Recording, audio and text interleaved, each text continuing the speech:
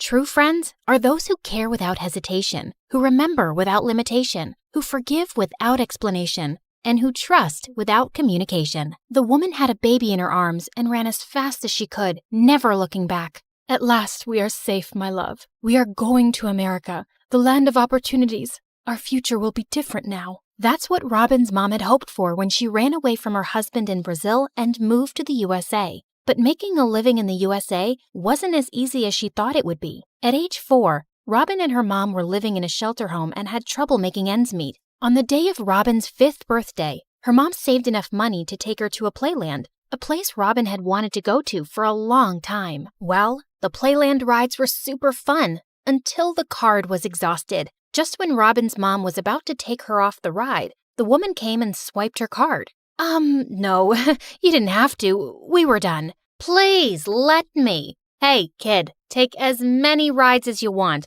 I need to finish this card today, or else my daughter, Summer, will have me stay here for the rest of my life. Seeing the lady's daughter jump up and down like a kangaroo on a sugar high, Robin knew what she meant. Soon the girl went running towards the jungle gym, and her mom got Robin in there too. As Robin was having fun, she heard a scream and instantly ran towards the sound to find the other girl stuck in one of the tunnels. Are you all right? Please help.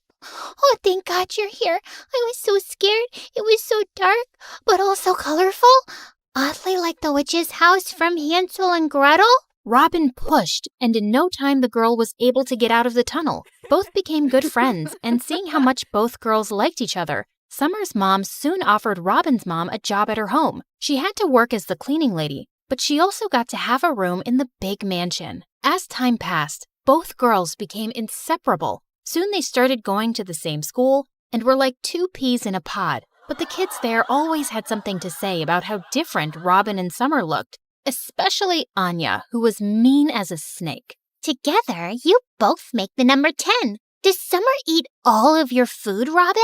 Jerk, her weight is a temporary caloric imbalance, but your stupidity is a permanent genetic malfunction.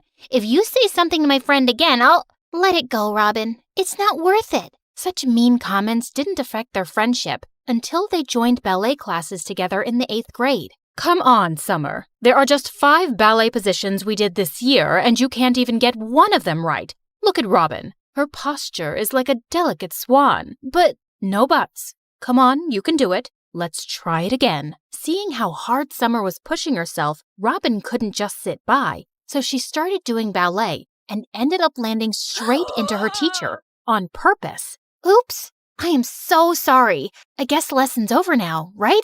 Come on, Summer. But Summer wouldn't budge. She remained standing in that awful position until there were tears in her eyes, and that's when Robin had had enough. I swear, if you don't stop, I'll never talk to you again. Then don't. I guess it would be better that way. Saying that, Summer kept on repeating the ballet steps till she was out of breath. That was the day something between the girls changed, and Summer started to spend less and less time with Robin. Worse, she got into all kinds of diets and started to hang out with Anya, the same girl who used to make fun of her. Once during lunchtime, as Robin started to enjoy her chocolate muffin, she could see how badly Summer wanted it, so she offered it to her. Oh, no.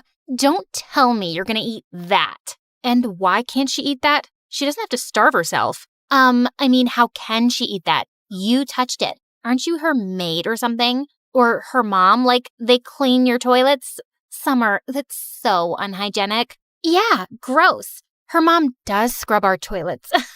What was I even thinking? Thanks for rescuing me, girl. Come on, let's go have some detox water. As Summer left with her new friends, Robin was left in shock. That was the day Robin promised herself to turn her life around. So she focused hard on her studies and soon started acing her exams. By the time the girls reached high school, Summer was the official queen bee of the school. She had it all. A hot body, designer clothes, designer bags. She even had followers carrying her bag for her. But there was one thing Summer didn't have: Calix. Summer had a huge crush on the school's heartthrob. The guy was the perfect combination of beauty and brains, a jock and a straight-A student. And Robin had a crush on him too. Even though Calix might have smiled at her once or twice, Robin never spoke to him, knowing how much Summer liked him. One time, Robin was running late for school and was rushing when suddenly A car zoomed by and someone threw juice on Robin. "Hey, jerk, watch where you're going." "Oh, it's you. Of course." "Ugh. I didn't do it on purpose.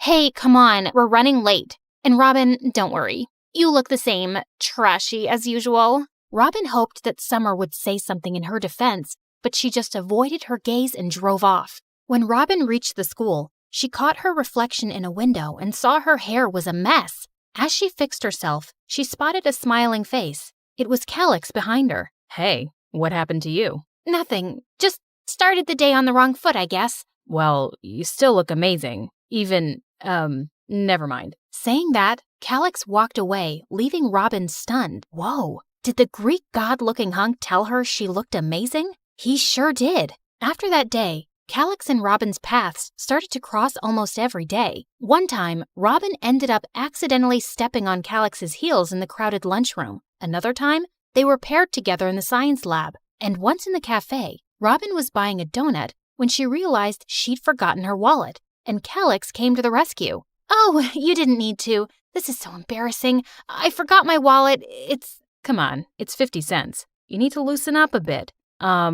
So I'm throwing this party, and I would love if you could come, please." "She isn't gonna come. She's always too busy studying, but I'll come. Would you like that, Calix?" Of course. Robin, do try to come, and, I'll see you guys later." Just as Calix left, Summer's sweet smile faded, and she glared at Robin. "You know I like him.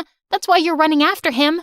You are pathetic, Robin." Robin felt like slapping Summer, but controlled herself. Later that night, she was all dressed for Calix's party. She wasn't doing it to make Summer jealous, but because for the first time, someone from school had invited her over. Just as Robin reached Calix's place, she spotted him and was swept away when the boy came running and took her hand. "Whoa, and I thought you looked pretty in glasses. You look mesmerizing in this dress." Thank you." Calix then took Robin to the dance floor, and as she was having the time of her life, Robin spotted the look of hatred on Summer's face. But once the song ended and Calix leaned in and kissed her on the cheek, it looked like Summer would explode. Oh no, Robin needed to explain to Summer that she wasn't after her crush. "Calix, I need to go." "Wait, Robin, I wanted to tell you how much I like you." But Robin was more worried about Summer. As she ran after Summer, she bumped into Anya. Well, what do we have here?"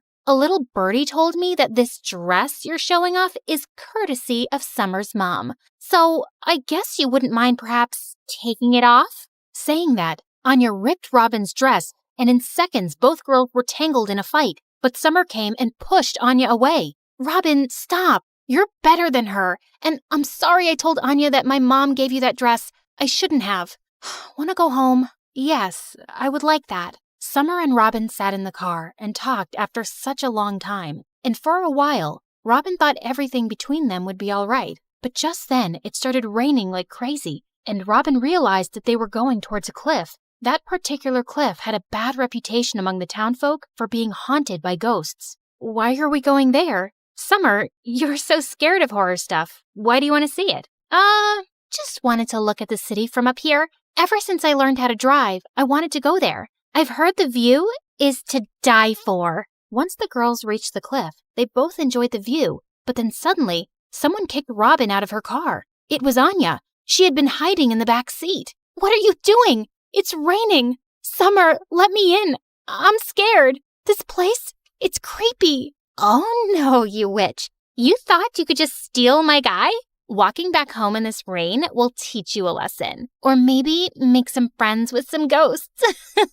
"What? No, she can't walk back. It's raining. Let's just drive around for 5 minutes and come back for her." "No way. She tried to steal Calix. I say punish her." Saying that, Anya took the steering wheel and they both drove off while Robin kept begging for her to stop. She even ran after the car, but exhausted, she fell to her knees. The next day, when Summer woke up, she was sure that Robin would be sick and tired from walking back home. But to her surprise, she saw Robin's mom all worried. "Summer, did you see Robin last night? I've been waiting for her all night, but she didn't come home." What in the world? As her mom and Robin's mom called all their friends and then the cops, Summer felt her world shake. But before going to school, Summer saw a shadow enter Robin's room. "Perfect, she's back. got her mom worried for nothing. But upon entering Robin's room, she saw nothing except wet shoe marks on the floor and all the way up to the ceiling. Whatever you're up to, it won't work on me, Robin. Ugh.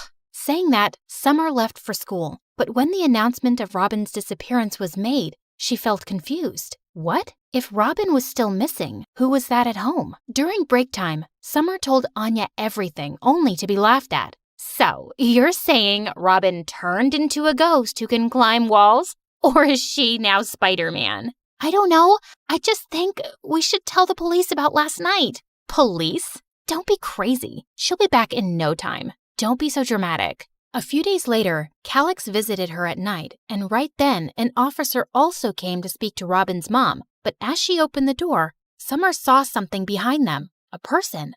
Robin. Oh my God. She's here. She's coming here. What? Who's here? Kid? You all right? Scared witless, Summer ran into her room and shut herself in there. The next day at school, Anya came to Summer. You're trying to blackmail me? I'll ruin you, Summer. What are you talking about? Don't play dumb. I got this note in my locker. I know you're trying to spook me. Seeing the note, Summer's heart leapt into her throat. It was Robin's handwriting. I am coming. Everyone will pay. I swear it's not me. It's Robin. It's actually Robin's ghost. She wants revenge, I think. OMG, what have I done? All because of you. You left her there and she isn't back. This was all your idea. Shut up. And my idea? You were the one who tricked her. Keep your mouth zipped, or else. Or else what? You're horrible. I wish I could have seen your real face earlier. Robin was the only true friend I had. Yeah, and she's gone. Boo-hoo. This was the point Summer realized what a jerk Anya was, and she hoped and prayed her real friend would return, alive. A week later, in the evening, her mom was out and Summer was alone, when all of a sudden the lights went off. Summer immediately lit a candle and looked out the window. She almost fell on her butt. She couldn't believe her eyes. It was Robin. Robin looked deathly pale, like a ghost. You betrayed me, Summer. You betrayed me. Why did you betray me? No, I didn't. It was a... And then there was a loud bang on the door. And in the split second where Summer looked at the door, Robin was gone from the window. But the banging kept going on, driving Summer mad. No, I won't open the door. Never. Just then the lock turned, and Summer screamed. But her mom entered and seeing her crying on the floor, hugged her. Mom, Robin was outside on the porch. Oh, Mom, I did a terrible thing. Anya suggested, but it was all me. I could have said no, but I was so blind in jealousy. What? What are you talking about? And then Summer told her mom the entire truth. Mom, I am so sorry.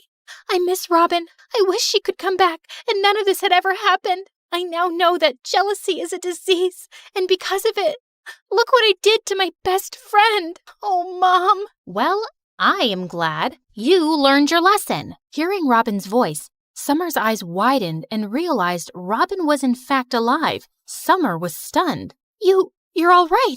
Oh, thank God. Robin, please forgive me. I crossed the line, and I shouldn't have done this. You shouldn't have. But, oh, Summer, I'm just glad all of this could open your eyes. And then Robin explained how Calix had followed her that night and picked her up. Even though Robin could press charges on Summer and Anya, she chose not to and decided to teach Summer a much-deserved lesson. So she hatched the whole plan with Calix. Even Calix's cousin, who was in the police force, was in on the plan, and even both of their moms. Okay, you really got me there. I was scared out of my mind, but your absence told me the worth of your presence. Come here.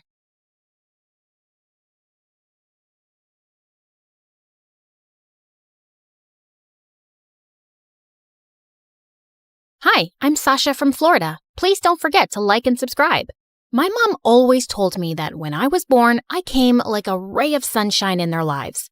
My parents were struggling financially and were the poorest in their families, but I was a special kid. They could tell from the start that I was super bright, and I could read and count when I was only 3. This made them so proud, especially since my brother Damien, who was 2 years older than me, was just a troublemaker. Once when I was 5, Damien and I were playing baseball in our small yard, and I told him not to throw so far, but he wouldn't listen. Relax, Sasha. Don't be such a nagging baby. But Damien, the neighbors. He threw it again, and this time it broke the neighbor's window, which my parents had to pay for. Damien, you're not getting a Christmas gift this year after that stunt. You're always getting into trouble and costing us money we can't afford. I told him not to throw so high, Mom. Of course you did, baby. I wish your brother was smart like you. Damien looked at me with pure hatred. And ever since then, we fought like cats and dogs, and there was no peace in the house with us around. I kept excelling at school, and with time, my parents' struggles also started getting easier. Dad got a job in the city planning department, and he had a good salary now. The only one getting worse was Damien. He failed 10th grade twice, and now we were in the same class. If you fail another year, you'll have to find a part-time job and pay for your own school fees. I am not spending my hard-earned money on your failures. Sasha, why don't you help Damien with his math? Heck no, I don't want any help from Little Miss Perfect. It's not like I'm dying to teach you, but this is just getting embarrassing, bro. Take my help if you ever want to leave high school. I tried my best to help Damien, but he was such a thick-headed student. How could someone's IQ be this low? One day, while we were sitting at the local ice cream shop going through his homework, this fancy, overdressed girl sitting at a table opposite us started yelling at the waiter for accidentally spilling a milkshake on her. You stupid fool! Look at what you did to my Gucci top! Even though the waiter apologized 10 times, the girl kept being a jerk and told him she wasn't paying for her food. She started walking out, and just as she was passing by our table, her shoe's heel broke and she tripped. But Damien moved at some lightning speed and caught her just before she fell. It was like watching a Bollywood movie in slow motion. The two were staring deep into each other's eyes till I interrupted. Hey, Superman, these algebra exercises won't solve themselves. Thank you so much. You really are my Superman. You saved my life. I'm Chanel. Watching Dumb and Dumber making gaga eyes at each other was making me nauseous. So I left them and took the bus home. But I was surprised to see Damien and Chanel already there. How did you get here so fast? Chanel drives a Lamborghini. Didn't you see it parked outside? What surprised me even more was that my parents were smiling from ear to ear at her. Her father is actually one of the richest people in town. Yes, and your brother and Chanel are dating now. Isn't that amazing? Dating? They just met. I had no idea what this girl saw in my brother or what she wanted from him. So when she was leaving, I caught up with her. Excuse me, Chanel, right? Yes, and you're Sasha. Your parents tell me you're so smart. Yeah, and I love my family very much. And even though my brother's dumb, I don't want to see him get hurt. So what's your deal? What do you mean? I just like him, and I'm going to ask my daddy to transfer him to my school. I didn't think Chanel was serious. But a month later, Damien was going to her school, and she was coming over to our house for Sunday lunches. My parents started giving Damien all their attention, and I stopped existing. Damien, my darling, we're so proud of you. We always knew that there was something special about you. Hey guys, I got selected to participate in the international math competition. Oh, that's nice, dear. Oh, and Chanel, thank you for speaking to your father. Because of you, I now have a good job at the bank. But Mom, you don't even have any banking qualifications. Who needs qualifications when you know people in high places? My house was turning into a fake zone, and everything was about Chanel and Damien now. I wasn't used to this at all. When I was in 11th grade, Chanel invited us to her mansion for her birthday party. We were welcomed warmly by her mother, but her father was forever on a phone call. While my family were busy mingling with the rich, I found a quiet place on a balcony. Just then, this tall Superman-type guy appeared beside me, and I immediately felt nervous. The view is beautiful from here. I'm Clinton, by the way. I haven't seen you at any of Chanel's parties before. I'm her boyfriend's sister, not really a close friend. How are you related? Oh, I'm her ex-boyfriend. Why would you come to her party? Her father and I are very close, and he still wants me and his daughter back together. What? But she's with my brother. Chanel's father has helped me and my family a lot, so I'd do anything to help him out. Like, break up my brother and Chanel? Is that what her dad wants? And you'd do it? That's just crazy. They've been together for a year now and they're in love. That's what you think. Sasha, what are you doing here with this jerk? He's obsessed with Chanel and keeps asking me to break up with her because he wants her back. You are such a fool. I'm just trying to help you, dude. Damien lunged forward to punch Clinton, who pushed him away roughly to defend himself. Just then, Damien tripped on a rug and landed hard on the floor. Damien! He was unconscious and we quickly called an ambulance. While my parents and I sat in the hospital waiting room, I went to get some water when I found Chanel in Clinton's arms. You lying, cheating snake! My brother's seriously hurt, and you're here playing makeup with your stupid ex. You can't talk to me like that, Sasha. Oh, drop the act, you witch. Sasha, why are you making such a commotion? Because your son is in the hospital, and it's all because of this stupid girl you adore. Just then, I spotted Grandma's pearl necklace around Chanel's neck. Hey, what are you doing with that necklace? It was a gift from your mother. Mom, why would you give her that? You always said it was mine. Sasha, please calm down. Chanel has done so much for our family since she came into our lives. You need to be more thankful. Chanel is fooling all of you. She is not who she seems. Enough of your jealousy. Not everything is about you, Sasha. After my dad said that, I suddenly lost it and pulled the pearls off Chanel's neck, sending them flying everywhere. I ran away before my blind, foolish family could say more. When I went to see Damien later, he did not look great. You bruised like a peach, bro. But I'm glad you're awake.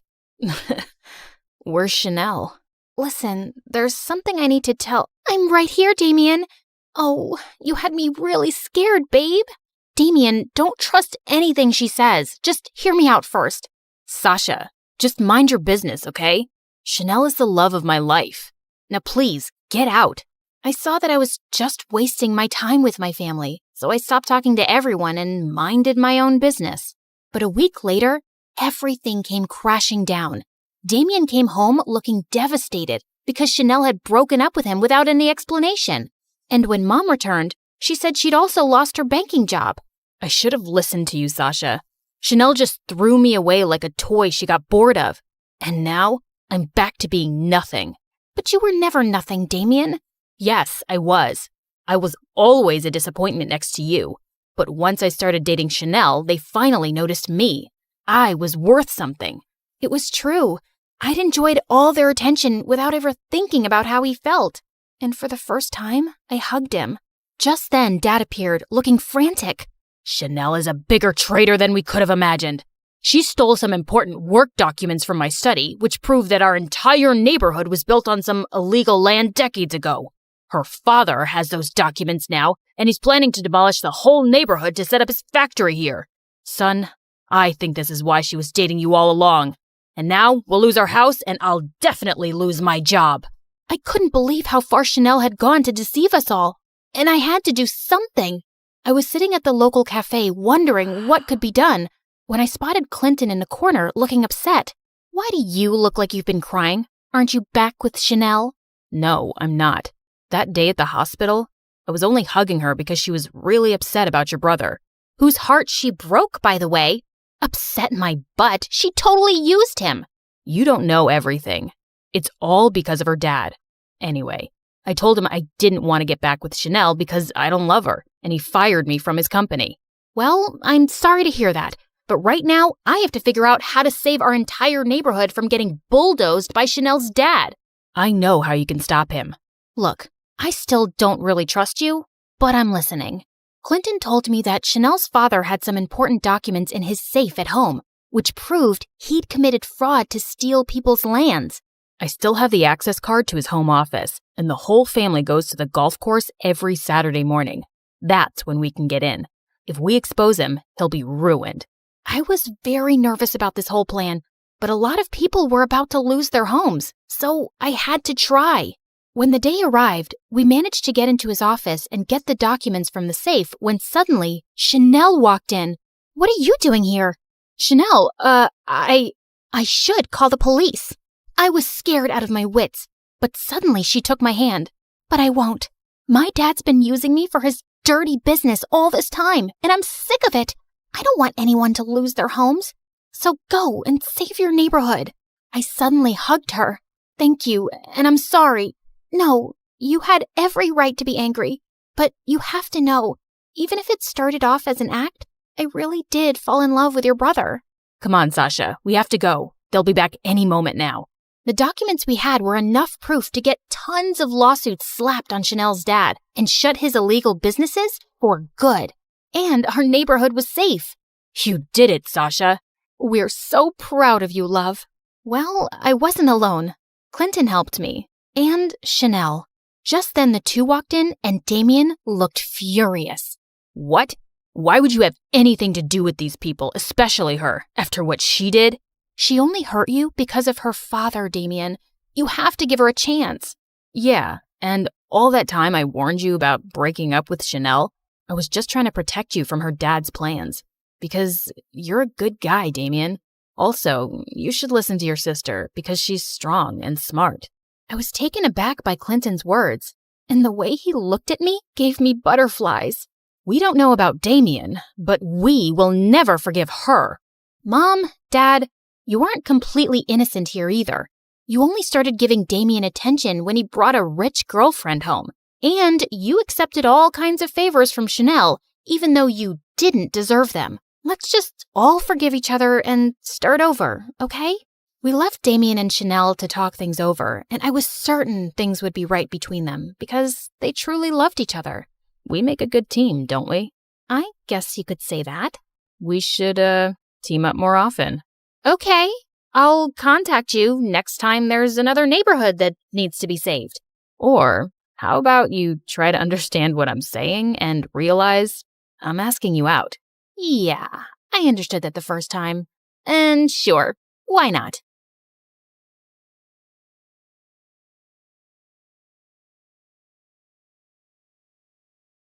I woke up in the middle of the night feeling extra thirsty and almost passed out when I saw the time. It was 3 a.m., the devil's hour. I tried to go back to sleep, but I just couldn't. Come on, girl. Ghosts aren't real, but dehydration is. So hold yourself together and get your ice-cold water. I silently prayed as I went down to the kitchen. Suddenly, I caught someone moving in the shadows. Holy Mother of God! Was it the devil? I was about to scream when I realized that it was just my older brother, Kevin, who looked suspicious. I silently followed him as he went down the basement and was surprised when he opened a mysterious door that I had never seen before. But before he could enter, he looked back and saw me. Don't you ever tell anyone about this, especially Dad, no matter what happens. Why? What's inside that room? He just patted my head and smirked. The devil himself. He then disappeared into the room and locked it, leaving me shaking in fear and confusion. Hi, my name is Kendra, and this is my story of how my mysterious brother changed my life forever. Before I continue, please like and subscribe. After what happened last night, the first thing that I did in the morning was to check that door in the basement. But unfortunately, it was padlocked to death. Kevin was definitely hiding something in there, and it was killing my curiosity. I was finally able to corner him during dinner. Are you sure that you weren't dreaming? Because that totally didn't happen. That night was really weird, so he could be right. Our conversation was cut off when Dad joined us. Son, it's time for you to take over the company. We will be holding a gala next weekend to introduce you to everyone. They're all so excited to meet you. But Dad, no buts. You're graduating in a few months, so prepare yourself. I don't want any problems. Understood? Of course my brother couldn't say no to him. He was always Dad's favorite, his golden boy, the perfect son. While me, I was just a stranger to him. If Mom was still alive, things would probably be different. Later that night, when I was about to sleep, I almost screamed when I saw Kevin leaning against my door. Can I help you? What makes you feel alive, Kendra? Huh? What's with you? Why are you being so weird? The less you know, the better. Good night, Peanut. Peanut? Where did that come from? That was the weirdest and longest interaction we've ever had. He was a year older than me, and we had never been close growing up. His time was spent in his room reading, in the piano corner perfecting his sonatas, or with Dad talking about business while playing chess. We also didn't see each other often at school because he was always with his best friend Cedric or surrounded by their crazy fangirls. The next morning, I woke up to Dad screaming from the library. I dashed to check what it was and found out that one of our maids found a letter under Kevin's pillow. I read it and froze. Kevin left. He didn't say where he went and when he was coming back. All the note said was, "Do not wait for him." I would expect something like this from you, but not my son. Kevin is a responsible young man. Well, the note says otherwise. The gala is this weekend. I need your brother to be there no matter what it takes. We tried looking for Kevin everywhere, but no one knew where he was. Even the police couldn't find him, and it was driving Dad crazy. One night, he just walked up to me and started inspecting my face. You would do. You were going to be him. Be who? Kevin. In case your brother is still on this stupid little adventure on the night of the gala, you will pretend to be him. But Dad, I don't think I can... Kendra, you are a capable young lady. Of course you can. You'll be saving our company from humiliation. I know I have not been very vocal about your accomplishments, but I do notice. Will you do this for me, sweetheart? I had never heard Dad talk to me that way, and it felt really good. So I found myself giving in. Besides, it would only be for just one night, right? I just needed to hide my hair under a wig and dress up like Kevin and just smile and avoid conversation as much as possible. Simple.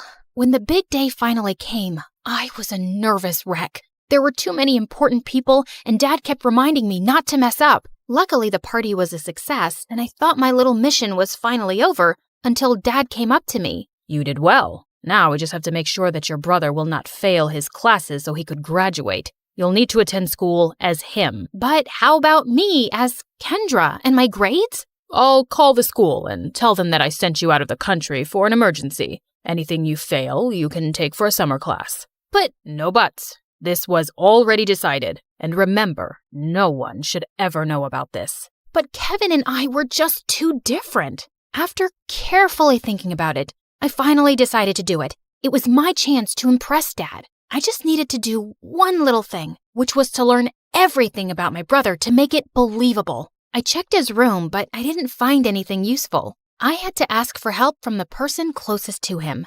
Cedric. But there was one problem. At school or whenever he visited my brother, I would usually lock myself in my room because every time our eyes met, I felt like passing out. The guy looked like a demigod, and I just couldn't handle him. But this time, I had no choice, and I knew exactly where to find him at school, the music room. As I peeked into the room, I saw him playing the violin, and I was instantly mesmerized. Just then, he stopped playing and smiled at me. Just avoid his eyes, and you'll be fine. Did it tickle your soul? Huh? The rhythm, the passion, the climax.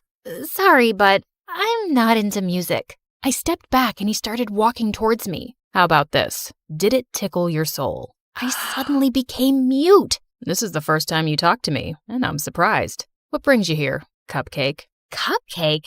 I got a grip of myself and slapped his hand away. First of all, I'm not food. And second, I'm not here to talk about souls and music with you. It's about my brother. Suddenly, his face turned serious. I had already talked to your dad about it. Kevin ran away and he didn't want us to find him, and there's nothing we can do about it. I know, but I need your help with something. I told him about Dad's demands, and he suddenly laughed.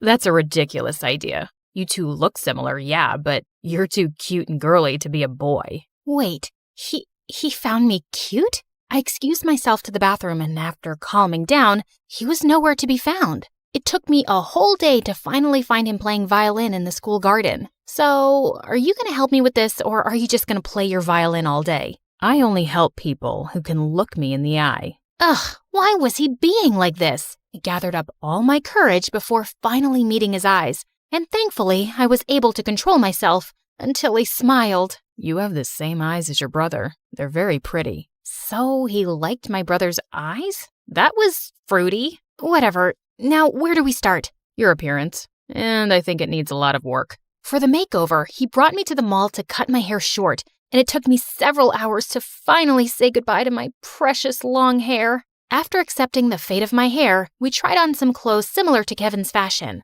As I walked out in a leather jacket, he came up to me to zip it up. He was so close, I could hardly breathe. Looks perfect now. He then taught me about my brother's stance, walk, and gestures. I told you to walk faster, not like a gangster. And stick out your chest more.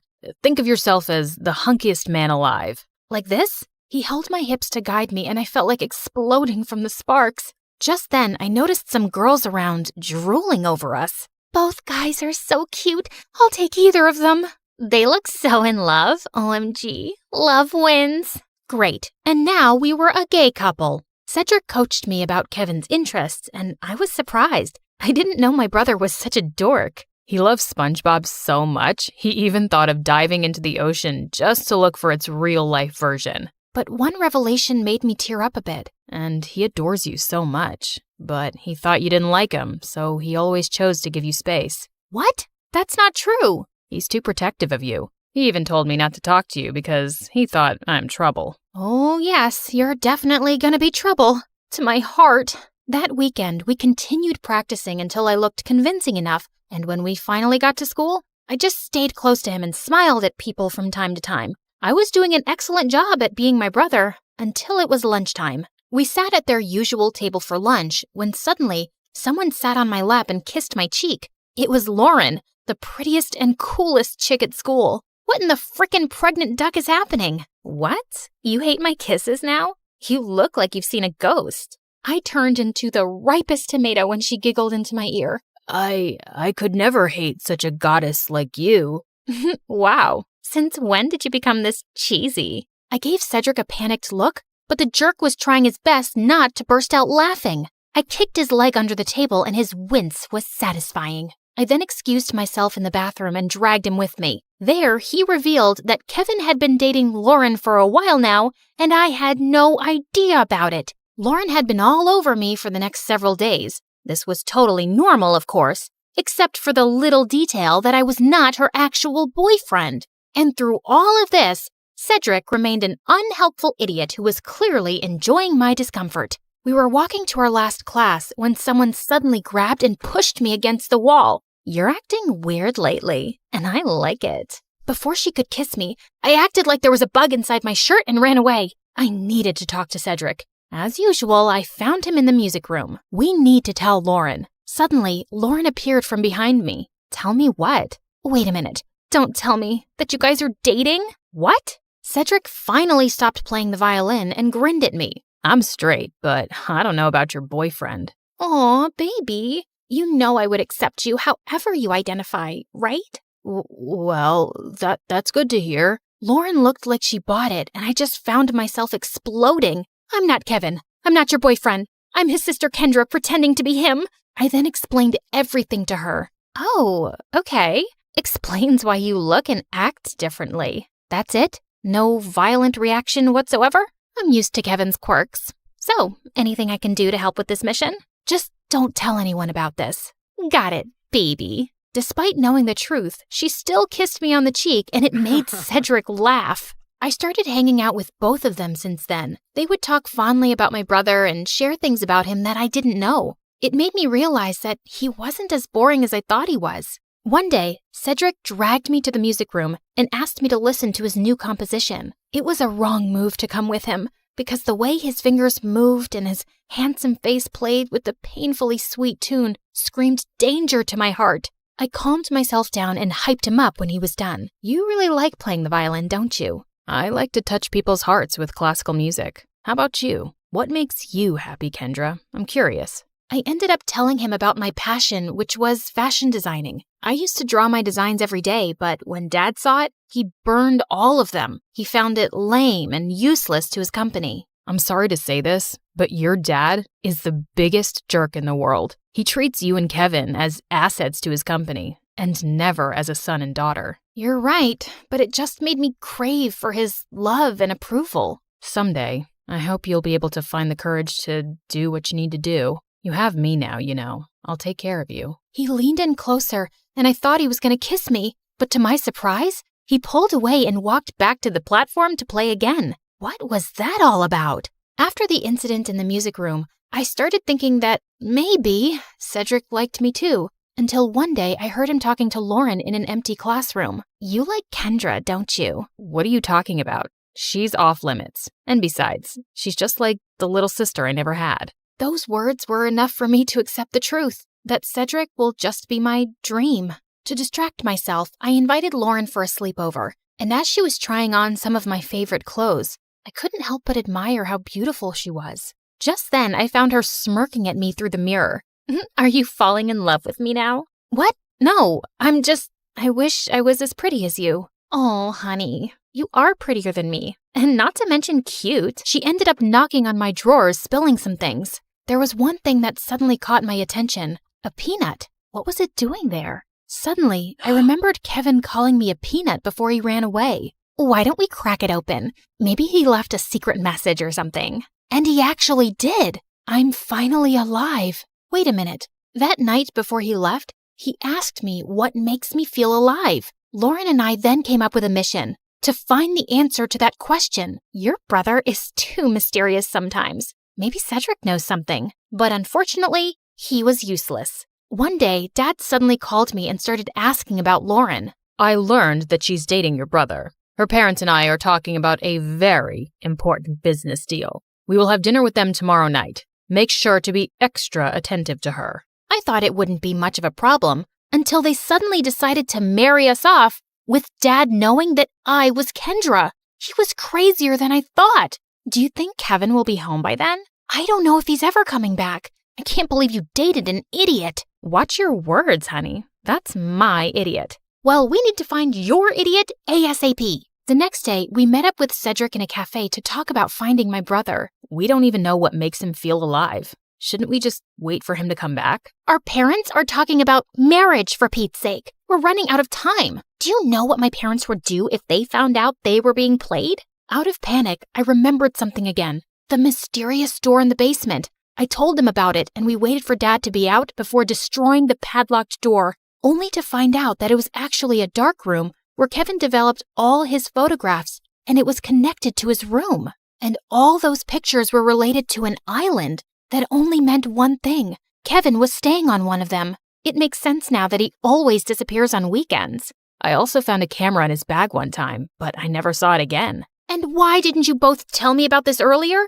You're both idiots. And with that, the three of us were off to an adventure to get my brother back. As we traveled, I kept on flirting with Lauren to avoid Cedric. And for a moment, I thought I saw his deadly glare through the rearview mirror. Was he jealous? I wished. In a span of 2 days, we had already visited 7 islands, but there was no luck. Just when we were about to give up, we suddenly spotted someone resting on a hammock. It was Kevin. He looked shocked to see us. Suddenly, he glared at Cedric. Dude, you told them? Wait, you knew? Let me explain. No, you knew. And you kept silent while I was going crazy trying to find a way to bring back my brother so I could get me back. Kendra was equally furious. Babe, I can explain. Shut it, Kevin. You're not my favorite person right now. Kendra. Later. I need to speak to my brother. I walked away and Kevin followed me. Now start explaining the reason I'm sacrificing my identity. I'm sorry, Peanut. I didn't mean for you to be tangled up in my mess. I felt stuck and suffocated because of Dad's expectations. I always knew I would have to take over the company someday, but I didn't know it would be this soon. I thought I would have enough time to still do what I love, to enjoy every island and see its beauty through my lens. But suddenly, I didn't even have a year, so I panicked and I ran away. I'm such a coward. It didn't take a second for me to melt. No, that's the bravest thing I've seen you do. All our lives, I've only ever seen you nod to Dad's every demand. I'm proud of this version of you. I convinced him to come back, but he ended up convincing me to ditch Dad and come with him. After everything that happened, I just realized one thing. Dad wasn't worth it. So I agreed. Lauren is amazing, you know. She didn't deserve to be left without a word. I know, Peanut. I guess I have a lot of making up to do. Good luck, Walnut. Later that day, he spent his time making it up to Lauren and talking to Cedric, while I was left alone doodling some cute dresses on the sand. My brother then came up to me and asked me something. Are you mad at Cedric? I asked him not to tell anyone. Keeping this from you must have been very hard for him. I understand, but... You like him, don't you? What? No, I mean... Don't worry. I finally gave him the go signal. You two can kiss or whatever. As soon as he left, Cedric walked up to me with an earth-shattering smile. Can we talk? I couldn't look at him in the eye again.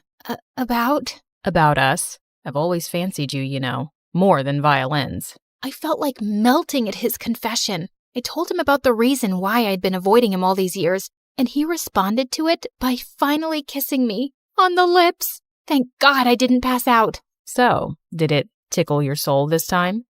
Yes. Finally.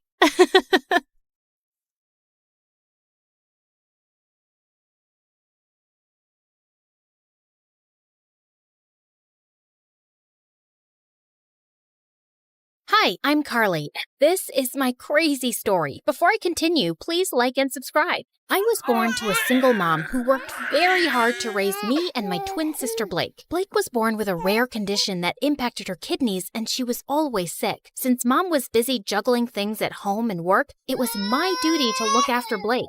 You can't eat milk with your hands. Drink it. Blake, don't chew on your gross shoes. Even Mom was extra paranoid about Blake, and she hardly paid attention to me. Like this one time when I was 6, Mom had to leave for some urgent overnight office trip, and she dropped us off at the neighbor's place. These are Blake's medicines. You know she drinks chocolate milk before sleeping, and I've also packed her favorite pink night clothes. Wait, where's my stuff? The bag's too small to carry both your things, but hey, I packed your toothbrush. You'll be okay, right? I wanted to say no, but Mom already looked tense, so I nodded and she left. Everything was going great, but right before bedtime, I went to get milk for Blake, and I heard a huge thud. I rushed to see Blake crying on the floor with a bleeding nose. Apparently, Blake was jumping on the bed with the neighbor's son, and he thought it would be fun to push her off of it. Thankfully, the injury wasn't big, but when Mom found out, she went ballistic on me. Carly, I trusted you to look after her. And I did. I was just getting her milk, like you asked me to. And she's okay, Mom. Everyone falls sometimes. Your sister isn't like everyone else. After that day, Mom banned both me and Blake from participating in any extracurriculars at school or playing in the park afterwards like other kids. I was always stuck at home with Blake, so I never really got a chance to make new friends. And those at school joined clubs and got busier. I missed having a normal life, but Blake needed me more. Mom got more paranoid with time and took special care preparing food for Blake. I knew how tired she was, so I'd get by with frozen meals. And over time, I started taking comfort in junk food, eating candy bars from the hospital vending machines while I sat in waiting rooms for hours. By 13, I was much bigger than most girls my age. One time, our aunt was visiting us, and she hadn't seen me and Blake in a while. Look, I bought you girls matching outfits. Go on, try it. I'll just wear it later. What are you saying? Come here. Aunt pulled me to her and tried her best to fit me into the dress, but it barely got past my neck. I was so embarrassed. I went to my room and didn't come out till Aunt left. Don't be so sad now. So what if you're a little bigger? Easy for you to say. You don't have to wear clothes 3 times your age.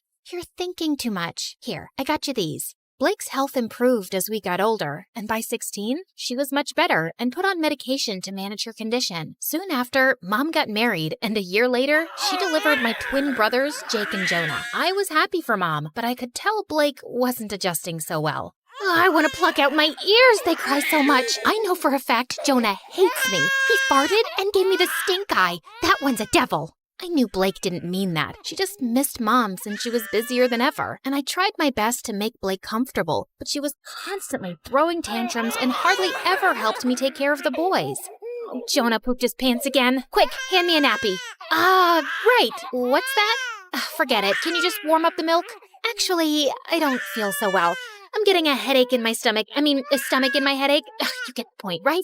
And when I asked Mom to hire a babysitter, she just gave me a lecture on money and expenses. My grades were getting affected too, and I was an overall mess. I knew it had something to do with my eating habits, so I started taking care of my health. I went for runs, ate better, and over time, I could see the results. One day I was jogging when I saw someone taking my picture, hiding in a bush. I caught him by the collar and dragged him out. What do you think you're doing? I just thought you were pretty. I'm good at taking pictures. Here, have a look. Wow, that's me? Yeah, whatever. But you should be asking me first rather than acting like a creep. I get it. I'm sorry. Can I make it up to you with some coffee? Fine, but I want a copy. Deal. Eli and I went to a coffee place close by and hit it off instantly, and soon we became good friends. He was into filmmaking and would always have his camera around his neck. Watching him, I got interested and tried my hand at handling a camera too, and it was love at first sight. Okay, so that's how you focus. Now look at that sunset. Beautiful, isn't it? Yeah, you know so much about the camera. It's really fascinating. I've always wanted to make movies, and I love the ocean too. I'll tell you a secret. I'm part mermaid. Oh, yeah? Prove it. Eli got up from the rock he was sitting on and started doing an awkward dance, flapping his arms like fins. Okay, I believe you. Well, good, because I was afraid I'd have to splash you with my tail. Really? That was on your mind? Well, that and something else. With that, Eli jumped down and pulled me in for the most magical kiss. Eli and I started dating soon after, and I decided to make him finally meet Blake. So the next time he invited me out, Blake tagged along, but the moment she saw him, she burst out laughing. Oh my God! Where did you get that shirt from? Your grandpa's closet? Actually, yeah, he has a really good shirt collection. Do you like it? I can get you one. Ew, no thank you. I'd rather wear a tent than slip into something so cringe. Come on, Blake, that's not very nice. What? I'm kidding. I'm sure Ebola can handle a few harmless jokes. Eli. Blake made it painfully obvious that she didn't want Eli around, and even though Eli kept his cool, I knew she made him uncomfortable. Then one time, Eli invited me and Blake to the launch of his dad's new restaurant. I appreciated the effort he was making with her, and I hoped she would too. But I was so wrong, because minutes into the event, Blake threw a massive tantrum over pickles. What do you mean you're out of pickles? Pluck them from a tree or something. Could you please keep it down, Blake? Everyone is staring. So, you care about all these fancy people, but not your sister? No one understands me. I just had a very big lobster, and I feel like throwing up. You know pickles calm me down. This is such bad customer service. Hey, you have pickles, and you, and you. And then she started taking pickles off of everyone's plate till Eli intervened and dragged us outside. What's the matter with you, Blake? What? It's not my fault your party sucks. At least I brought some entertainment to it. Blake, let me handle this. Eli, I'm really sorry for the mess, but what? Your sister's not normal. And you are? You're so boring, if someone stole your identity, they'd give it up because it sucks. You really need to watch your tongue. And you need to watch your hands around my sister. Guys, please. Before I could say another word, Blake started hyperventilating and fainted. We immediately took her to the hospital, where the doctors told me that she passed out from anxiety and high blood pressure. Thankfully, she was out of danger. I'm really sorry about Blake, but that girl's out of control. You've got to draw a line somewhere. You saw what happened, Eli. You can't just scream at her like that. She's my sister. I can't be around her, Carly. This is going to be a problem. I wanted to stop Eli, but there was nothing more I could say. Blake was my sister, and she came first. I didn't meet Eli for a few days, and a week later, he told me that one of his movies that I'd helped him with had gotten selected for a local film festival. He wanted me to come, but Blake was still recovering, and I couldn't leave her alone. But when he came back, he told me something shocking. Everyone loved the movie, Carly. One of the biggest film schools in New York wants to take us both in on full scholarship. How amazing is that? I don't know what to say, but I don't think Mom would let me go to New York, Eli. You're a great filmmaker, Carly, and you should give it a fair shot. And think about it. You could finally live your life on your terms. God knows you need it. I was numb for a second, and then I felt like someone gave me new wings. It did sound like an amazing opportunity. All I had to do was convince Mom, but when I told her, she looked at me like I'd asked her for her kidneys. Have you gone crazy? You can't move to New York. Your life is here with me and Blake. I applied to this marine biology course on behalf of both of you, and you guys got in on scholarship. This was always the plan, and it's the right one. But that's not what I want to do. I want to make movies. I'm really good at this. Everyone says that. Everyone or Eli? Who's Eli? Just this dumb boy she's dating. I'm sure he's the one who's filled your head with this sawdust. How can you even think about leaving me? I just want to do what I want for once. Can't you give me a few years from my own life? Oh, stop being so dramatic. And not another word about this movie business, Carly. You'll stay here with us. Is that clear? Mom left and I turned to Blake angrily. You couldn't take my side for once? What did I do? Oh, you mean telling Mom about Eli? I don't think she even noticed. I left the room angrily and didn't speak to Mom or Blake for the next few days. I thought I could confide in Eli, but suddenly he was acting really cold. Every time I tried to talk to him, he would turn the other way, till one day I finally cornered him after class. Am I imagining things or are you ignoring me? Neither. I'm just busy. So, I told my mom I want to make movies and she went bonkers, but look, Carly, you and your family have issues and I don't want to get in the middle of it. Do whatever they say. But you told me to live my life. You said... Yeah, I did. And now I'm saying I don't care. You'd choose your clown sister over everything. I've seen that. So good luck, but I don't think I can be with you anymore. Eli, wait. Tell your sister she won. I felt frozen in my place as Eli walked away, and a week later, he left for New York. I couldn't believe he'd just dumped me like that. I felt so bummed out that I didn't come out of my room for days, and Blake was the biggest pain in the butt. Come on, we need to go shopping. It's painful to watch you in those pajamas. I'm not in the mood. But I am. Also, we'll have a nice lunch, watch a movie, just like old times. I said I'm not in the mood. Back off. Jeez, why are you so snappy? Because of that stupid boy? He wasn't stupid. I loved him, Blake, and now he's gone. Because I chose you over him, like always. And you don't care about my feelings, like always. Carly, just leave me alone. Blake left with a small face, and I felt kind of bad, but I was too mad to go after her. The next day, I calmed down a bit and was about to call Blake when her phone started buzzing like crazy. I picked it up, and I was shocked to see it was Eli. Before I could answer, the call got disconnected, and a text message appeared. I did what you wanted. Leave me alone.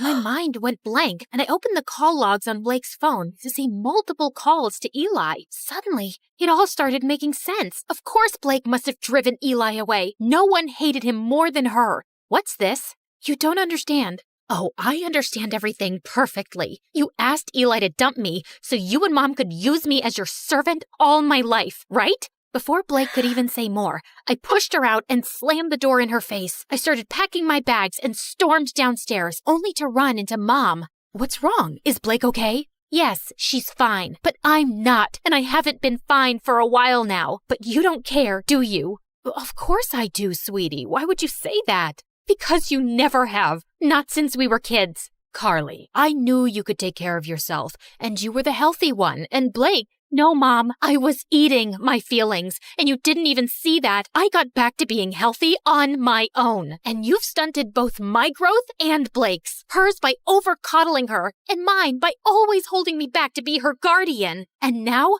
I'm done. I will go to New York because I want to get away from you and Blake, and you can't stop me. I left home and booked a flight to New York. On my way, I called Eli and explained everything to him. He told me that he was proud of me for taking a stand for myself and welcomed me with open arms. We moved in together, and I was doing really well in my classes. Mom and Blake tried getting in touch with me multiple times, and even though I missed them, I needed my space. Eventually, they stopped calling. After graduation, Eli proposed to me, and I said yes. Life was going great, till one day I heard a knock on the door and opened it to see Blake and Mom. What are you guys doing here? Eli called us and told us about the engagement. Carly, I have a confession. It was me who convinced Eli to break up with you, not Blake. Wait, what? Eli never told me that it was Mom behind everything. I didn't want to stress you out more. I could see you missed your family, and this would have made you sad. But I saw the call logs and the messages on Blake's phone. I'd actually been calling him to apologize, but I guess he thought both me and Mom wanted him to dump you. And I don't blame him. I was always awful to Eli. I guess I was just terrified of being on my own without you, but I drove you further away. I'm sorry too, my baby. I'd just become used to having you around, always taking care of everything.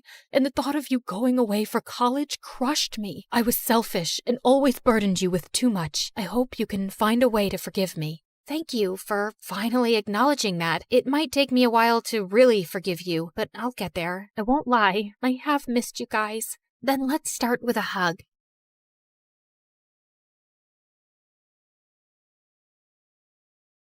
Your mom, she isn't okay. There will still be other hospital expenses, and you girls will have to figure out something soon. Do you have any relatives? Of course. I'd do anything for you, Claire. Can you tell me where the trial patient files are? When we visited Mom next at the hospital, I was able to slip away and retrieve Mom's file and another patient's who was receiving the drug. That night, Meredith and I used every Photoshop skill we had to make duplicate copies, complete with the hospital's seal and everyone's signatures to ensure that Mom was the patient chosen for the treatment. And the next day, I slipped the files back in. I knew what I'd done was wrong, and I'd broken at least 5 different laws. But as I walked away, I didn't feel like a criminal at all.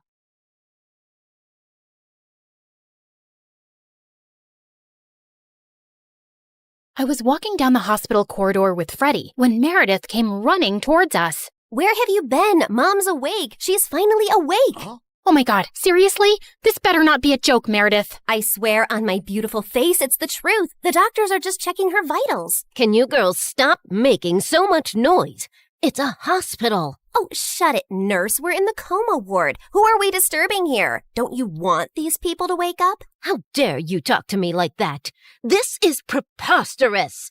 That's not even a real word. Remind me to buy you a dictionary. How did you become a nurse? Jeez. You ran down to Mom's room to find her fighting off the doctors. She jumped onto her bed like an animal and started screaming at them. Where am I? Are you doing a science experiment on me? You will not touch the daughter of Vladimir. I learned how to catch fish with my bare hands when I was 3 and tackled a bear when I was 5. You think you are any match for me?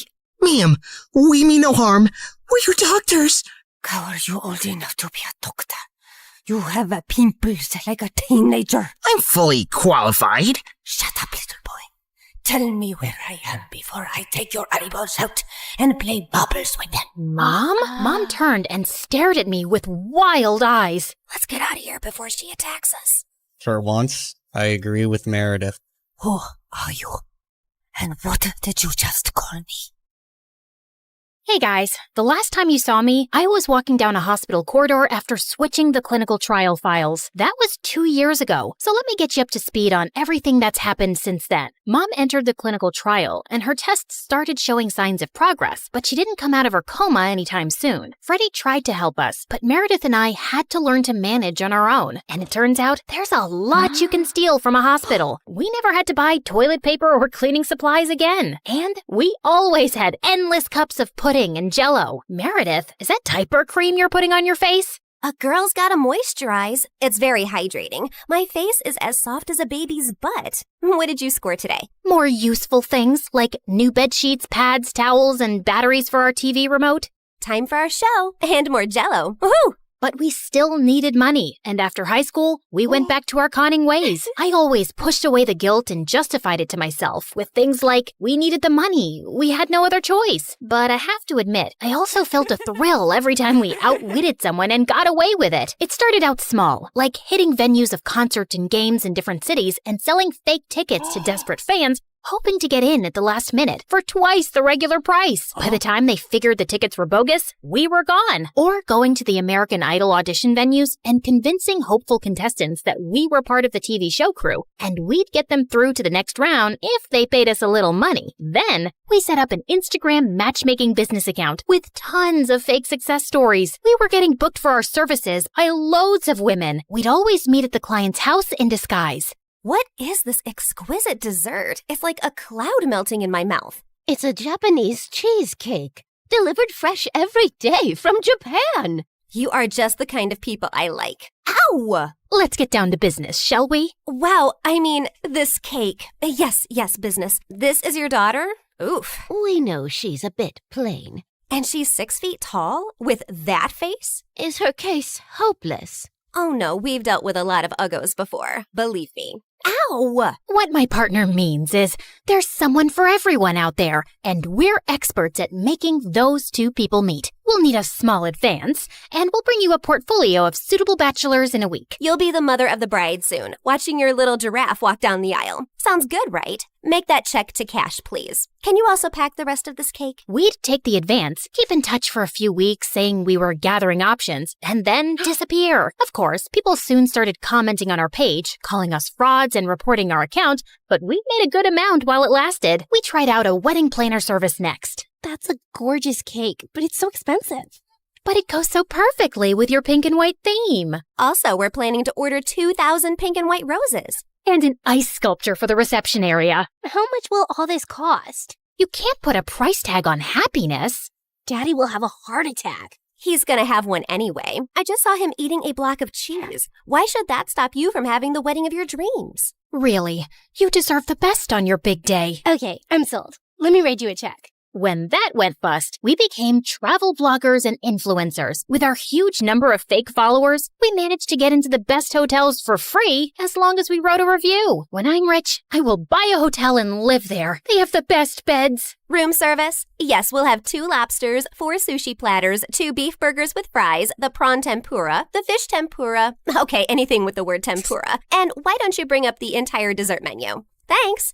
Of course, none of these businesses lasted too long, and we were always on our toes, traveling from place to place, changing disguises, trying not to get caught. The only person who had any idea of our activities was Freddie. But whenever we went back home, he was always happy to see us and never asked questions. 2 years had gone by like this, and Mom was finally awake, except she didn't remember being our mom. Now, we had no chance to ask her about the fake IDs and laptop we'd found, because all she seemed to remember was her childhood in frickin' Russia. We showed her pictures of us together, and the doctors explained that she'd lost most of her memory, and they were unsure if she'd regain it. Oh, my girls. I am so sorry I don't remember anything about you, but I feel a connection to you, as strong as the frost on my toes, walking barefoot in snow, and as sweet as the smell of my grandmother's honey cakes, and as deep as the violet skies of Siberia, and— Yeah, we get it, Mom. We love you too. As the 3 of us sat in a cafe later, I was still trying to process everything when I saw Meredith had a faraway look on her face. I know that face, Em. What are you planning? Oh, nothing. Just thinking how excited Arthur will be when he finds out Mom is awake. You're talking about our neighbor, Arthur? Yeah, he's been visiting Mom every week for 2 years. He's always been in love with her. He'll be happy, but she won't even remember him. That actually works in his favor. Mom always found him irritating. What are you saying exactly? What if we convinced Mom that she was deeply in love with Arthur before she went into a coma? I'm sure he won't have any problem playing along. Maybe we even say that they were engaged before she got sick. If we set them up, Mom will be taken care of for life. Arthur is rich with a capital $sign. Wow, Meredith, you're a frickin' genius. Jeez, why are you girls always scheming? Because our parents are not neurosurgeons. You can't use that excuse forever. Watch me. Like we expected, Arthur immediately agreed, and we got to work. We photoshopped tons of pictures of Mom and him, and soon he even turned up with a giant emerald ring. You chose this Russian emerald ring from an antique shop where I proposed to you. Oh, it is so beautiful. I wish I remembered all of these moments. But I do feel a connection to you, as strong as the smell of lavender on a Russian summer breeze, and as warm as Papa's fur coat, and as comforting as a bowl of kidney pickle soup, and— Kiss her, now! As Arthur and Mom kissed, Meredith and I walked out of the room and burst out laughing. We laughed till we almost peed our pants. Oh God, my tummy hurts. Are we doing the right thing? Fooling Mom? She's no fool. She asked me how rich Arthur is yesterday. Now she feels very connected to him. And within a month, Mom was walking down the aisle in a grand wedding in Arthur's garden. Of course, Meredith and I had made all the arrangements and totally overcharged Arthur. I promise to cherish and to love you forever, and follow you to the ends of the earth. We will go to Russia and start our new life there in the lovely house you have bought me as a wedding gift. And yes, I will cherish and love you and whatever, etc., etc. Now you may exchange rings. Did you just hear what I just heard? Are they moving to Russia? That can't happen. Is it too late to object to this wedding? Shh! You guys are ruining the ceremony. What's wrong with you? Are you a moron? You know she can't go to Russia? Why not? She's Russian. Isn't she? Oh, yeah, she shouldn't go to Russia. Hold it, everyone. Sorry, Mom, but you can't go to Russia. Oh, sweetie, I will take you girls with me, don't worry. We're taking them with us? No one's going to Russia. Can we, discuss this later? You're ruining the moment. Arthur, shh. Listen, Mom, we need to talk. As I got up to talk to Mom, I tripped on my dress and crashed into this big cage holding 100 pigeons, and they all started flying off. This was supposed to be for after the ceremony! But suddenly, those pigeons turned vicious and came back to attack everyone. They clawed at people's hair, poked them with their beaks, and pooped everywhere. As the guests ran around in chaos, someone slammed straight into the wedding cake. Meredith and I grabbed Mom's arms and dragged her home. What is wrong with you two? There's something you need to know, Mom. Meredith and I ended up showing her all her fake passports, IDs, and the laptop, and she was stunned. My name is Alexei, and none of these IDs have that name. Mom, we don't know who you really are or why you left Russia. What if you were a spy or some sort of criminal? What if you're wanted in Russia? If you go back there, you might get arrested or worse. Apparently, many years ago, some bad people were looking for you, and we don't know why. You have to stay here and keep a low profile. But I want to find my parents and see my home. It's all I remember. You can't risk it. Not till you get your memory back. Or we get someone to tell us what's on that laptop and figure out who you are. We're sorry. We hugged Mom as she cried, then fixed her makeup and returned to the wedding. The pigeons had left, and the guests were leaving too. Stop, everyone. The wedding isn't over yet. And Arthur, Mom wants to move to Hawaii instead. From the top, people! Arthur was very confused, but they finally got married. Later, as everyone moved towards the dance floor, Freddie asked me to join him. So, now your mom is well and you have a rich stepfather. What are your plans? I like traveling around with Meredith. Maybe I'll do that for some time. There isn't any reason to stay here anyway. Ouch. Why don't you just hit me with an axe? Of course, there's you. I can always come visit. That's not good enough, Claire. Look, I have to say this now. I've been in love with you since forever, and let's not pretend you don't know that. Don't you think you can give us a chance? We're best friends, and I'd do anything for you. I know, Freddie, but I just can't. I love you, but not like you want me to. You can try dating me. Maybe you'll feel differently. I don't think I will. And I can give you a good life. You don't need to live like a freaking criminal anymore. Some people might call me an artist. Con artist, yeah. Still a criminal. Maybe I enjoy being one. It's kind of thrilling.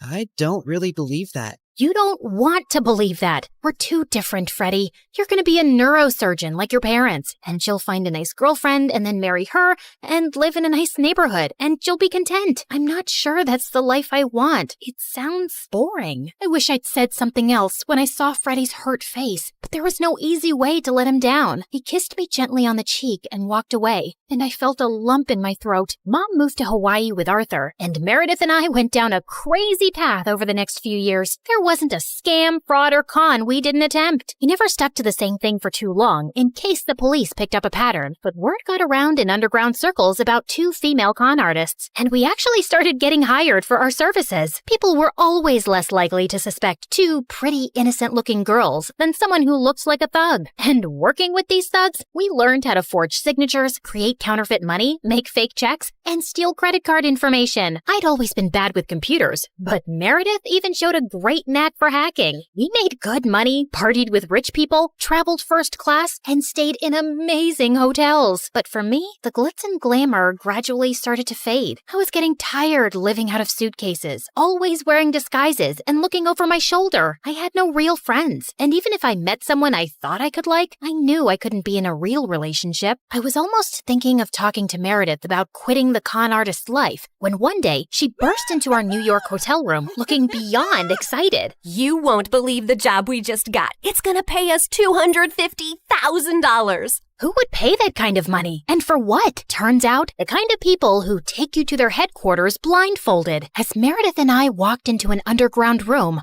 a large chair swiveled around to reveal...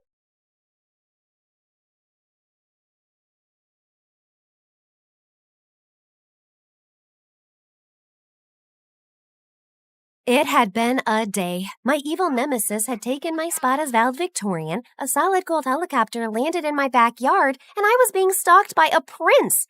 And it all began when I almost went into a coma. It all started as I was walking around the school garden. I spotted my favorite purple flower, but as I held it up to my nose, I panicked when I heard that all too familiar buzzing sound. I tried to swipe it and run away, but it came right at me. Ow! I dropped everything, fell to my knees, and desperately searched for my medicine. You see, I was severely allergic to bees, and if I got stung, it was just moments before I would stop breathing.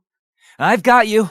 I turned to see Chandler, the mysterious new student at school who always wore dark sunglasses and a long coat, holding my medicine and rushing toward me just as I passed out. As I woke up, I was staring into the most beautiful yet unfamiliar face I had ever seen smiling at me. Who is this?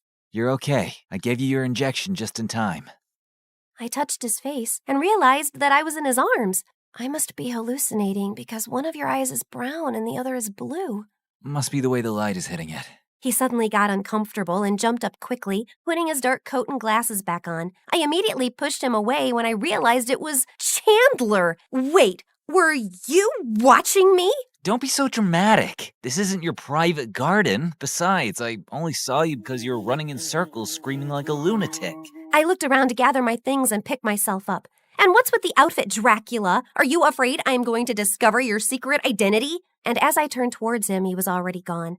Okay, no one ever has to know that the class weirdo saved my life, or that for a minute I thought about him as someone other than a Twilight cosplayer. I mean, the first time he actually talks to me and then he runs away like a crazy person, and now I'm talking to myself like a crazy person. Ugh.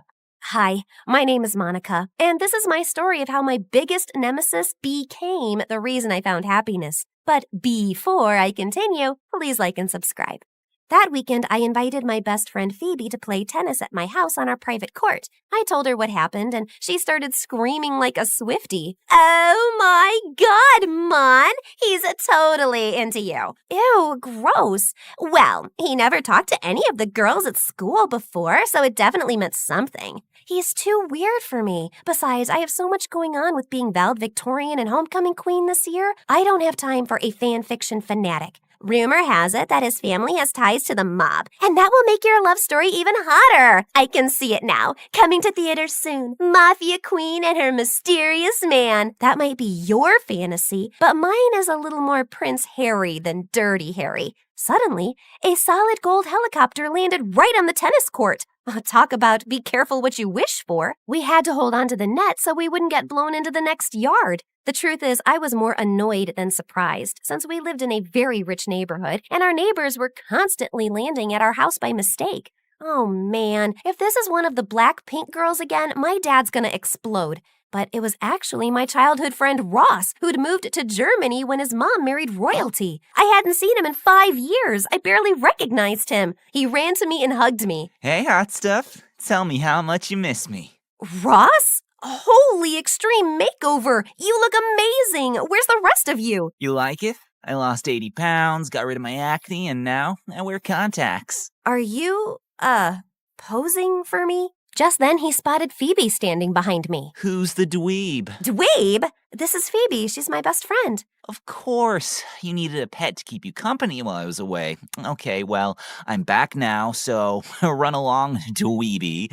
Monica and I have a lot of catching up to do. I put my arm around her to stop her from slapping Ross and smiled uncomfortably. Wow, you sure have changed. I know. The new and improved 3.0 Ross-O-Rama. He flexed and winked at me. Why don't you go say hi to my parents? I'll meet you inside. Just as Phoebe was about to say something to him, I put my hand over her mouth. I know he seems like a jerk, but growing up, he was the sweetest guy. Please, just give him a chance.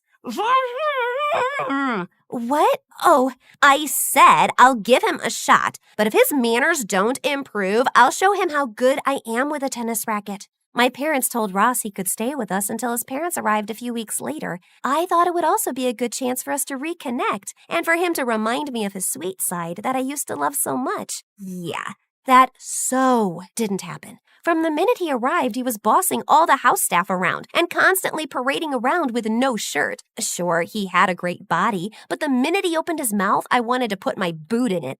Let's face it, guys, somewhere out there, there's even someone who Ryan Gosling annoys, am I right? And to make matters worse, he insisted on taking his precious gold helicopter everywhere, to the mall, the movies, and worse, to my school. One day, the helicopter landed on the football field, and as he stepped out, he took a t-shirt gun and shot shirts with a picture of his face on them at all the girls swooning over him. Yes, ladies, and a few of you boys, I see you. Your dream man, Prince Ross, has arrived. He walked over and put his arm around me and held my hand. I thought I would pick you up and we can go for protein shakes at the new juice bar. Just then, Rachel, the most spoiled little rich girl in our school and my arch nemesis, rushed up to him. We have never actually had royalty here. Would you sign this for me? Ross dropped my hand and proceeded to flirt with her. What's your name?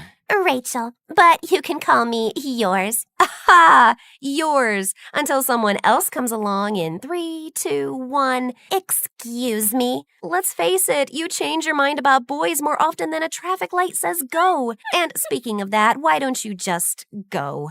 Rachel went to charge at me, but Ross got in between us both. Aw, ladies, I know it's hard, but don't fight over me. I was so disgusted that he was acting this way. You know what? You can have him. Later that day, he came up to me at the house. Can we talk? If it's about how amazing you are, no thanks. I think I've had enough of the Royal Ross reality show to last me a lifetime. Actually, I wanted to tell you I'm sorry about how I acted, and I brought you these. He handed me a bag of gummy worms. Remember when we were little and we used to bury them in the backyard because we wanted to set them free? You remember that? Of course. You were, and hopefully still are, my best friend. You were. You are. It's just that you were acting...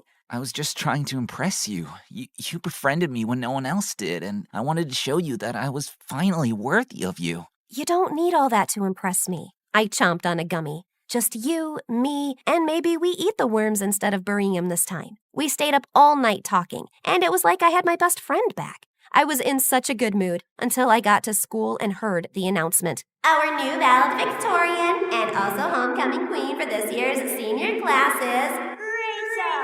I didn't hear anything after that. My blood boiled. How could she have beaten my GPA? Wasn't she failing math last week? I was so mad I wasn't looking, and I bumped into Chandler and almost fell over, dropping all my books. But he caught them and me before we hit the floor with almost superhuman speed. He pushed his sunglasses to the tip of his nose, and he looked at me with a hypnotic stare as he held me. Running from another bee? I could only manage to mutter as I started to melt into his gaze. GPA, homecoming. Oh yeah, I heard. You should definitely ask for an investigation because Rachel is as likely to have gotten those 2 honors as I am to wear ballet slippers to school. I felt like time stood still, and I never wanted it to start again. But then Phoebe walked up with a big grin on her face and tapped me on the shoulder. What you doing? I was startled, but Chandler didn't let go. His big, strong arms just held me. I'm okay now. You can let me go. He released me, took a step toward me, and whispered in my ear. I don't know if I can let you go.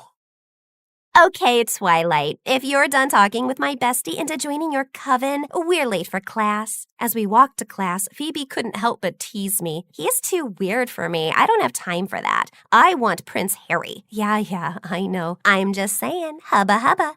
I had after-school activities that day, so I got home late and walked into an unusually quiet house. Mom? Dad? Where is everyone? Even the staff was gone. Something was wrong. Then I heard a strange noise from the living room. I grabbed an umbrella from the closet and held it up, ready to beat up the intruder, and slammed open the door. Whoa, okay, you can pick the movie. I looked around to see Ross had set up a movie night for us with popcorn and gummy worms. Ross? Hey, baby, I heard about the whole Rachel thing, and I thought you need a little cheering up. Where is everyone? Your mom and dad mentioned going to dinner across town. I think they left you a note on the kitchen counter, and I gave the staff the night off so we could chill together. It did seem sweet, but something still felt off. I sat down next to him on the couch, and he handed me the popcorn. Wait, how did you know what happened today? Did you have one of your groupies spying on me? Aw, babe, are you jealous? Of your Rossettes? Never. Good, 'cause you're the only girl for me. He put his arm around me and went to kiss me. I was so shocked that I dumped the popcorn on his head. What are you doing? We are just friends. I don't think of you that way. Maybe in time, you will. I'm a prince now. I can give you even more than you already have. I'm sorry, Ross, but it's been a long day. I'm just gonna go to bed. As I walked to my room, I could feel him watching me. Okay, but I'm here if you need anything. When I woke up for school the next day, the house was still eerily quiet. I looked in my parents' bedroom and the bed was still made. I remembered that Ross said they left me a note and went to the kitchen. When I read the note, I screamed. What is it? What's wrong? The note. My parents have been kidnapped. They said if I call the police, I'll never see them again. It's okay. I'm here for you. We'll find them. He went to hug me, but I had a bad feeling, so I moved away and reached for my phone instead. Who are you texting? I need Phoebe. No! I'm your best friend. You don't need anyone else. You have me. He knocked the phone out of my hand, smashing it into pieces. I ran out the door. I had to get as far away from Ross as possible. Instead of putting Phoebe in danger by going over to her place, I ran towards the one person I knew who could possibly handle the kidnappers, someone who lurked in the shadows. I need Chandler. I ran all the way to school and snuck in, just in case Ross was around. But trying to find Chandler was like looking for a needle in a haystack. Just when I was about to give up, I felt a hand on my shoulder. Looking for me? You scared me! Oh, we need to work on you approaching people head on. But yes, I need you. I'm flattered. No, you don't understand. My parents have been kidnapped, and I need you to use your mafia connections to help me get them back. He stopped for a minute, then burst out laughing. You are horrible! You are laughing that my parents got kidnapped? I knew this was a mistake. Forget you. Forget all the boys. I'll do this myself. No, wait. I'm sorry. I was just laughing because you think I'm involved in organized crime. I mean, I've heard all the rumors about me. I have fangs. I'm a spy. My favorite is that I'm a 30-year-old undercover cop, but the mafia, that's a new one. He touched my face and wiped my tears. Wait, you're not? No, sorry to disappoint you. No, that's actually a good thing, although this might have been the one time I needed it to be true. I'm so sorry to hear about your parents, and of course, I'll help you find them. Maybe it was his confidence or the fact that I didn't know who else to turn to, but I believed him. So, the first thing is... Just then, Ross came barreling down the hallway in attack mode, heading straight for Chandler. Take your hands off of her. I'll save you, Monica. Chandler whipped off his trench coat and mocked Ross by waving it at him like a bullfighter. Toro. Just as Ross was about to pounce, Chandler pulled back the coat to reveal a locker, and Ross drove head first into it. That should slow him down for a little bit. But Ross got up and was as angry as ever. She's mine. And as soon as I stop seeing double, I'm coming for her. Or maybe not. Time to go. He grabbed my hand and we rushed out of the school doors to his motorcycle. I'm not getting on that thing with you. But then I turned to see Ross running towards us. Change of heart? He tossed me his extra helmet and we took off. We drove for a while to make sure we weren't followed, then pulled over. I think we should go back to your house, see if we can find any clues. Good idea, but we have to be careful because I don't want to run into... the Rossinator. But before we go, I need to know, why did you agree to help me? We don't even really know each other. You mean saving your life doesn't fall under the category of we're friends now? Okay, good point. But I feel like you are avoiding telling me about you. Well, I would love to take you for coffee and tell you my life story, but you might want to rescue your parents first. Also a good point. Okay, there's a door at the back of the house that leads to the wine cellar. It's been sealed off, but if we can get in, I can get into the house from there without anyone seeing. Once we got to the house, I tried to pry it open. Ugh, it's been closed so long it must be rusted shut. Here, let me try. He handed me his coat. If it's easier, you can take off your shirt too. He paused for a moment and gave me a flirty smile. I mean, so it doesn't get dirty. Oh, I think you would like me if I was dirty. Then he tore off his shirt, and it was like I had won the hot guy lottery. Yet when he tried to open the door, he only got it to move a little. Maybe if we both try. You grab the handle first, and I'll wrap my arms around you and we'll pull together. The one time I don't have my phone to post this on Instagram. As he put his huge muscular arms around mine, I could feel his heart beating. And once again, I wish I could have made this time stand still in that moment forever. Then suddenly the door gave way and we both went tumbling backward. I landed on top of him with our faces so close that our lips were practically touching. Your eyes are so beautiful. Were you born that way? No. He looked embarrassed. What is it? You can trust me. I actually grew up in the poor section of town, and one day I saw a little boy wandering the streets about to get hit by a car, and on instinct I dove in front to save him. The next thing I know, I'm waking up after surgery with this eye. And it turns out the boy was the governor's son. He paid for the best medical care and even sent me to finish my education at your school. Holy Bruce Wayne! Is this guy too good to be true or what? This would be that moment in the movie when we would have our first kiss. Just then, I paused because I heard quiet yelling. Except I didn't imagine hearing my parents yelling my name in the background. Then I realized it actually was my parents! I jumped up and rushed into the wine cellar, and there were my parents tied up and blindfolded. I ran to set them free and hugged them. Who did this to you? We don't know. Last thing we remember, we were on our way to dinner, then we heard a helicopter and everything went dark. Then we woke up here. Helicopter? Obviously, Ross! But we can't prove it because we didn't see him. We only heard a female voice. I think I might have an idea, but we would need your mom and dad to stay out of sight, so Ross continues to believe that he controls the situation. My parents agreed, and we brought spare food, blankets, and a corkscrew from the pool house down to the cellar to make them more comfortable. Call the police in exactly 3 hours and tell them to come to the school to arrest your kidnapper. And Mom, Dad, don't drink all the wine in the cellar. We rode back to school and snuck in through the gym. Okay, Super Cop, what's your plan? Well, you know how you think I'm all mysterious? I'm about to reveal to you who I really am. He walked me into the audio-visual classroom, and all the movie nerds turned to look with their mouths open. You brought a girl into the secret chamber? How many times do I have to tell you, Joey? It's not exactly a secret. It's a classroom at a school. Potato. Hold up, you're a movie nerd? Yep, and proud of it. And me and my group of nerds are gonna catch Ross confessing on tape. You see, we helped install the security cameras in the school so we can access them. Security cameras? Can you access footage from a few days ago? Sure. What are you looking for? I'm not sure, but I'll know it when I see it. Go back to a few hours before they announced the valedictorian. Hey, weren't you supposed to be? Don't remind me. There! Right there! Is that Ross sneaking into the office and changing the winner to Rachel? I knew that jerk wasn't working alone. I bet he did that for her, so she would help him kidnap my parents. That must have been the female voice they heard. Now to put our plan into action.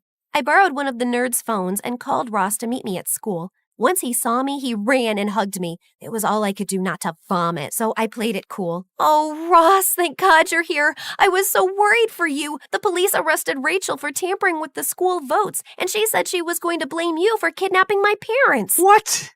That's crazy. I had nothing to do with any of that. She must be saying that because she has a super crush on me. But you know, my heart and my helicopter belong to you. Just then, Rachel came out of the AV classroom where she had been watching on camera as Ross blamed her. You liar! You are the one who wanted to kidnap her parents so you could save them and make her fall in love with you. Oh, Ross, you did that for me? Oh, that's so romantic. Well, in that case, yes, it was all my idea. I would do anything for you. That's a wrap. The police arrived, and even as they carted him and Rachel off in the police car, he was still patting himself on the back. Can't believe you're choosing him over me. I'm a catch. Phoebe came running up to me and gave me a great big bear hug. Mon, I've been so worried. You weren't answering your phone, but I finally talked to your parents and they explained everything to me. I knew that jerk was no good. Maybe next time you listen to your best friend. 100% from here on out. Best friends forever. Later that night, Chandler and I finally had that cup of coffee and learned a lot about each other. Monica, I've liked you since the first time I laid eyes on you fleeing from a bee. I knew then you were my movie queen, and I just hoped that you'd be okay with dating a poor movie nerd on a scholarship.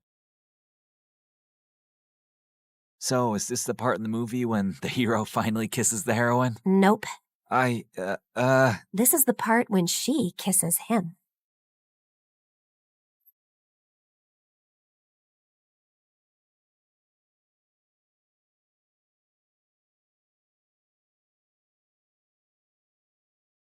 Hi there, I'm Ellie, and I've got a story that'll make you laugh, cry, maybe even question your own sanity. But hey, don't we all need that from time to time? So like and subscribe and strap in, because this roller coaster is about to take off. You see, I was born with a slight anger problem, the kind that made me want to karate chop a stuffed animal when I was just 5. Yep, I had anger issues. On a sunny day at the park, 5-year-old me just wanted to have fun on the swings and slides, but things took a different turn. I'm gonna slide like a penguin. Move it. I'm going first. Hey, no cutting. That's not nice. Do I look like I care? The bully pushed past me, smirking. Feeling furious, I climbed the ladder fast with my juice box in hand. You'll be sorry, mister. I squeezed the box hard, squirting juice straight into the bully's eyes. Then I slapped him and pushed him down the slide, and his nose started bleeding. He started crying like a baby, and his dad came running over. What is wrong with you? Behaving like a monster? You should be ashamed of yourself. I picked up a pebble and threw it at him, but it missed him by an inch.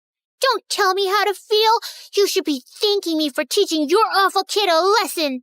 I threw another pebble at him and then ran away. Mom and Dad yelled at me all the way back home. I cried and said sorry. Then I jumped onto my parents and smothered them with kisses till they forgave me. Yeah, I think I'm a kind person in general. I mean, as long as I'm not angry. Fast forward to first grade, and there I was, little Ellie, eager to make friends at school. One day during recess, I spotted a group of girls playing hopscotch, and I approached them. Hey you, I think we should be friends. No thanks, I already have friends. Well, that didn't go as planned, but I wasn't giving up so easily. Oh yeah? Well, you haven't met a friend like me. I started shouting and spinning with my arms spread out like a wild little windmill. I even threw my sandwich on the ground. I'm fun, I'm cool, and I'll bring snacks to share. So why wouldn't you want to be my friend? Say yes, or you'll regret it. Say it. The girl hesitated, then let out a sigh.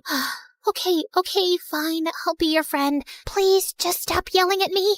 And just like that, I made a new friend. Her name was Lucy, and she was the best. 2 years later in third grade, my family told me one day that we had to move for Dad's job. Scared of losing Lucy, I got really angry. I won't leave Lucy. She's my best friend, and I'm not going anywhere. I protested by staying in our backyard treehouse, and I refused to come down till my parents changed their mind. We know you're upset, but we have to think about what's good for the family. But when I didn't budge, my parents caved after a few days. I was so happy, I finally climbed down from the treehouse. And I learned that standing up for what matters can make a difference, and that my anger was the best thing I had. It gave me whatever I wanted. What I didn't realize back then, though, was that Lucy eventually figured she could take advantage of my anger issues to get her way too. If she wanted something from someone, she'd come up with a sneaky plan to get me all riled up against that person. Yeah, it always made me the bad guy fighting and bullying people, while Lucy looked like she was the nice, calm friend of a monster. But no one got seriously harmed. As we entered middle school, though, Lucy started doing it more frequently and for bigger things, and I began getting into serious trouble. Like one day, Lucy came to me saying that Mrs. Thompson had called her into her office and said she was giving her a C- on her project. You know what else she said?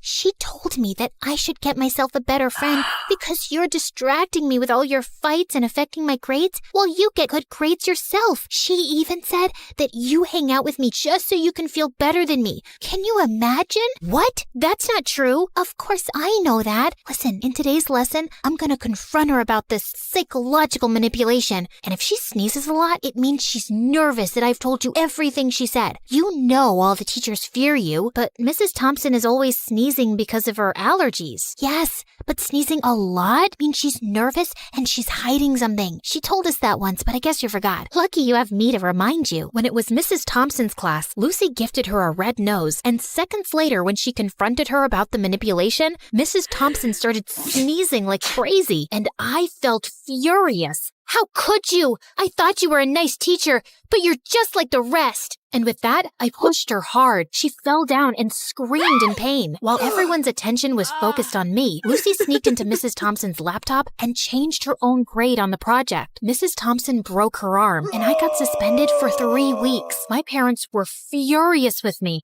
and insisted that I tell them exactly what happened. When I did, Mom said that Lucy was the manipulative witch here. I yelled at her and didn't talk to her for days. How could she say that about my BFF? Days later, I visited Lucy, and her mom opened the door and looked at me like I was some cockroach. Ugh, you again. What do you want? I heard what happened with Mrs. Thompson. Why can't you be a normal human being? Poor Lucy, she almost failed her project because of you. What? Yeah, you're crazy and you're affecting my child. She'll end up failing all her classes because of you. Why does everyone keep saying that? Because it's true. Hey, listen, you silly woman. I was about to scream at her when Lucy showed up and pulled me inside her bedroom. Please, Ellie, you can't talk to Mom like that no matter what she says. But I'm a good friend and I forgive you. Now calm down, girl, and take the Snickers bar. I know it's your favorite candy. Lucy had clearly been spreading lies about me, but I was too blind to see it back then. And when I returned to school, things were a bit different. A new girl, Isabella, had joined our class. She was rich, pretty, and quickly became popular. Lucy seemed annoyed by her existence, but she seems like a cool girl to me. Till one day, Lucy and I saw Isabella walking out of the bathroom, and I noticed a marker in her hand. Lucy went in to use the bathroom as I waited in the hallway, but moments later, she came out, dragging me back into the bathroom with her. OMG, you gotta see this. You won't believe what Isabella wrote about you on the door. It's totally her handwriting. I'm so done with this annoying psycho Ellie. She's always bullying everyone. I want a peaceful, calm school that I can brag about to my rich friends. I offer $1,000 to anyone who can get rid of her. DM me on this Instagram account if you're interested. What a stupid, ugly witch. Furious, I stormed over to Isabella. How dare you write that about me on the bathroom door? I saw you with that marker, so don't you dare lie to me. Ellie, seriously? I had a marker, but I was working on an art project. I didn't write anything about you. Oh, yeah? Well, Lucy seems to think it's in your handwriting, and Lucy said that? Okay, you should stop listening to that friend of yours. She's just using you like a puppet. Can't you see it? For some reason, Isabella's words struck a chord with me, like she just said something out loud that I kinda already knew. But I quickly brushed my thoughts away. You don't know anything. Just leave me alone. But Isabella didn't leave me alone. She'd always make an effort to talk to me and waved at me with a smile. I started warming up to her, and we got closer. But that drove Lucy crazy. One day during lunch, I was sitting with Isabella, laughing and chatting, when Lucy stomped over angrily. Ellie, how could you ditch me for Isabella? After all we've been through together? Just calm down, will you? I'm not ditching you, just spending time with Isabella. We can all be friends, you know. Are you for real? How dare you replace me? And with that, she pounced on me. I didn't want to fight her, so I just pushed her away, but she grabbed my hair again. Luckily, someone called a teacher, and Lucy got detention for 2 weeks. And I swear, those were the best 2 weeks of my life. Things were calm and peaceful, and I didn't have a single fight with anyone. Isabella even convinced me to start getting therapy for my anger issues, and I felt really good about it. Then one day, Isabella told me something. Hey, Ellie, yesterday when I got back from school, I was shocked to find Lucy in my house. I asked her what she was doing there, but before she could reply, her mom showed up. She's our maid. I swear I had no idea. She said she'd brought Lucy over to help her clean the kitchen before Christmas. Oh, yeah, I know that her mom works as a maid for you, but we never talk about it, because I don't want to embarrass her or anything. But I don't have a good feeling about her suddenly being in your house. She might be up to something fishy. So we decided to keep an eye on Lucy that afternoon, and we watched from a safe distance as Lucy's mom gave her instructions to clean. But just a few moments later, after her mom left, we heard a loud crash, followed by Lucy's scream. We rushed to find Lucy lying on the floor with a broken shelf and scattered kitchenware around her. We tried to help her up, but she screamed in pain and couldn't move. Just then, Lucy's mom and Isabella's parents came running too. Oh my God, what happened? Oh, Mom, I was just reaching for something on the shelf, but it was unstable. It just all came crashing down on me. Lucy's mom turned to Isabella's parents furiously. This is all your fault. You knew this shelf was broken and you never bothered to fix it. I told you so many times. Now my daughter is injured because of your negligence. I'm gonna sue you for this. You'll pay for the harm you've caused my daughter. Isabella's parents tried apologizing repeatedly, but Lucy's mom didn't listen to a word and called an ambulance to take Lucy away. I couldn't help feeling sorry for Lucy, although I was almost sure she'd hurt herself on purpose to cause trouble for Isabella and her parents. She probably hadn't expected it to be this bad. And sure enough, the injury was very bad, and Lucy couldn't walk for a few months. A few days later, the teacher planned a visit to Lucy's house for the class to cheer her up. But the moment we entered Lucy's room, she went ballistic, calling me a horrible friend who'd betrayed her, and calling Isabella bad names too. I was feeling angrier by the second, but I tried staying calm. Just then, Lucy's mom walked in, and she started calling me a bad friend too. Are you here to hurt my Lucy even more, Ellie? You've made it obvious whose friend you really are. But be aware, Isabella, I'm certain she only chose you because you're rich. Ellie has always been a bad, rotten egg. Suddenly, I just snapped. I jumped at Lucy's mom and she fell back and hit her head on the floor. Everyone looked shocked, and I knew I'd messed up big time. I ran out crying. When Mom found out about it, she was so mad. Ellie, I can't believe you attacked Lucy's mom. She called me, threatening to contact child services and telling them that you need to be put in some rehab center because you're a danger for other people. I honestly felt terrified hearing that, and my first instinct was to lash out and scream in my defense. But instead, I took a deep breath and thought of my friendship with Isabella, and it helped calm me down. Mom, I know it was wrong, and I'm really sorry. I'm working on controlling my anger. I'll be better, I promise. Mom looked really surprised and then nodded, but she still took my phone away and grounded me for a month, and I didn't protest. I knew I deserved that. Back at school, Isabella told me Lucy's mom was going ahead with the lawsuit, and I really wished there was something I could do to help. Lucy or her mom wouldn't listen to a word I'd say. But then one day, I was in the school's bathroom when someone knocked on the stall door. It was Lucy's mom. Ellie, I need to talk to you.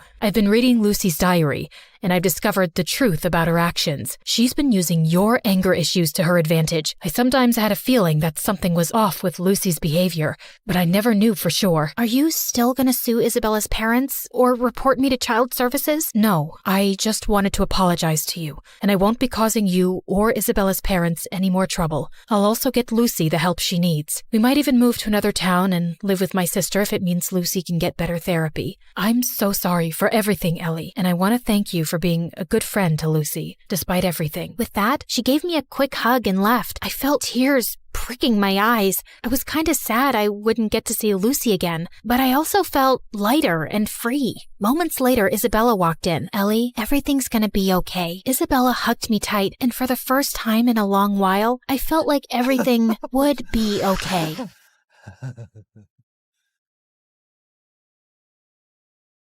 I was about to shoot my target when suddenly someone appeared from the shadows and snatched the apple away. It was the most popular guy in school, Travis, and lately he'd been flirting with me every chance he got. Let's play a game. If you miss the target, I'll have to kiss you. But if you hit it, then you'll have to kiss me. What do you say? Sure, why not? Everyone knew how good I was in archery, and as expected, it was a bullseye. Deal's a deal, cream puff. As he closed his eyes for the kiss, I called for the school cat Loki and whispered something to it. You can open your eyes now. Loki scratched his face like a wild animal as I walked away, in total satisfaction. Hi, my name is Bianca, and I'm incapable of falling in love. Well, that's what I thought. But before I continue, please like and subscribe. My mom owned a huge chain of hotels, and I was the sole heiress to the business empire. Our family name was well known already, but I'd really made us famous. Teen heiress seen kissing alleged gangster? Spoiled princess seen at archaeological site closed off for public? Princess Bianca announces to pay any amount to straighten the Leaning Tower of Pisa.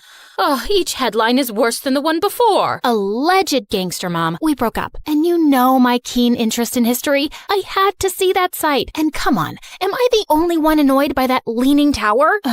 When will you ever get serious, Bianca? I have a private jet to catch, but we're not done with this conversation. Yes, go to your meeting, Mom. You didn't even remember to wish me a happy birthday, but I was still celebrating in style. I was having a huge birthday party at the newest club in town, but my night was ruined when I saw an uninvited guest, Travis, and he was approaching me and my BFF Carmen as if he was God's gift to women, despite that scary face. Hey, sugar lips, wanna dance? Aren't you supposed to hate me for making you look like Frankenstein? What's love without a little pain? And I adore your feistiness. He was all over me the whole night. Eventually, I had to make Carmen distract him and try to escape, but he noticed and followed me like a madman. I'm not done with you, my love. I turned around a corner and opened a VIP door at the end of the hallway. There were some men in suits playing poker, and they all turned to me like I was an alien. Oopsie, wrong room. Thought it was the toilet. But may I say, sir, your jacket is really cool. Very vintage 90s. Michael Jackson kind of vibe. Okay, I won't bother you guys. May the best man win. Bye. Travis was nowhere to be seen, so I took the chance to finally leave the club. But of course, I couldn't avoid him at school, and he was being such a nuisance that eventually I got a restraining order against him. My life was finally peaceful, till a few days later when Carmen told me that her cousin from the village would be joining our school. Since when do you have a cousin? Ever since he was born. You never told me about him. I love to collect snake skins and samurai swords in my basement. I didn't tell you about those either. What? Friends should share everything. I think some secrets are good. Oh my god, my cousin's here. I turned to this guy who was walking towards us like he was the king of the underworld. Judging by his walk, he knew he was a fine specimen of the male species. But suddenly, he tripped over nothing and fell into the fountain nearby. And then he immediately got up like nothing happened. I felt like I was watching a comic cartoon strip. Are you sure he's not some hot model you paid to act as your clumsy cousin? Nice way to say that he's hot and adorable. He then spun her around like she was a cotton ball. Carmen, my favorite girl. I missed you so much. The guy turned to me and I was stunned. He was even more handsome up close. And also, also really familiar. You must be Bianca, Carmen's best friend. I'm Slater. Nice to finally meet you. Did you just curtsy? And have we met before? No. Is this how city people greet each other? Excuse us a moment. Carmen pulled me out of Slater's earshot. What you doing? Talking to my best friend's cousin? Why does that require you to bring your face so close to his? I just thought he looked really familiar. What's your problem? I just think you're finding an excuse to flirt with him. Now listen up, Bianca. You're never serious about any boy, and you just play with their feelings and dump them.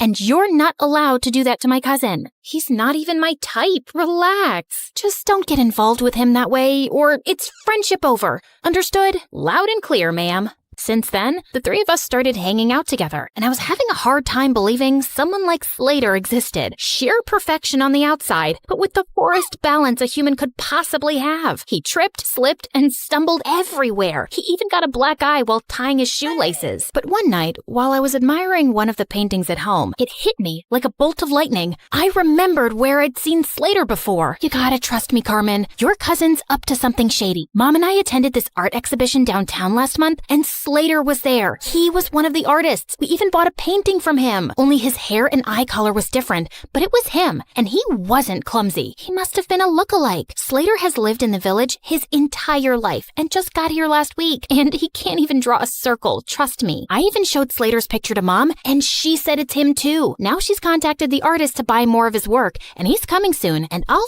finally know the truth. You just need to give yourself something to be excited about. Do what you want, but you're wrong. A couple of days later, the artist called Mom to say that he had to go out of town and he'd come to meet her next month. How convenient. I decided not to say anything to Slater and try to get to the bottom of his secret identity. He was always hovering around me and Carmen like an annoying fly. He was sure to slip up at some point. I'd be watching him. But one day, I was spying on him at the gym, and after seeing him miss the 100th basket, I got really bored. I decided to skip the rest of school that day to get a manicure. As I was walking to my car, a van suddenly stopped next to me. Good day, child. Would you please buy some apples from me? I run an orphanage, and I'd like to get some toys for the children. Sure thing. Just give me a basket and I'll give you $100,000. I was about to take the basket from her when Slater suddenly popped out of nowhere and crashed into me. Hey, you. Who do you work for? Show me your ID. The poor lady looked terrified and just drove away. What the heck was that? Didn't your parents ever tell you not to take candy from strangers? What if she was trying to poison you? Dude, those are apples, not candy. And who am I? Snow White? And that cute granny is trying to poison me because I'm the fairest girl in all the land. This isn't funny. You don't know how dangerous some situations can be. Oh, please. I swam with sharks last year and jumped off a hot air balloon when it malfunctioned. I laugh in the face of danger. And that lady just wasn't dangerous. I know you're from the village and probably think everyone in the city's evil, but please stop being a weirdo. But Slater just got weirder. Like another time, the three of us were at a restaurant, and as soon as the waiter served our order, he started sniffing mine. If you wanted me to completely lose my appetite, you succeeded. What's wrong with you? He also started sniffing his food and Carmen's. That's how we do it in the village. The first whiff of food tells you everything you need to know. About what exactly? About how organically the food was grown, if the farmer sang to his crops and cows.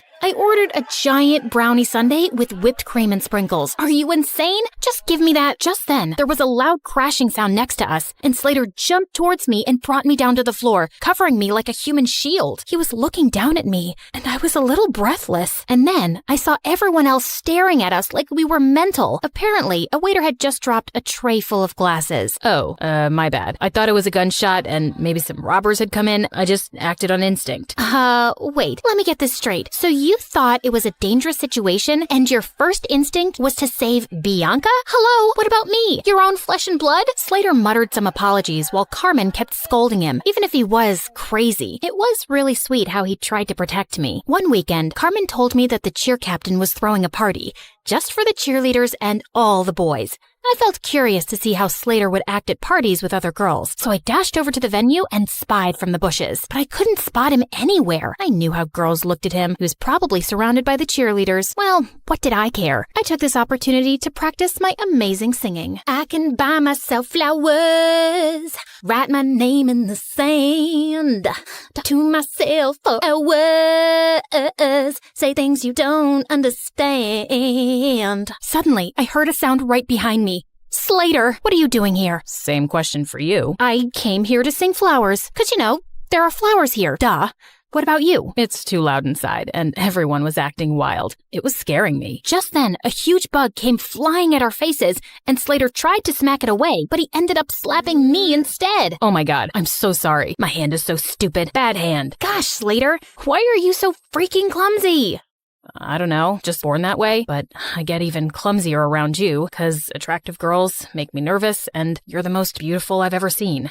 What do you mean? You know what I mean, Bianca. It suddenly hit me. He was attracted to me, and that could make things complicated. I had to avoid him from now on before Carmen could misinterpret things and unfriend me. But the very next day, I caught him in the janitor's closet with his butt stuck in a mop bucket. Jesus, what have you done this time? Can you just help me, please? I think I got a cramp. As I pulled him up, our lips accidentally touched, and my tummy fluttered. Just then, someone gasped from the door. Carmen! Girl, it's not what you think. I followed her to an empty classroom and tried to explain. I swear, there's nothing romantic going on between us. He's too dumb and clumsy for me, and I'm certain he's a liar. Excuse me? That's my cousin you're insulting. And you say these things, but I feel like you're attracted to him. Just don't get attached to him, okay? He's not right for you. Of course, duh. I already knew that, but I was a bit bothered by what Carmen said. Why did she think he wasn't right for me? A few days later, I was practicing archery alone when suddenly an arrow came flying from somewhere and almost hit me. I turned around and saw someone behind a tree. I dashed over and found Slater. What are you doing here? Trying to kill me now? No, what? What just happened? You happened, Slater. You nearly sent an arrow straight into me. You're a hazard to society. Oh God, I'm so sorry. I didn't realize my arrow came your way. I mean, I didn't even know anyone was here. I would never hurt you, I swear. But let me make it up to you with an ice cream shake. Come on, let's go. I wasn't finding his act convincing. Why was he always around me? He was beginning to seem as obsessed with me as Travis. And what if he tried to hurt me on purpose with the arrow? By the way, are you free tonight? I want to talk to you about something. Just you and me, alone. Okay, sure. But we're alone right now. You can't tell me over ice cream shakes? What ice cream shakes? Oh, yeah, that. No, tonight's better. I'll send you the pin location. Driver, I'll get off here. Thanks. See you later, Bianca. And then he just jumped out of the car and walked away. This dude was so weird, but I was really curious about what he had to say. Later that night, I was surprised to learn where he was taking me. The rooftop of an old building. There was no elevator, so we had to climb 8 flights of stairs, and he was holding on to my shirt like a kid. Wait, what if he tried to push me down? Can you move away? I need some personal space. But what if I trip and fall down the stairs? You know how clumsy I get. Why would you invite me to a rooftop then, idiot? You'll see. When we finally reached the top, I was surprised to see a candlelit dinner. What's all this? Obviously a date. Were you expecting a crime scene? Didn't your cousin warn you about me? She did, but I just don't see why she's so against the idea of you being my girlfriend. You're beautiful and amazing. She was trying to protect you because I have a history of not being good with relationships. May I know why? And before I knew it, I just found myself opening up. Growing up, I saw how my dad broke my mom's heart and left her for another woman. Since then, mom's not even the same person. She just buries herself in work. And dad kind of broke my heart too. Leaving like that? I'm just afraid to let anyone come close. I know that you don't trust me, but I hope that someday you will, and I'll get to know you better. I feel like you're someone worth knowing. He looked at me earnestly and then started leaning in. I found myself closing my eyes, and when his lips touched mine, I felt something electric. Wait, that was a mistake, Slater. I care a lot about my friendship with Carmen. I can't. Okay, I understand. But later that night, all I could think about was Slater and that kiss. Maybe I could talk to Carmen and she'd come around, but I still couldn't shake off the idea that Slater was lying about himself. As luck would have it, Mom told me the next day that the artist was back in town, and he was displaying his work at a gallery that night. Well, Slater wasn't going to be the only one in disguise. I went dressed up as someone completely different, and I was thrilled to see him. He might have a different style, but I was certain it was Slater. And as I was walking past him, I accidentally tripped and fell forward, scraping his arm with my pen. I'm so sorry. I'm not very good with the walking. Clumsy, like you people say. Oh, it bleeds. It's fine, miss. I'm okay. Excuse me. I need to use the bathroom. And the next day at school, Slater was wearing a full-sleeved shirt, just like I'd expected. So I spilled my juice all over him. Oh my God, you're wet. You'll have to change your shirt. It's fine. It'll dry up. No, you'll get sick. I won't. I'm as strong as a cow. I tried a few more tricks, but he was able to avoid all of them. I guess I just had to do it by force. After our classes, I followed him outside school, and just as I was ready to jump on him from behind, he turned around and pinned me to the wall. Bianca, why were you trying to attack me? How did you know, Spider-Man? And all I wanted to do was this. I pulled up his sleeve, and sure enough, he had a long cut on his arm. Ha! So you're really that artist. I've exposed you, you big fat... Suddenly, there was a growl behind me. I turned to see two guys holding two rabid dogs and pointing at us. Bianca, just run. Slater grabbed my hand and we ran like crazy from the dogs. After sprinting down several blocks, he pulled me into an old building and we ran up the stairs. We climbed all the way to the rooftop and we could hear those guys behind us. Okay, there's no other choice. We gotta jump. Excuse me? I must have heard you wrong.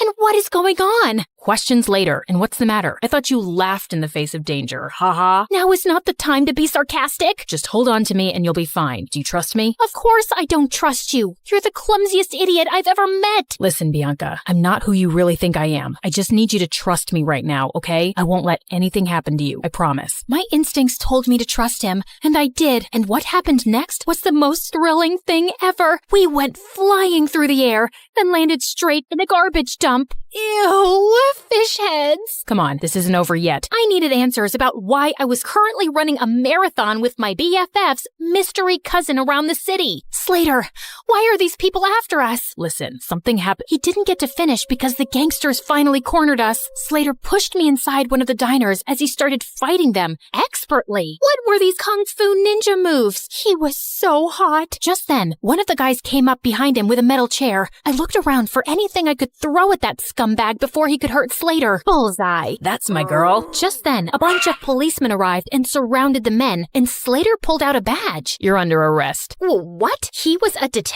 As those jerks were being taken away, Slater finally told me everything, starting with how I unknowingly got involved with an international mafia gang. You walked in on them one night at the dance club and saw something you weren't supposed to see. You've been in danger since then. Oh, those guys. But I swear I didn't even see anything. They couldn't be sure of that, so you've been their target since. I was already in town looking for this gang and posing as an undercover artist, but when we found out that they were looking for you, I joined your school to be closer. We also thought we could catch them using you. You mean using me as bait? I didn't mean use you like that. We just knew they'd come after you. So that date on the rooftop, was that also a ploy to get the gang members there?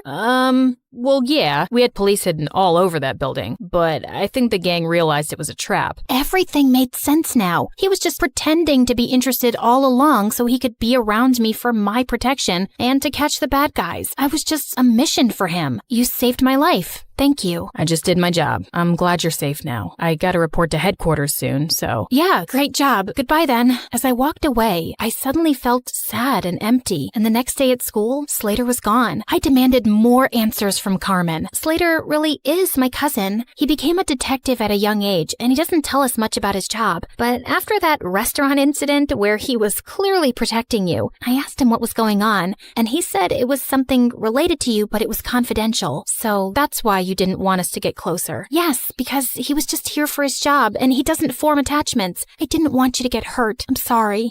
What for? I can see it in your eyes, Bianca. You're in love with him, but I don't think he can make you happy. Oh, please. I've told you. I'll never fall in love with anyone, if you say so. Over the next few days, I tried my best to get back to normal, but I couldn't get Slater out of my mind. Even Mom noticed something was up with me. Haven't seen any crazy headlines lately. No new adventures? Yeah, it's been kinda quiet, but I did make one stupid mistake, falling in love. Mom sat down beside me and then pulled me into an awkward hug. Sweetie, I know you've been affected by what your dad did, but don't close your heart off. Falling in love isn't stupid, and you'll find the right guy one day, and it'll be amazing. Trust me. Mom decided to take some time off work and we planned a vacation together, but just as I was leaving for the airport, I heard a loud crash from the main hall and saw Slater had pinned Travis to the ground. Slater? Travis? What are you both doing here? Bianca, my cream puff, I couldn't go on any longer without seeing you.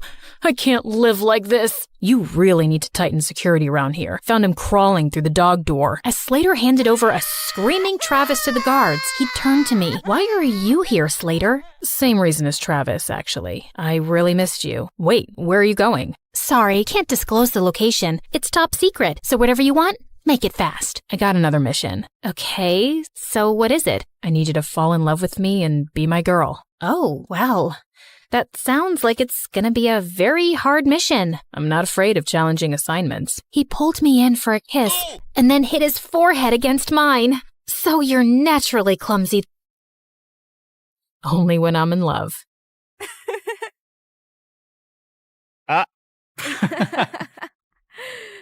Hi, I'm Grace from Vermont. Before I continue, hit the like and subscribe button. If you do, you'll meet the love of your life while on vacation near a pool. My parents were billionaires, so I got whatever I wanted growing up. Dad was the head of a huge fashion company that my mom helped him run. Dad was ruthless in the boardroom, like an ancient warrior. But when it came to me and my mom, he was a total pushover. He gave us everything we could ever want. Just one island? Anything for my girls. I'd give you the moon if you asked for it. Even though my life was practically perfect, I had a bad stutter, which made me a laughing stock at school. Wow, that's a pretty skirt. Where did you get it from? Shouldn't it? It's cool. I'll just check some stores. It was awkward, and my parents took me to the best doctors, tried speech therapy, medication, and even hypnotism, but nothing helped. I started to lose confidence, but my parents were always supportive and inspired me to accept myself, just as I am. It doesn't matter if it takes you 1 try or 100.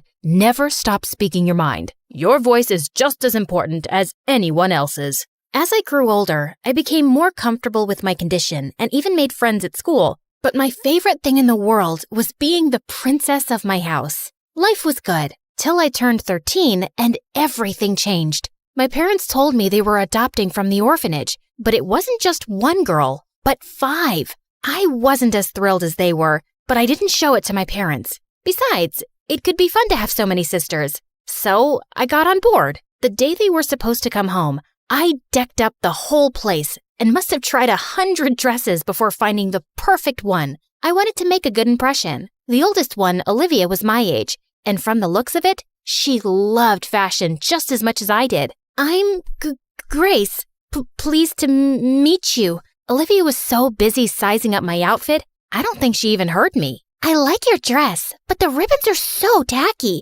And what's with those shoes? You know what? You look so cute with braids in this outfit, even though it's a little, weird. I think she looks nice. Ignore Olivia. She's just jealous. It was clear from the beginning that Olivia had an issue with me for some odd reason, but at least the other 4 were gentle. Margot and Beatrice didn't care about fashion, but they were easy to talk to. We became friends in no time, gossiping about boys and school and fighting over the best spot by the pool. Harper and Quinn were younger and stuck to themselves. Harper was obsessed with insects and was always collecting ladybugs and other creepy crawlies. Quinn was like her sister's shadow, silently following her everywhere. A week after my sister's arrival, my parents took us on a shopping spree so they wouldn't have to wear the same clothes from the orphanage. And Olivia bought everything I did. At first, she just wore the same belt or hat, but soon she was copying my whole outfit. Why are you copying me? I think you're copying me. But it's cool. I know I have a great eye for fashion, so it's a compliment. Oh my God, the new Gucci bag. I didn't care if Olivia wanted to dress like me. It just bugged me that she was lying about it. So one day, I pretended I was going to wear the ugliest outfit. But then I changed at the last second. Olivia showed up to breakfast looking like a clown. Wow, Olivia, you look so good. Yeah, right? I saw Gummy Hadid wearing this. You mean Gigi? And I don't think that she would ever wear something this funny. The only thing funny here is the way you talk. Olivia, apologize this minute. Why? It's just harmless jokes between sisters, Dad. Whatever. Sorry, Grace. Please don't cry now. After that day, Olivia stopped copying my outfits, but we just couldn't see eye to eye. I tried to be friendly, but she was just a mean witch. So after a while, I stopped being nice and just ignored her. While Olivia was a pain in my butt at home, in school, I had Pearl. She was the head cheerleader and a total bully. One day, my sisters and I were eating in the food court at the mall when Pearl swooped in like a vulture. How are you doing, Grace? Just leave me alone. What? I didn't quite catch that. Were you trying to say something? Zip it, moron. Don't you have something else to do? Like bore people with your dumb cheerleading moves? Oh, but I'm getting bored. And you're so entertaining. Did I do that right? That was perfect. Before I could say anything, Harper pulled out a jar of ladybugs from her backpack and dumped them on Pearl's hair. What have you done, you moron? Pearl screamed and ran off. Instead of staying with us, Olivia took off to help her. Thanks for sticking up for me, you guys. Of course, we sisters need to have each other's backs. I just wish Olivia wasn't such a blind duck. Oh, she'll come around. Only she didn't. She started getting weird around me. And then one day, something unbelievable happened. Pearl turned into Olivia's evil minion. She followed her around like a shadow. If Olivia made a dumb joke, Pearl laughed. If Olivia wanted a cookie, Pearl brought her one. Pearl would have helped Olivia make a monster in a lab if she asked. This was so weird and fishy. I tried to find out what Pearl's deal was, but then I got busy with school assignments and forgot all about it. They were a match made in hell anyway. A week later, Mom and Dad called us into the study for a big announcement. It's my dream that my girls join the family business one day. And with Fashion Week coming up, I want all my girls to help with their brilliant ideas. The best ones will end up on the ramp, so give it your best shot. Oh, my God, Dad. This is such an amazing opportunity. I won't let you down. Yes, Dad. You'll love our designs. Olivia smiled at me, but the moment Mom and Dad left, she went back to her devilish smirk. Ugh, dramatic much? This opportunity is mine, and I will own it. You can relax and watch me work if you'd like. Think of it as a learning experience. Say what you want, but I know Dad will pick my designs, so watch out.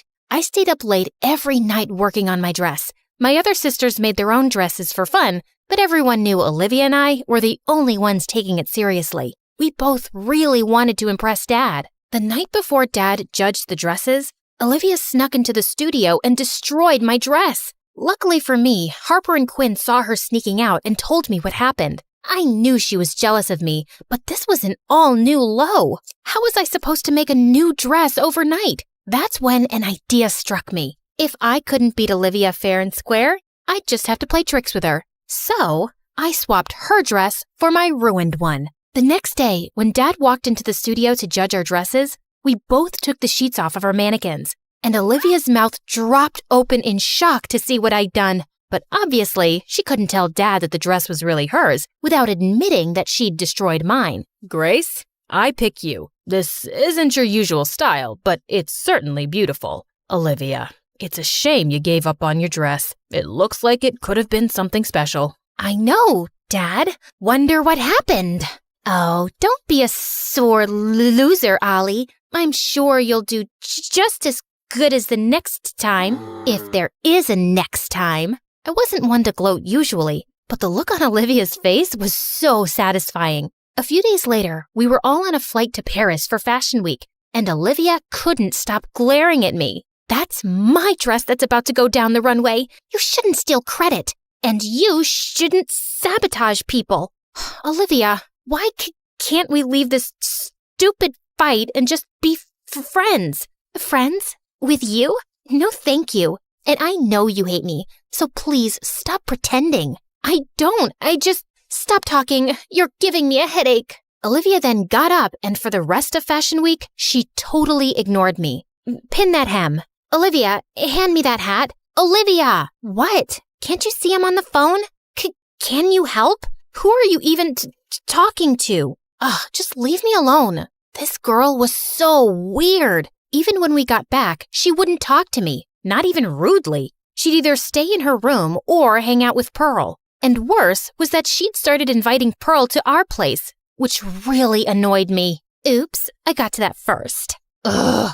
After a successful show at Fashion Week, Dad started getting a lot of orders. He worked for months on a new line, and all the designs were kept under lock and key in his studio, and nobody was allowed inside. But in less than 2 weeks before his runway show, someone leaked pictures of the new collection all over the internet. The tabloids went wild guessing who it could be. I can't believe someone would do this. All my hard work is gone. Nobody has access to my study except you girls. If anyone knows something, tell me now. I took a quick look at everyone, and all of us were equally shocked. Fine. If that's what you want, you're all grounded with no phone privilege or allowance. But we didn't do anything. That's not fair. But Dad simply frowned and left. We all know you did it, Olivia. Just admit it. It wasn't me. I would never do that to Dad. Relax, guys. This is not the time to turn on each other. Dad didn't talk to us for days, and it really hurt me to watch all my sisters so sad and depressed. But Olivia looked extra worried. She would stay in her room, refusing to talk to anyone. One day, I was taking an evening stroll in the garden when I noticed Olivia slipping out of the house, and she looked really anxious. I wanted to stop her, but then I decided to follow her, and she stopped in front of Pearl's house. Ugh, what do you want now? I know you're the one who stole my keycard and then stole Dad's designs and leaked them, Pearl. I should have never taken you into the study that day. Yeah, that was kinda dumb, especially since you know my mom's company is your #1 competitor. You made it so easy to steal your designs. And now we'll be on top, while you guys will eat dirt. In your dreams, you sick psycho. No, not when the whole world would know what big fat cheaters you all are. Olivia looked at me in shock as I pulled out the phone and started playing back the recording with Pearl's confession. Give me that. Not so easy. Besides, I've already uploaded it, so there's nothing you can do. Pearl was at a loss for words, and suddenly her phone started ringing. Must be your mom. If I were you, I'd think of going underground for a few days. Pearl ran away crying, and Olivia turned to me.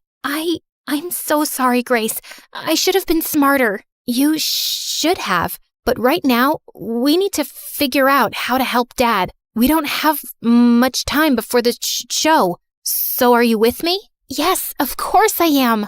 My sisters and I locked ourselves in the mansion for a week straight, staying up late every night, altering his designs. Harper and Quinn did all the sketching, and Marco and Beatrice gathered all the fabrics and accessories Dad would need. Then Olivia and I helped Dad put everything together. When the day of the fashion show arrived, we were ready. The paparazzi and critics were waiting for the curtains to rise, expecting the show to be a disaster with all the leaked designs. But when the curtain rose and the spotlights came on, the entire audience gasped. The new designs were even more beautiful, and the show was a massive success. And Dad was super proud. You set aside your differences, and you worked hard. You pulled together as a family.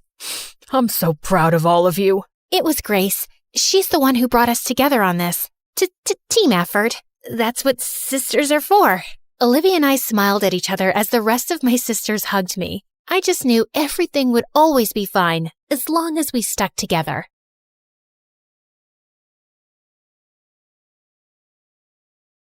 Hi, I'm Joyce, and I'm from China. People think my life is perfect. A pretty face, wealthy parents, and an elite school. But what good is any of that if my family doesn't love me and favors my genius brother? All I ever wanted was for my dad to be proud of me. But I made my brother disappear, and that ruined my life. Let me start from the beginning. I look like Mom, thankfully. Dad's beauty is mostly internal. Mom is the prettiest woman I've ever seen, and she looked more like my big sister than my mom.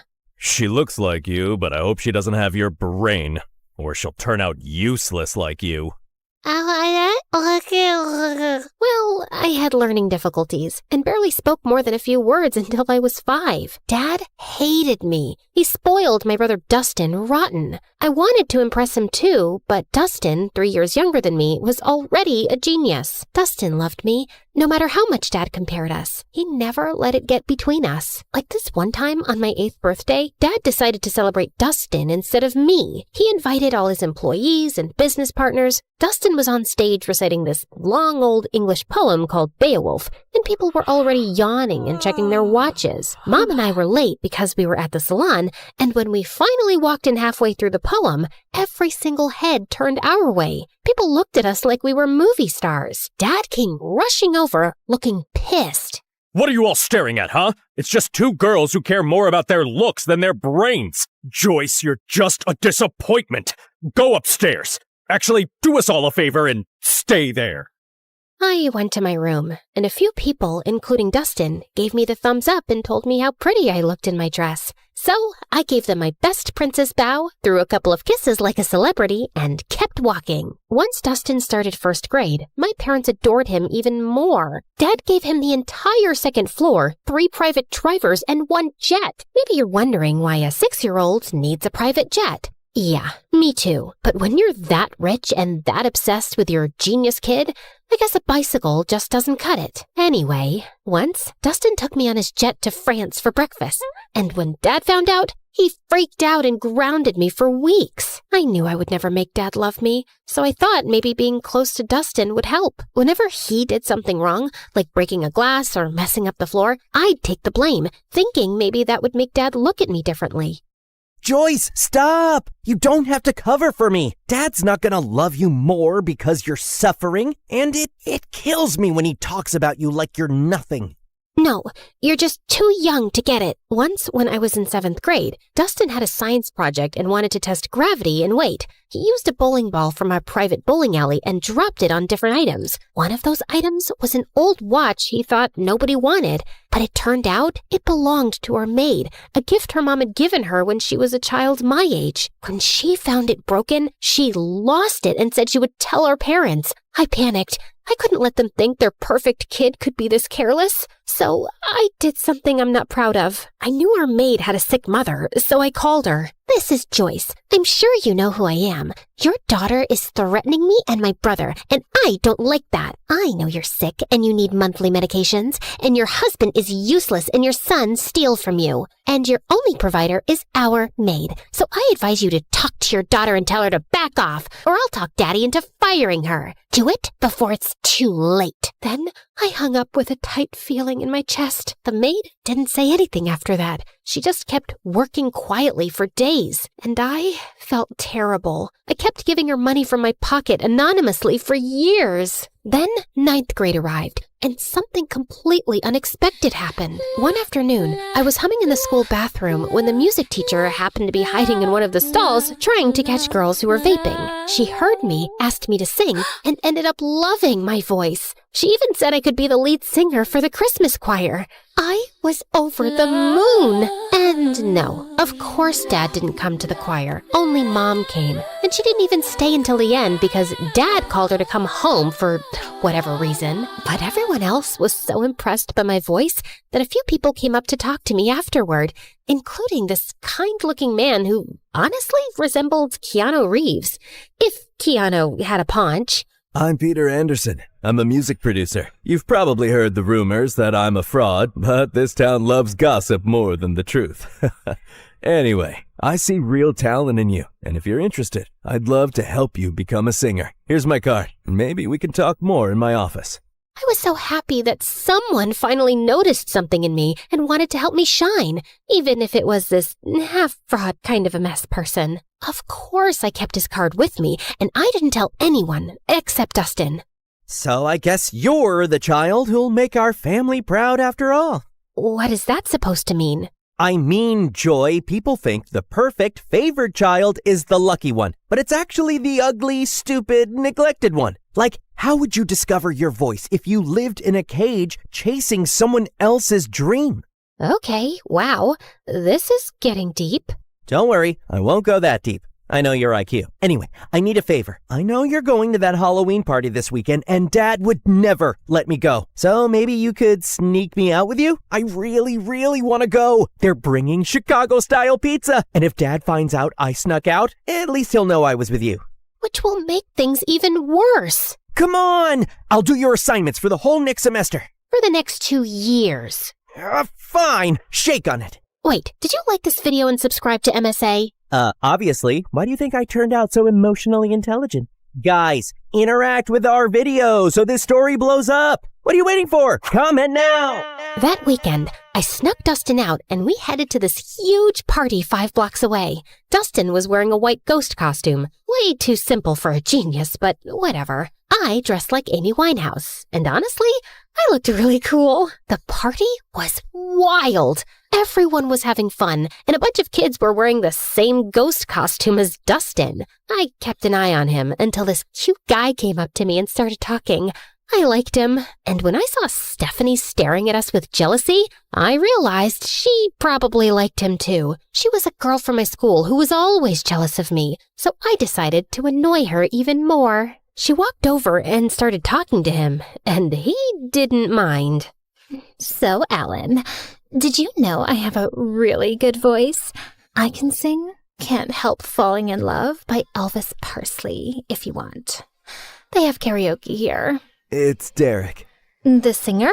No, my name. Anyway, I'll show you how it's done. Then she rushed to the karaoke machine and sang in front of everyone. Her voice wasn't bad, and I saw Derek nodding along. When she finished, everyone cheered, and she looked like she owned the world with that smug smile. I don't know what came over me, but I ran up, grabbed the mic, and started singing too. Everyone went silent, listening. I even saw kids showing each other their goosebumps. When I finished, Derek came over to hype me up. That's my girl. I felt amazing, especially when I saw Stephanie's annoyed face. My eyes followed her as she stormed out of the party, and I saw a few boys in ghost costumes leaving too. That's when I remembered Dustin. I tried to run after him, but kids kept stopping me for high fives and congratulations. By the time I made it outside, I sprinted to the group of ghost boys. Dustin? Dustin! Knock it off! This isn't funny! No one answered. I started pulling off their masks one by one, but none of them were Dustin. Back off, you weirdo! Panic shot through me. I ran like crazy through the streets. Dustin! Dustin! Dustin! 2 hours passed. I couldn't find him. I was so worried sick about my brother, and I knew there was no running from calling Dad. I was finished. Dad and Mom arrived with a few police officers, and Dad looked like he was about to finish me off. He lunged toward me, but Mom stepped between us. He glared at her with furious eyes. So now you're protecting your kid? Oh, that's funny because I didn't see you stopping them from sneaking out in the middle of the night. The officers tried to calm him down while everyone started searching for Dustin. But another day passed, and still no sign of him. The whole town volunteered. People searched through the nights, but nothing. Every second felt heavier than the last. I isolated myself. I text Dustin every day. Stupid messages like, "Where are you?" and "Please come home," as if he'd somehow see them and reply. At night, I'd sneak into his room and sleep in his bed, burying my face in his pillow until his smell faded away. Some nights, I'd just sit on his floor holding his favorite hoodie, feeling like I'd lost the only person who ever really saw me. Dad barely talked to me anymore. Mom didn't yell at me or blame me, but sometimes I'd catch her crying alone, and she'd wipe her tears the second she saw me. "I'm sorry, Mom." She didn't answer. "Can we talk about this? I want to hear your voice. I know what happened is my fault, but I just want you to pat my shoulder, let me cry in your lap, tell me it'll be all right. Just say something, anything." But she didn't. She just gave me a sad little smile, nodded, and walked away. And then I completely shut down. A year of guilt and silence later, I couldn't take it anymore. I needed something, anything to distract myself, even if just for a little while. I remembered the card the producer gave me, and I figured, why not call him? It's not like I had much to do being alone all the time. Wise decision. I'm gonna make you a star, way up in the sky, so bright, your dad's gonna regret not loving you enough. Well, that's definitely a dream to live up to. He started helping me get small singing gigs at local cafes, and I loved it. The attention, the clapping, the feeling that I mattered to someone. One day, someone recorded me singing and posted it on TikTok, and it went viral. People loved my voice and kept commenting that they wanted more. So, Peter created a small YouTube channel for me and uploaded my videos there. He was so proud. It felt nice having a father figure in my life who actually cared. But when my dad found out, he completely lost it.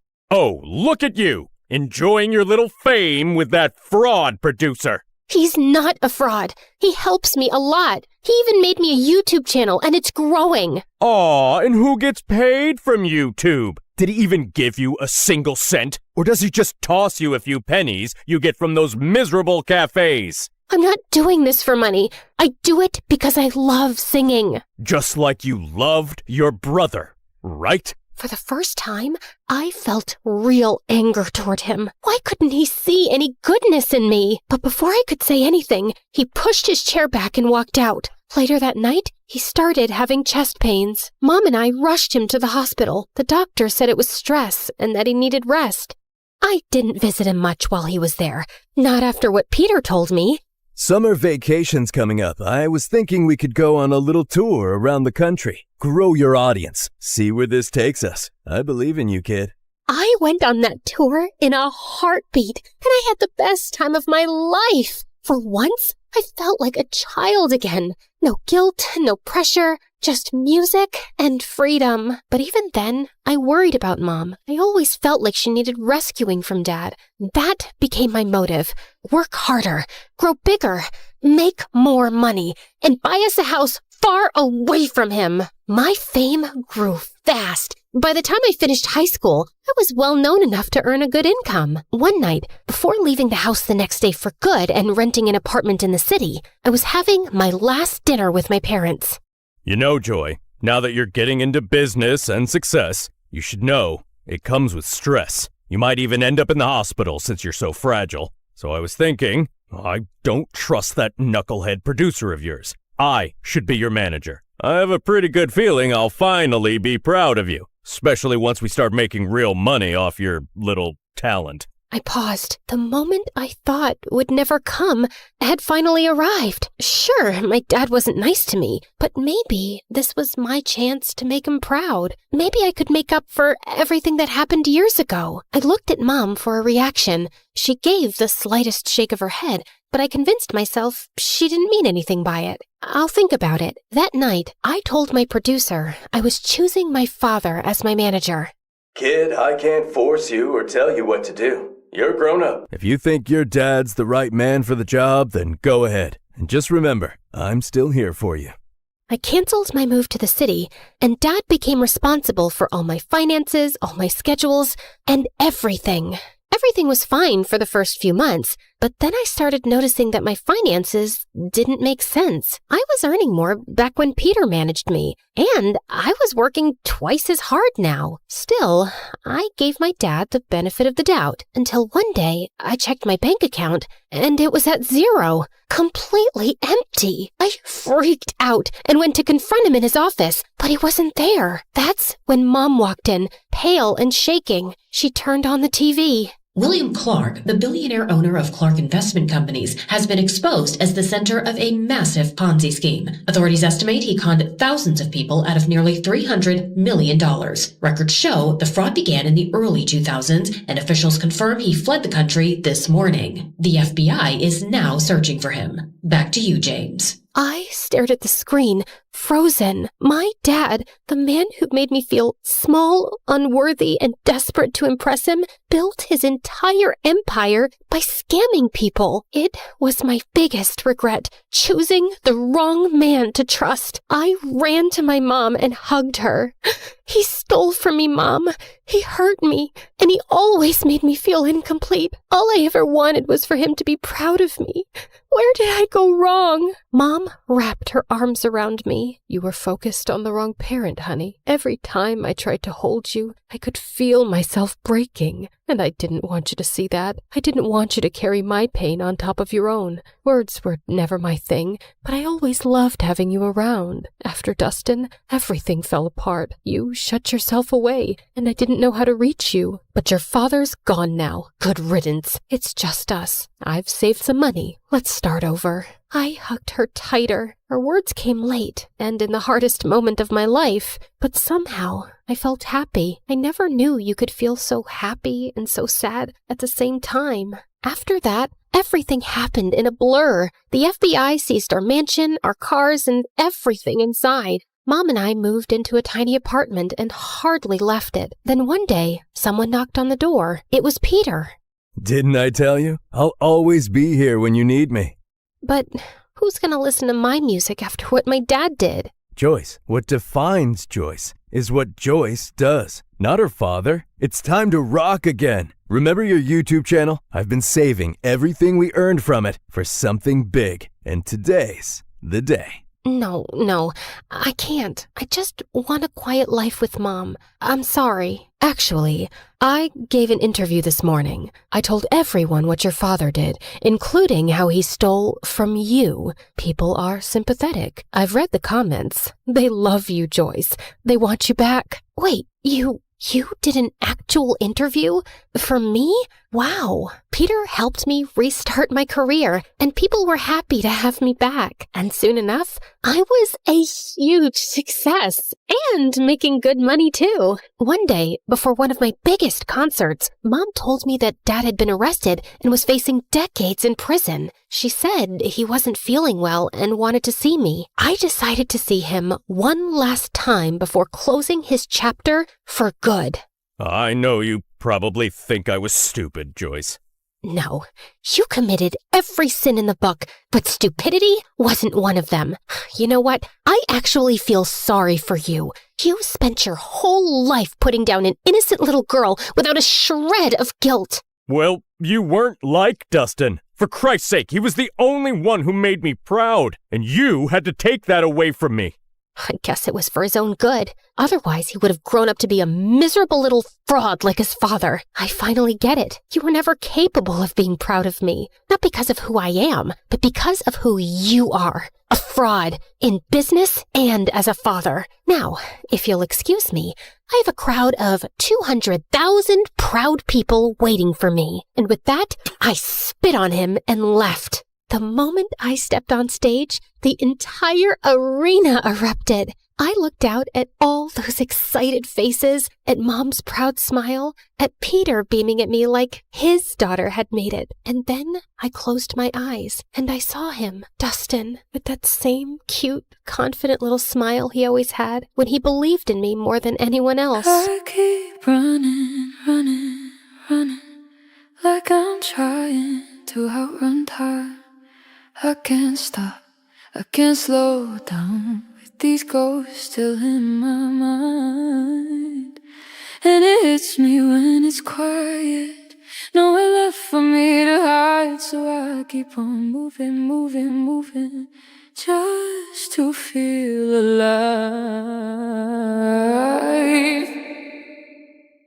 But as I sang, the crowd grew louder than I'd ever heard. I opened my eyes. There was a guy being lifted by the crowd, riding toward the stage, and for a second, I stepped back in fear. But then, my heart stopped. Dustin?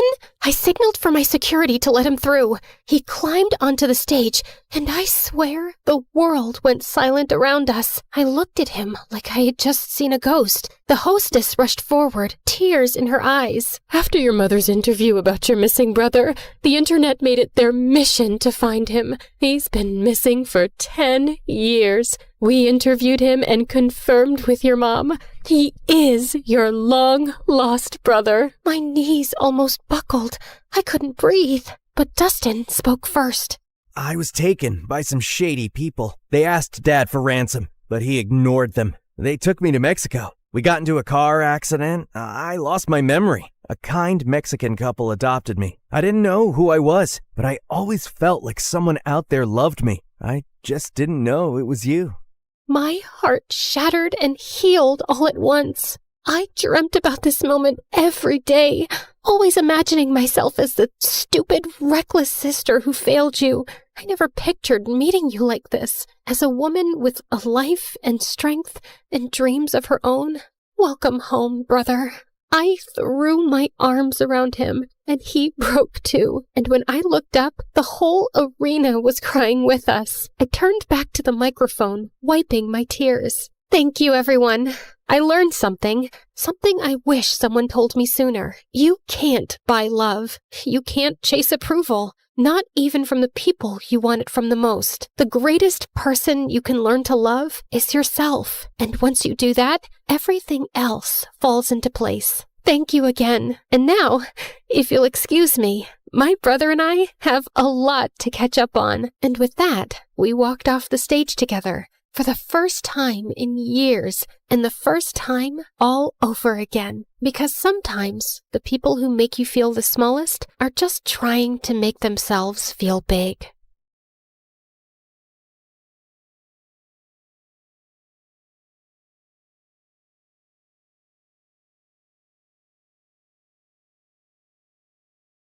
Hi, I'm Leslie, and this is my story. But before I continue, please like and subscribe. When I was a kid, my parents always fought a lot. Mom got so fed up that she yanked me out of bed one night and snuck me out the door. Mom, I'm sleepy. I want to go to bed. Shh, quiet. The next thing you know, we'd moved to a tiny apartment in a strange town, and I hated it. I screamed and cried for Mom to take us back home. Take me back. This is whack. I tried reaching out to my dad, but he was always too busy. That made me sad, but Mom found ways to cheer me up. Eventually, I got used to our new place, and hanging out with Mom was pretty cool. After a while, Mom met someone new. Soon they were married, and we moved into a new house. My stepdad was nice, but his daughter was a witch. Hey, Dana. Welcome your new mom and stepsister. Welcome them? Ew, Dad, they're poor. Why are we keeping them here and feeding them? They're disgusting and gross. She's just kidding. She's a little shy. She's a sweetheart once you get to know her. Dana was the worst. She threw ketchup in my face, turned the lights off when I was reading, tossed my clothes out the window, and stole all my toys. I tried to tell my mom what was going on. Hey, babe, we're guests here. Dana is a bit spoiled, but we have to learn to accept her. Thank God Dana and I didn't go to the same school. Dana went to an expensive school for brats, and I begged my mom and stepdad to let me stay at my old school. But a few years later, things took a turn. My stepdad's company lost a ton of money, and he couldn't keep up with the bills. Girls, money is tight, so we'll have to enroll both of you in public school. Public school? No! Dana threw the biggest tantrum and refused to eat for a week, though I caught her sneaking cookies from the kitchen at night. On the first day of school, Dana acted like a total spoiled brat. Hey, everyone. You might see this girl talking to me, but that doesn't mean we're related. She's just our maid. No, she's our maid. No, she's our maid. No, she is our maid. No, she is our maid. Dana and I fought all the time. We shouted at each other in the hallway, had a food fight in the cafeteria, and one time during science class, we started shoving each other and accidentally hurt the teacher who was trying to separate us. She ended up with a broken nose. The kids thought we were insane. Neither of us had any friends. I mean, I couldn't blame them. Dana was a crazy witch, and I'm cool, but shy and weird and insecure and invisible, so yeah. After weeks of being outcasts, we grew a bit closer, just a bit, 'cause we were lonely and we only had each other. Then one day in first grade, our parents sat us down to give us some news. We're gonna have a baby. Oh, really? That's cool. A baby? Why would you go and do a stupid thing like that? The baby came and my parents were so happy. A beautiful little boy. Isn't he precious? Let's call him Sam. I fell in love with Sam immediately, even though he was annoying. He cried a lot and puked and peed all over the place. Dana avoided Sam like the plague. She'd lock herself in her room and only came out to eat. Look at his stupid, dirty face. OMG, why is he throwing food everywhere? I played with Sam every day. You're so good with him, honey. Could you watch Sam while Dad and I run some errands? Sure, no problem. As time went on, Mom and Dad started leaving him with me all the time. Eventually, I was Sam's permanent babysitter.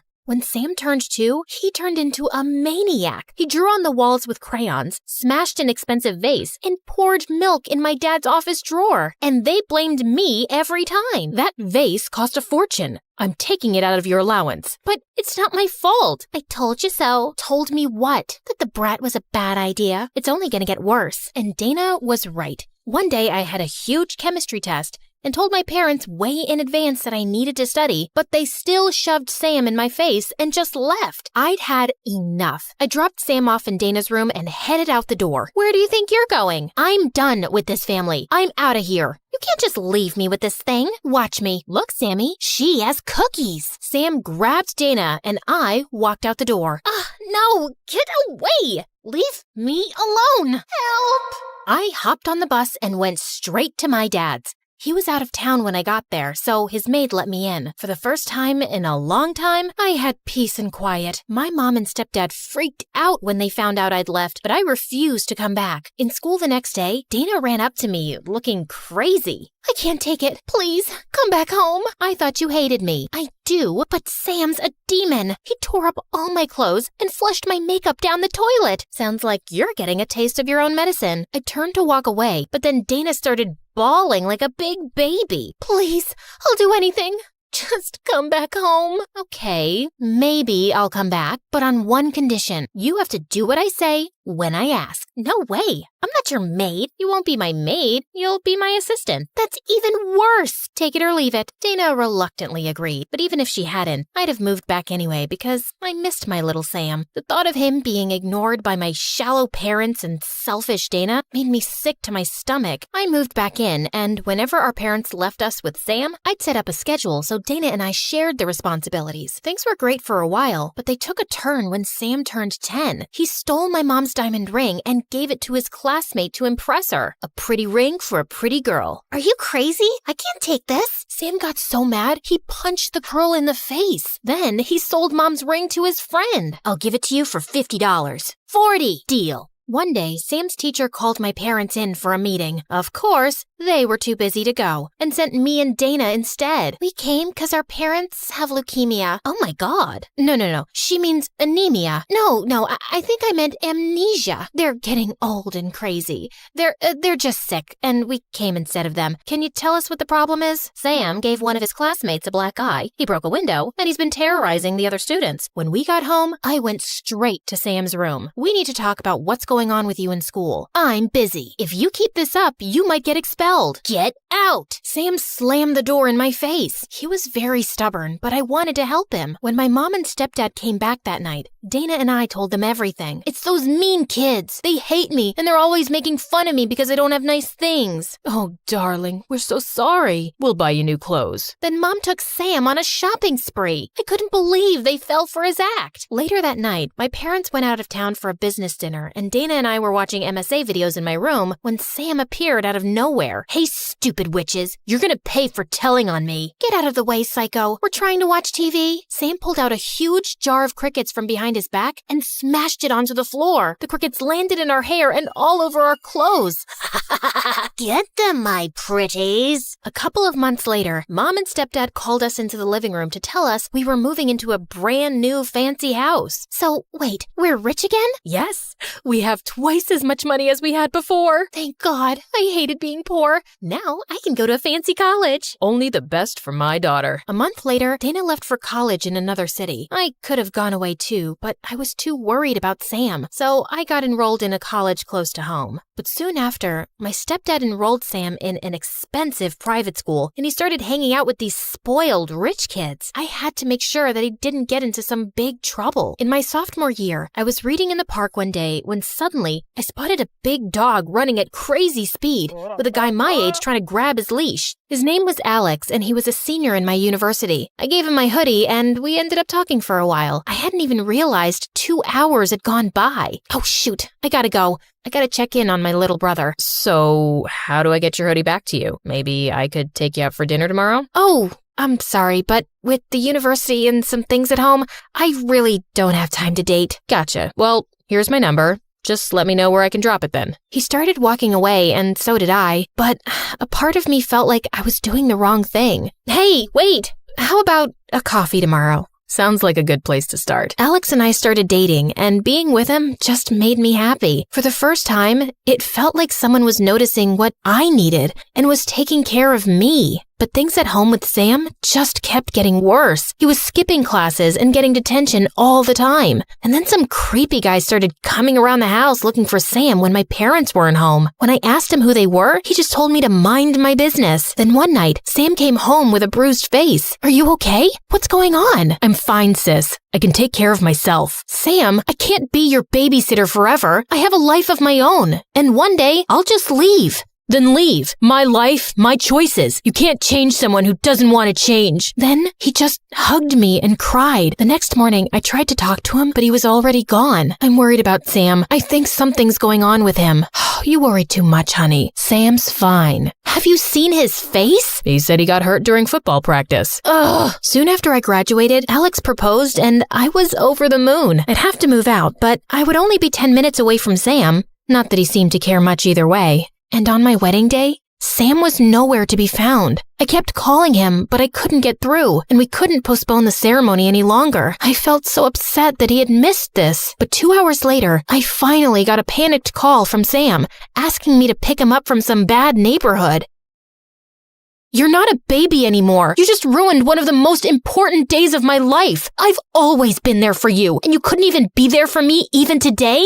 I started to give up hope of fixing him. I was fighting a battle alone, a battle that wasn't mine. And my parents just made things worse. Sam failed high school, but my stepdad paid the school board to give him passing grades. It made me so mad, but I had no say in the matter. Then one day, the company I worked for gave me an amazing job promotion if I moved to California. It was a great opportunity, but I felt unsure. Alex supported me either way, but I tossed and turned all night thinking about what to do, and finally called Dana. You've got one life, Les. You can either live it for Sam or live it for yourself. Sam had started interning at his dad's firm, but I observed him for some weeks and saw that he still had the same kind of friends and was still blowing money and partying the same way. And I finally made my decision. What? You're going to California? That's across the country. I need you here, Les. No, not really. You only need me around to clean up your messes, but I'm done doing that, Sam. You were right.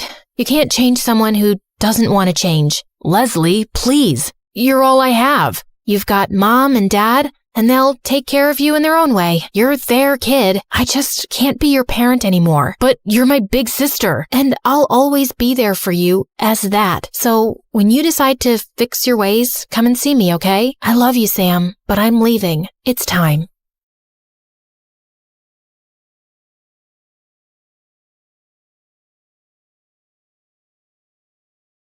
As Hermes, messenger of the gods, I've borne witness to countless tales spun across the tapestry of Olympus. With my winged sandals, I have traveled across the realms of the universe, carrying tidings that have altered fates. Among these tales, one that stands out in my mind is the story of Persephone and how a twist in her fate affects every mortal until eternity. You see, Demeter is the goddess of harvest, and she could turn the earth green with her touch. She made countless flowers bloom and coaxed bountiful crops from the soil. With her presiding over the planet, no living creature ever went hungry. She took great joy in her role, but her heart belonged entirely to her daughter Persephone, the Maiden of Spring.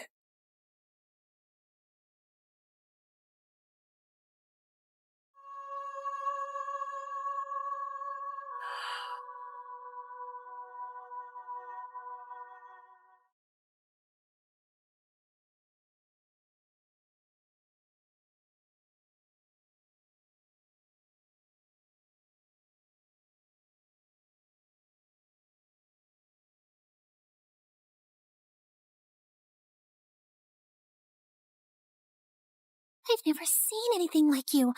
Are there more of you nearby? Little princess, I know of a field where the flowers bloom as far as the eye can see. I can take you there if you want. Really? Oh, that would be a sight to behold. Then come with me, sweet child.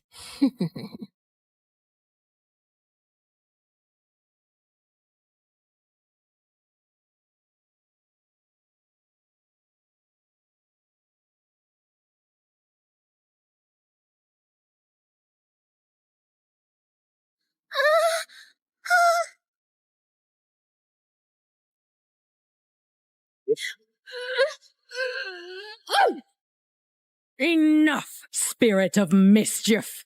I have given you plenty of chances to change, but it seems all you want to be is a troublemaker. Did you think you could lure my daughter away and I would be unaware? Curse you, Demeter! Why should you and your child receive all praise and adoration when we, the spirits of nature, fade into the background? A heart that is as poisoned with envy as yours cannot be cured. You are banished forevermore from these woods.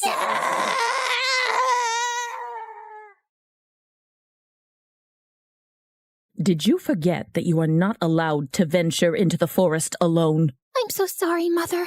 I only wished to see the magical flowers. And you shall see many wonders, my child, but always within the safety of my reach. The world holds great beauty, but also grave danger. Come now, it's almost dawn. Let us go out into the meadows and make our own magical flowers bloom. That sounds perfect, Mother.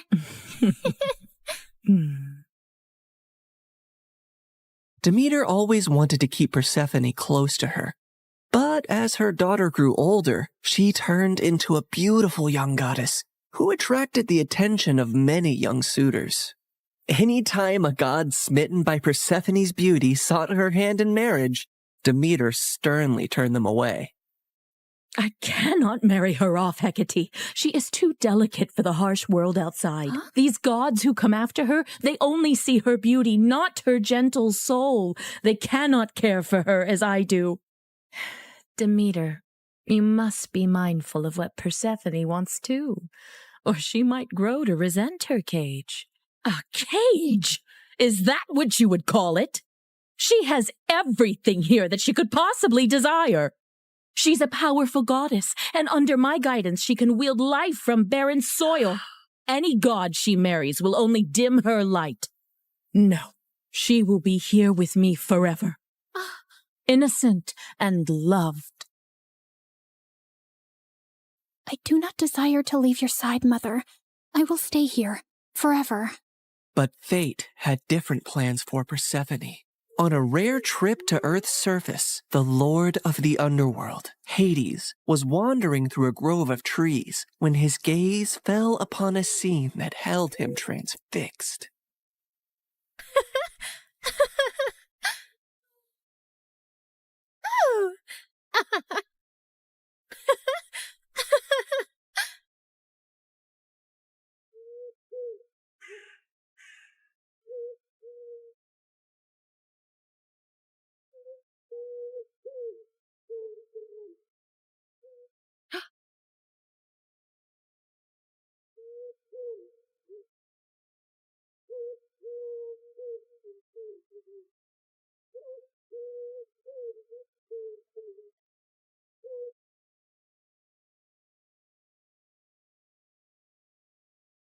Hades, my lord, you seem to be troubled. What weighs on your soul? As you well know, when my brothers and I overthrew our father, the kingdom was divided among us. Zeus received the sky, Poseidon the sea, and I the underworld. I've never complained about my lonely lot, and do my duties justice. I don't frolic or play like the other gods, and work hard in my solitude. But mortals and gods alike see me as the embodiment of darkness, and their tales paint me as a monster to be shunned. My realm is necessary, but it is hated by all, as am I. But do they not see that I also have a heart, that I am made of the same cosmos as they, even yearn for the light sometimes? What has brought this on, my lord? Persephone, she is the light where there is none. She is life where all is death. Ever since I laid eyes on her, I can think of nothing else. But would she ever see past the darkness that cloaks me? Would she ever gaze upon me and see not a lord of despair, but a soul longing for companionship and warmth? Persephone, Demeter's daughter. Indeed, her radiance rivals the dawn, but she is of the upper world. I must have her as my queen, as my wife.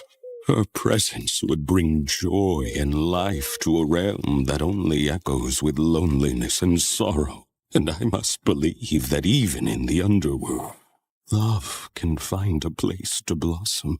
My lord, her mother would never allow it. Perhaps there is a rightful path to this union. I will go to her father Zeus with a proposal of marriage. I only need his permission according to our customs. Get my chariot ready and prepare for my departure. Today, either I win a queen for my empty halls, or I resign myself to an eternity of despair.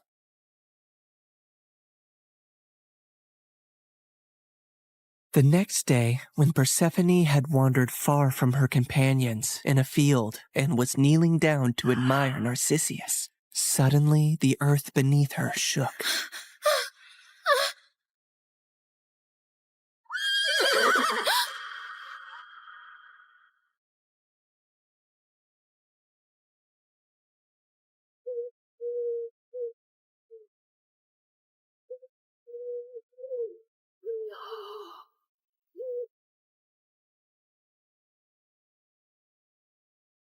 Fair Persephone, be not afraid. I am Hades, lord of the underworld. My kingdom is vast and rich, but it lacks the radiance of your presence. Unhand me! Come with me and rule by my side in the shadows where eternity lies. Let me go. My mother will tear the world apart to find me, and there will be no place dark enough to hide.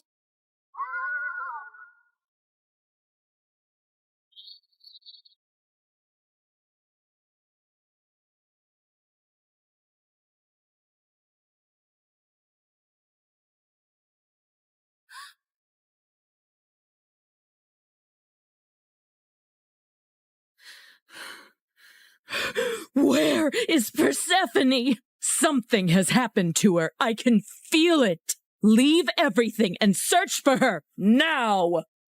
Demeter's grief upon discovering her daughter's disappearance was immense, and as she roamed the earth searching for Persephone, she had neglected her duties. And so, the crops and trees began to suffer. My daughter! My heart! In her desperation, she sought the counsel of her old friend, Hecate. Hecate, you who see into the shadows, help me find my daughter. You must seek Helios, Demeter. His all-seeing gaze pierces through deceit and darkness. Taking the advice to heart, Demeter ascended to the chariot of the sun, where Helios guided the day. Helios, please. You must tell me where my Persephone has gone. You see everything from your throne. Surely you must know. I can't bear this pain any longer. Helios the sun god had indeed seen everything that fateful day, but had chosen not to interfere.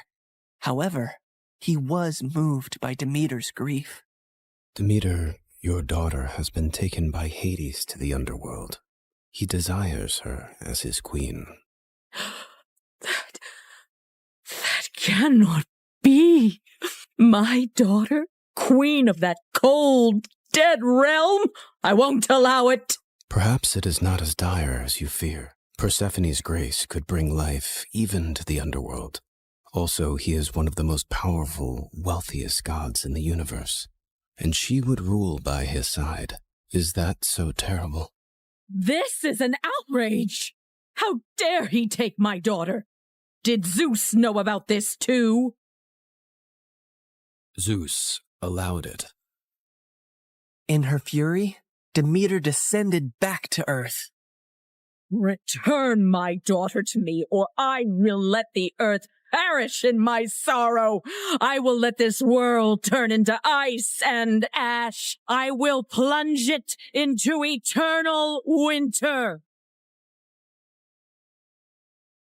Meanwhile, in the underworld, Persephone wept in despair and lashed out at Hades any time he tried to speak to her. To rule the underworld by your side?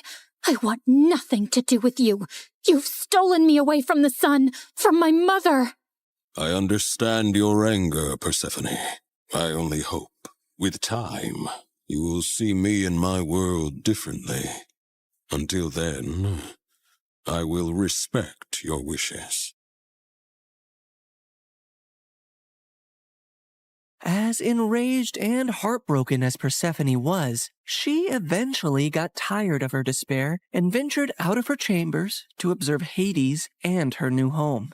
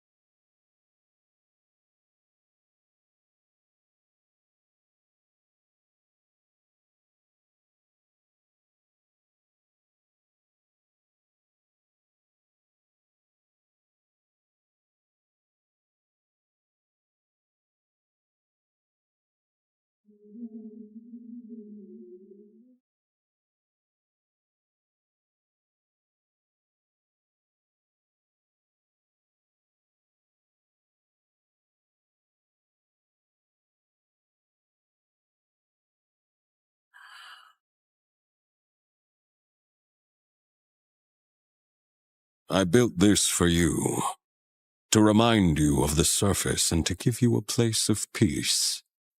I've never seen something like this. It's so beautiful. As are you, my queen.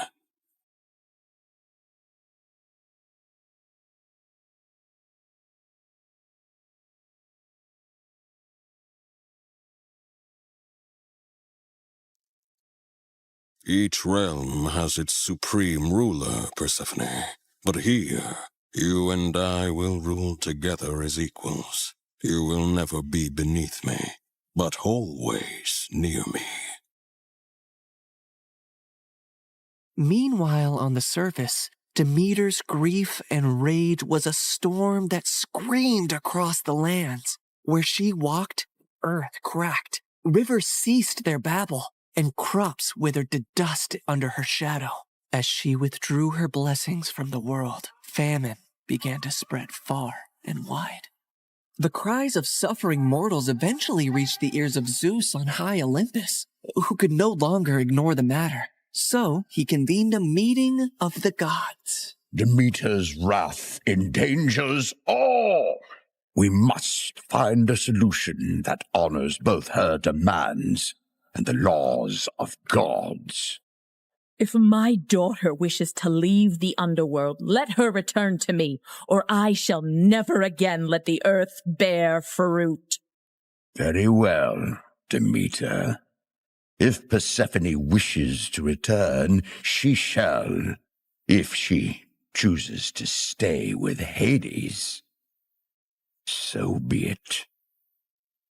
With a heavy heart, Demeter agreed, and Zeus commanded me, Hermes, to negotiate Persephone's return. So I descended into the gloom of the underworld, where Hades sat upon his throne with Persephone by his side. Her face was as pale as the ghosts around her. Hermes, why does Olympus disrupt the quiet of my realm? Mighty Hades, Zeus commands you to release Persephone, lest the earth die with Demeter's heart. I cannot ignore the decree of Zeus or the pleading eyes of the one I love. But know this, the ties that bind us are not easily broken. What do you mean, Hades? Just then, Persephone looked down at something she was clutching in her hand, and I saw it was a pomegranate. Suddenly, the realization of what had happened dawned on me. Fair Persephone, did you eat from that fruit? I couldn't help it. 6 seeds, to be exact. Each of them has sealed her fate and has bound her to the underworld. I knew I had to think quickly and come up with a deal that Hades would accept. Otherwise, Demeter would let the earth starve forever. She only ate a small portion of the fruit, so she should only stay with you for part of the year. She will spend 2/3 of the year with her mother on earth and 1/3 with you in the underworld.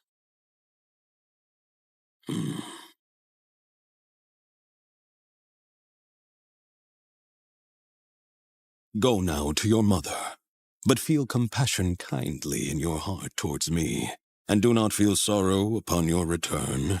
For while you are here, you shall rule as my equal, and have the greatest rights and honor among the gods, as well as my undying devotion. Persephone assured him she would return on the agreed time, and he arranged his chariot for her to depart.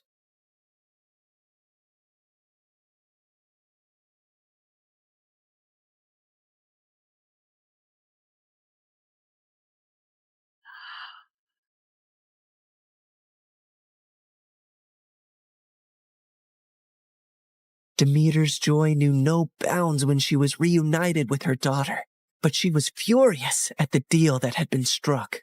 How could you possibly eat the fruit of the dead? It is common knowledge that eating anything in the underworld binds one to that realm. Why would you do that, Persephone? It was a moment of great weakness. I wish I could reverse it. I am so sorry, Mother. Demeter had no choice but to accept the deal, and once her wrath subsided, the earth turned green and bountiful again. But when it was time for Persephone to return to the underworld, Demeter began to mourn once more, and winter would arrive, thus setting the cycle of the seasons. My daughter, my soul, your return brings life to this world. Mother, in the darkness, I've learned the secrets of the deep earth, and in your light, I bring forth life. Together, we bind the world in a cycle of death and rebirth. And so, in this tale of compromise, the dance of the seasons has found its rhythm. An enduring love story was also set into motion, for even eons later, Hades and Persephone are often mentioned as Greek mythology's most happily married couple. I can give you all the wealth of the earth, Persephone, but I cannot give you the sun and the breeze. I know you long for them when you are here. You have given me more than I ever expected to experience in my life, Hades. You have given me respect, power, and a love that is genuine and rare. With you, I feel the most like myself. With you, I feel free. So you do not regret your decision to eat the pomegranate seeds? Never, my love.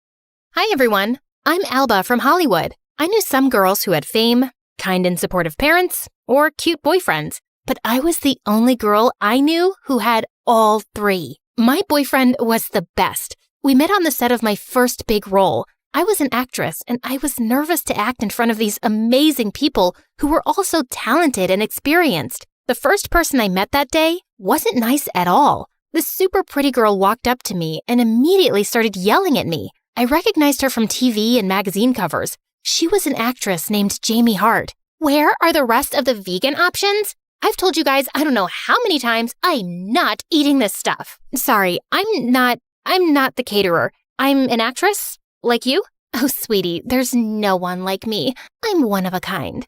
Good luck, though. I didn't know what to say. When she left, I felt even more scared. Was this what it was going to be like working on a big show? Rude people treating me like I'm their servant? But then right after that, this random guy approached me. He must have noticed how anxious I was because he pretended to trip into the craft service table to cheer me up.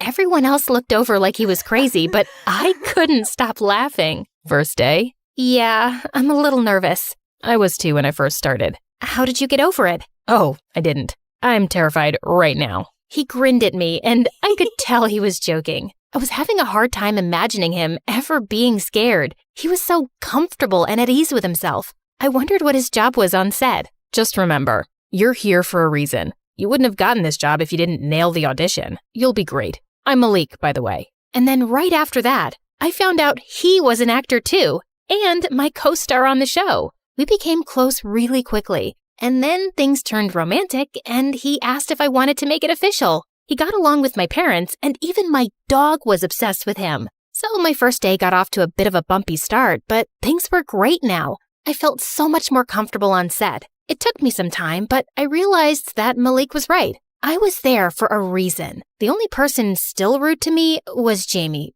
But whatever, I didn't care. She was clearly just insecure and felt threatened by my success. Even though I didn't get nervous about my job anymore, there was still one thing that really scared me. My family's curse. Okay, curses aren't real, but I couldn't help worrying anyway. When my mom and grandma were my age, they both ran into some really bad luck. My grandma got into a car accident, and my mom almost got trapped in a house fire. Besides, I'd been lucky for so long. No one could have a perfect life forever. Malik and I got dinner at my favorite restaurant for my birthday. Malik gave me this gorgeous diamond necklace, and the food was amazing. But I couldn't fully enjoy my meal because I was thinking about this stupid curse. Babe, you know there's nothing to worry about, right? What happened to your mom and grandma was a coincidence. Besides, they're both still here. They got through it. I know, you're right.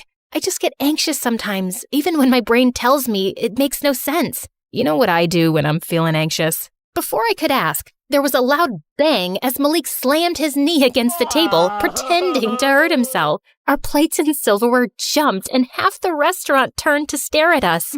I started laughing. I loved that Malik was willing to make a fool of himself just to make me smile. The table started to shake again. Okay, Malik, you should probably stop before they kick us out. That isn't me. All of a sudden, the walls started to shake too. I heard glass shattering, and people were getting up from their tables. Everyone was scared. Don't panic. It's an earthquake. Come on. We ran for the exit. Just before we got to the door, I remembered I forgot my necklace. I started to turn back for it, but before I could move, a big chandelier ripped from the ceiling and fell right on top of me. Then everything went dark. There was a strange beeping sound. What was that? When I opened my eyes, I was in a hospital bed. My parents were looking down at me with worried faces, and there was someone else there too, a boy who I didn't recognize. Alba, we are so glad you're awake. You scared us. What happened? There was an earthquake. You had an accident at the restaurant where you and Malik were having dinner. I guess the boy's name was Malik, but why was I having dinner with him? Oh, my head was pounding. I must have hit it pretty hard. What's the last thing you remember? I just got the call back letting me know I got the role, and I was on my way to the studio to start my first day. Oh no, I hoped I hadn't missed my first day. I'd worked so hard to get this role. Honey, you really don't remember anything after that?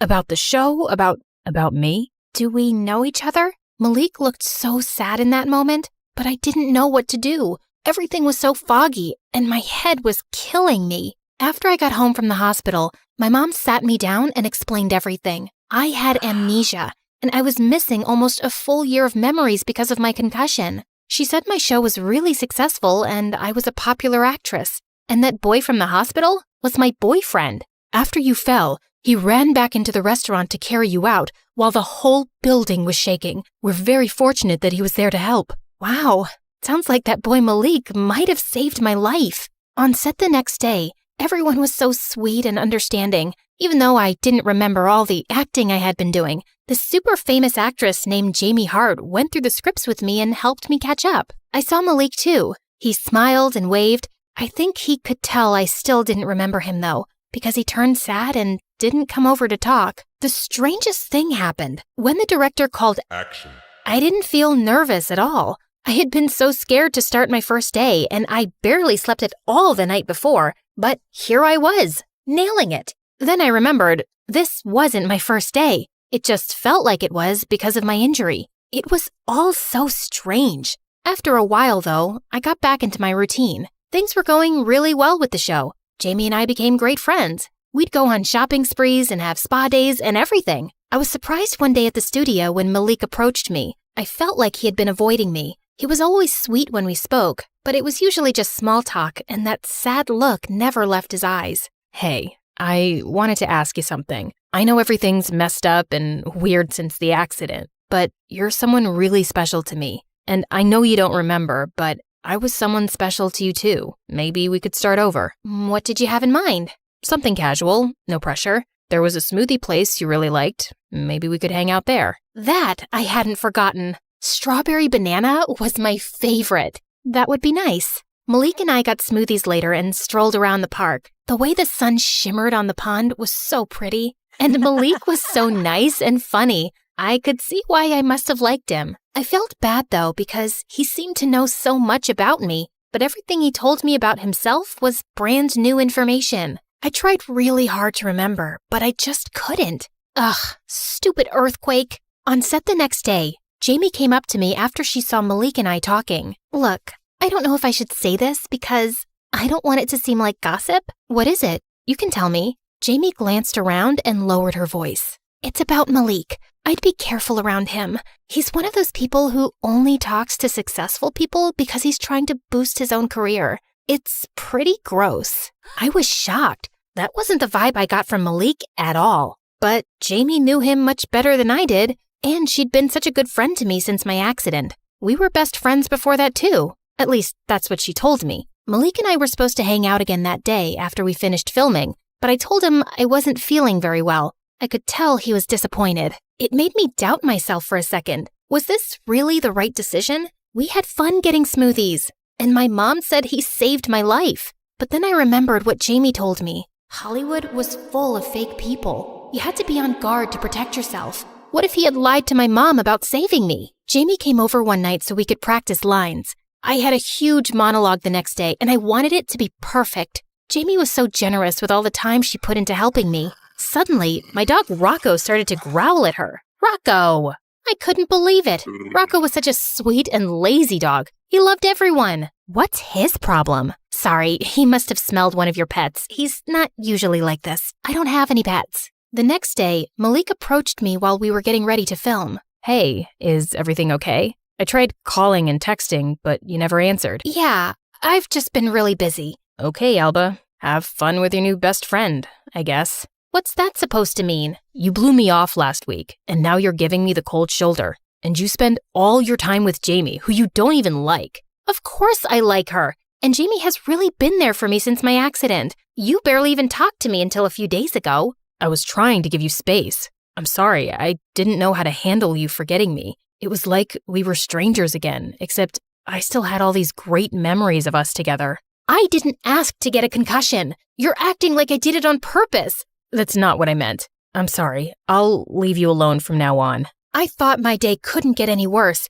but just then, the director came up to me and told me that my monologue had been given to Jamie. I was devastated. I found Jamie getting her hair and makeup done for the big scene.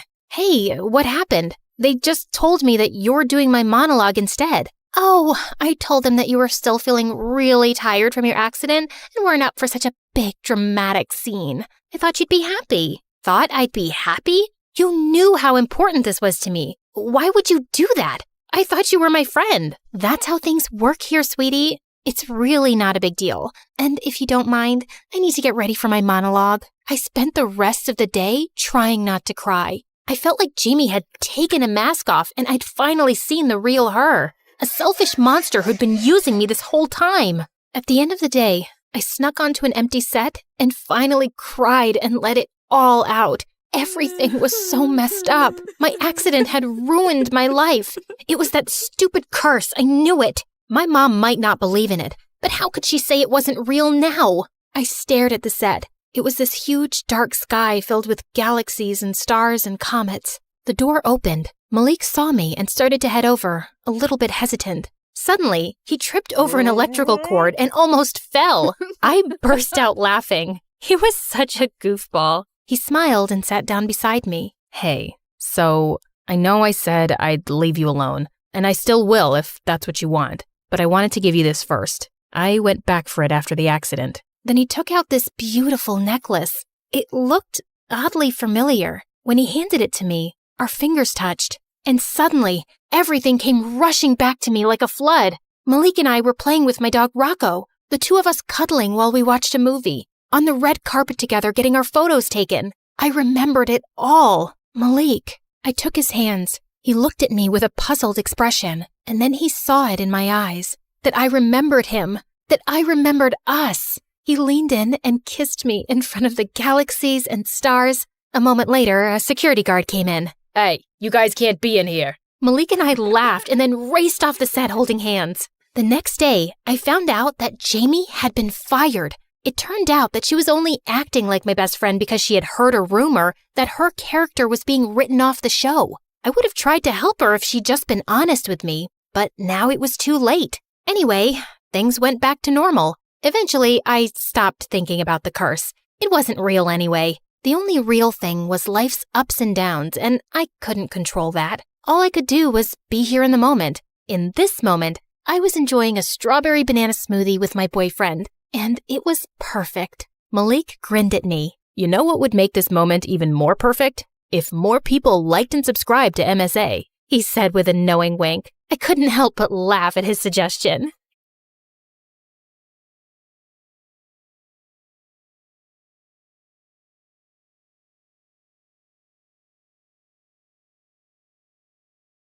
Hi, I'm Monica from California. Please like and subscribe. I was born to middle-class parents. Dad was a lawyer and Mom was a sculptor, and unfortunately, she wasn't as good as she thought. Is that a monkey's butt, Mom? Yes, it represents freedom.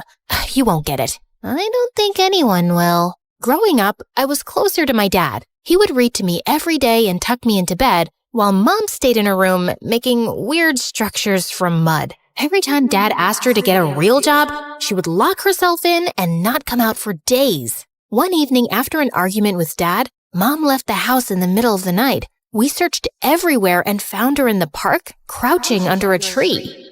What took you guys so long? Look what I made. Mom, we were going crazy looking for you. Oh, but I was right here, darling. Things changed after that. Mom and Dad started avoiding each other even more, and Dad got busier with work. I started reading to keep myself distracted, and by 17, I'd read almost all the books in Dad's library. One night, I was studying for a test when I heard Mom and Dad arguing again. I work hard all day and night, and you go behind my back to get these useless things? I'm trying to build something amazing. I knew you wouldn't give me the money if I told you. Just relax. No, I won't. I've had enough. I'm leaving. What? No, Dad, wait. Dad didn't even turn around. I was so mad at Mom for driving him away that I didn't talk to her for days. After Dad left, things went downhill quickly in terms of money. I was a straight-A student, so we got an extension on the fees, and somehow I convinced my mom to get a job in the diner so we wouldn't go completely broke. But a few days later, I came back from school to find Mom sitting outside the house. What? What happened? The landlord threw us out. We didn't have the money for rent. But I thought you got a salary. Yes, but then I saw this beautiful sculpting kit and I couldn't stop myself. Can't you ask for an advance at your job? Oh no, I can't. I quit. Waiting on people is not my thing. You quit? Mom, are you crazy? We're homeless because you spent everything on those stupid supplies. This is not stupid. This is my dream. And what about my dreams? You know I want to study law. And you know what? It's my fault. I should have known better. The look on Mom's face broke my heart, but I was too mad to think straight. We took our luggage and moved to a motel nearby, and I spent the whole night applying to every part-time job on the internet. That's when I came across an ad asking for a babysitter for 10-year-old twin girls. The money was good, so I applied, and luckily I got a call back almost immediately, along with an address. The place was in the middle of nowhere, and as I stepped inside, a can of juice went flying past me, almost hitting me in the head. This is cranberry.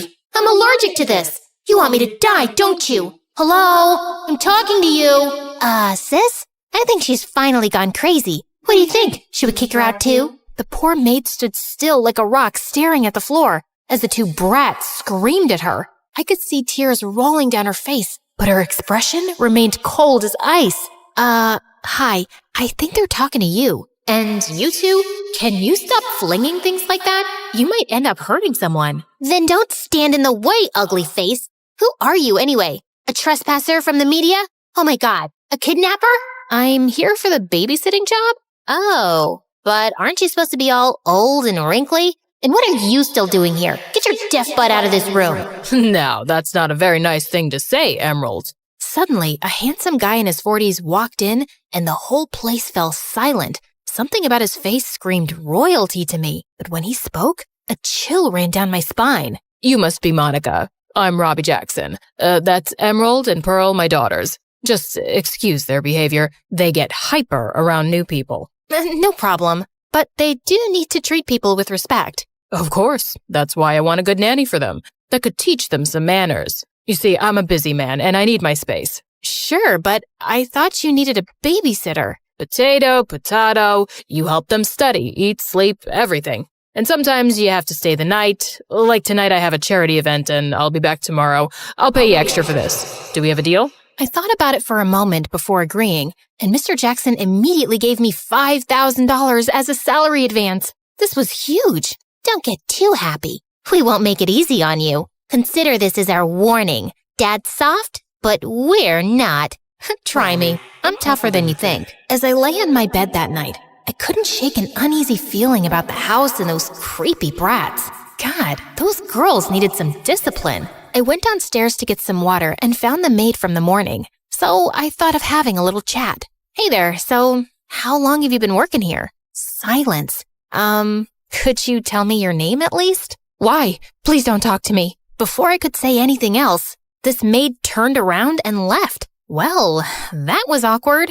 I was just getting over this weird moment when suddenly I heard someone howling downstairs. I got freaked out and rushed to check up on the twins when I realized one of them was missing. What the freaking Funyuns? Diamond? Sorry, Pearl? Pearl? What? Stop screaming. Where's your sister? She's not here. Shh, stop freaking out. She went to her special place. She'll come back. Chill. What special place? How would I know? She just calls it her special place.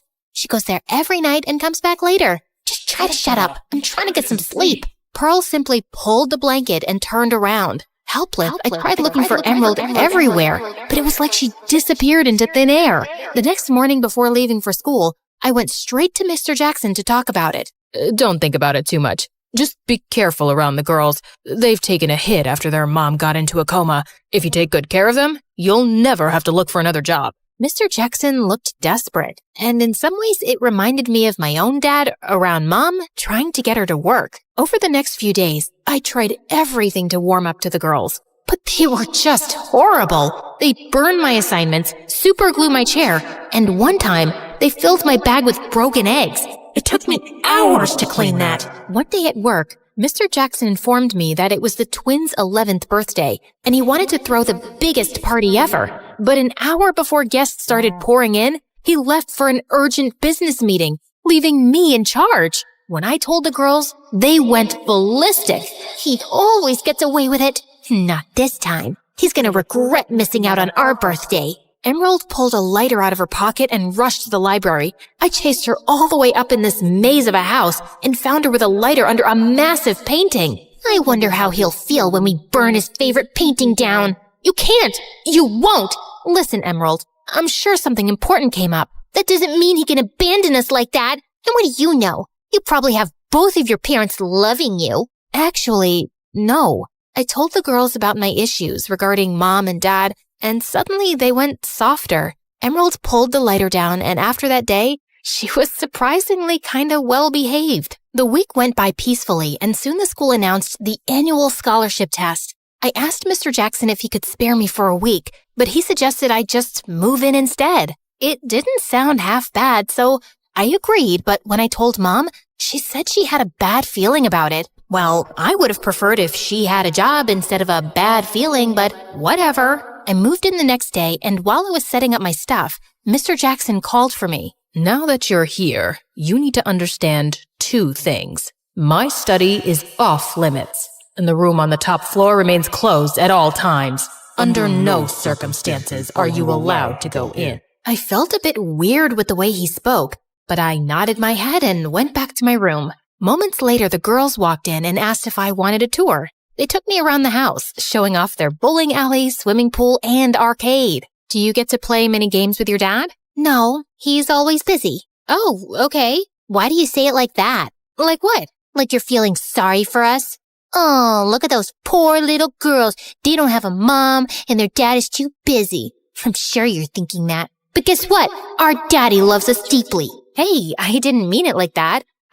You know what? Forget it. I'm sorry if you feel that way. Sorry doesn't heal anything. Before I could ask her what she meant, Emerald just turned around and left, and the maid told us that dinner was ready. Don't think too much. She's a bit crazy. You should know that by now. Also, never be late for dinner, or you'll starve the night. What? That night and the night after went by fine, but then I started noticing weird things. For starters, Mr. Jackson was never around anymore. He never spoke or ate with us, and when he came home, he went straight to his study. As if this wasn't weird enough, 2 nights before the exam, I heard a light tapping on the door. My body froze as the knocking got louder, but when I opened the door, I saw a light flicker in the downstairs area, and then I saw Emerald. She was at it again. This time, I followed her, and it looked like she was headed toward the basement. Emerald, shh, you're not supposed to go there. She can't hear you. The soul left my body when I turned around to face Pearl. You scared the bejesus out of me. Sorry, but I just wanted to stop you before you did something stupid. Pearl then told me that Emerald went down to the basement almost every night, and sometimes she even sleeps there. It's got all of Mom's stuff. No one, not even Dad, disturbs her. Ever since Mom went into a coma, that's how she comforts herself. That explains why she went missing the first night I was here. But if you knew that, why didn't you tell me before? It was just fun watching you get creeped out. Anyway, you should sleep now. I'll keep an eye on her. I believed Pearl and went back to bed. But an hour later, I woke up again, and this time it was to the smell of smoke. My room was drowning in smoke. As I made my way to the hall screaming for the girls and dialing the fire brigade. Monica! Oh my God, are you okay? What happened? I don't know. I was waiting for Emerald and passed out on the floor. When I woke up, there was fire everywhere. Hold on. Where's Emerald? The 2 of us rushed toward the basement, but the fire was totally out of control. Luckily, the fire truck arrived just in time and rescued Emerald unharmed. They said that the fire was caused because of a candle in the basement. I was just lighting up some of Mom's favorite candles, and I didn't realize when I dozed off, I burned everything that belonged to Mom. I'm so sorry. As long as we found you. Emerald started sobbing, and I hugged her tight. Just then, Mr. Jackson arrived looking horrified, and when the fire guys told him what caused the mess, he lost his mind. You know what? I've done everything for you girls, and all you've done is made a mess out of my life. How could you burn the house down? I'm sorry to butt in, Mr. Jackson, but it was a mistake. Emerald feels horrible, and to be honest, you should be glad your girls are okay. And who are you to tell me what to do? Don't forget your place. You're just a servant here. You can't talk to her like that, Dad. She saved our lives. I can do whatever I want. Watch this. You're fired. Don't come here again. Gladly, Mr. Jackson. And I hope you become a better parent, because God knows these girls deserve it. I said my final goodbyes to the girls and left. Thanks to the wild night, I was super exhausted at school the next day and totally tanked my scholarship test. When I went home, Mom gave me the shocking news. Thanks to the fire, the secret room in the house had to be opened to check the damages, and thousands of gold coins and illegal cash were recovered. Everything belonged to Mr. Jackson. He was taken to jail, and the girls were sent to London to stay with their aunt. Wow! That's why he kept the room shut all the time. I'm just happy the girls are safe. Yeah, Mon, I'm sorry for putting you through this. I've been a horrible mother. You stuck around, and that's all that matters. I promise, I'll be better. And she made good on the promise, working hard and bagging a good deal on her sculptures. I lost the scholarship opportunity, but our combined savings were enough to put me through the first year at Stanford. But halfway through the year, I received an anonymous donation of $1 million. And when I saw the bank details, it was some Linda Jackson, Mr. Jackson's wife. I immediately called the number, and Linda's secretary arranged for a meeting. I was surprised to see the girls waiting for me along with their mom. Monica! I've heard so much about you from my daughters. It feels like I know you already. It's nice to see you've recovered, ma'am, and thank you for bringing these brats along. Linda held my hand and thanked me for saving her daughters and exposing her cruel husband. She even offered me a job at her company right after I graduated, and since the pay was good, I took it up. Don't get too happy. We won't make it easy for you. I'm counting on that.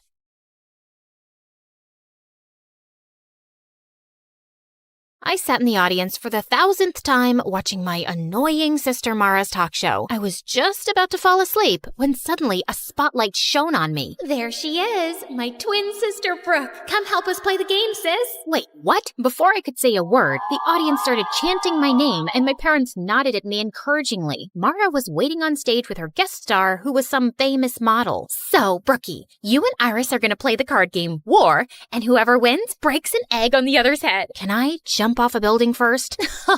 Always such a little party pooper. I played the dumb card game until I won, so I cracked an egg on Iris's head before turning to go off stage. Ow! You just hit me in the head with an egg. That was the goal of the game, genius. Well, you did it way too hard. Ow! The next day, my accidental egg assault was all over YouTube and social media. Sister of talk show host Mara gets violent with popular model Iris. So melodramatic. My life wasn't always like this. I'd never asked to live in the public eye. All of this started when my bimbo sister got her own show a year ago and became a child millionaire. Then here I was, just trying to get through high school without punching or kicking walls. Hi, I'm Brooke from Manhattan, and this is my story. But before I rant about my drama, please like and subscribe. Everyone at school brought up the stupid talk show incident. Look, it's Mara's extra crazy sister Brooke. Should we refer to her as the egg beater? I can beat an egg over your head, but don't worry. I'll avoid smashing your new nose. You're always such a witch. This is why nobody at school likes you. She was so cute for thinking that I cared. Anyway, around lunchtime, I headed to the bathroom when suddenly I jumped. One of the most popular guys in school, Lance, was right behind me, smirking. He was a part of a clique of 4 other heartthrobs who all looked like Wattpad princes. You are looking lovely today, princess. You just followed me into the girls' bathroom. I wanted to ask you out on a date. You've never even made eye contact with me before. I used to think you were just Mara's mean loser sister, but when I saw what you did on TV, I practically fell in love with you, babe. I've always wanted a girl with that kind of fire. So I'll pick you up tonight at 8. I didn't answer. I just pushed Lance away from my face and towards the toilet bowl. He landed head first, and I couldn't help laughing. Except later that day, I noticed the rest of Lance's dreamy friends kept staring at me with that same smirk on their faces. In fact, all 5 of them slipped envelopes into my locker asking me on a date. This had to be some kind of joke. I decided to ask Mara about it, since she was the school queen bee and full of gossip. But surprisingly, Mara didn't know anything. Then later that night, she gave me some crazy news. She'd invited all 5 of those guys to come onto her talk show, where she'd set up a competition over who could win a date with me, without even asking me. So what if they're just hitting on you for a joke or a bet? It'll be so much fun. You've never been on any kind of date, and you're in the 12th grade. Please. I finally gave in, but I knew those boys were up to something, and if they were gonna mess with me, I was gonna mess with them too. On the night of the show, I sat center stage behind a table while the 5 idiot heartthrobs lined up behind a rope. Each of them had 30 seconds to impress me. After you pushed me into the toilet, I went and bought you flowers. I also have chapstick to put on before kissing you for our date. Too bad your breath smells like a sewage drain. Next. If you were my girlfriend, I'd take you to a restaurant right on the ocean and buy a giant ice cream sundae with Ice cream makes me puke. So, I used to be an underwear model, but then I'm embarrassed for you. I had this flown over from Japan. No! By the time the fifth guy, Zeke, came over, I was already exhausted. Then I noticed he was holding a guitar. Oh my God. Brookie, oh Brookie, honey, my heart is yours. Yeah, Brookie, oh Brookie, Brookie, my sassy princess I adore. The audience went wild, and I wanted to cringe. But for some reason, I found myself smiling. So when it was time to choose the guy I'd go on a date with, I chose Guitar Boy Zeke. I just had to remember that he probably didn't really like me, and if he was planning on humiliating me, I had to beat him at his own game. So when I met Zeke for our picnic date, I came wearing my mom's wedding dress. What's that you're wearing? A wedding dress. That way, we can imagine what it'll be like when we get married one day. Ever since the talk show, I've fallen head over heels for you, and after that song you sang for me, I know now that you feel the same way. I'd hoped the guy would run scared and crying, but instead, he laughed. I must have really won you over with that song I played you. I'm not done with you yet, Prince Charming. During our picnic, I sat on his lap and made him feed me every bite of food and hold the water cup up to my lips. And when he turned to get a napkin, I started fake crying hysterically. We were staring into each other's eyes, but you looked away. Is it because my eyes are ugly? Or are you breaking up with me? I have nothing else to live for now. You are so extra. I know what'll cheer you up. Let's have a romantic dance. Wait, what? Before I could say a word, Zeke turned on classical music and pulled me up to dance. He started spinning and twirling me around and even threw me in the air. God, he was crazy. Later on, Zeke drove me home, but he said he needed to stop at his house first for something. I decided then I'd confront him. Look, I know you're either dating me because you bet your friends money or you guys want to humiliate me as a joke. Either way, I'm just telling you, I didn't fall for it. I told those guys you'd be too smart to trick. It was Lance's idea to bet money on which one of us can win you over. I never wanted to do it, but I couldn't tell Lance that because whatever Lance wants, Lance gets. Zeke then told me his dad and Lance's dad were friends, and because Lance's family was rich, his dad was going to pay for a music college Zeke got into. Therefore, he could never afford to ever piss off Lance. And don't tell Lance I said any of this. Please, just let me tell him you fell for me and you asked me to be your boyfriend. I really want to go to music school. Come on, you don't care what anyone thinks, and you're already unpopular and barely have any friends, and no offense. How little self-respect did this guy think I had? I wanted to give him a good slap in the face, but just then, Zeke stopped by this really run-down trailer next to a pile of garbage. Okay, we're here. My dad's sick, so I have to check on him every few hours.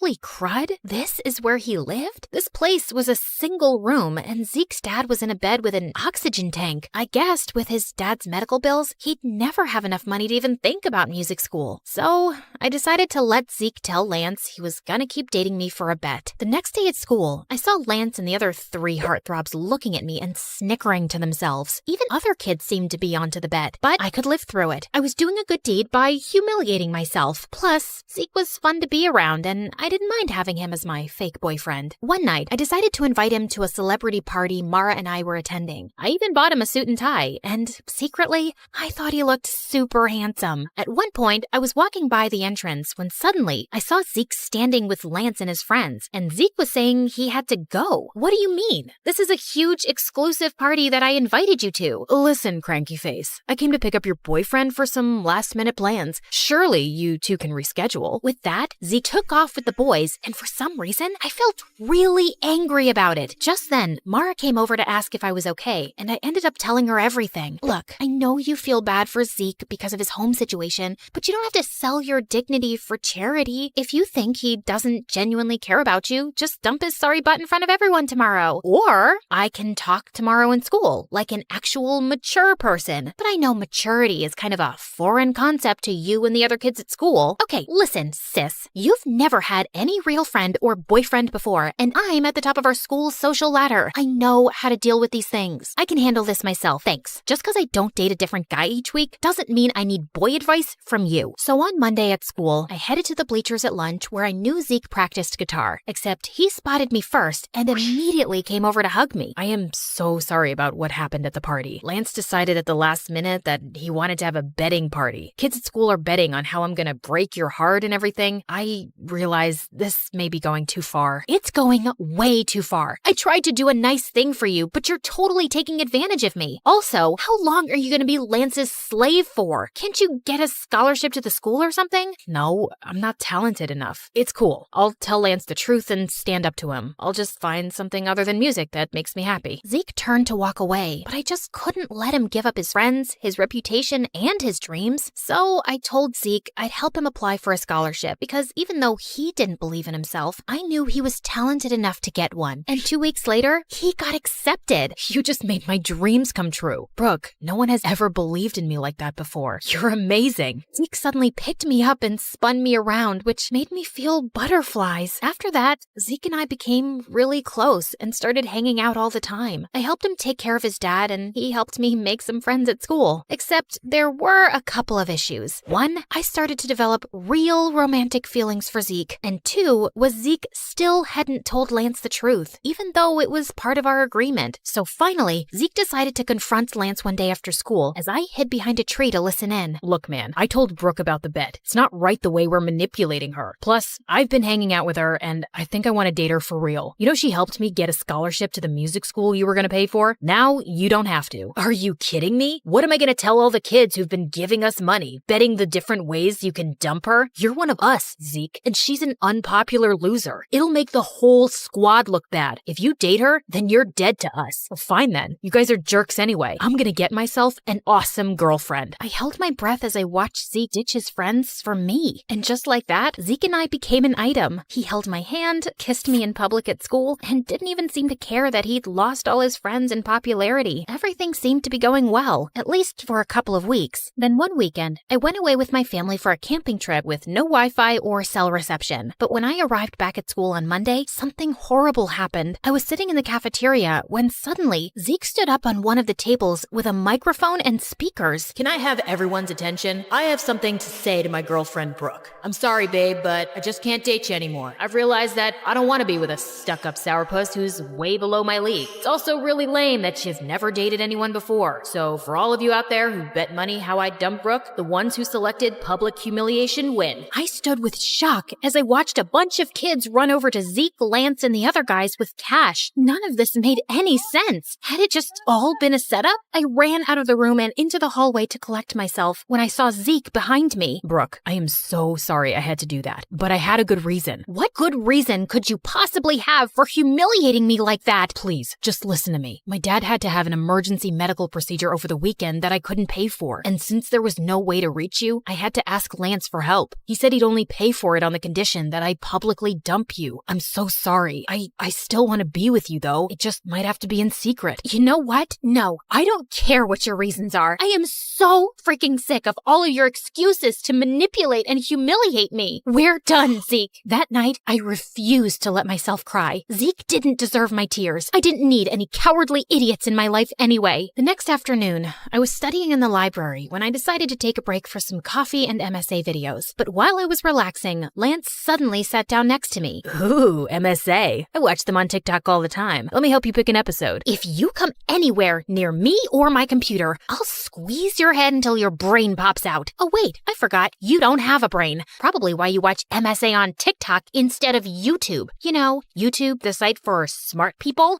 Wow, Zeke must really regret dumping you. Yeah, about that. I know it was you who forced Zeke to break up with me. Why do you have to go around messing with his life and mine? The way you and your friends bet on me and tried to break my heart for fun? How sick do you have to be to want to do something like that? Maybe some people just enjoy messing with other people's lives. You should ask your sister. After all, the whole betting game was her idea. Lance got up and left, leaving me very confused. What did he mean by that? He was probably just messing with me, but I still asked Mara about it, and she got really quiet. Okay, it's true that it was my idea, but let me explain. I just felt bad because our whole lives, you've lived in my shadow. I have everything. Fame, popularity, friends, and you didn't get any of that. So I wanted to find you a cute boyfriend to make you happy. Except none of the guys at school wanted to date you. The only ones who were willing to were Lance and his friends, if they could make money off of it. But I had hoped one of them would fall for you for real. I was stunned and silent as Mara apologized over and over. I knew her heart had been in the right place, but she'd gotten me into such such a giant mess. God, I just needed space from everyone. The next morning, I was going through the mail when I saw an envelope from Zeke's music school. To my surprise, they'd returned a check I'd paid as a deposit to confirm his place in the program. Apparently, Zeke had called the college and declined the offer to attend. I thought right away of his sick dad, and suddenly I got a bad feeling. I drove immediately to Zeke's house, but when I reached there, he was sitting outside and playing guitar, looking perfectly happy. Zeke, is everything okay? Did you call your college and decline the offer? Yeah, I just didn't feel right taking your money to attend there, not after the way I treated you. So I'm just gonna save up and reapply next year. In the meantime, I got a job and my dad's doing better. Thank you for believing in me, Brooke. You have no idea how much it means to me. Zeke came over to hug me, and I felt those stupid, happy butterflies again. Hey, listen, are you still friends with Lance? God, no. I'm done being his slave. I took a loan and paid him back everything I owed him for Dad. So, if I give you a second chance, that means you can't be an idiot this time. I swear on my life I won't be. I want you back, and I won't have it any other way. So, I guess my sister did achieve her goal of finding me a guy, even though it was in the craziest way possible. Still, maybe one of these days I could thank her for it.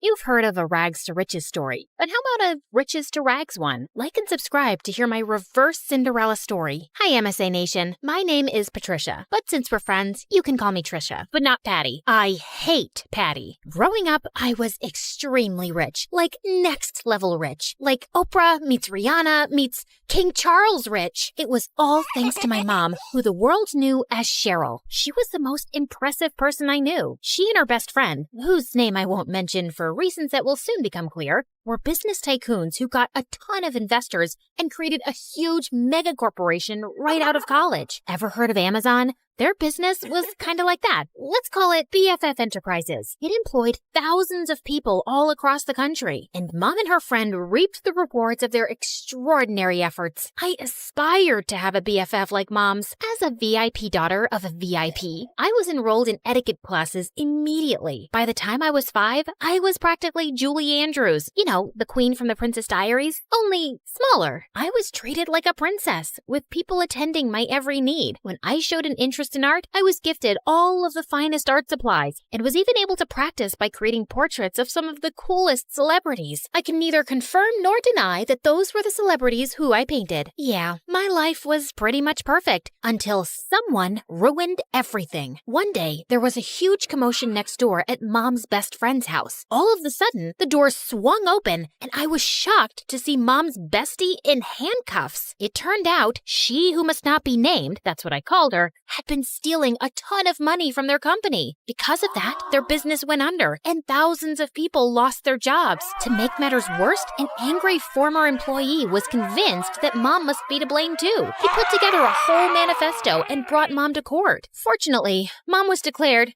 innocent.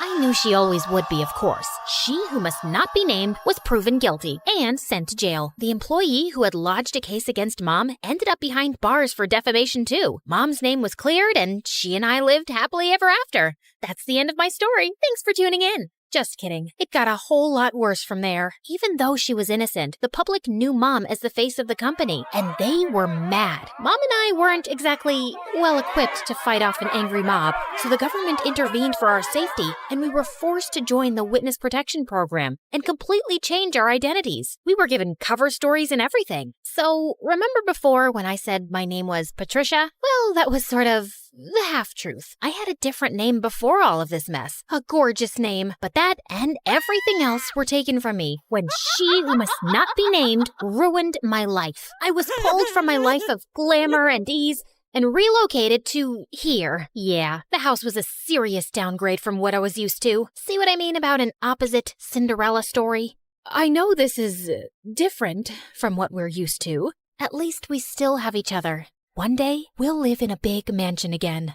I hoped she was right. In the meantime, Mom set up security cameras everywhere. She was afraid someone would somehow find out who we were and try to break in and steal whatever valuables we had left. That fall, I started up at my new school. I thought it would be a breeze. I'd never had any problems making friends before in my fancy school, back when I had money. But here, everyone was staring at me as I walked in. I felt like a total fish out of water. What, are you like from Gossip Girl or something? It got worse in the classroom. May I use the washroom? Mayhaps the princess would like a peasant to escort her. And even worse than that, in the cafeteria. Look, Gossip Girl thinks she's at a royal banquet. Here, have some slop like the rest of us, princess. I was about ready to blow my cover and demand Mom let us move back to her old life when... Hey, leave her alone. Your mama sure would be mad if I told her that this is how you minded your manners. Wow, thank you for that. Don't mention it. Someone has to show you some proper small-town hospitality. I'm Sally. Patricia. Where are you from, Patricia? I grew up in the big city with a ton of money. My paternal grandparents invented trail mix, but my dad walked out on me and my mom and took all of our riches with him. Oh my goodness. I'm so sorry to hear that. We used to have more money too, but, well, it's complicated. It's hard, what with being one of 6 kids. Hey, if you'll let me, I would love to help you learn the ropes of a small-town life on a budget. Under Sally's wing, I started to really get the hang of my new life. She taught me all the tips and tricks to finding the best deals while thrift shopping. $5, final offer. The art of sandwich making. The more cold cuts, the better. Even how to use a lawnmower. She was a hoot. While all the other neighborhood kids were riding bikes, Sally would show up places driving her dad's lawnmower. And you don't need a license for this? Nope. Weirdly, though, I never actually saw Sally's dad, but more on that later. Sally encouraged my painting, even if it meant using unconventional canvases. She was the most thoughtful friend I ever had. In turn, I taught Sally all about how to host a proper high tea and even how to ballroom dance. Sally was a total girly girl at heart, and I could tell she appreciated feeling like a princess for once. Over time, Sally and I became inseparable, and we especially loved taking her lawnmower out for joy rides. Hey, instead of zooming around town, why don't you put that machine to good use and mow my lawn? I'll throw you $20. $30, final offer. The haggling skills Sally taught me were really coming in handy, and that's how Sally and I started earning some extra cash. In the beginning, we had a handful of customers, mostly our friends' parents, who paid us to mow their lawns and rake their leaves. But then, Sally had a fabulous idea. Trisha, you're such an excellent artist. We should offer painting services too. You can even do customized designs. Oh my gosh, Sally, you're a genius. We showed up to the hardware store, excited to get all the materials we'd need to expand our business, but were shocked when we saw the prices. We were in over our heads. I went home, defeated, but then I thought of someone who just might have some good advice. Janessa, the apple certainly doesn't fall far from the tree. I'd be happy to jumpstart this business for you too. We'll finally have a new way to make money. But first, I want to see your business plan. With Mom's guidance and funding, S&T's Landscaping was born, and with her savvy advertising, our client base expanded quickly. Plus, I was having a blast customizing people's houses with my art. With Sally by my side, I was starting to finally feel at home in this small town. There was just one weird thing. Sally never invited me to her house. She always made excuses why we should meet at my place instead. Oh shoot, I totally forgot. My crazy Uncle Louie's at my house this week. He always brings all 17 of his pet chickens. We should probably just hang out at your house. I fell for it when she told me about Aunt Linda and her 6 boa constrictors, but 17 pet chickens? Yeah, right. One day, curiosity got the better of me. When Sally told me she was heading home after school, I pretended I was going to my place, but I followed her instead. What could she possibly be hiding? I followed Sally to the outskirts of town, the bad neighborhood. Whoa, Sally lives here? The trailer barely looked big enough to hold a twin bed. How could Sally and her 5 siblings and her parents even fit in there? Just then, I lost my balance and fell to the ground with a huge thud. Trisha? Sally, I can explain. I thought Sally was gonna start screaming at me, but instead, she started crying. I'm sorry I never showed you my home. It's just, well, I was embarrassed of this ugly trailer. My dad used to have an excellent job, and we had a big house and a big yard, but Dad lost his job a few years ago and ended up in jail. Ugh! If it wasn't for BFF Enterprises, we would never be in this mess. He was just trying to stand up to their evil owners, and instead Cheryl hired her cronies to make it look like Dad was lying and put him away. It felt like my stomach had dropped out of my butt. Sally's dad was the angry former employee who'd made a case against Mom. Thank goodness Sally had no idea who Mom and I actually were, thanks to our aliases and dye jobs. But why was she blaming Mom when it was really her dad who put us in this mess? I knew I shouldn't say anything or risk Sally getting suspicious, so I ran home before I put my foot in my mouth. Trisha, wait! Was it something I said? I avoided Sally the rest of the week, which wasn't easy. I felt so conflicted. Sally was my best friend, but she hated my mom and blamed her for her dad being in jail. So, I decided to get Mom's advice. I need to talk to you. Sally's dad is your angry former employee who ended up in jail. Oh, come on now, Trisha. What a strange joke. Why was Mom calling me Trisha? At home, she always called me by my real name. Mom, this is serious. Sally has no idea who I really am, or that you're actually the co-founder of BFF Enterprises. Just then, Sally popped up from behind the couch, and suddenly, Mom's behavior made sense. Sally, it's not... I can't believe this. I thought we were best friends, and all along, your family is why my family is suffering? Sally, please, leave me alone. I don't want to talk to you ever again. I've heard of surprise birthday parties gone wrong, but never this badly. I probably lost my BFF forever. But Mom was more preoccupied that Sally would out us both.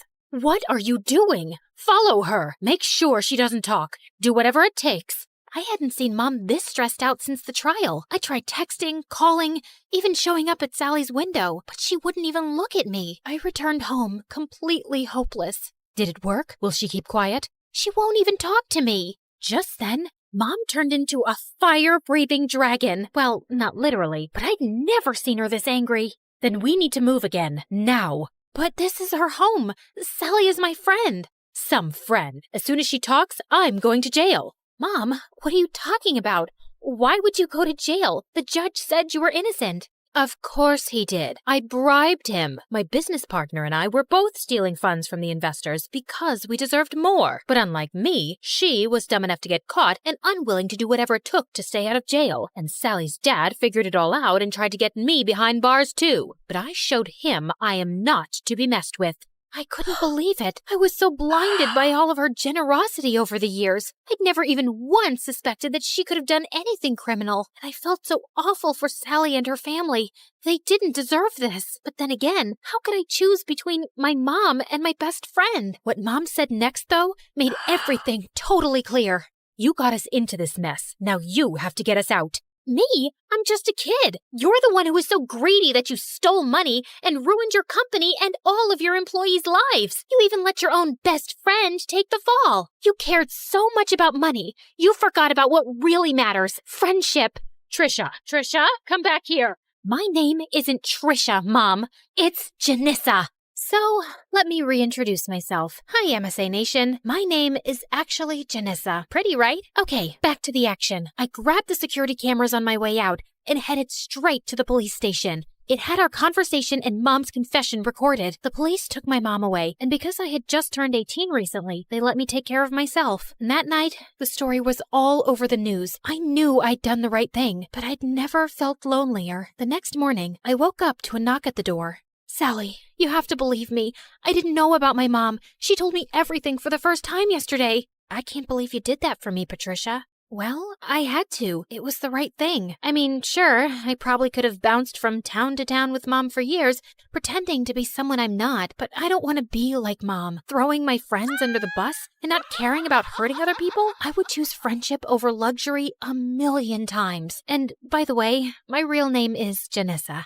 It took months, but after campaigning tirelessly, we finally got Sally's dad out of jail and back home where he belonged. With Mom behind bars, I was finally free to come out of hiding. Even though I was totally free to move back to the city, I decided to stay put in this small town. After all, this had become my home. I even asked Sally's family to move in with me. Plus, Sally's dad was able to take over the landscaping business. With him in charge, business is booming. Everyone is just so thrilled that he's back home where he belongs. We did have a company name change, though. I'm just so happy to have my best friend by my side.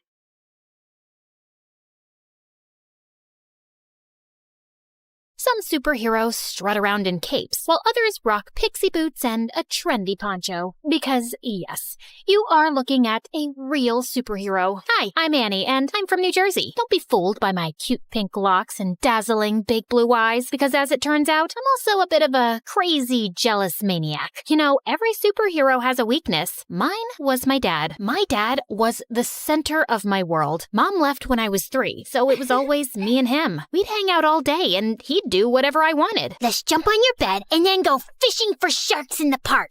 I've just made the bed and it's raining outside, but whatever makes you happy, my angel. My dad was the best. He was my superhero. We did everything together and made a big effort to share each other's interests. For example, he learned the names of all the dogs from Paw Patrol. You're such a Sky. In return, I learned to play chess, which was Dad's favorite game. Kapow! That's a chick and a mate. One time, when I had a high fever, I asked him not to leave my side for 1 minute. I promise, Annie, I never will. And I totally believed him. He even made a pulley system to get the Uber food delivery to my bedroom window without leaving my room. But then, the worst thing happened. A couple of days later, instead of making me breakfast, he grabbed his car keys and let a babysitter in. I must go to work today, Angel Annie. Teresa will look after you. No, Daddy, I'll go with you. I'm sorry, sweetie. I have to go alone. It's for the best. Why? Because we need the money to live. Fine. If you want to leave, you'll have to step over me. And everyone knows that's bad luck. And to my surprise, he actually stepped over me to leave. I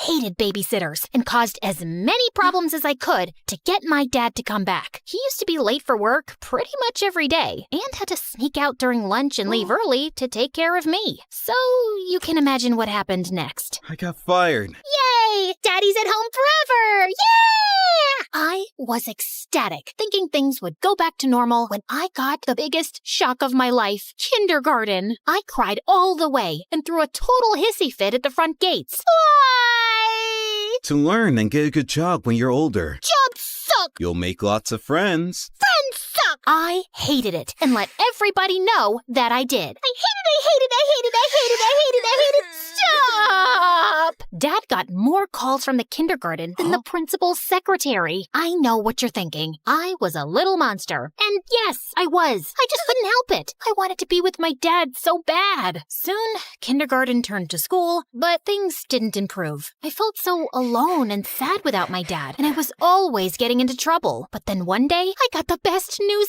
ever. I know how unhappy you are at school, so I talked with the principal and I'll take a job at your school as a janitor. This way, we can spend all the time you want together, and I can have a job. God knows we need the money. I know it's not glamorous, but would it be too embarrassing for you? What? Just you and me again? This is the best job ever! But there is one condition. You must behave, because if not, I'll get fired. You promise? Oh, I promise. Pinky promise! And for some years, things were amazing. We drove to school and worked together, sat together at lunch, and whenever he'd go past my classroom mopping the floor, he'd give me a goofy wave. For the first time, I focused on my schoolwork because I didn't want to mess up our arrangement. Other kids were even inviting me to parties. You should go. Make some friends. Maybe you could come with me? Annie, you must learn to do things without me. Rely on other people. Really? Maybe you're right. I guess I can go for like half an hour. Nah, let's just hang out here and watch TV. But then it all changed. I was supposed to be meeting some peeps at the movies, but then remembered Dad's favorite TV show was on. So I decided to go back home and watch it with him. But when I opened the door, I found that Dad was having dinner with a woman with candles and flowers on the table. Annie, Angel, I wasn't expecting you. This is Fern, my new friend. Hello, Annie. I've heard so much about you. It's great to meet you at last. Funny, I've heard absolutely nothing about you. I was hoping we'd spend some time with Fern, Annie. Three's a crowd. Suddenly, I felt so jealous. Why would he want to spend time with her and not me? Soon, Fern became a permanent fixture at our place. Despite my grumpy face when she was around, she was always super nice to me. Wanna hit the shops? I have the biggest discount card. Maybe you can use it to buy another book on winning over skeptical teenagers. And at school, Dad was always calling her. She even joined us for lunch some days. I tried to do everything to get his attention when they were together. Like the time in the canteen, she'd made us all sandwiches, and I pretended to choke.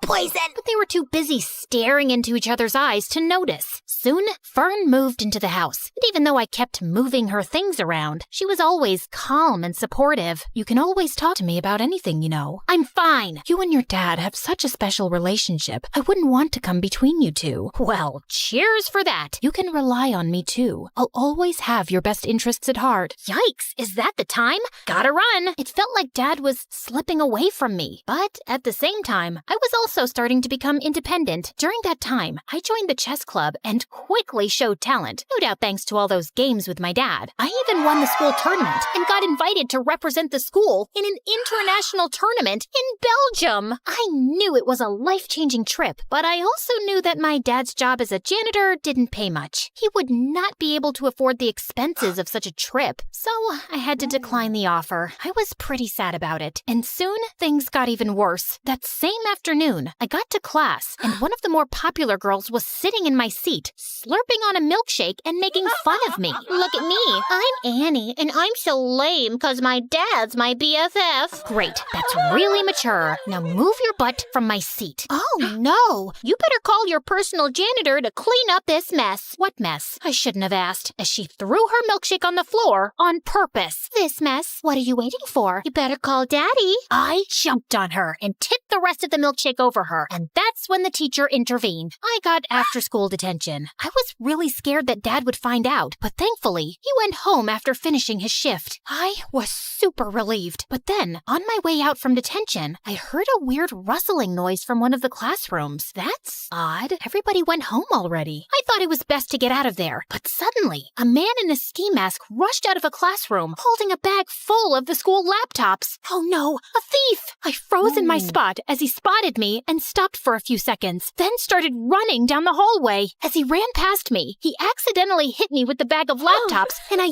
yelled in pain as I stumbled to the floor. Oh my god, are you okay? I looked up in shock as I recognized that voice. Dad? Suddenly, he dropped the bag and ran down the hallway and out of the school. I tried to follow him, but he was too fast. So I sprinted home, and there he was, Dad, completely out of breath and with the ski mask in his hand. The first thing he told me was to keep my voice down so Fern wouldn't hear. Dad, seriously? Stealing from the school? Are you crazy?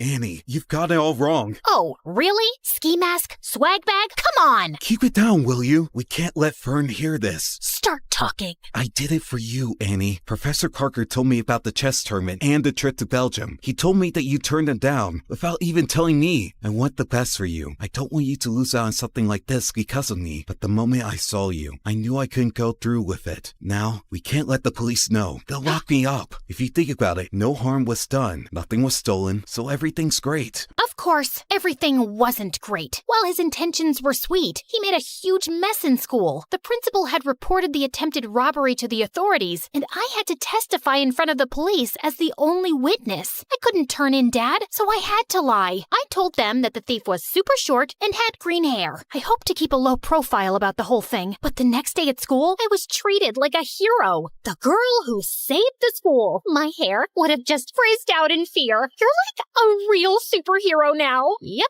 I guess that's me. Want to hang out with us and tell us all about it? And oh, let's snap a selfie. I need to boost my feed with some genuine hero vibes. But the worst thing was, since I caught Dad red-handed, he'd become increasingly clingy and hardly left my side. I guess he was scared I'd confess the truth, but it was really annoying. Like when this really cute boy Warren, who I liked but I didn't think had ever noticed me, talked to me. Hey, Annie, I'd love to take you out for a burger. Sorry, she's busy. Dad? Come on, hun. It's lunchtime. The first one to our seat wins the pudding. Sorry, Warren. I'll just have to go now. A burger soon, though. Sure. But soon, I started hanging out with Warren and his new friends all the time, while Dad's excuses to drop by became increasingly awkward and downright embarrassing. I came by to check if you've seen my lost, mop. Thought I might have wandered into your classroom. And he'd always pick the worst times to barge in. I think I'm falling for you in a big way. I think we need to clear the air here. Dad! I'd had enough, and on the way home, I thought of ways to let him down gently. But I ended up screaming the truth at him in the driveway. Dad, it's time for a reality check. You can't shadow me forever. How about picking up a hobby that doesn't involve stalking me? You're suffocating me. Then he looked down and rolled his puppy dog eyes. I began to feel very guilty. But then, big news popped up on my phone. A very short man with green hair had been arrested for the school robbery. And it was all because of me. Annie, we must go on the run. No, Dad. You need to confess. Confess to what? And suddenly, we both turned around, and Fern was standing there with the groceries. To not cleaning the bathroom properly. You have never cleaned it properly, Annie. Oh, I think my sock drawer needs some reorganizing. Annie, you can tell me anything. I'll always take your side. You can trust embarrassed me. I didn't tell Fern. I thought she wouldn't understand. I tried to forget the whole thing, but I felt so guilty. That innocent guy was in jail because of me and my dad, and we needed to set the record straight. But I just couldn't turn my father over to the police. That night, I didn't sleep at all. I was so angry at my dad that the next morning, I skipped breakfast and took the bus to school. But when I got there, I saw him getting into a cop car. Dad! Loads of people were standing around, watching and filming, and I was mortified. I tried to make my way through, but when I reached the police car, it drove away from the school. Then the principal came over and pointed at me. Warren and my friends were shocked. It seems Annie isn't a superhero after all. She was an accomplice to her dad. I've never felt such deep shame. If I had superpowers, I'd have vanished right there or zapped myself to the North Pole. I covered my face, crying, and was ready to run away from there, but a cop caught my arm. Time to face the music and confess. But when I finally told the truth, I felt like a weight had been lifted from my shoulders. They let me off with just a warning since I was a minor, and my dad took full responsibility. Fern came to pick me up, and I was enraged with her. I knew she couldn't be trusted. How could you betray us like that? I must confess that I heard you guys whispering around. I quickly understood what was happening, and I knew I had to step in. You didn't deserve to live with that huge secret and with the guilt. I knew it was the right thing to call the police, and I was about to do it, but then I just couldn't. Not to save your dad, but because I know how close you guys are and how devastating it would be for you. I just didn't want to hurt you. I started crying. Thank you, Fern, for everything, and I'm sorry for being a brat with you. Fern hugged me firmly, and I hugged her back. During those hard times, we became really close. She took me home and stood firmly by my side through it all. But if you didn't turn him in, then who did? Some weeks later, they allowed me to visit Dad. I confess everything myself. It was unfair that someone else was arrested, and it felt even worse that you lied for me. I was afraid you'd start hating me for dragging you into my mess, so I gave myself up. I'm so sorry for being such a terrible dad. Dad started crying, and I soon joined in. No, Dad, you've been the best. I'm sorry I've been so difficult, and you don't need to feel like I'm missing out on anything. Promise, you won't ever do anything like this again. Pinky promise. And now, a few months later, Dad has been released, and we're moving with Fern to a new city for a fresh start, and I'm looking forward to making new friends.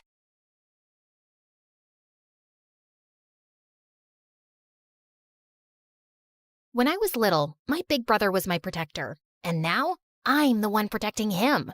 I just hope I don't get arrested. Oh yeah, and like and subscribe or you'll miss out on the mystery. I'm Zelda from Washington, D.C. My brother Ryan has always been there for me. When I was clumsy and dropped my ice cream, he got me a new one. When I fell, he picked me up.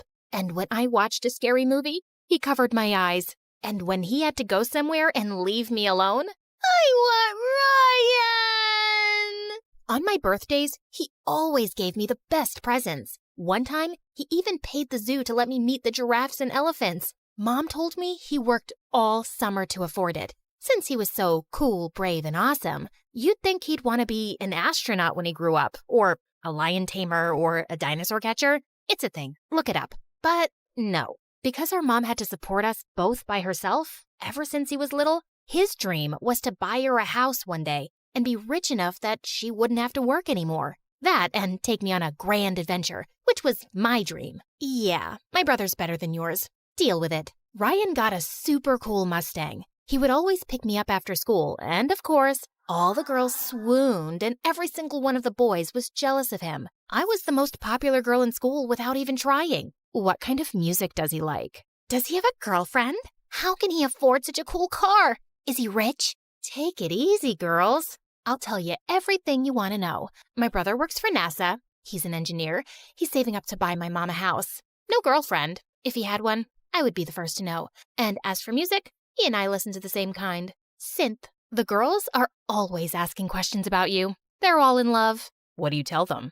Just the usual. It's not like you're a mystery or anything. They don't need to know my business. Next time anyone asks, tell them you don't know. What? Why? Look, NASA is secretive. I can't tell everyone about what I do there. The government doesn't want anyone to know. I wish I could tell you more, but I can't. Actually, we really can't talk about it at all. I've already told you too much. Just be cool about it, okay? What? No. I want to know everything. Tell me immediately. Maybe someday I'll be able to explain, but for now, keep everything I said between us. Ryan, that's not fair. Life's not fair. Here we are. Go on. I have to go back to work. I'll see you on your birthday. My birthday's next week. I have school tomorrow. You have to pick me up. Oh, right. Ryan, I'm worried. You're acting weird. Don't worry, little Z. I can handle myself. He dropped me off and drove away like he always did. Except this time, something felt different. Government jobs are very hush-hush. I'm sure he's perfectly safe. Please, respect his wishes and just leave him alone, okay, honey? He forgot my birthday. He never forgets my birthday. He's been a little distracted lately, just a little stressed. But he's okay, I promise. But I knew Ryan more than anyone, and he seemed worried. The next day, I waited outside our house for him to pick me up like he always did, but this time, he didn't show up. OMG, what happened? You're soaked. Didn't your brother pick you up? No, and he didn't call either. Something's wrong. I texted him all day, but there was no response. After school, with all the girls waiting to see him like they always did, I stood at the curb, looking right, left, waiting, calling, and yeah, you guessed it, he didn't show up. My brother, who had been there for me since the day I was born, was now missing.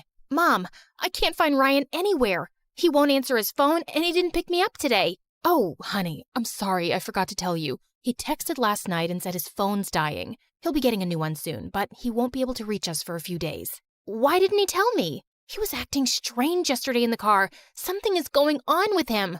What if they heard us? Who? The government. What if they listened to our conversation? And now, honey, you're just so used to him being around, and now you're extra worried. This is probably the longest he's been away from you since he graduated college, isn't it? Well, yeah, but it's strange that he didn't text me when he texted you. And why didn't he pick me up? Maybe he had car trouble and couldn't call you. Don't worry. Your brother can take care of himself. He always has. Why wasn't Mom more worried? Everything felt wrong. Was I just being paranoid? She left in a hurry to go to work, and I was alone with my thoughts. Everything Mom said was true. But then again, he really was acting weird yesterday. And just because Mom got a text from his phone doesn't mean it was really him. I had to be sure. I rushed to the bus stop and went to the only place I knew I could get some answers, NASA. I would say he was an engineer, just like he told us, so they wouldn't suspect I knew anything more, which I guess I didn't really. I couldn't believe the giant space shuttle and huge NASA logo out front.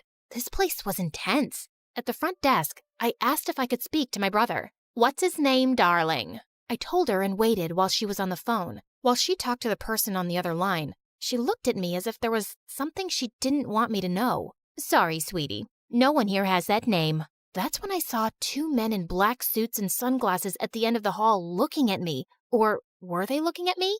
Maybe they were just waiting for someone. I didn't want to find out, so I hurried out of there. I had no idea what was going on. It didn't make sense. Unless they really didn't want anyone to know where he worked because he was part of some top secret mission. Without any other choice, I decided there was only one more place I could go to try to find him and find some answers. His apartment. I had only been there one time when I was about to move in a year ago, but I had written down the address. The building was super tall and fancy. I ran to the door and pressed the number to his unit. When an old woman answered, I asked if my brother lived there, thinking maybe she was the maid. No, he doesn't live here. Sorry. My head was spinning. What the heck was going on? I saw my brother almost every day since we were little. I knew him, didn't I?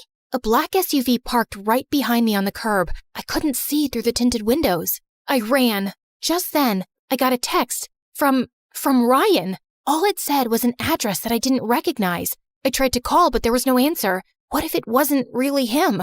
I could be walking right into a trap. I got on the bus and headed that way. I couldn't go to the police yet. I had nothing to report. But what if I was going into a trap? But he was my brother, my protector. I had to try. Whatever it was I was heading into, I had to be brave. The sun went down. The street of the address was dark and dirty. My mom would never let me come here alone. Then I found it, a broken down old motel. I climbed the steps and knocked on the door, my hands shaking. It opened, and I saw a beautiful young woman standing in front of me. Zelda, who are you? I'm May, your brother's girlfriend. Come in. I walked into the small room and saw Ryan sitting there, his head down like he was crying. I ran and hugged him. I'm so glad you're okay. I've been looking everywhere for you. What's going on? I went to your work, to your house. I lied, Z. I don't work for NASA, and I don't live in that nice apartment building. I've been living here. When I showed it to you, I was a real estate agent, but I was terrible and I got fired. Now, I work at a rental car place. The Mustang is theirs. My boss caught me using it last night and fired me. But why did you lie? I thought we were best friends. We are. I was ashamed. You always thought I was so cool. You looked up to me. I said I would buy Mom a house, and I can't even afford to pay my own rent. She has to help me. I wanted to still be that big brother for you, the one you looked up to. You are my big brother. Of course I still look up to you. You're my whole world. I don't care what you do for work. See, Ryan? Zelda, I told him you'd say that. He didn't want us to meet because he didn't want me to lie to you. But I'm glad you're here now. And I'm so sorry, but Zelda, we need your help.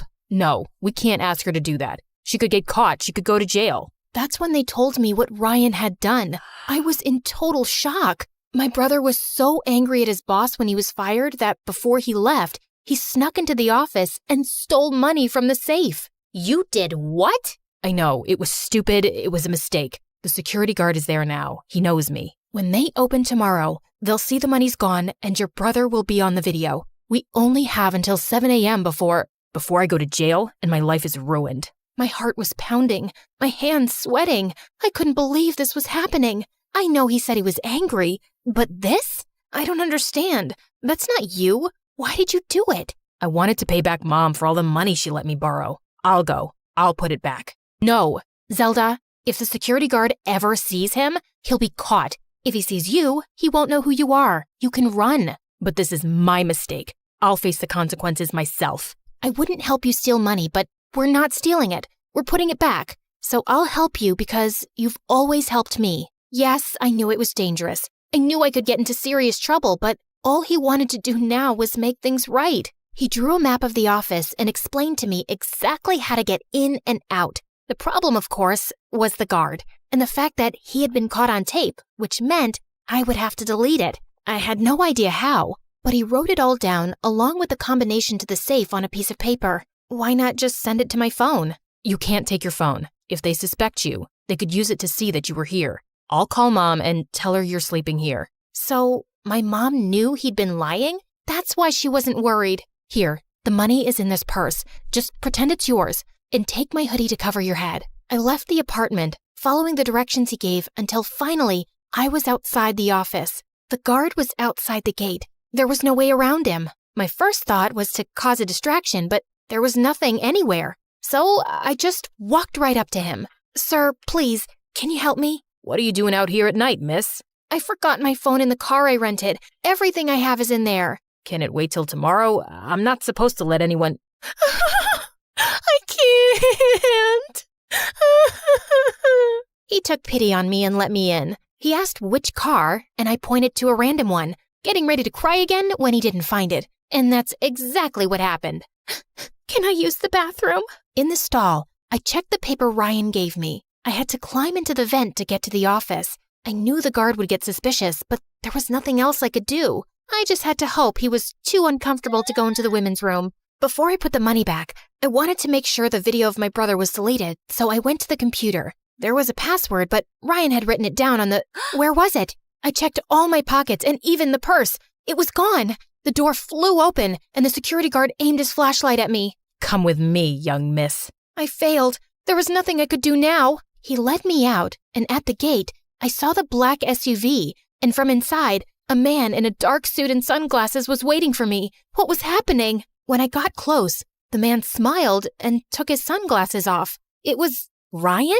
Happy birthday, little Z. How'd you like your adventure? But my birthday is next week. I know. Then it wouldn't be a surprise, would it? I'm pretty sure this would still be a surprise. Ryan told me he did work at NASA, and he owned the car rental place because 6 months ago, he invented something for the government, and now he was a billionaire. What about May? She's my friend from work. If I was dating someone, you'd be the first to know. Why? Do you think she likes me? But your apartment. I moved out 2 months ago because I bought a house. Wow, you got your own house? No, that one's yours and Mom's. Mine is that one. Mom came out from inside, smiling and waving. Thanks for trying to save me, little sis. My protector. I was happy. He really was the best brother ever, except for one thing. You made me walk to school in the rain. Hi, I'm Allison from a small village in France. Please like and subscribe. I lived in a small cottage with my single mother who worked as an artist. Life was tough since we had little money, so when I turned 5, Mom decided to move back to her home city, and it had a freaking palace. Whoa, is that a real palace, Mommy? I want to see what it looks like from the inside. I want to meet the king. The king doesn't live there, Allie. Only his sister, the Duchess, does. And only those who work in the palace can go there. Soon after, Mom got a job as a royal portrait artist, and I would beg her to take me along someday. But she always said I was too clumsy and the palace was full of delicate things. I'll be careful, I promise. Oh, I forgot to tell you. There's also a ghost who has lived in this palace for decades. Was the ghost there when you were a kid? Yep. Then it must be old by now. I can easily outrun it. Of course, I didn't believe her. If anything, it made me more curious about the palace. When I was 9, Mom was called by the Duchess to make her portrait, and this time, I followed her. Somehow, I managed to sneak inside without getting noticed. And boy, was it pretty! As I wandered around, I slipped into a nearby room full of toys and blingy things. I'd never seen anything like that before, and it was so fascinating that I grabbed a few of them. But when I reached home, I felt guilty and scared. If anyone at the palace found out, Mom could lose her job, and this was stealing. I'll bring you guys back someday when I work at the palace. Till then, you can hide here. My passion for working in the palace grew stronger as time passed. I begged Mom to teach me how to paint so I could become a royal painter just like her. And by the time I was 17, I was better than her. One day while I was painting, Mom came home with some big news. The king is coming to town after 17 years, and they want paintings for the whole palace. We started working day and night, finishing all 20 paintings in under a week. But a day before the delivery, Mom slipped and sprained her ankle. I'll ask someone from the palace to pick them up. No, I can take them. I promise. I won't break a thing. Whoa! Are you sure? We can't lose the job. Yes, Mom. You can count on me. I managed to convince Mom and then left for the palace. I also took the stuff I'd taken all those years back. I could finally put that back. When I entered the palace, it was exactly as I'd remembered. Wow, how dull. This place could really use some color. I was so lost looking around that I tripped over a giant statue's foot, and the paintings flew in the air. Just then, I heard someone scream, and when I looked back and saw a girl, I almost passed out. It was like I was looking in a mirror. I touched her to make sure she was real, and she slapped my hand away. Don't you touch me, you peasant. Don't you know who I am? My doppelganger? We look exactly the same. No, we don't. I'm a princess, and you look like a street rat. If I look like a street rat, so do you, because we have the same face. Wait a minute. Is that gold? Oh my God, you're a thief. The girl started screaming again, and I was surrounded by palace security within seconds. Just as they held me, I bit one of the guards and ran till I reached home. When I told Mom what had happened, she looked at me in shock, and minutes later, the king arrived with the Duchess. Oh, my sweet daughter, it is you. You're what? Mom, what's happening? My mind went blank when the king told me how years ago the nanny had taken me out for a walk, but we both never returned. Your mother and I searched everywhere for you, but we failed. She was heartbroken and no longer wanted to be here, so we left the palace. But today, when the security guards told me of an intruder who looks just like the princess, I just had to come and see for myself. Mom, is that true? I'm not your daughter? It's true, Allie. I found you on my doorstep with a note and some money, but I had no idea you were a princess. Why didn't you ever tell me I'm not yours? Because I fell in love with you the moment I saw you. Now you were my daughter. I am so sorry, Allie. It was just all too much to process, and I ran off. I was a princess, and I had a twin sister. I was living a lie for 17 years? I was walking along the road trying to clear my head when a big sports car pulled up next to me, and a handsome guy got out. Cherry, what are you doing here? It's not safe. Cherry? Do I look like a stupid fruit? Leave me alone. I called you pumpkin before, but you hated that too. What the heck's your problem, dude? This is not a good time. I was saving this as a surprise. But here, will this make you come with me? Holy moly! That diamond was bigger than my fist! Calm down, Allie. Okay, you've got the wrong girl. Whoa! Sorry. I'll have to carry you back home if you don't listen. I punched him in the nose as the guy screamed like a little boy and then ran for my life. This was officially the worst day ever. The next day, the royal staff packed all my stuff and I was moved to the castle. My royal chambers were bigger than my whole house, and everything was beautiful, except it didn't feel like home. Mom wasn't there, and even though I was mad at her, I missed her. I was unpacking when my sister walked in. I know you think you're suddenly a princess now too, but don't let this get to your head. Remember, I rule. Charlotte, dear, don't be so rude to your sister. You should be happy she's back. Okay, Amber. Allison, darling, we're starting with your royal lessons from tomorrow. Be ready at 4 a.m. sharp. Good luck with that. It's not easy being a princess. She wasn't kidding. It was a mad schedule. Mornings were for horse riding, then music in the afternoon, and martial arts in the evening. My body was super sore and I was exhausted, but within a few weeks, I'd grown tougher and learned a lot. One evening during martial arts practice, someone walked up to me. It was the diamond guy. I thought they were just rumors, but you are prettier than Charlotte. We look exactly the same, like identical. Can't you see that, or did the punch make you blind? Feisty. I'm Prince Arnold, by the way, Charlotte's fiancé. Isn't she too young to get married? Are you jealous? What? Move along, dude, unless you want another punch. But the guy just winked and left. What a flirt! Later that evening at dinner, Dad announced that he'd be holding an official coming out party for his daughters, and the entire village would be invited. What's a coming out party? Lame question. It's your official introduction. So why are you having one? Don't people know you already? That's when Dad told me that Charlotte had always been sick all her life. She had a rare genetic heart condition that didn't allow her to roam around too much. It was only recently that she'd gotten better. But I'm still better than you. What's your problem? My problem is that you're here to take my crown away from me, and I won't let that happen. Enough. That's for me to decide. Now eat your dinner. I'd root for you. I kicked that butt-face under the table, and he turned red. Much deserved. The coming out party had sent the whole town into a frenzy, and Mom was called to make our official portraits. Seeing her made me feel so much better. So, how do I look? Like a princess. Have you forgiven me? Maybe. I mean, you're still my mom. Of course I am. The party was a huge success, and I could see the king's pride in introducing his daughters. You should see Allison fight. She's a natural. Her paintings are so good. I think I should send her to Paris to become a professional. Dad, I wanted to become a chef, and you didn't allow that. That's because you weren't well, Charlotte. Now, don't interrupt me while I'm talking, darling. I was a little embarrassed with all the praise, and it clearly bothered Charlotte. So I excused myself and went out for some fresh air, only to find that jerk, Arnold, making out with a maid. What the heck, dude?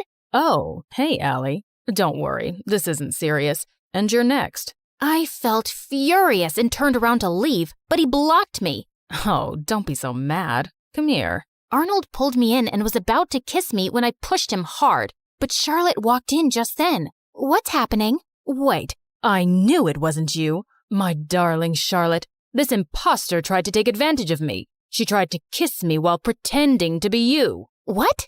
That's not true. This guy's been flirting with me ever since I came here. Charlotte, he's a jerk. I just caught him making out with a maid. Enough. First, you try to steal my life, then my dad, and now you have your eyes on my fiancé? I won't let you get away with it. With that, Charlotte went inside and got on stage as everyone stared at her in confusion. Attention! My twin sister is a manipulative witch. She's a thief and a liar, and so is her mom, that lady. Tell me, Allison, did she teach you how to be a lowlife? Because you surely weren't born one. Say what you want about me, but keep my mom out of it. I feel sorry for you, Charlotte. How could you be so bitter? It's so... Before I could finish, Charlotte jumped on me and we got into a crazy fight. As the king pulled us apart, Charlotte started shaking and fell to the ground. We rushed her to the hospital, and the doctors informed us that she had fainted because of stress and needed rest. I wanted to visit her, but the Duchess stopped me. I think it's best that you stay away. You've done enough damage. Brother, she's not good for Charlotte's health. We might not get along, but she's my sister. She's right, Allison. I think it's best if you give each other some space. Maybe you can stay with your mom for some time. It will only be temporary, love, and I'll have you back as soon as possible. I think we dumped too much on Charlotte, and she needs to get better. Of course, I understood, but I was actually happy to get away from everything for a while, especially since Charlotte and I were on the front page of every newspaper the next day. People called us the Crazy Royals. We were a joke. I was packing my stuff when the Duchess walked in. You're finally going back to where you belong. I knew you'd never fit in here, and it was a mistake to bring filth into the palace. I know I didn't grow up here, but I'm still a princess by birth. So please, mind your manners and never talk to me this way again. Don't forget your place. That's exactly what I'm doing. I pushed her aside and left for my old home. Mom was ecstatic to see me, and to be honest, I felt happier than I'd been in weeks. A few days later, once Charlotte was better, the king announced her engagement to Arnold to give people something else to talk about. Dad invited me, but I decided not to go to the ceremony. I just wanted to stay away and avoid any more drama. On the engagement day, Mom had gone out for something when Charlotte came over. What are you doing here? Don't you have an engagement to get to? I can't marry him, Allison. He's a snake. I should have trusted you. Good time to say I told you so. But what do you want from me? After our fight, we can't have another media blowout. Dad will never allow me to call off the engagement at the last minute. Please, come with me.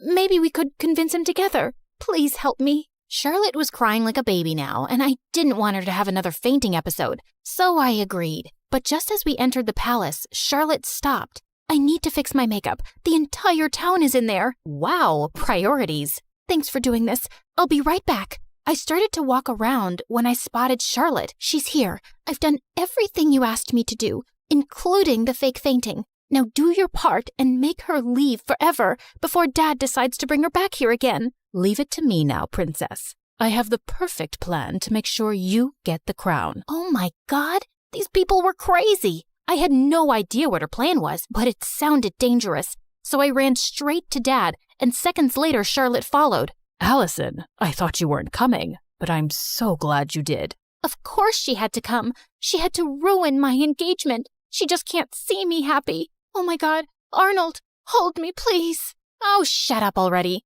Don't you guys get tired of manipulating? King, Dad, whatever, you should see this. I played the video for the entire hall to see, and Charlotte turned pale. Charlotte? Dad, I'm sorry, but you seem to like her more because she's tougher than me. And when Auntie told me that she was after Arnold and my crown, I couldn't take it anymore. But this was all Aunt's idea. Sister, what were you planning to do and why? Suddenly, the Duchess turned into a mad person and started screaming. I'm tired of being your servant. I'm the older sister and the crown was mine, but these girls took that away from me, and I would have gotten away with everything if this one hadn't shown up. What do you mean? You knew she was alive? Whoopsie, you did a boo-boo. The Duchess confessed how she'd paid the nanny to take me away and drop me in the jungle, but the nanny had dropped me at Mom's doorstep instead. Charlotte was so sick as a kid, I didn't think she'd survive for so long. With both of you gone, I'd be a queen, but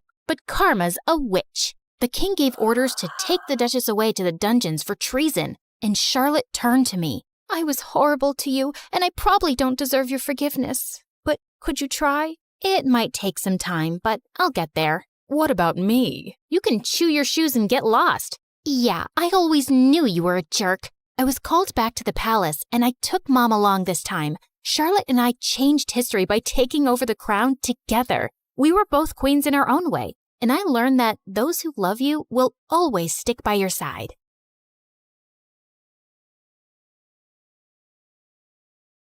Hello, my name is Charlie.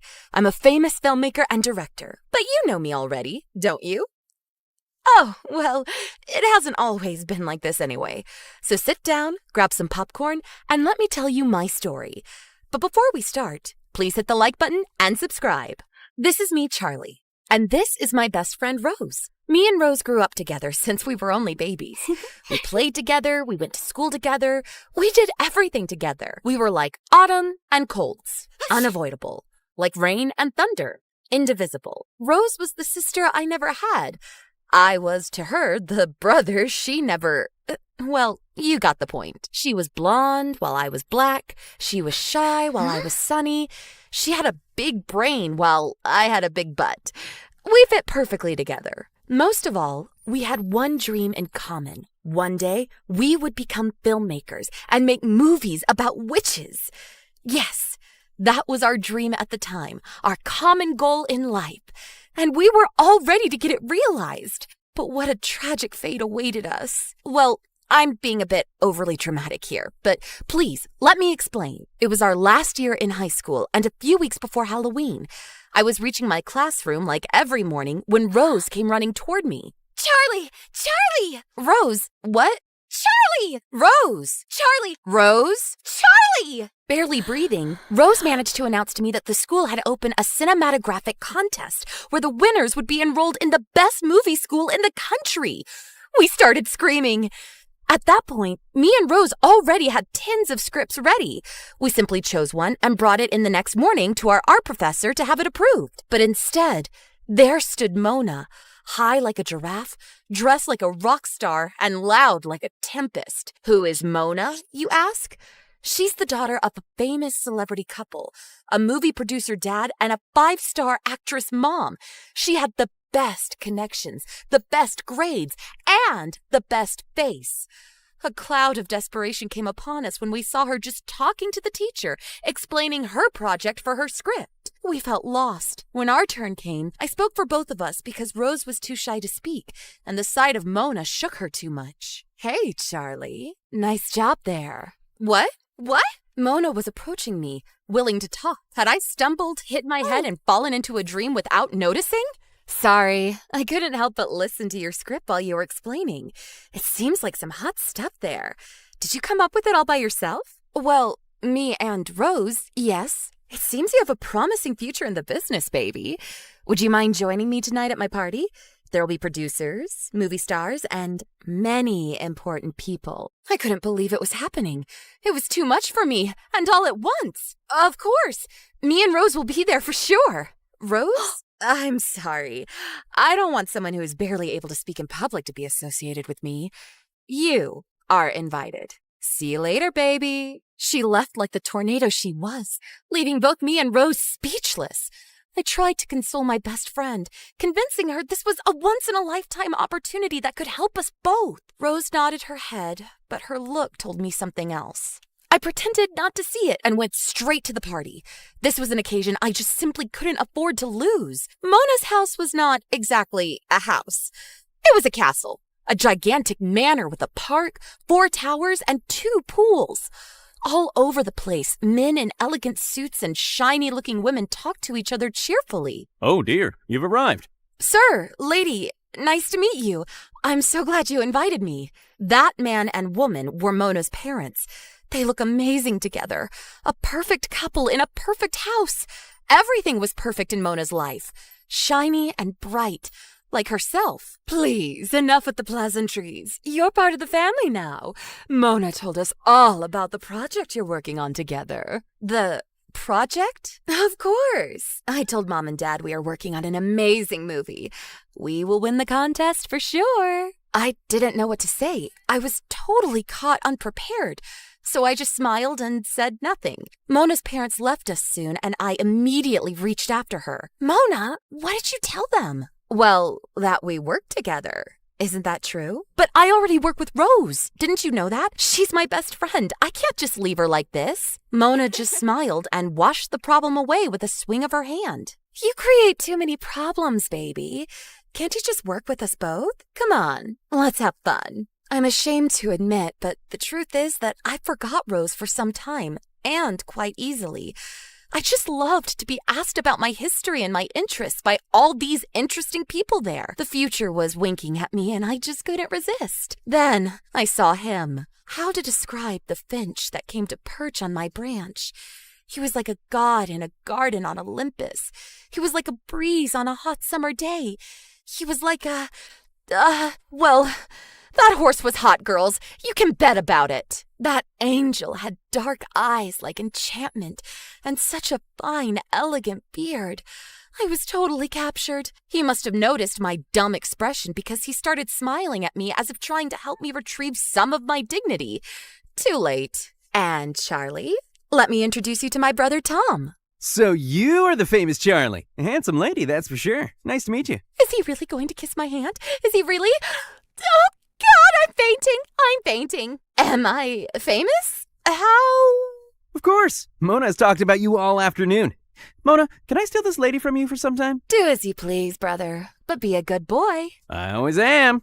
Mona, don't scare our host like this. The walk with Tom around the garden felt like a dream. He was not only handsome in sight, but also elegant, charming, and kind. His fierce appearance was balanced by such a quiet temper that it made him look like the perfect man in every single way imaginable. Hours passed in a flash, like seconds. Come back soon, baby. We're here for you anytime you want. Couldn't wait to be invited again. The image of Tom was still in my eyes when I woke up, and even if I don't remember it with certainty, I can bet I dreamed about him. How did it go? Rose's soft voice reached me as if coming from far, far away when she met me in the corridors at school. I felt happy to see her, but not so happy as I should have been. I think she noticed, but I kept it a secret. I explained to her all that happened the night before and promised to meet her within a few days in order to complete our script. The plot was there, but so much work had yet to be done. Fine then. See you soon. See ya. Those were busy times for me. In the daytime, I met Mona to work on our script for the contest.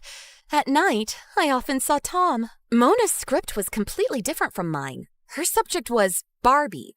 Barbie! Can you believe it? What's wrong with that? Barbie was a paradigm of freedom for girls, don't you know? Mona's fantasy was wild. She had a lot of ideas, but none of them were connected to each other. Her thoughts were as chaotic and impulsive as she was. Without me, she would have been lost. But what about Rose? Without me, she would have been lost too. She was smart and nerdy, but she didn't have the creativity I had. Rose had always been my best friend and sister, and even if Mona's spell and Tom's charm were still upon me like magic crows, I started to feel bad about how easily I abandoned my lifelong friend in order to get a quick ticket to success. The moment of the contest was approximating, and I had to speak with Mona about this. I would have helped her with her project, but I had to participate in a team with Rose, and if Mona didn't want Rose, I would leave the Barbies in order to go back to the witches. I found the courage and spoke to Mona. Roar! Can you imagine a dragon's reaction to someone trying to steal his gold from under his throne? The same was Mona's reaction to my words, if not worse. Out of my house! Never come back again! I will eat you! Do you think I'm being overly dramatic again? You weren't there, my friend. I think I barely saved my own life. I'm lucky to be here to tell the story. Yet I felt happy after arriving home. I felt I had done the right thing. Now there was only Tom to speak to. Even if I liked him, our time had to wait until after the contest was finished. I couldn't subtract any more energy from Rose and our witchy project. I mean, there can be only one Dua Lipa in the world, right? Enough with Barbie. Hey, Angel. Tom's words were honey poured all over me. I melted. But hey, not this time. I had serious work to do. Listen, Tom, there's something we must talk about. Something like what? Did I do something wrong? No, it's not about you. It's about Mona. My sister, huh? She always was more like a Shrek than a Barbie. She's not that bad, but I can't be her teammate for the contest. Rose is my teammate. You and Mona are wonderful. You live in an amazing house. Your life is perfect, but... Tom's eyes went big and sad at those words of mine. Maybe it was the wrong thing to say, but how could I know? From what I had seen up to that moment, their lives were like pink molasses. Disgustingly sugary. Do you really think our life is wonderful, honey? You know so little about us. What do you mean? While walking, Tom told me how he and Mona had lived since they were children, how harsh their parents had been on them since their youngest age. They do that for us. They push us towards obtaining the best grades and the best results in every field. But you know, sometimes the best is not the best. Sometimes you would just like to live a normal life. This is why Mona loves Barbie so much, maybe? It's a way for her to remain a child. Tom's eyes were not lying. I took his hand and kept it between mine for some time. Still, a wrong behavior remains a wrong behavior. Mona will have to grow up sooner or later. You were a strong girl and made the right choice today. I'm proud of you, Charlie. At that point, I was melting again. The perfect features of Tom's figure were silhouetted against the moon, like a character from some gothic tale. I felt Tom's body pressing against mine while he brought my head gently against his chest. He's going to kiss me finally. He's going to kiss me. Instead, he simply kept my head there for some time, caressing my neck. No more. Nothing more. WTH? Listen, Charlie, there's something I must say to you, too. Was eager to listen to his confession, but my phone rang at that exact moment. Rose! I totally forgot about our appointment. Rose would be furious. She was. For several days. Every attempt of mine to make peace with her went in vain. The contest was lost at that point. There was no chance to win against Mona and her Barbie-stuffed stuff. The days up to the contest flew by fast and dull. We knew we had lost. Now, you really can't imagine my surprise when Rose and I found that on the notice board of the school, there was a list of the winning projects. And the first one was about witches. As authors, it had 3 names: Rose, Charlie, and Mona. A coincidence? Of course not. It was our project. We won, but we didn't submit it, of course. So who did? The question puzzled us for some time until we received a phone call from a strangely masked voice. Oh dear! She tried hard to excuse herself for her behavior in the most recent times. Her voice didn't disclose her origin, but it wasn't too much of a guess. Mona. We found out with certainty later, when the 3 of us, plus Tom, met together at the back of the school to talk about the matter. Mona looked like a baby. She cried all the time and told us she felt guilty for how she treated Rose after Tom had talked to her. To get her excused, instead of her script, Mona submitted a copy of ours, proposing it as if it had been worked upon by the 3 of us. Of course it won. It was written by me after all. But this wasn't the only news of the day. Tom, don't you have something you want to say? Yes, well, Charlie, I have a confession to make. Oh, yes, finally! The bomb was going to explode. The moment I expected for days and days finally arrived. After such a tragic story, I was going to have my sweet piece of cake after all. Yes, Tom, tell me, please. I have a crush on Rose. Oh, Tom, yes, a crush on... Wait, what? I really didn't know how to say it, but now I can't keep it a secret anymore. I like you, Rose. Would you like to go out on a date with me sometime? I couldn't believe it. Rose went red like a tomato, and I was shocked. Mona was laughing hard, and her joy expanded contagiously. So this was the secret? I should have felt offended, but the occasion was so joyful that I felt too happy for Rose to be concerned about myself. All's well that ends well. Mona and I went on in life, becoming best friends, and we went to college together. You know, sometimes things take such an unpredictable turn that the only thing to do is sit back, relax, and watch the events unfold as if they were a movie. And isn't life a long, tear-jerking, and magical movie itself? Oh God, I can't believe what an incredible artist I am. Really.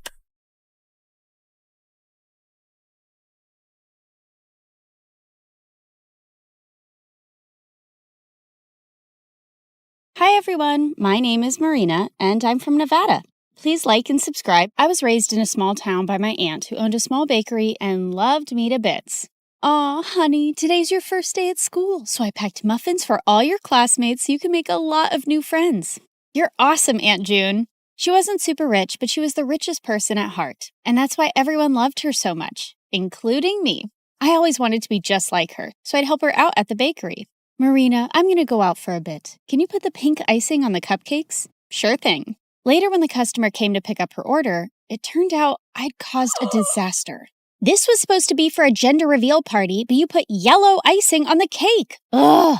That wasn't the first time I mixed up colors. My aunt knew something was wrong with me. Turned out I had color blindness, and I couldn't differentiate between certain colors. Is it going to be like this forever, Aunt June? I'm afraid so, honey. But cheer up, because I've got a brilliant idea. The next day, everything in the house and all the ingredients in the bakery were labeled along with their colors. Aunt June made things so easy for me, and our life was just perfect. Until one day when I was in second grade, an old man walked into our bakery and offered to buy it. This bakery has been passed down from generations in our family, and there's no way I'm going to sell it. But the man's tone just got more rude. You should have signed these papers while I asked you nicely, but now you're just going to pay for your stupidity. If you don't leave now, I'm going to smash your car, and then you'll have to pay for your stupidity, sir. The old man left at my warning, but the next week, another man was back with some papers that claimed that the bakery didn't belong to my aunt because her parents never signed the deal in her name, and now we had to move out. My aunt looked around for help, but the legalities were too complicated and no one was ready to help. So eventually we had to give away our bakery and move to the city. Thankfully, Aunt had enough savings to rent a small place, and she started working in a small grocery store. And while I was trying to adjust to this new life, I saw a kid my age in the front yard one day, choking on something. I immediately ran to help him, but the moment the food stuck in his throat came out, I was shocked. Why were you eating a doll's head? I wasn't. He pushed me back and ran into his house next to ours. Turns out he was the landlady's kid, Timmy, and he was so weird. Whenever I'd try to go close to him, he'd just run away. Even when I joined school, I saw some kids throwing popcorn at him, but he wouldn't budge. Hey, why won't you say anything? Why do you let those kids bully you? But instead of answering me, he just ran out of there, and I decided I wasn't going to bother with this guy anymore. But later that night, I was in my room when I heard someone crying. I looked out of my window and saw it was Timmy crying in his room. So I climbed onto the tree outside my window and jumped into his room. And he freaked out. What are you doing here? Look, I don't know the deal with you, but if there's some issue, you really need to talk about it. At first he hesitated, but then he broke down. I miss my dad. Ever since Mom and he got divorced, I haven't seen him, and the kids at school always make fun of me because of that. I hate it here. Hey, it's gonna be all right. I told him things were gonna be easy only if he fought back and didn't let those kids get to him. And it seemed like my advice worked. The next day, I saw Timmy was surrounded by a bunch of kids. I heard the cupcakes we gave you last time had Barbie heads in them. We're so sorry for that. Here, take these. They have cockroaches. And to my shock, Timmy pushed the bad guy away. Get away from me. And don't trouble me anymore or I'm going to tell the principal about you. The other kids ran away scared, and Tim turned to me with a bright smile. Did you see that? I wasn't scared, and what you said worked. After that day, we started getting along and became the bestest of friends. And Tim grew up to be really protective of me. He'd keep me away from all the bad guys and trouble in school. Then on my 16th birthday, I told him I was going to start working to support my aunt. But he had a weird reaction. No, you can't do that. Your aunt wants you to study and make a life for yourself. You shouldn't be waiting tables. And if you need money, you can always tell me. Tim was a genuine friend, and I loved how he always cared for me. But now I really wanted to support my aunt, so I took the job without telling anyone. But the very first week of my shift, something weird happened. I ended up making a mistake because of my color blindness, and the customer went bonkers on me. I want to see the manager right now and get you fired. But I told you it was a genuine mistake. But he kept shouting and started pulling my hand when one of his friends got up and stopped him. Let go of her hand and apologize to her right now. Dude, you want me to apologize to this low-life waitress? As soon as he said that, the guy landed a punch on the bad guy's face and my jaw dropped. Holy jeez! The manager immediately threw all of them out, but after my shift was over, I saw the guy who stood up for me was still sitting in the alleyway and his hands were bruised. I immediately got some ice for him. Excuse me, sir, you can use this. But for some reason, he looked really mad at me. Who do you think you are trying to act all nice, huh? Just leave me alone. I could see his eyes were red, like he'd been crying, and I thought it was best to leave him alone. But to my complete shock, I saw the same guy in my class the next day. The teacher introduced him as a new student, James. While the girls were drooling over his handsome looks, he kept staring at me the entire time, and the moment class was over, he came up to me. I don't want you spreading any rumors about me from last night. Do you get that? Before I could even reply, he just stormed away, and Timmy came running to me. What happened? Was that guy bothering you? I didn't want Timmy knowing about my job or anything about how I knew James, so I brushed it off and went ahead to prepare for my chemistry practicals. But turns out, James was already there. Minutes into the practical, I realized some of the labels on the chemicals were missing, so I asked James to help me differentiate, but he didn't even look at me. That jerk. I continued guessing and mixing the chemicals, but suddenly they caught fire, and I almost got hurt when James jumped in and pushed me out of the way. I quickly got up and put out the fire. What are you, nuts? Did you want to die? Suddenly, my eyes went to the burn on his hand, and I rushed him to the nurse's room and gave him first aid myself. Seems like you're always helping people who are hurt. Yeah, especially those who get hurt because of me, and with you, it's every single time. And that's when this tough guy finally let out a smile. You don't look so bad when you smile. I know. I don't want the chicks going crazy over me, so I keep it under check. This guy had multiple personalities. As time went by, we started spending more time together because we had similar projects, and James turned out to be a really fun person to hang out with. He'd often walk me to my work after school, and we'd enjoy all sorts of treats on our way. And even though he was a little mysterious, he was growing on me by the day. But there was someone who just hated our closeness. What's going on between you and that new guy? He's bad news. Stay away from him, Marina. What are you talking about? And how do you know he's bad? Oh, come on. Haven't you seen? He's always covered in bruises. Just stay away from him, okay? Well, I could understand Tim's concern, and there were things I wanted to know about James, too. A few days later, we were at a friend's party playing Truth or Dare when I was given a dare to kiss James. My heart raced with excitement, but I saw Timmy looking at me with furious eyes. I wanted to run out of there, but thankfully, James got up and left first, and I let out a loud sigh. But later, when I went out, he was waiting for me. Was it that bad, huh? The idea of kissing me so you sighed with such relief when I left? No, it's not like that. It's just that there's only so much I know about you, and I didn't... Suddenly, he pulled me close and looked deep into my eyes. What do you want to know about me, Marina? Well, why did you cry that night in the alleyway? And is there something that you keep from me? My mom is really sick, and she was admitted to the ICU that day, and I couldn't help but... Shh, it's okay. You don't have to say anymore. With that, I pulled him in for a kiss, and he whispered into my ears, I love you, Marina. Gosh, I loved him too. But the very next day at school, my fairy tale came to an end when I received a message from James's phone. Here's my parting gift to you, Marina. There were several pictures of me kissing him and me working as a waitress with ugly captions, and he shared them with everyone in the school. What in the world? I tried to call James about what was going on, but he wouldn't answer it. And I felt so embarrassed and furious about everything, but then Timmy came to me. Hey, are you all right? I thought he'd question me about the pictures, but he just took me home and comforted me. I don't believe what's going on, and I can't even reach James. He left, Marina, and he's never coming back. He then showed me the newspaper articles of how James was the grandson of the same businessman who took away my aunt's bakery. I heard his grandfather sent him here as a punishment because he used to be a jerk at his old school, but looks like he's still going around messing with people's feelings.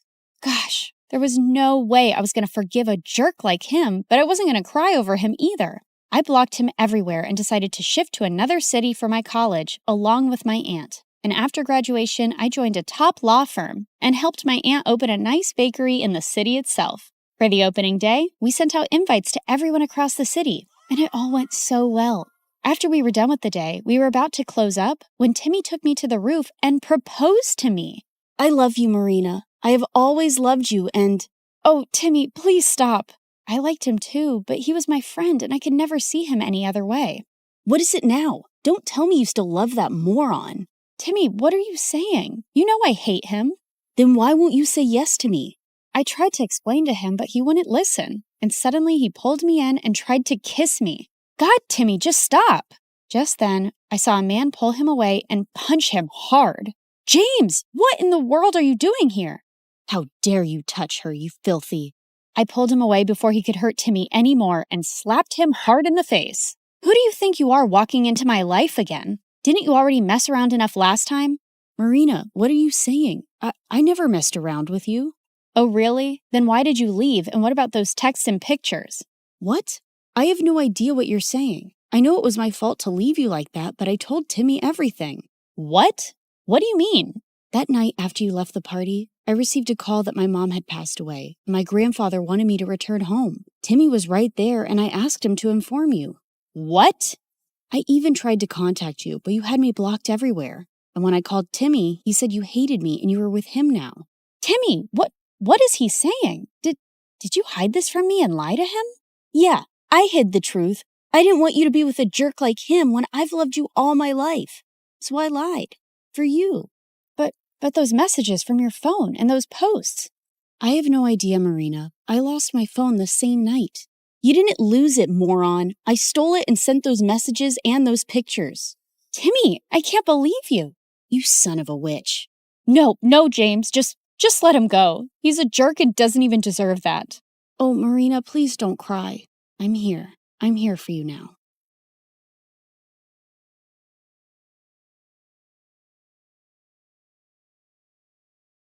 Hi, I'm Mishi, and I live with my dad and brother Biku, who's 2 years older. Before I continue, please like and subscribe to MSA. My dad was a mountain climber, and our house was filled with trophies and awards he'd won. It was his dream that both his kids follow in his footsteps, so he started training me and Biku pretty young. I was a natural. Biku struggled a lot. Stop climbing like an old lady, Biku! Care to pace up? We don't have all day! Dad kept screaming. Biku got nervous and slipped. Meanwhile, I absolutely nailed my first day of training. Dad was so happy, he praised me all day long. I'm gonna make you the best mountaineer the world has ever seen! What about me?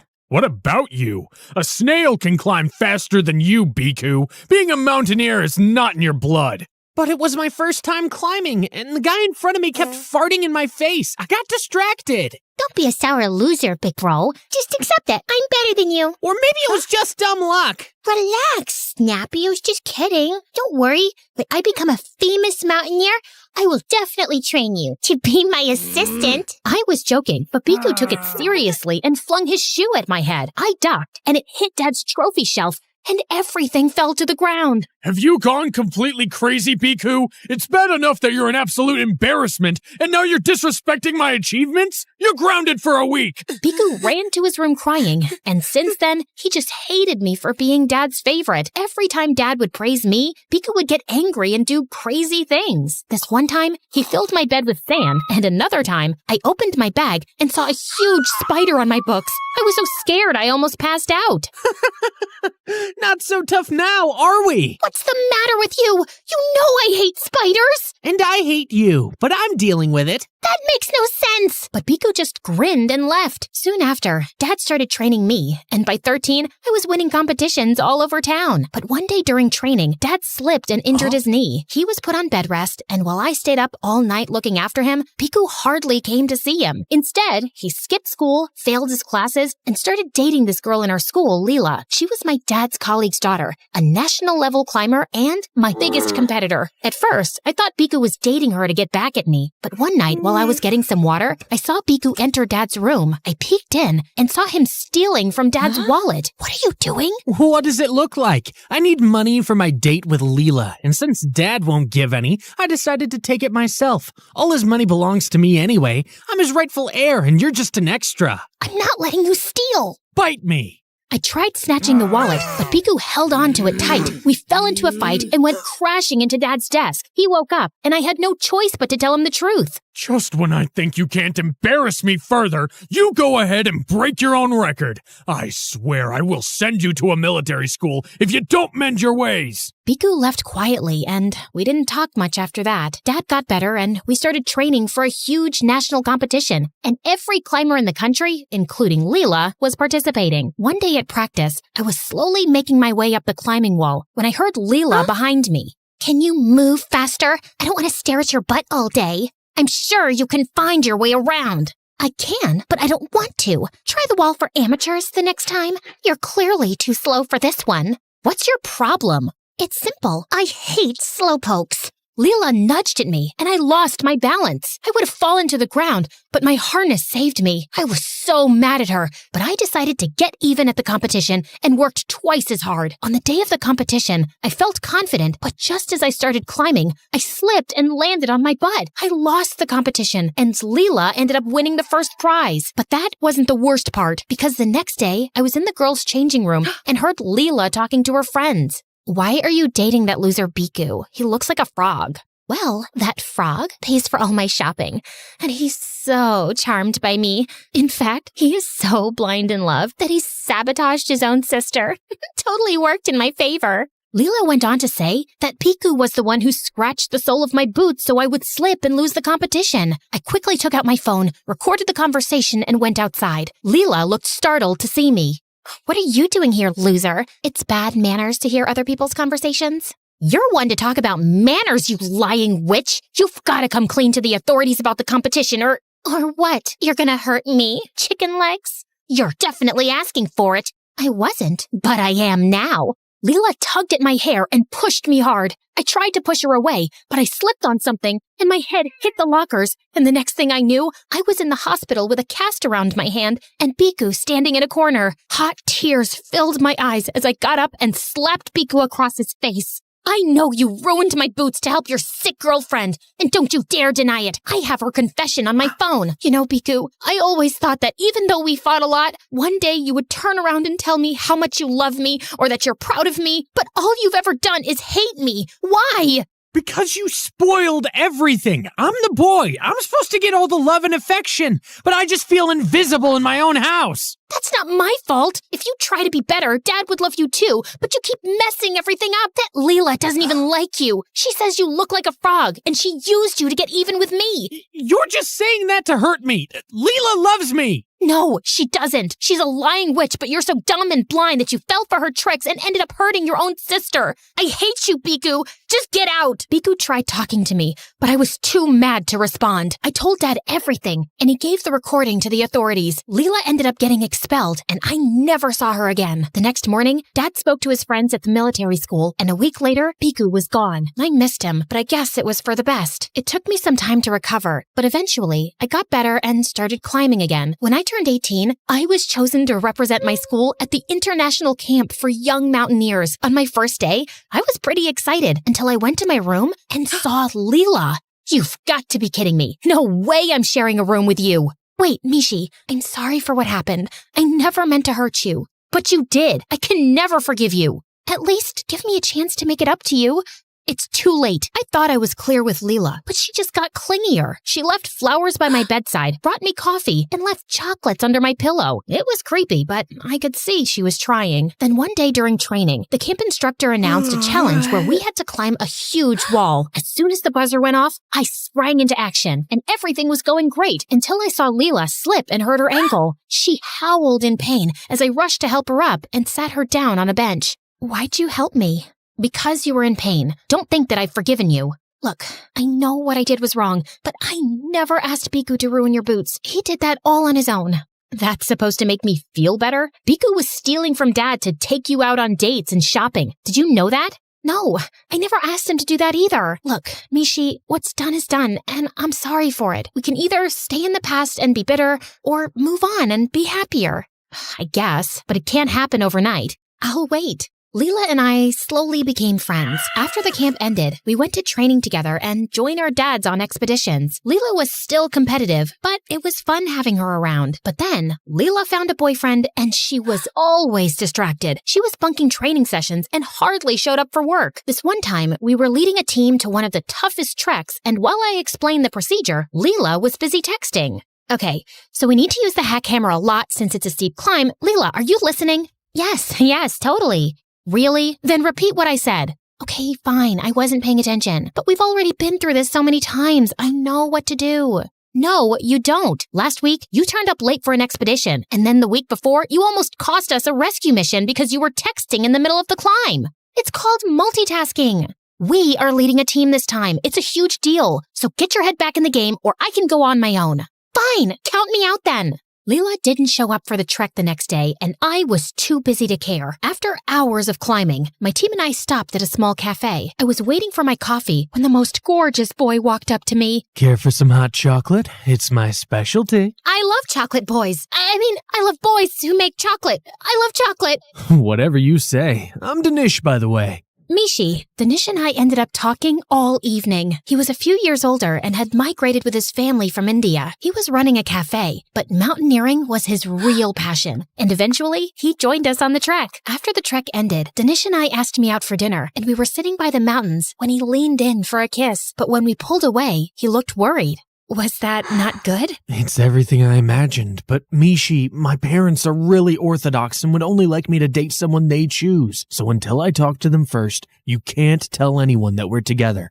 Promise me. I found it a little weird, but Danish was already looking stressed, so I agreed. We started dating officially, and things were going smoothly, but it killed me that I couldn't share this amazing news with Leela, who was still mad at me. So I decided to be the bigger person and get her dessert from Danish's cafe, where I found Leela making out with Danish. What the heck? Get away from my boyfriend! Did you hit your head somewhere? Danish is with me. No, he's not. We both turned to Dinesh, who looked like a deer in headlights, and then ran for his life. I don't believe this, Mishi. How could you stab me in the back after everything we've been through? I stabbed you in the back? You're the one who never told me about your secret boyfriend, and it's not the first time I've caught you lying anyways. Seriously? In that case, Dinesh asked me out first, so if anyone's at fault here, it's you. He wouldn't have had to come to me if he liked you enough. Okay, that was harsh. I take that back. Don't bother. Lena flung her bag and walked away. I followed her, apologizing, but she simply ignored me and left. I even tried calling her 1,000,000 times, but she didn't answer. I felt so lost. My best friend thought I'd betrayed her, and the first boy I kissed turned out to be a snake. Just when I thought I'd hit rock bottom, I came home to Biku waiting for me in the living room. What are you doing here? It's Dad! Biku told me that a few hours back, he received a phone call that Dad and his team had gone on a rescue mission to Everest, and they were missing. It's been more than 12 hours since they last got in touch with the base team. Aren't they sending another search team? It's a very dangerous climb. No one wants to attempt it. If no one will go, then I will. Did you not hear the part about the climb being dangerous? You're not going anywhere. Stop acting like you have any control over me. You lost that right a long time back. Saying that, I grabbed my gear and left. I took a bus to the mountain rescue headquarters. I was packing up a few things when Leela walked in with Biku behind her. What is this? Some kind of lover's reunion? I heard about your dad and went home to see you when Biku told me you've already left for the headquarters, and now I'm coming with you. So am I. You don't know jack about climbing, Biku. I'm coming from a military school. Trust me, I can do this. It's too dangerous. Then we'll face it together. That's what friends are for. Well, that and dating the same guy, but who's counting? Leela and I hugged and made up and left to look for Dad early in the morning. When we reached the base of Mount Everest, I gulped. I'd climbed cliffs before, but this was the tallest mountain in the world. It was freezing cold when we started climbing, and at one point, Leela almost slipped, but I caught her and pulled her to safety. We reached the top of the mountain, and ahead was a stretch full of white snow. And then suddenly, I saw Dad waving back at me. I ran and hugged Dad tight as he told me that he and his crew were hit with bad weather and were hiding in a cave till the weather got better. They had a few minor injuries, but no one was seriously harmed. We quickly went back to base before the weather got bad again. Biku saw us and came running. I'm so glad you're okay, Dad. There's so much I want to say, but let me start by saying sorry. Sorry for being a horrible son and brother. I guess I felt so invisible. I just wanted to get your attention somehow. And that's partially my fault. I was so focused on Mishi, I couldn't pay you the attention you deserve, and that pushed you away further. And for that, I'm sorry. And Mishi, I don't know if you'll ever forgive me, but all I can say is I will do better and earn your apology. It might take me some time, but I'm sure we can work things through. And I'm sorry for screaming at you because of a boy. You're my best friend, and I wouldn't trade that for anything. So what do you say, best friends? Fine, but no hugs. Too late. And that's when I knew that people who are meant to be in your life will always find a way back.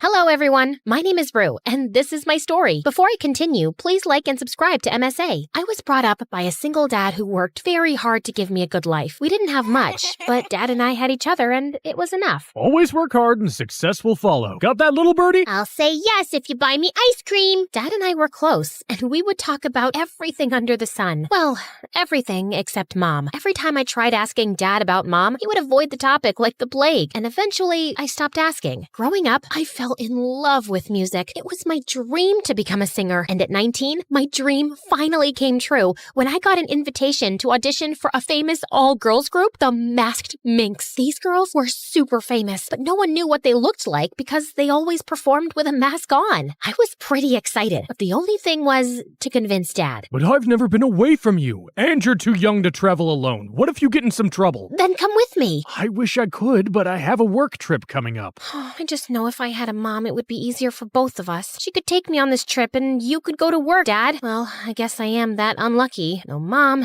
no trips. Sucks, but I know you're doing your best, Dad. Hey, we're very lucky to have each other. I guess I can make some time and take you, but you have to promise that you'll quit bringing up these stories of your mom. I promise. And just like that, Dad and I were on a plane to London. The band had arranged for us to fly first class, and when we finally arrived, I I was excited to be welcomed at the airport by a personal chauffeur. Soon after, we reached the hotel where we were staying, and it was also the venue for the auditions. I hugged my dad and entered the audition room, but it was empty. Just then, someone tapped on my shoulder. I turned around and almost passed out. It was a girl, and she had the exact same face as mine, only more polished and prettier. Okay, I know that we have at least 7 people who look exactly like you, but dude, this is beyond freaky. Who are you? Firstly, please don't touch me. I hate being touched. Too many germs. And secondly, I am Ava, and I'm your twin sister. My what? Ava went on to tell me about how we were twins and that our parents separated shortly after we were born. She was raised by our mom, while dad stayed back in America with me. She was a singer too, but recently she discovered that she had laryngitis and her singing career was basically over. I was the one who sent you the mail and called you here. I have a very important tour coming up, and since I can't sing, I need you to take my place. You'll get a lot of money, and I won't lose my contracts. If you do a good job, maybe I can get my friend in the USA to sign you for his record label. Okay, slow down. Can we take a step back? You're one of the masked minks, and you want me to sing for you? That's right. Are you crazy? I just found out I have a twin sister, and my head is already spinning, and I'm so close to having a panic attack. Ooh, 1 second.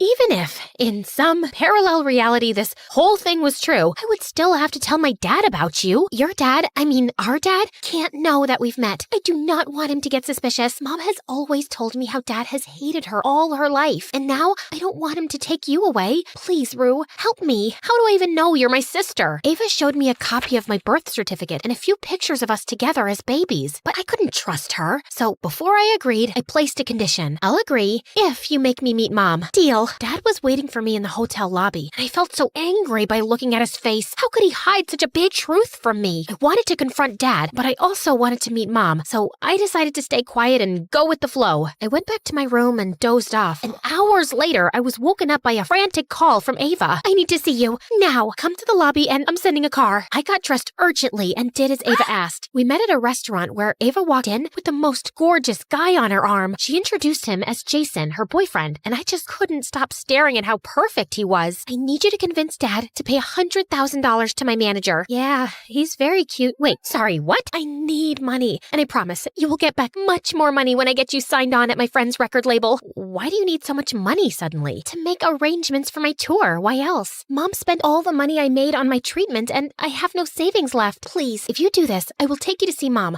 I promise. I was a little taken aback, but I wanted to see my mom so desperately. So I agreed to help Ava out. But Dad would never let go of such a huge amount, so my only other option was Grandpa. He owned several big shopping malls all over the country, and he always told me that I could ask for anything. I called my grandpa and explained the situation to him. He was so happy that I finally met my twin. He apologized for not telling me all this time and promised to help with the money. The next day, Ava let me practice with her background singers and dancers, and I got such a rush out of it. She even let me sign some autographs for her fans on her behalf, and I loved being in the spotlight. After the practice, Ava and I were on our way back when I asked her if I could meet Mom. Not yet. Mom just had a minor heart attack last month, and seeing you might put her into shock, so we need to wait. Meanwhile, could you be a doll and get me some more money? Why? I've already spent enough, Ava. I need to see Mom now, or I will call off the deal. I asked the driver to stop the car and walked out feeling confused and angry. I wanted to cry because I had just lost my grandpa his $100,000, and I still hadn't seen my mom. I was outside the hotel when suddenly someone yanked at my arm. Jason, what do you think you're doing? Listen to me carefully, Rue. You have to get out of here. Ava and her mom are bad news. I heard Ava's mom talking about how they're going to drain your dad's finances. I think you're a really nice person, so please just tell your dad the truth and go back home. And why should I trust you over my own family? Because I know them? I've been with Ava long enough to know when she's lying, and her mother is no saint. She's my mom too, and I think I'm old enough to know what's right and wrong, so thank you, but I'll take it from here. Saying that, I turned around and left, but Jason's words kept ringing in my head. I couldn't sleep a wink that night, and the next morning, I decided to finally tell Dad everything, but he was nowhere to be found. So I went downstairs and saw him talking to a strange woman in the hotel lobby. I walked up to him, and when he saw me, he turned white. What are you doing here? I could ask you the same thing. this is Claire, your mom. I am so sorry you had to find out like this, and I know you met your twin. Your grandpa called me after Claire called him demanding for $1 million.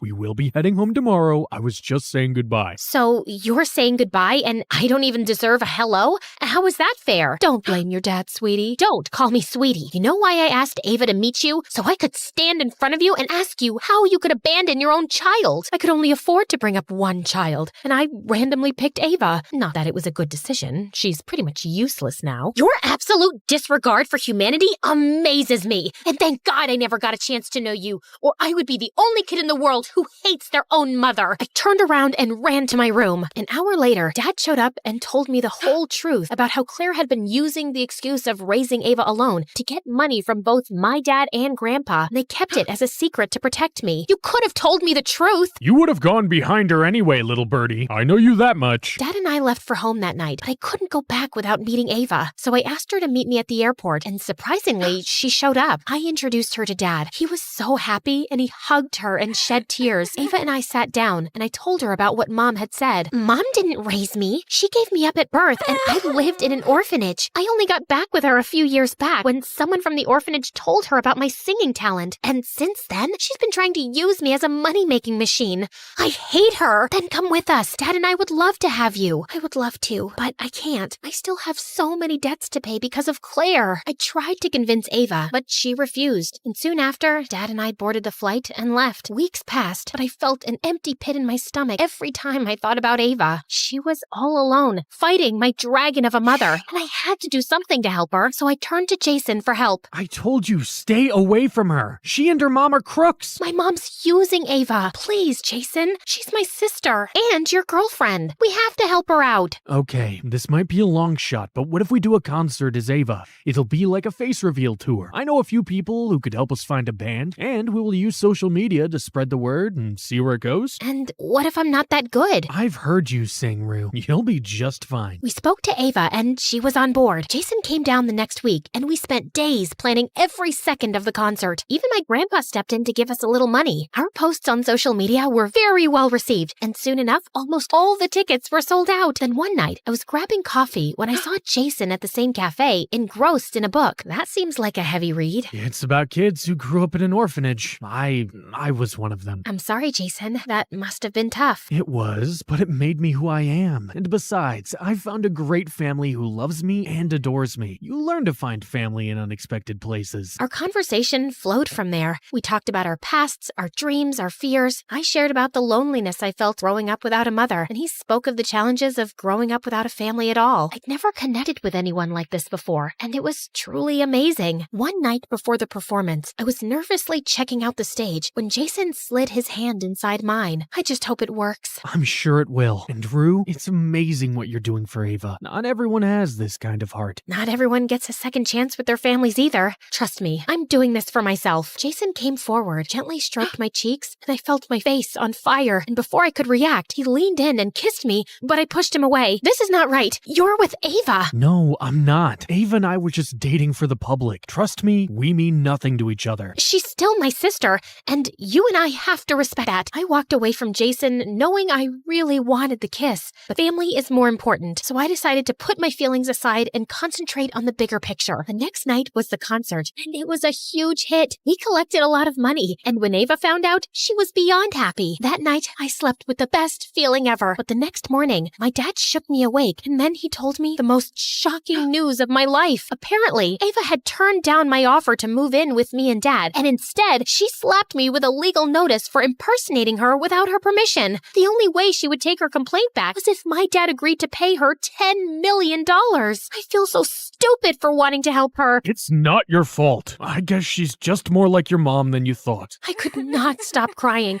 because I knew this was going to make me and Dad so poor. I had to come up with a solution before we ended up homeless. So I decided to approach Ava, but my calls and messages went unanswered. I was running out of options when a couple of days later, Ava showed up at my front door along with Jason. What are you doing here? I ran away. I'm finally free. Free to do what? Brand me as a liar? I tried to help you, and you threatened to sue me. It wasn't me. It was all Claire's idea. Apparently, Claire had taken all of Ava's phones, and she was the one who had sent the notice in Ava's name. I'd gone back home to talk to Ava in person, but she was missing. I tried to tell her how wrong strong this was, but she just locked me up. But somehow I ran away and hid at my friend's place till Jason found me. I'm so sorry, Rue. It's okay. All that matters is that now you're here and you're safe. I hugged Ava tight, and the two of us told Dad everything. He got the best lawyers, and with Ava's testimony, Claire landed in jail for exploiting a minor against her will and cheating Dad out of his money. She just called the house one day and begged me to take her back as our mom. I made a mistake. Please forgive me. I'm your mother. You can't send me to jail. Oh, yes, we can. Just like you sent Ava to an orphanage, and just like you abandoned me and my father. Now it's time for payback, and you're gonna get yours. Dang right you will. Soon after Mom went to jail, Ava and I decided to share our story with the world, and it was very well received. We became famous and even launched our music careers. I sang and Ava played the piano. One day as we were done performing, Ava hugged me tight and whispered in my ear, "Jason's here to see you. Don't worry. He told me everything about how you both are pigeon heads and were ready to sacrifice your love for me. So you don't have a problem?" "No, dummy. I never loved him the way you do. Go on. He's all yours." I was so happy. I rushed backstage and saw Jason waiting for me. Without thinking, I threw my arms around him and pulled him in. I know too much has happened, but I'm ready to move on if you are. I'm 10 steps ahead of you, babe. I learned that sometimes the people related to you can hurt you the most, and you always have to be ready for anything.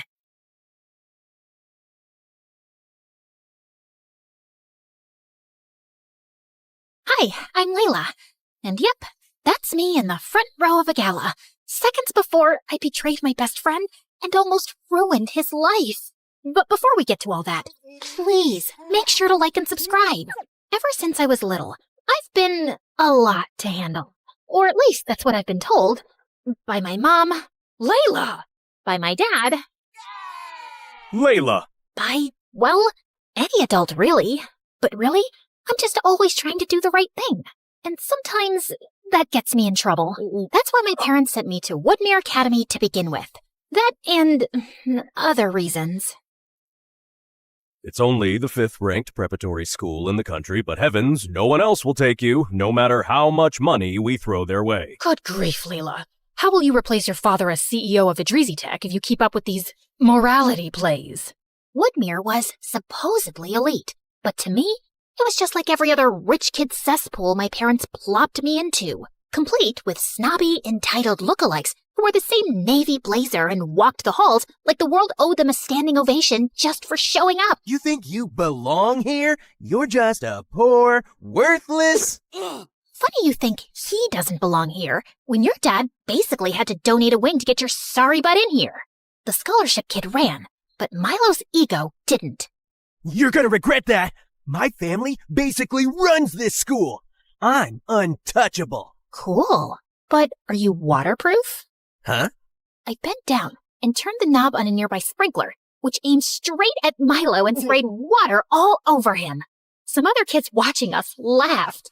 15 minutes later, I found myself in a familiar place, the headmaster's office. Do you think drenching a student with irrigation equipment is leadership material, Miss Idrizi? I don't think threatening a kid with a lacrosse stick is exactly student of the month behavior either. That student of the month is my grandson. Of course he is. Which is why you're not just suspended. You're expelled. Wait, no, please. If I get expelled, my parents will actually disown me. You don't understand. I'm supposed to be the next CEO of Idrizi Tech. As the school doors slammed shut behind me, along with, my future, I did the only thing a girl with no options and rapidly shrinking inheritance could do. I walked home. Every step was basically a countdown to whatever fresh nightmare my parents had waiting for me. Mom? Dad? Pack your bags. Immediately.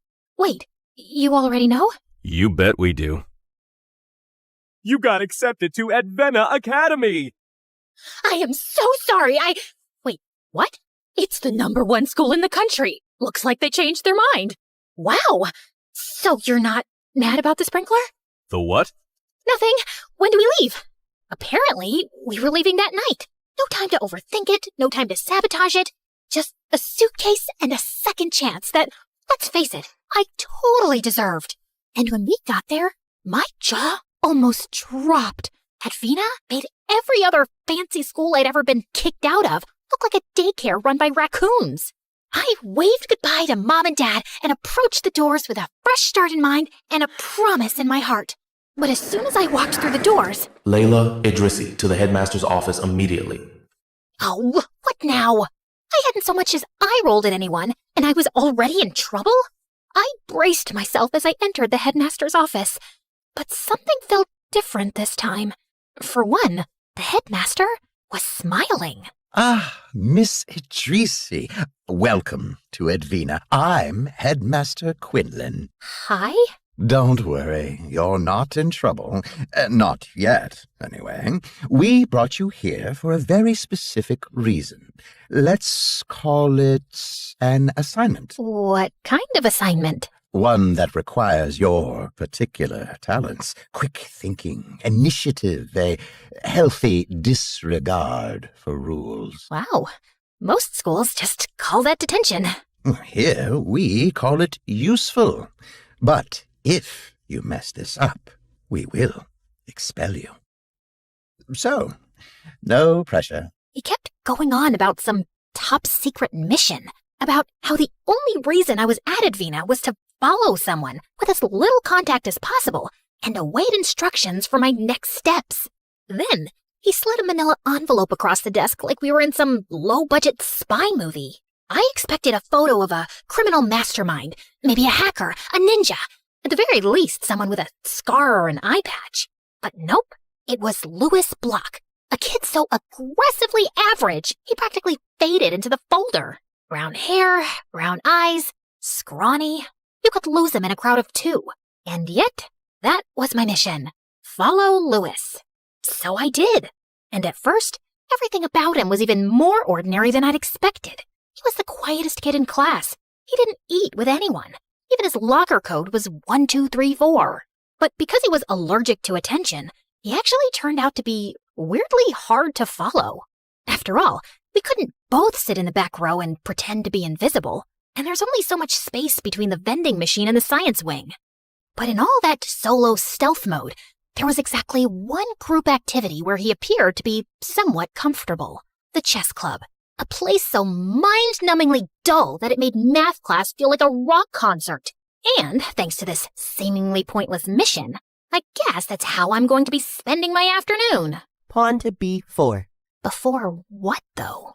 I watched as Louis moved a pawn, then another pawn, then the horse one, whatever it's called. Riveting stuff. But then his opponent leaned back, grinning like he just solved world hunger. Checkmate again. Wow, Louis, do you just come here to be reminded about what a loser you are? Man, even in chess club he was an easy target. My brain was screaming, stay out of it, observe, don't blow your cover. But my instincts? They'd already stood up. Do you just come here to forget that your mom cut your hair with a weed whacker?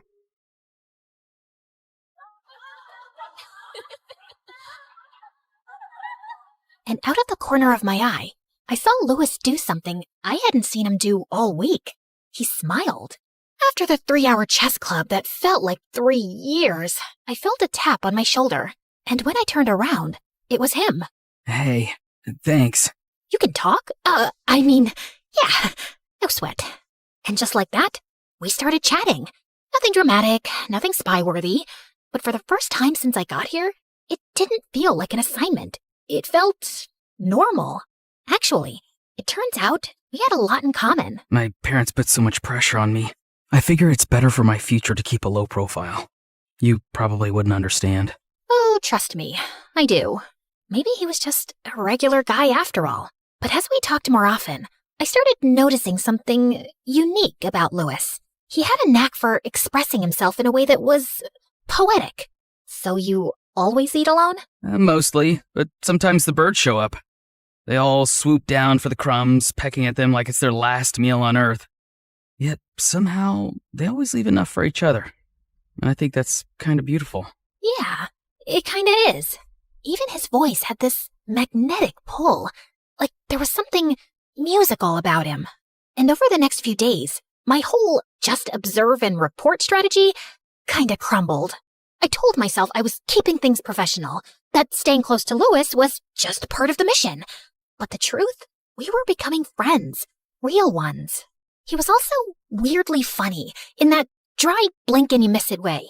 And he could quote MSA videos like they were Shakespeare, which, let's be honest, is a wildly underrated skill. Why don't they teach those videos in school? I know, right? Then one afternoon, I saw him slip into a place I didn't even know students were allowed into. The old theater backstage loft. I waited for a moment, then crept in after him. And that's when I saw it. Louis, alone, tucked into the shadows with a battered violin under his chin. Playing. But not just playing. Humming, too. A soft, steady note that floated above the strings like it was made of air and magic. It was beautiful. Like, make your heart hurt kind of beautiful. And then, before I even knew what was happening, I was crying. At music. Me. Who knew I could even do that? Unfortunately, he heard my sniffles and looked directly at me. Oh, I'm so sorry. What? No, don't apologize. No, I'm so sorry. And before I could say anything else, he bolted. Like he'd accidentally set the building on fire with a G major chord. And I ran after him. I didn't know you could do that. No one does. I mean, they used to. But after what happened with my brother, I stopped, mostly. What do you mean? What happened? I don't know how to explain it exactly. It's like, when I play, it messes with people. Their emotions. Their insides. I don't try to do it. It just happens. He was going through something really hard. And I thought I was helping. I thought if I could just play the right notes, he'd feel better. But he didn't feel better. It just got worse. And then My parents sent me here after that. Said I needed a break from too much feeling, whatever that means. Suddenly, everything made sense. The quiet, the staring out of windows, the assignment in general. I wasn't just following a weird boy with a sad vibe and a violin. This was something else. Something powerful and broken. Later that week, I got called into the headmaster's office again. Miss Idrisi, how are things progressing? With what? Oh, Louis? Yep. He's just a totally normal guy. Nothing to see here. Definitely not emotionally gifted to the point of concern, if that's what you're wondering. I understand the two of you have become quite close. What? No, I'm the headmaster, Layla. I know exactly what happens around here. You do know about the incident involving his brother, right? I tensed up. This was going deeper than I ever could have thought. He blames himself. He hasn't spoken about it to anyone. His parents tried everything to help him out, got him the best therapists in the world. Nothing worked. But we believe his silence is part of the problem. When he plays, he connects. He releases what he's been holding in. Now, suppressing a gift like his is not healthy, especially when it's tied to guilt. Now, that's where you come in. You need to help him heal, Layla. There's a gala next month. Nothing flashy, just a showcase of student work, a safe space. If Louis were to play again, even just one song, it might be the first step back to himself. Convincing the quietest kid in the universe to sing at a fancy fundraiser? No pressure or anything. I found Louis in his usual spot, tucked behind the music building, sitting on a chipped concrete ledge that overlooked the soccer field. Want one? The cafeteria throws them out a day before they expire. Still perfectly fine, just no longer worth the shelf space. Wait, what? That's like a criminal amount of food waste. Someone needs to stage a protest. You know what you should join? The Social Activism Club. They'd love you. Yeah, well, not sure I have time for that given my assignment. Assignment? Assignments. Like school assignments, homework, tests. Never mind. Anyway, you know what you should join? The roster of performers at the annual gala. Oh, no, Come on. I heard you play yesterday. It was... I said no, Layla. Sorry, it's just not my thing. I should go. But for a while, I kept trying. Subtly. Isn't it weird how the word gala rhymes with voila, like a big performance reveal? Sure. But it was hopeless. I could feel my future as CEO of a Tracy Tech slipping through my fingers.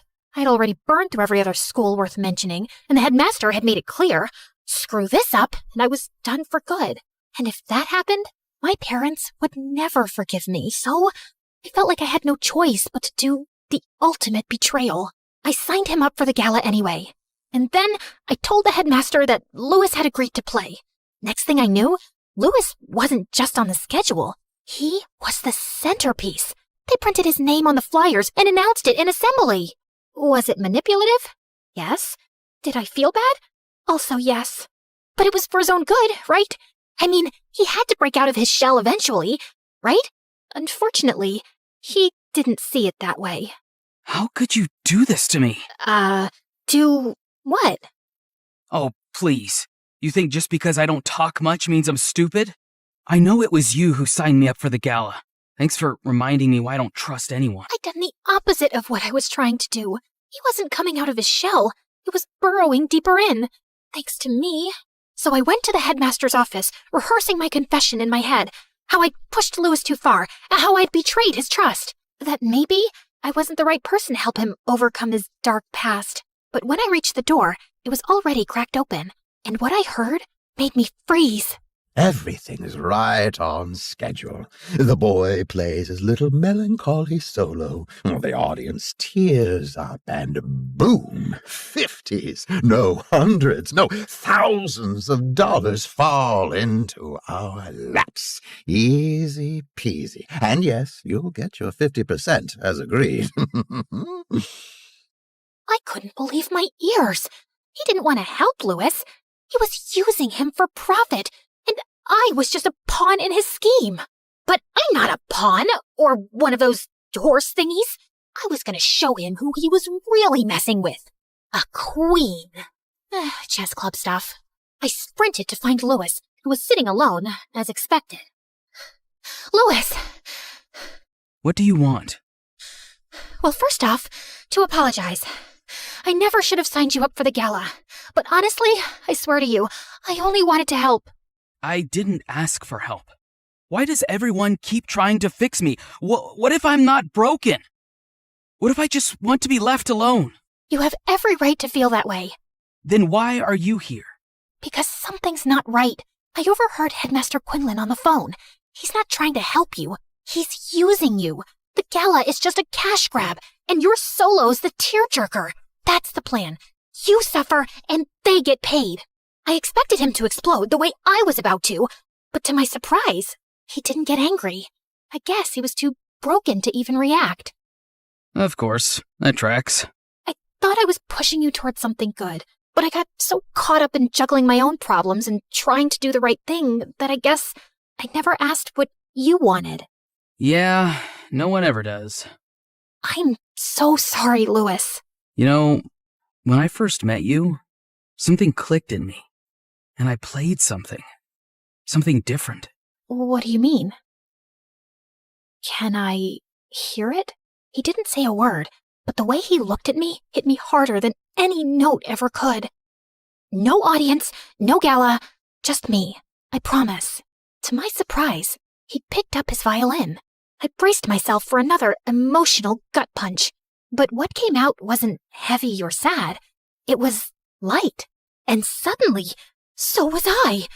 I was grinning like an idiot, flooded with the kind of hope I hadn't felt since before I got kicked out of my first fancy school, back when I still believed the world could change. And then, through my joy, I blurted, "Louis."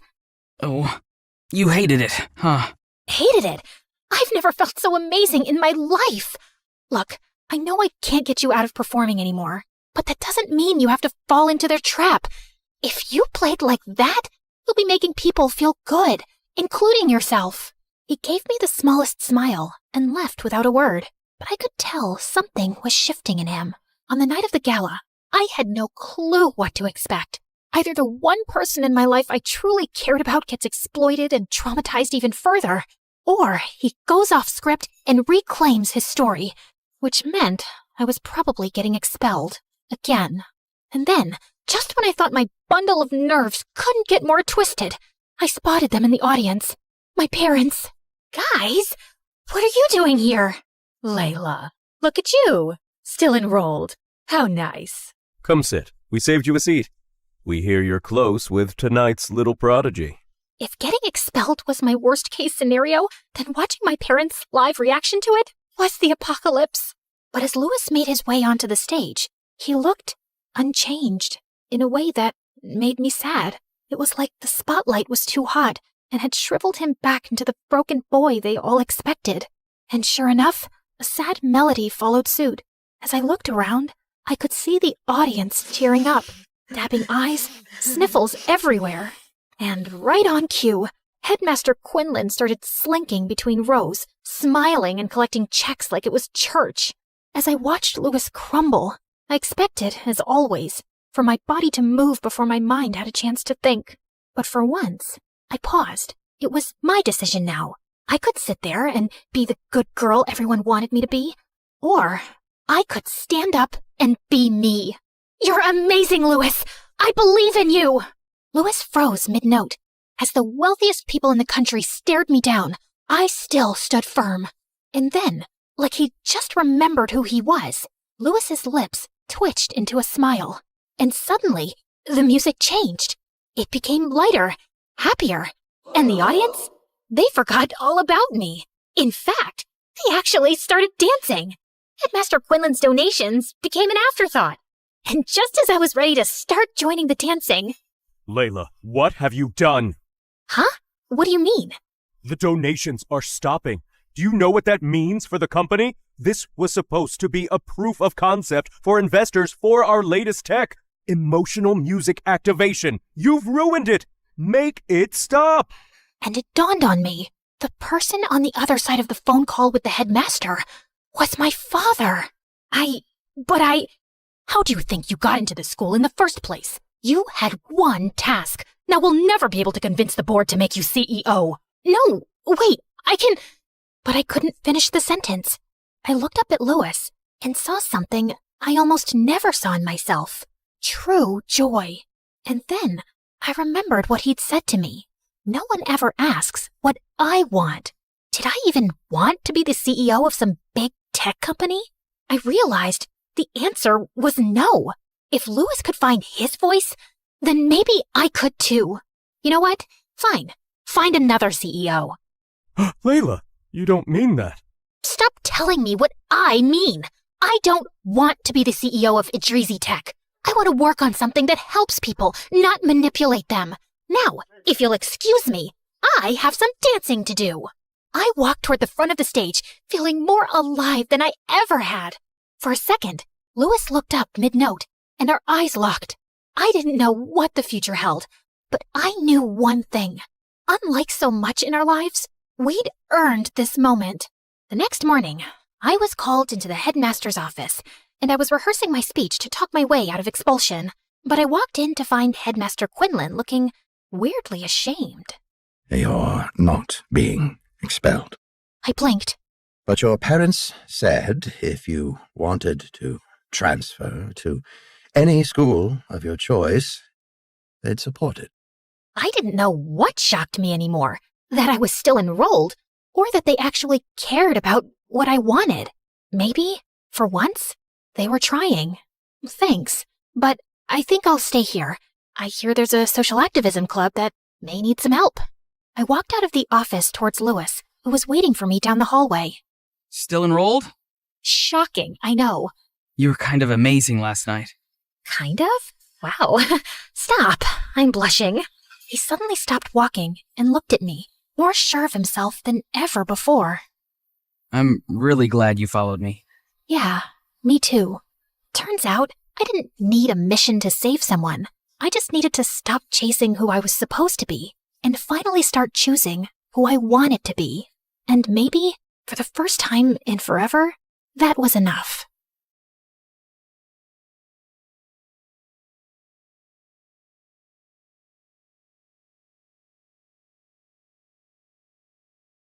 Hi, I'm Nora, and most of the time, I'm pretty sweet. But when I fall in love, I turn into a jealous psycho. Before I continue, please like and subscribe. I blame my mom entirely for it. She and my dad were high school sweethearts. But over time, Dad kept getting promoted at work and got busier, while Mom felt neglected and became really insecure. I mean, she became a nutcase. Like once in the supermarket, when Dad held the door open for the woman behind us, Mom accused him of flirting with her and even flung a melon at the woman's head. Or that time at my 6th birthday party when Dad gave a female clown a slice of cake, Mom marched over furiously, smushed the cake with her fists, and then gave the clown a wedgie. I don't condone violence, but that was hilarious. When I was in the 3rd grade, Mom was convinced that Dad was having an affair with his pretty new secretary. So one day, she took me and my older sister Sophie to his office. Please don't steal our daddy, lady. Don't take him away from us. Who will feed us and buy us clothes? Do you want us to be orphans? It's a very bad thing to be wait, I forgot. I wrote it on my arm. Oh yeah, a homewrecker. Homewreckers are bad, and you'll end up in jail, bad lady. Wait a second. Are those my jeans you're wearing? I want my jeans and my husband back, witch. Are you insane? As if my size 0 jeans would even fit your size 8 butt. Mom snarled and leapt at the secretary, who dodged her and went screaming down the hallway. She burst into the conference room with Mom on her tail, and the two ended up crashing onto the large conference table where Dad was having a meeting with the company's top executives. What on earth? You cheated on me and gave this bimbo my favorite jeans. Mom threw a stapler at Dad, which missed him and hit his boss instead. Needless to say, he was fired. And that was the day he left us for good. Sophie and I were devastated. Wipe your tears, girls. He wouldn't have left if he wasn't cheating on me. Take it from me. All men are garbage, and we're better off without them. Well, that didn't stop me from having my first crush in the 7th grade. His name was Adam, and he was our neighbor. One day, Sophie caught me staring at him from my window. Adam and Nora sitting in a tree. Kissing. Shut up, Sophie. I don't even like that boy. Yes, you do. You want to brush his hair and hold his hand and have his babies. I read it in your diary, see? I snatched my diary out of Sophie's hand and pushed her out of my room. She was so annoying. A couple of weeks later, a super pretty girl named Becca joined my class, and we quickly became friends. Once, when we were hanging out at my place, Adam showed up at my door. Hi. I brought you some cookies I baked myself. You free to hang out? Oh, yeah. Why wouldn't I be free? Wait, I have another guest over, but yeah, I don't think she'd mind. Come in. You smell so good. I mean, the cookies smell so good. I wanted Adam to have a good time, so I logged on to Ask Brain 2 and asked about fun game ideas. The three of us played Truth or Dare, charades, and hide and seek. A couple of times, I caught Adam smiling at me, and when he brushed cookie crumbs from my cheek, my heart skipped several beats. The next day at school, I was at my locker and I saw Adam staring at me from across the hall. Suddenly, he winked at me and blew me a kiss. The butterflies in my stomach went into a frenzy. I raced down the hall ready to jump into Adam's arms, but I slipped on a banana peel and fell face first right at Adam's feet. I thought he'd sweep me up, but instead he stepped over me, hugged Becca, and gave her the most romantic kiss I'd ever seen. I wanted the ground to swallow me whole. That night, Mom and Sophie caught me crying in my room. Boys are like that, sweetie. They'll lead you on, make you think they love you, then tear your heart out, just like your father. Not only was my heart broken, now I was totally paranoid when a boy even came close to me. Hey, Nora, you want to go to the movies? I'd rather eat a bag of worms. Would you be my Valentine? Stay away from me, or I'll dunk your head in a toilet. Nora, you're the most beautiful girl I've ever seen. Liar! After a while, I got a reputation for being a little cuckoo, and most of the kids in school started avoiding me, but I didn't care. Sophie was totally different, though. She'd flirt with every boy that passed her in the hall and date a new jerk every 2 weeks. Of course, they all broke her heart, and I felt so sorry for Sophie that I decided to help her. You gotta remember my rules, Soph. Don't let their good looks fool you. Don't trust anything they say. Don't let them melt you with their kisses, and don't ever fall in love. Sophie listened attentively and took notes, but a week later, I caught her kissing a boy named Clive in her room. You're breaking all the rules. Your rules are dumb. All boys aren't bad. That's right, girl. Boys are cool, and that's why they rule. Ha ha! Shut your stupid mouth. No one's talking to you. Where'd you pick him up from? The dumpster?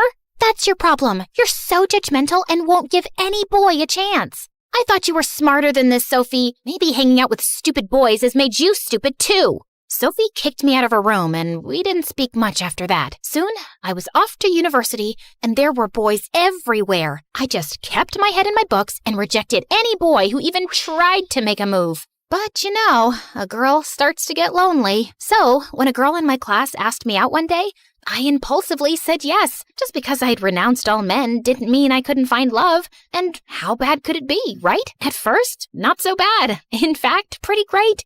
She loved to cook, she braided my hair, she gave me the best pedicures, and we were the same shoe size. But then, she started acting like I'd adopted her. She would never leave my dorm, and I hated it when she used my towel and my hairbrush. She was clingy and needy, and constantly needed validation that she was the most important person in my life. So, if your mother and I were hanging off a cliff, holding on for dear life, and you could only save one person, who would it be? My mother, obviously.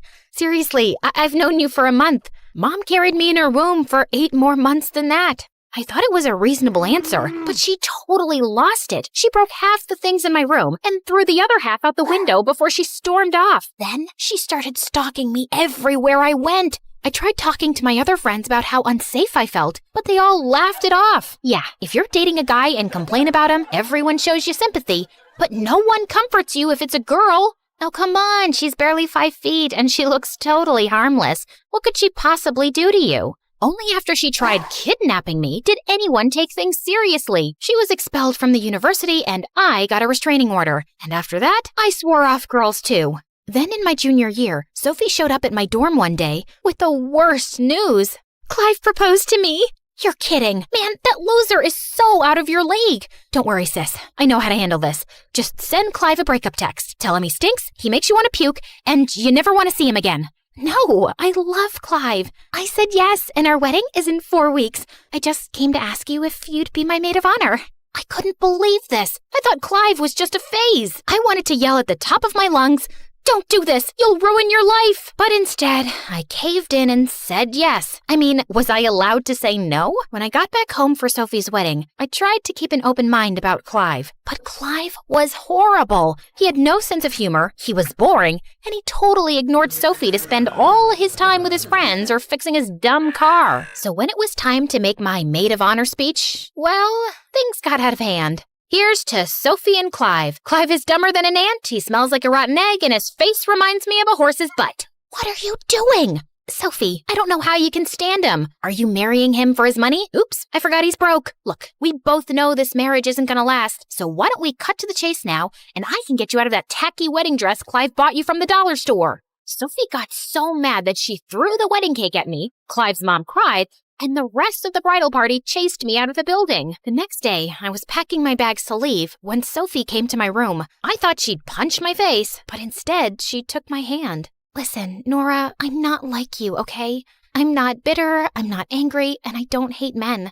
I chose Clive, and if you want me in your life, you'll have to respect that. Okay, but you're making a huge mistake. You're the one making the mistake. Love is real, and one day, I hope you'll understand. I was only trying to do the right thing, but clearly Sophie was too blind to appreciate it. But when I got back to my university, my life turned upside down. My friends and I went to a restaurant to celebrate my birthday, but when we got there, the waiter told us our table was booked. 3 dumb guys were sitting there laughing and joking.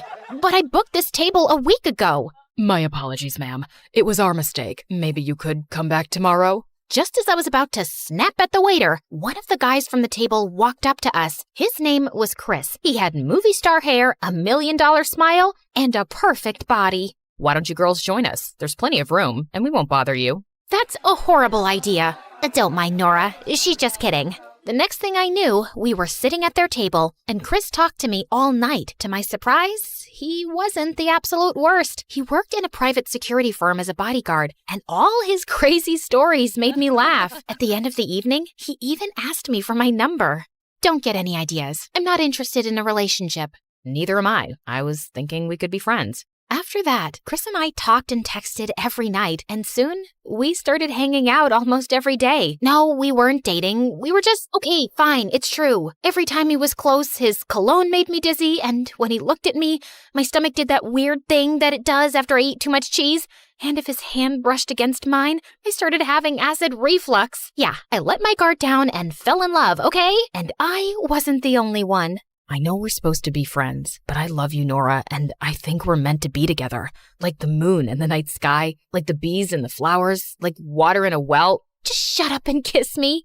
Soon after I'd graduated and moved in with Chris, he got a job as a bodyguard to protect this beautiful pop star Sasha. Yeah, I know y'all have heard about her. Sasha, the gorgeous singing sensation who ended up dating her ex-bodyguard Damon? Yeah, that one. Sasha was going on tour, and for months, Chris was off traveling from city to city, and it got kinda lonely. Then one day, Mom and Sophie came to visit. Oh, Nora, my poor baby.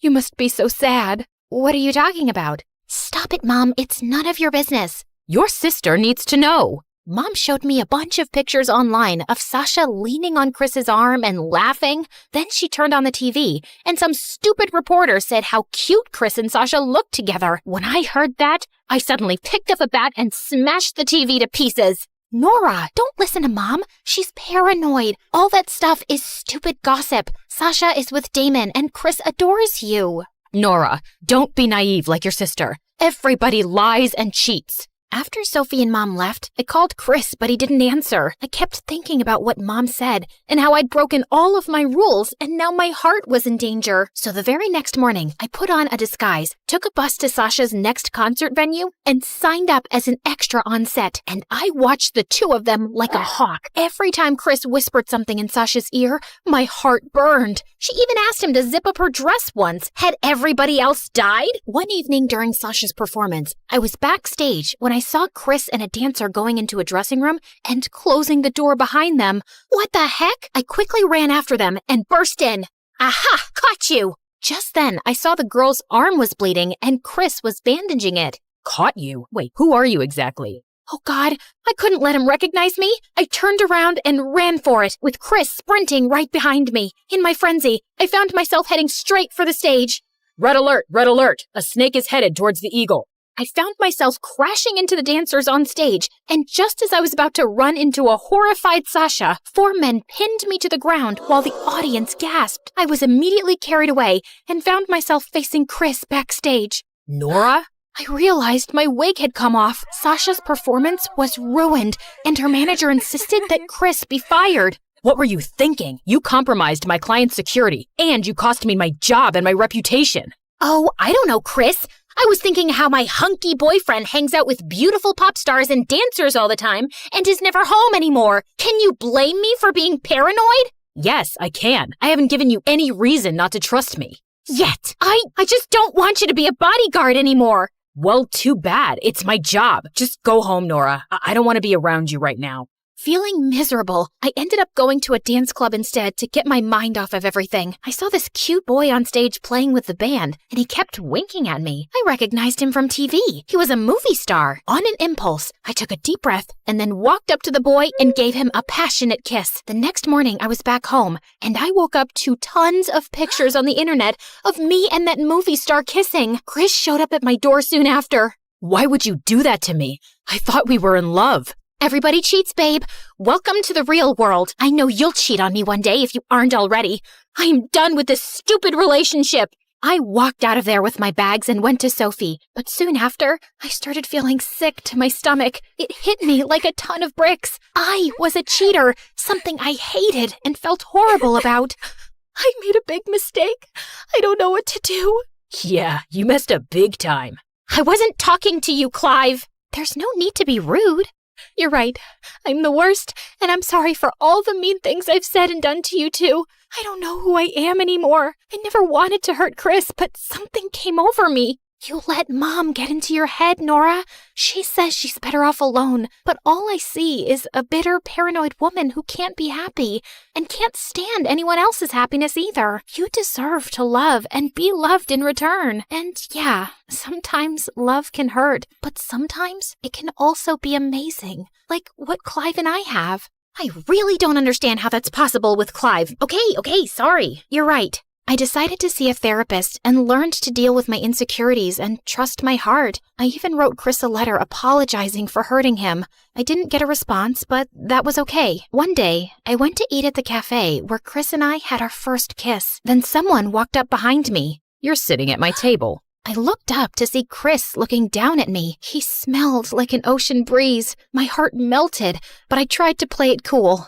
I don't see your name on this table. You're right. Do you mind if I sit with you? I thought you hated me. I did at first, but I couldn't hate you for too long. You really broke my heart, though. I hope one day you can forgive me. You were the love of my life and my best friend. I want you back, but I understand if you can't trust me. Maybe we can start over? We could take it one day at a time. I can't promise anything, but I do want to give us a second chance. And this time, I was throwing away all my stupid rules and following my heart.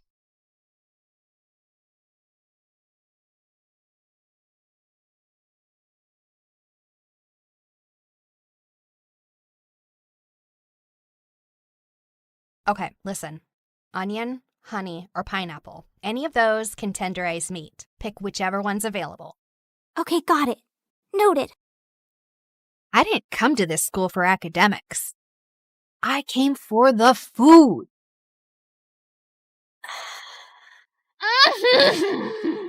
The texture. Oh, the crunch. The glaze. The magic. Ah! There she freaking goes again. Her freaking scream makes me want to freaking lose my freaking appetite. Freaking... And that's exactly why you don't have friends. You treat food like it's your boyfriend. So what? I've got you. They're reopening the Culinary Society for freshmen, and they're choosing 10 new members. The announcement's tomorrow at the auditorium. I'm joining that club. You in a cooking club? Babe, you're way too lazy for that. But I have a golden tongue.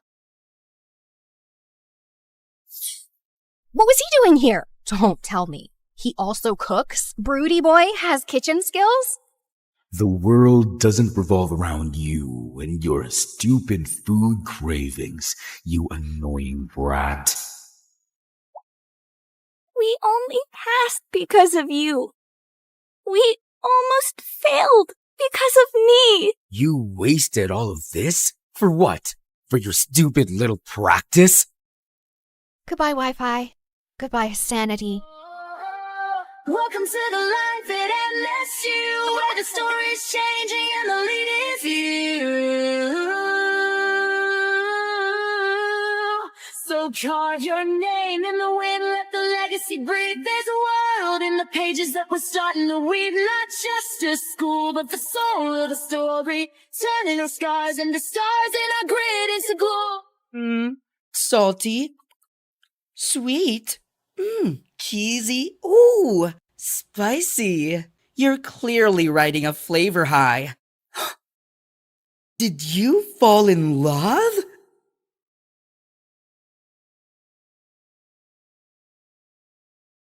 Hi, I'm Leslie, and this is my story. But before I continue, please like and subscribe. When I was a kid, my parents always fought a lot. Mom got so fed up that she yanked me out of bed one night and snuck me out the door. Mom, I'm sleepy. I want to go to bed. Shh, quiet. The next thing you know, we'd moved to a tiny apartment in a strange town, and I hated it. I screamed and cried for Mom to take us back home. Take me back. This is whack. I tried reaching out to my dad, but he was always too busy. That made me sad, but Mom found ways to cheer me up. Eventually, I got used to our new place, and hanging out with Mom was pretty cool. After a while, Mom met someone new. Soon they were married, and we moved into a new house. My stepdad was nice, but his daughter was a witch. Hey, Dana. Welcome your new mom and stepsister. Welcome them? Ew, Dad, they're poor. Why are we keeping them here and feeding them? They're disgusting and gross.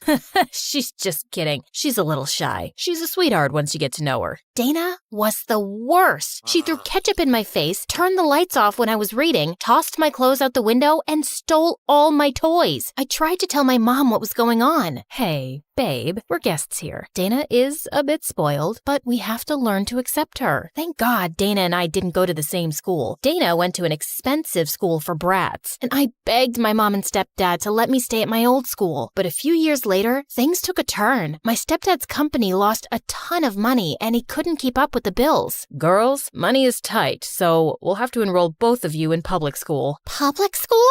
No! Dana threw the biggest tantrum and refused to eat for a week, though I caught her sneaking cookies from the kitchen at night. On the first day of school, Dana acted like a total spoiled brat. Hey, everyone. You might see this girl talking to me, but that doesn't mean we're related. She's just our maid. No, she's our maid. No, she's our maid. No, she is our maid. No, she is our maid. Dana and I fought all the time. We shouted at each other in the hallway, had a food fight in the cafeteria, and one time during science class, we started shoving each other and accidentally hurt the teacher who was trying to separate us. She ended up with a broken nose. The kids thought we were insane. Neither of us had any friends. I mean, I couldn't blame them. Dana was a crazy witch, and I'm cool, but shy and weird and insecure and invisible, so yeah. After weeks of being outcasts, we grew a bit closer, just a bit, 'cause we were lonely and we only had each other. Then one day in first grade, our parents sat us down to give us some news. We're gonna have a baby. Oh, really? That's cool. A baby? Why would you go and do a stupid thing like that? The baby came and my parents were so happy. A beautiful little boy. Isn't he precious? Let's call him Sam. I fell in love with Sam immediately, even though he was annoying. He cried a lot and puked and peed all over the place. Dana avoided Sam like the plague. She'd lock herself in her room and only came out to eat. Look at his stupid, dirty face. OMG, why is he throwing food everywhere? I played with Sam every day. You're so good with him, honey. Could you watch Sam while Dad and I run some errands? Sure, no problem. As time went on, Mom and Dad started leaving him with me all the time. Eventually, I was Sam's permanent babysitter. When Sam turned 2, he turned into a maniac. He drew on the walls with crayons, smashed an expensive vase, and poured milk in my dad's office drawer. And they blamed me every time. That vase cost a fortune. I'm taking it out of your allowance. But it's not my fault. I told you so. Told me what? That the brat was a bad idea. It's only gonna get worse. And Dana was right. One day I had a huge chemistry test and told my parents way in advance that I needed to study, but they still shoved Sam in my face and just left. I'd had enough. I dropped Sam off in Dana's room and headed out the door. Where do you think you're going? I'm done with this family. I'm out of here. You can't just leave me with this thing. Watch me. Look, Sammy, she has cookies. Sam grabbed Dana and I walked out the door. No, get away. Leave me alone. Help. I hopped on the bus and went straight to my dad's. He was out of town when I got there, so his maid let me in. For the first time in a long time, I had peace and quiet. My mom and stepdad freaked out when they found out I'd left, but I refused to come back. In school the next day, Dana ran up to me, looking crazy. I can't take it. Please, come back home. I thought you hated me. I do, but Sam's a demon. He tore up all my clothes and flushed my makeup down the toilet. Sounds like you're getting a taste of your own medicine. I turned to walk away, but then Dana started bawling like a big baby. Please, I'll do anything. Just come back home. Okay, maybe I'll come back, but on one condition. You have to do what I say when I ask. No way. I'm not your maid. You won't be my maid. You'll be my assistant. That's even worse. Take it or leave it. Dana reluctantly agreed, but even if she hadn't, I'd have moved back anyway because I missed my little Sam. The thought of him being ignored by my shallow parents and selfish Dana made me sick to my stomach. I moved back in, and whenever our parents left us with Sam, I'd set up a schedule so Dana and I shared the responsibilities. Things were great for a while, but they took a turn when Sam turned 10. He stole my mom's diamond ring and gave it to his classmate to impress her. A pretty ring for a pretty girl. Are you crazy? I can't take this. Sam got so mad, he punched the girl in the face. Then he sold mom's ring to his friend. I'll give it to you for $50. 40. Deal. One day, Sam's teacher called my parents in for a meeting. Of course, they were too busy to go and sent me and Dana instead. We came because our parents have leukemia. Oh my God. No. She means anemia. No, I think I meant amnesia. They're getting old and crazy. They're just sick, and we came instead of them. Can you tell us what the problem is? Sam gave one of his classmates a black eye. He broke a window, and he's been terrorizing the other students. When we got home, I went straight to Sam's room. We need to talk about what's going on with you in school. I'm busy. If you keep this up, you might get expelled.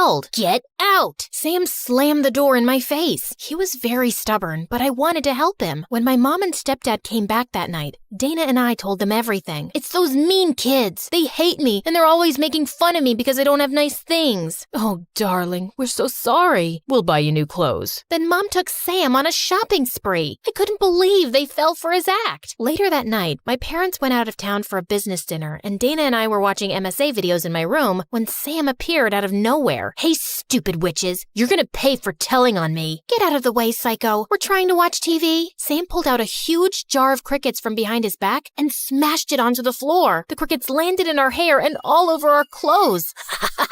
Get them, my pretties. A couple of months later, Mom and Stepdad called us into the living room to tell us we were moving into a brand new fancy house. So, wait, we're rich again? Yes, we have twice as much money as we had before. Thank God. I hated being poor. Now I can go to a fancy college. Only the best for my daughter. A month later, Dana left for college in another city. I could have gone away too, but I was too worried about Sam, so I got enrolled in a college close to home. But soon after, my stepdad enrolled Sam in an expensive private school, and he started hanging out with these spoiled rich kids. I had to make sure that he didn't get into some big trouble. In my sophomore year, I was reading in the park one day when suddenly I spotted a big dog running at crazy speed with a guy my age trying to grab his leash. His name was Alex, and he was a senior in my university. I gave him my hoodie, and we ended up talking for a while. I hadn't even realized 2 hours had gone by. Oh, shoot. I gotta go. I gotta check in on my little brother. So, how do I get your hoodie back to you? Maybe I could take you out for dinner tomorrow? Oh,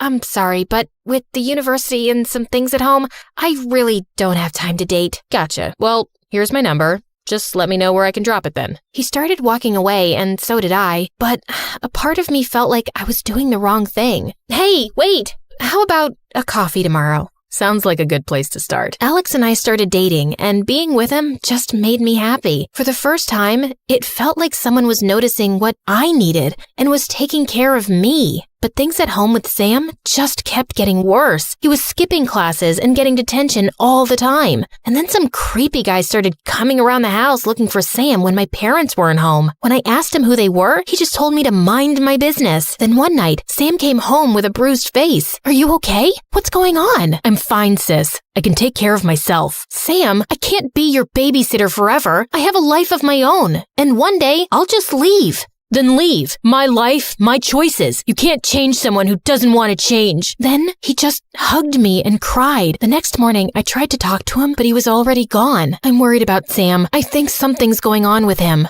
You worry too much, honey. Sam's fine. Have you seen his face? He said he got hurt during football practice. Ugh. Soon after I graduated, Alex proposed, and I was over the moon. I'd have to move out, but I would only be 10 minutes away from Sam. Not that he seemed to care much either way. And on my wedding day, Sam was nowhere to be found. I kept calling him, but I couldn't get through, and we couldn't postpone the ceremony any longer. I felt so upset that he had missed this. But 2 hours later, I finally got a panicked call from Sam, asking me to pick him up from some bad neighborhood.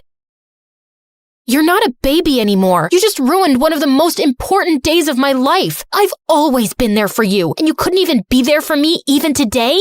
I started to give up hope of fixing him. I was fighting a battle alone, a battle that wasn't mine. And my parents just made things worse. Sam failed high school, but my stepdad paid the school board to give him passing grades. It made me so mad, but I had no say in the matter. Then one day, the company I worked for gave me an amazing job promotion if I moved to California. It was a great opportunity, but I felt unsure. Alex supported me either way, but I tossed and turned all night thinking about what to do, and finally called Dana. You've got one life, Les. You can either live it for Sam or live it for yourself. Sam had started interning at his dad's firm, but I observed him for some weeks and saw that he still had the same kind of friends and was still blowing money and partying the same way. And I finally made my decision. What? You're going to California? That's across the country. I need you here, Les. No, not really. You only need me around to clean up your messes, but I'm done doing that, Sam. You were right. You can't change someone who doesn't want to change. Leslie, please. You're all I have. You've got Mom and Dad, and they'll take care of you in their own way. You're their kid. I just can't be your parent anymore. But you're my big sister. And I'll always be there for you as that. So when you decide to fix your ways, come and see me, okay? I love you, Sam, but I'm leaving. It's time.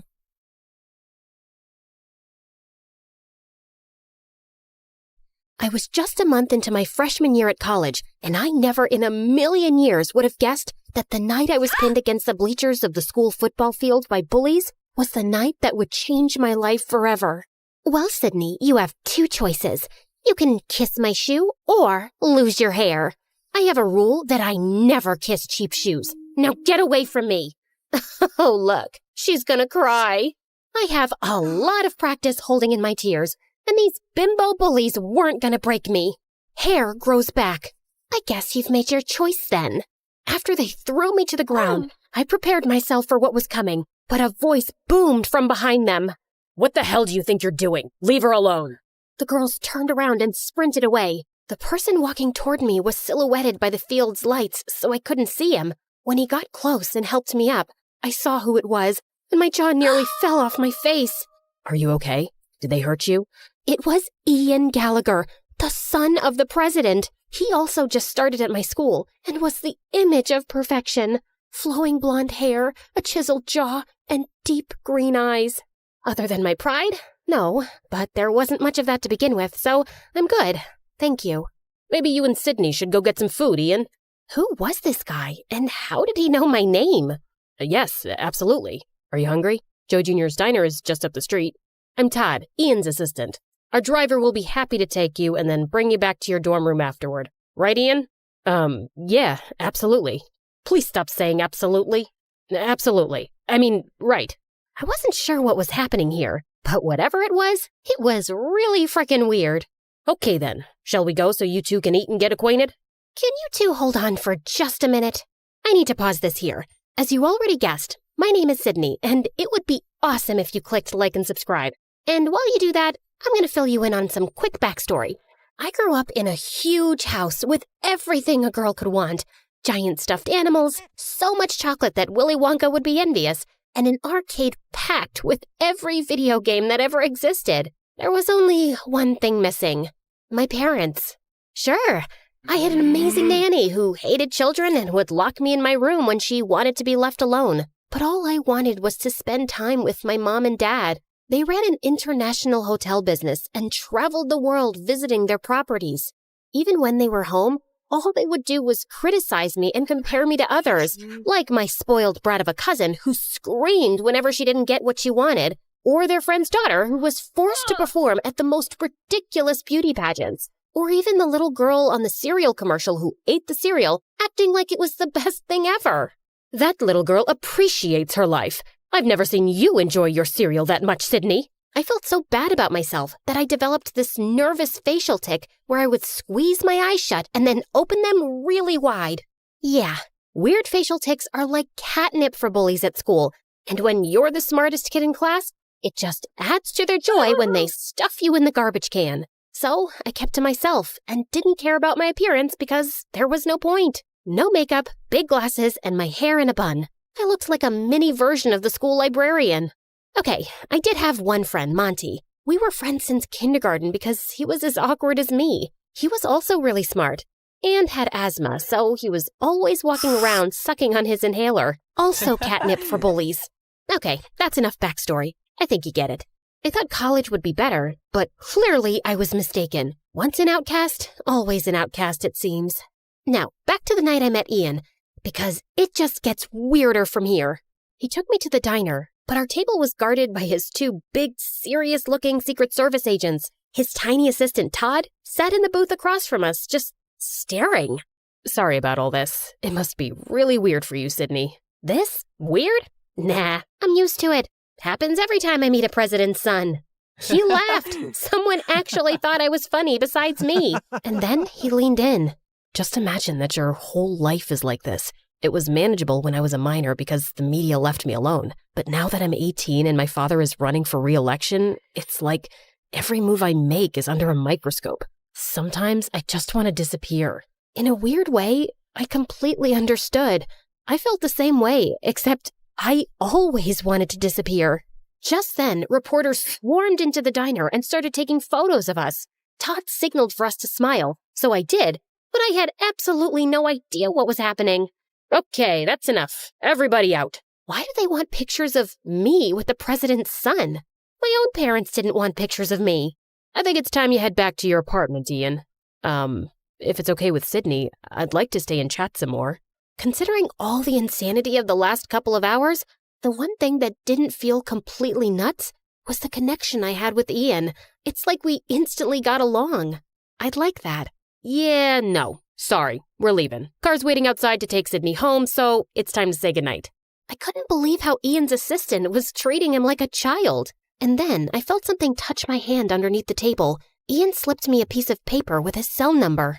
But then Tiny Todd stuck his face in mine. Listen to me carefully, Sydney. Under no circumstances are you to try and make any contact with Ian unless you check with me first. Is that clear? Sure. Good girl. And if he or the press tries to talk to you, you call me. Wow, this little man just good girled me. Yeah, no. Maybe I won't feel like it. Well then, I'll make a single phone call and have you expelled, which I will also do if Ian learns about this conversation. So we're going to keep this between you and me, right? I was frozen. If I got expelled, my parents would disown me. All I wanted to do at that moment was to wrap my fingers around Todd's throat and choke him. But instead, I just nodded. When I got back to my dorm room, the first thing I did was call Monty. Yeah, we both applied to and got into the exact same colleges. And then, like the weirdos that we are, we chose to go together. That's crazy. So you hit it off with Ian Gallagher, like for real? I wouldn't say we hit it off, but I feel like we kind of get each other. You mean like you and me? Yeah, but the difference is, he's the president's son. But why me? Because you're amazing, Sydney. You're like the smartest person I know. You're funny, you're not deserving of Ian's attention, that's for sure. That's not true. You're deserving of anyone's attention. You're just saying that because you're my best friend. I want to call him, but I'm scared his tiny jerk assistant will find out and get me expelled. So don't let him find out. I stared at the number on the piece of paper for like an hour before I got the courage to call Ian.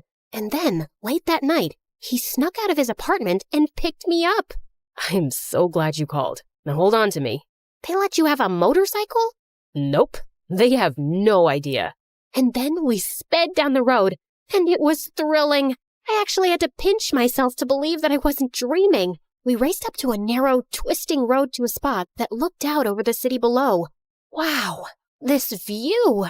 I found this spot when I first got to school. I needed a secret place to get away from everything. My dad, his re-election campaign, Todd. He was so sincere. When he looked into my eyes, I thought I would melt into a big puddle.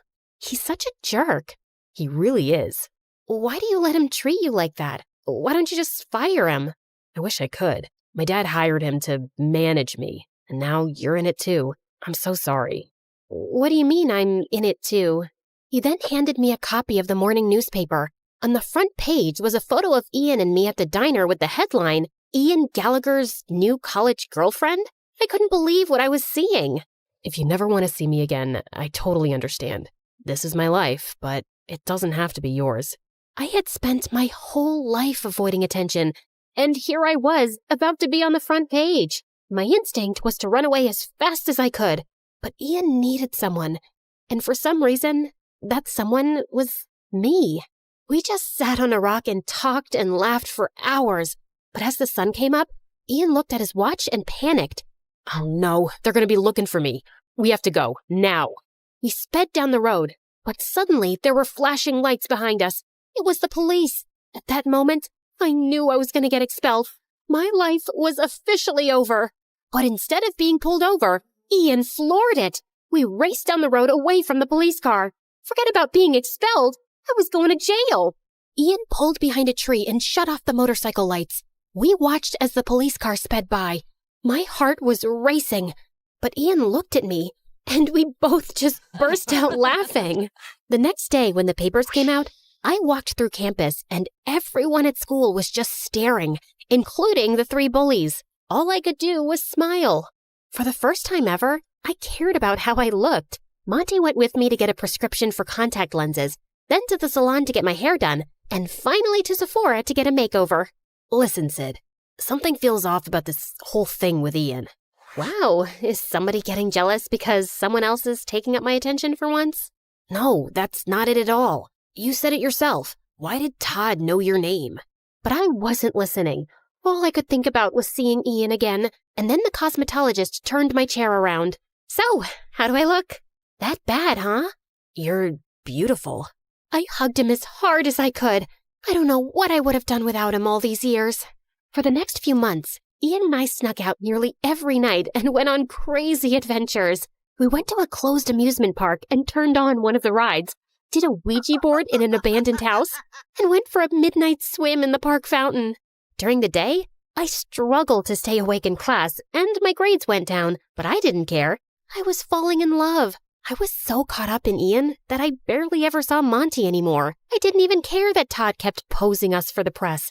Until one day, when things took a dark turn, Todd had Ian and I meet. Well, look at you two lovebirds. It just warms my heart. I didn't know you had one of those, Todd. Every day there's a new surprise. Ian tried to contain his laughter, but Todd was not amused. When the press gets here, Ian, I want you to kiss Sydney. Ian and I hadn't kissed yet, which I thought was strange, but I felt like he was just taking it slow. Then, out of the corner of my eye, I saw Monty sitting alone on a bench eating his lunch. Is that necessary, Todd? Of course it's necessary, Ian. And I want you to kiss her like you mean it. Understand? What the heck was that supposed to mean? Why wouldn't he mean it? And like clockwork, Ian's bodyguards ushered a dozen reporters over to us. But Ian looked so uncomfortable. He gave me the most awkward, quick kiss. Now, I'm no kissing expert, but I would have to say it was pretty terrible. I looked over and Monty was gone. Ian and I got to the back seat of his limo. Todd got into the front and just exploded. What the hell was that? I'm sorry, Todd. I'll do better. For your father's sake, you better. For your father's sake? What does that mean, Ian? What does it matter to you, Sydney? You're not bullied anymore. People admire you, which I'm guessing is a first. So be a good girl and keep your mouth shut. Hey, don't talk to her like that. Or what, Ian? You gonna fire me? I was waiting for Ian to defend me, but he just went quiet. When I opened the door to my dorm room, Monty was waiting. I had given him his own key at the start of the year. I was so happy to see him. Monty! But that happiness didn't last long. You're being played, Sid. Played? Oh, stop it, Monty. You and Ian? It's a setup because his father is running for re-election, and Todd was hired to craft his image for the public. You're just jealous because I fell in love and I'm spending my time with someone else. And then Monty held up a printed photo of Ian embracing another boy. I did some digging and this was Ian's high school boyfriend. Boyfriend? You're saying that Ian is...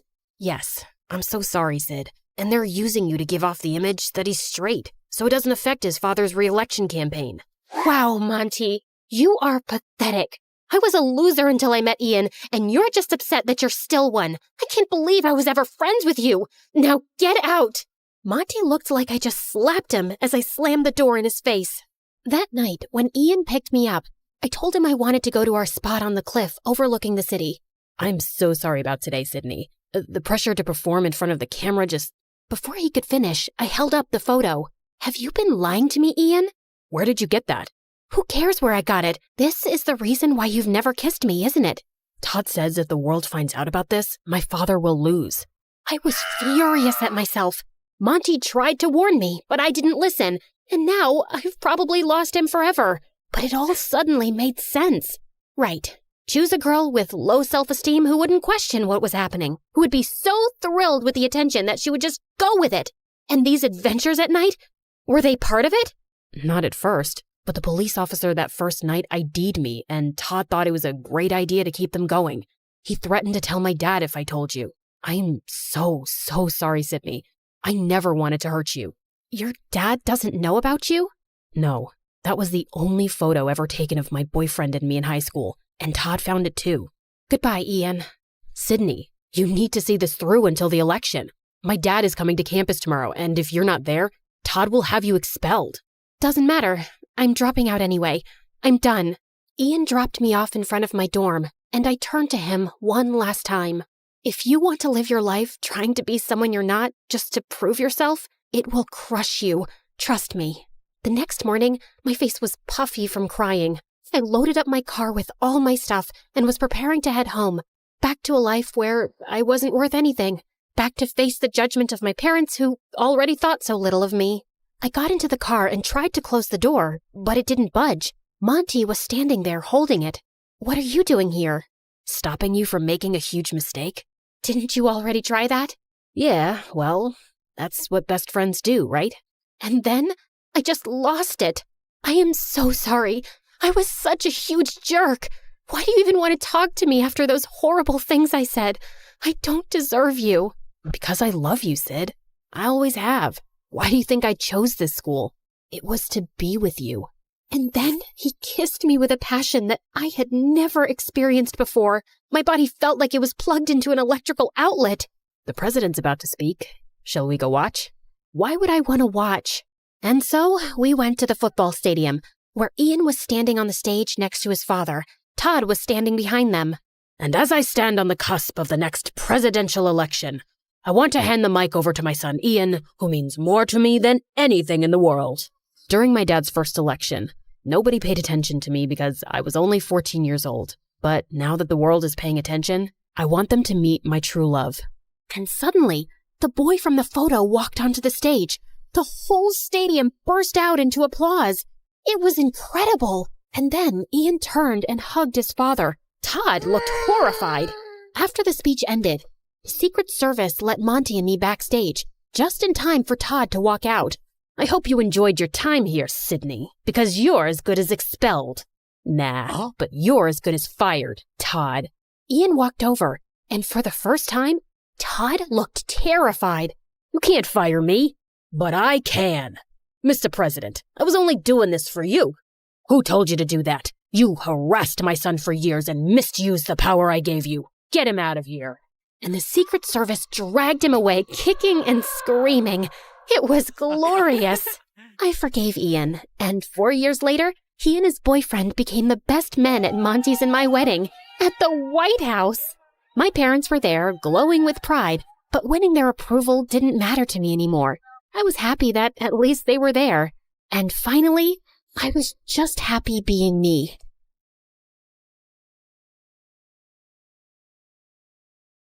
People call me the Queen of Entertainment, a famous pop icon, a musical superstar. You can take your pick. As for me, I like to be called the Queen of Hearts. Hi, I'm Ariana Grande. I was born in 1993 in Florida to overachiever parents who were super successful in their careers. Right since I was a toddler, I loved to sing. Mom would sing me lullabies and I'd sing along with her. You have a beautiful voice, my baby. Just like an angel. I'm not so sure.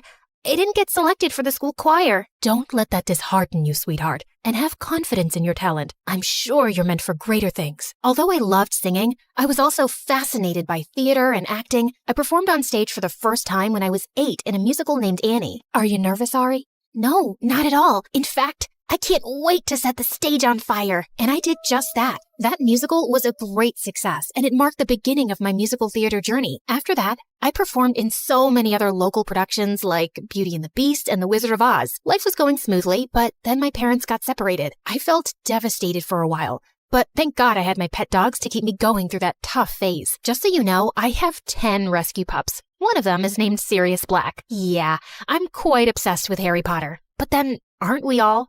So by the time I turned 14, I decided I'd acted enough and now wanted to make a career in singing. I packed my bags and moved to Los Angeles to meet my managers. Guys, I think I want to make an R&B album. That's a hell of a goal, but who do you think's gonna buy a 14-year-old's R&B album? Well, that kind of made sense. So I went back to Florida and decided to focus on theater for the time being. Then when I was 15, I got chosen from among thousands of girls to play one of the main characters in a Broadway musical called 13, for which I later bagged a prestigious award. By this time, I had moved to New York, so I was missing school a lot. Mom, I want to continue performing, but what about studies? I want to finish high school at least. Don't worry, sweetheart. Your school has agreed to send study materials so you don't miss out on your studies. That was pretty cool. I was studying and focusing on my career, even though I was miles away from home. Then in 2009, I bagged the role of an adorable goofball named Kat Valentine in the famous Nickelodeon TV show named Victorious. Since the show was set in a performing arts school, it gave me an opportunity to showcase my acting as well as my singing abilities on a national platform. Thanks to the show, I was suddenly a teen idol. So, Ariana, what's next? Are you looking at a career in Hollywood? To be honest, acting is fun, but music has always been first and foremost with me. I was determined to give singing a shot, so I kept uploading my videos on YouTube where I sang covers of songs by Adele, Mariah Carey, and Whitney Houston. Meanwhile, the second season of Victorious premiered in 2011 to 6.2 million viewers, becoming the highest-rated episode of the show. Victorious ran for 3 seasons until it was finally wrapped up in 2013. Then one day, I got the most unexpected call. Hello, Ariana. I'm Monte Lipman, CEO of Republic Records.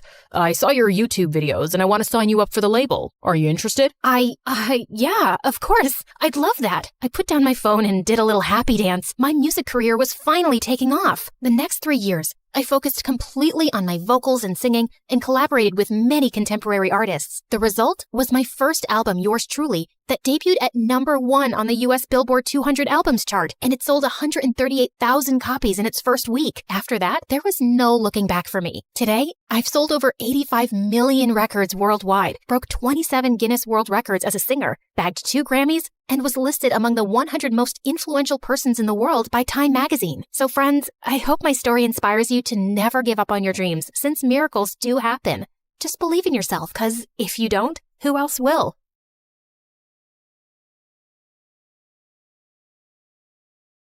Hi, I'm Leah from Indiana. Before I continue, please hit like and subscribe. Since I was a baby, I was meant to be a dancer. I could dance before I could even walk. I would do the cha-cha while cleaning my room, and bust a move while brushing my teeth, and of course, I was shaking it all the way to and from school. People smiled and laughed when they saw me, but I never cared. When I was 10, I would watch my friends head off to dance class after school. It would tear me up inside to see them living my dream. I came home one day as my mom was finishing her makeup. Mom, can I please go to dance class? All my friends are going. You're not going. You have no idea how much that class costs. There was no other parent to ask at that time. Just me and Mom and whoever she was dating that week. But Mommy, please. I swear, I'll do your laundry and chores, and when I make money from ballet, you'll get makeup from Sephora. I'll take you shopping, whatever you want. Pretty please. This means everything in the world to me. We'll see if that ever happens. Right now, I don't have time for this. I'm going to be late. The answer is no, and that's final. She left me alone in the cold house while she sped off in Ted or Fred's Ferrari to some fancy dinner. For me, another night of instant noodles. I felt devastated with how my life was going, just dreaming about my dream of dancing. But then I turned 12. I was alone, like always, and before I could blow out my candle on my plain cupcake, it flickered out. Oh no, there's still so much to wish for. I was about to leave for school when Mom barged in. Hold on, Leah. You have mail. My mom handed me a card with my name and address on it. Who's it from, Mommy? To Leah from Aunt Lucy. Who's Aunt Lucy? I haven't spoken to her in years. I don't talk to that side of the family. She gave me a ticket. Mom snatched it immediately from my hand. That's not a ticket. It's a check for $10 million. My mom went crazy. It was like she stepped into a Louis Vuitton fever dream. I didn't even know she was that loaded. I could do so much with this. I could buy a Gucci dress, an MK bag, and a diamond set. And I can't wait to see the look on Mary's face. She'll be fuming. And oh, that Tony who dumped me, he'll come crawling back like a puppy, begging me to take him back. I didn't remember the last time my mom looked so happy. She showered me with hugs and kisses, even making me twirl around like a ballerina. I had so much to ask Aunt Lucy, but Mom said she didn't have her number or anything. And when I turned 14, Mom decided to move. So we packed up everything and headed to New York City. That's right, the Big Apple, the city that never sleeps. We were ready to start a new life. I finally signed up for dance lessons at an art school. Me, the girl who used to have holes in her shoes, had ballet slippers. I practiced every day until my legs cramped, but I was ecstatic. My mom also had new friends, like Tiffany, Chanel, and Fendi. I had always wanted to be close to Mom, so I joined her shopping sprees, and it worked out great. I guess that's what I was always missing. We would spend our time stocking the malls for the best clothes clothes, handbags, and of course, shoes. Oh, Leah, we have to get these too. I was covered with shopping bags and balancing shoeboxes while scooting through the aisles. I could barely see in front of me through Mom's haul. Hurry up. We don't want to miss the first drop of Balenciaga's new collection. I'm right behind you. But honestly, when we were in these very posh stores, I felt like a princess. I was offered fancy drinks, tried on expensive dresses, and best of all, I felt so close to my mom. I walked out of the dressing room in a sparkling dress. Now spin around. Oh, beautiful, so beautiful. We'll take it. I looked at myself in the mirror. I could barely recognize myself, but maybe this is who I was supposed to be. I carefully teetered in the heels my mom had picked out for me, but crashed into the mirror. Do you think we could look at some flats? While I spent so much time with my mom, I might have been distracted from my dancing. My dance teacher seemed to be losing patience with me. Okay, Leah, you're up next. Saute. I smiled nervously at my dance teacher, attempting to jump, but fumbled the landing. The other students giggled at me. Have you been practicing? Yes, of course. I lied. What time did I have to practice? School was out at 3. I told my mom I would be at Bloomingdale's by 4. I mean, it was so unreasonable. Besides, I never looked more like a ballerina. The clothes, the hair, the shoes, the makeup. I was the definition of what a ballerina looked like. It wasn't my problem if my teachers couldn't see it. By the time I was 16, me and my mom had our routine down. Shopping, dining, and dining. Mom had friends she'd visit while I was in school, and we'd chat about them over dinner. And you wouldn't believe her hair. It's turned this terrible orange color. And her roots? Oh, her roots could be seen from outer space. Honestly, Leah, I'm beginning to think you're my only real friend. She loved me. My mom loved me. Just then, 2 men walked into the restaurant and surrounded us with serious faces. Jeannie Roberts?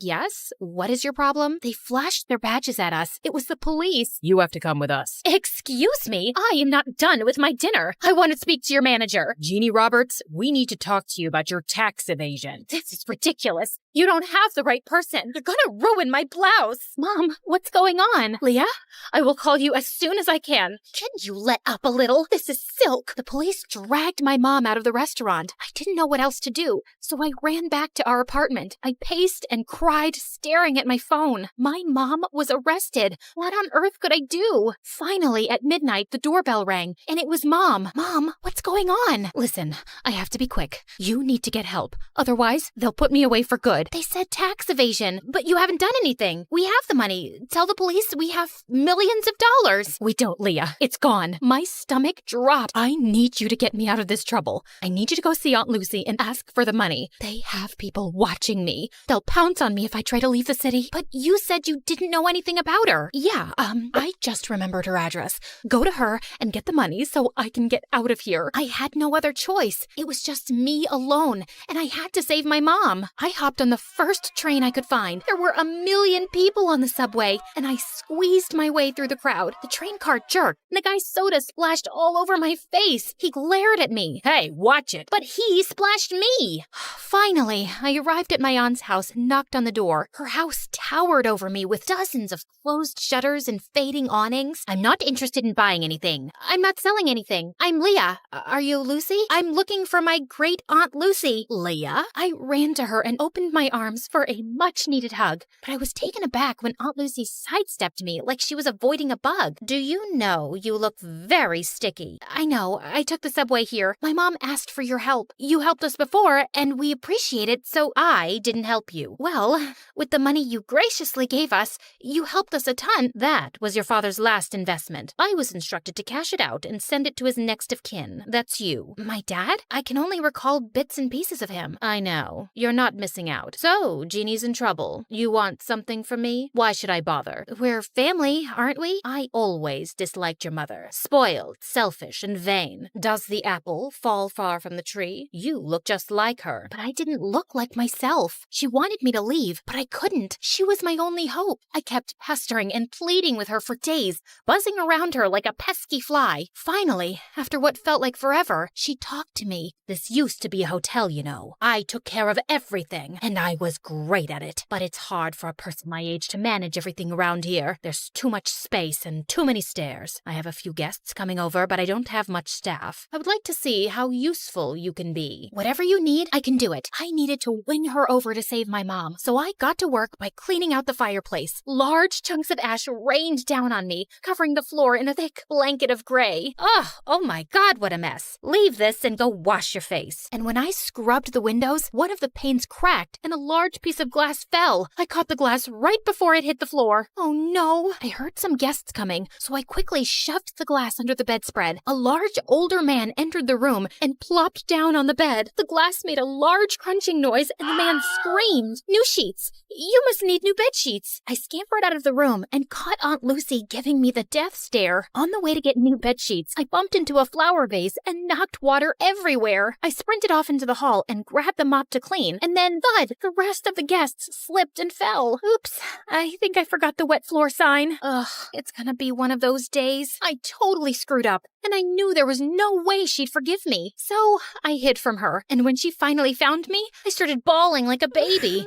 She couldn't be mad at a sobbing girl, right? I could see her face soften, and I figured I had a chance to get on her good side. I tried to make up for all the mistakes I had made. I gave my aunt a foot massage, made her fresh juices and warm soup, and in my final efforts, I polished her dresser and found a music box. Don't break it. Oh, I wouldn't. I love it. I'm a ballerina too. Well, maybe. I used to be. You're a little young for used to be anything. For me, this ballet feels like... Aunt Lucy and I were finally talking, and it felt like the ice was melting. She told me how she used to be a dancer. When I was a baby, my dad would tell her all about how much I loved dancing. I finally got through to my aunt, but I still needed her help. I brought up how desperate I was to save my mom. I was wrong. You're not like your mother at all. Okay, enough of all this. Let's go. We took a car downtown and met my mom. What on earth happened, Jeannie? You are still as disappointing as ever. Ugh, here we go. Why did you even bother to come here? You could have sent the money with Leah, but I guess belittling an innocent woman is more your speed. Aunt Lucy asked Mom for her tax forms, but all she got was silence. Mom, just give her the paperwork. She'll help us. What's wrong with you? Okay, fine. I'll just leave. And then Mom spilled the beans. She had conned us. The cops were fake. The tax problem was fake. All a scheme to get money from Aunt Lucy. I can't believe this, Mom. How could you do this? I had to. The bank was going to take the apartment, so I had no choice. I was in debt and knew only you could convince your aunt. I'm sorry.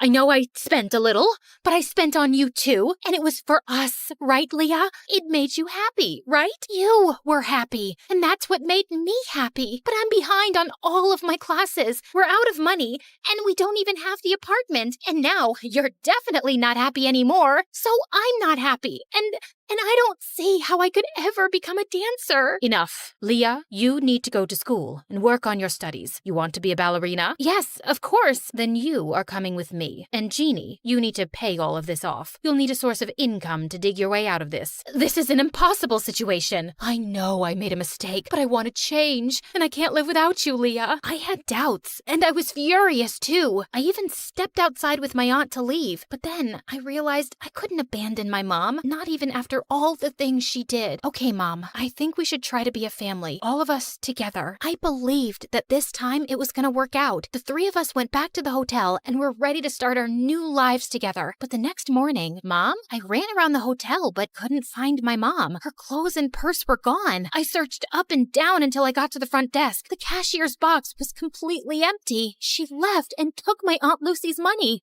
I was devastated. I brought her here, and it all happened because of me. What should I do? I had brought on enough trouble, and I had to earn and return every penny back to my aunt. Leah, are you leaving too? I'm so sorry, Aunt Lucy. I just wanted us to be a family. I don't want to cause you any more trouble. I thought it would be better if I just left. I'm so sorry about my mom. I wanted to believe that she would be different, but she wasn't. Just the same horrible, selfish woman. Leah, you don't have to go. It's not your fault. We're family. Sometimes the family you're given isn't the family you end up with, and that is okay. Really? Really. I love you. And I do have some good news. I made a few phone calls, and you have an audition next week. Oh, thank you. I love you too, Aunt Lucy. At the audition, I danced my heart out, and for the first time ever, I was supported and loved by my Aunt Lucy, and that sounds like the perfect kind of family to me.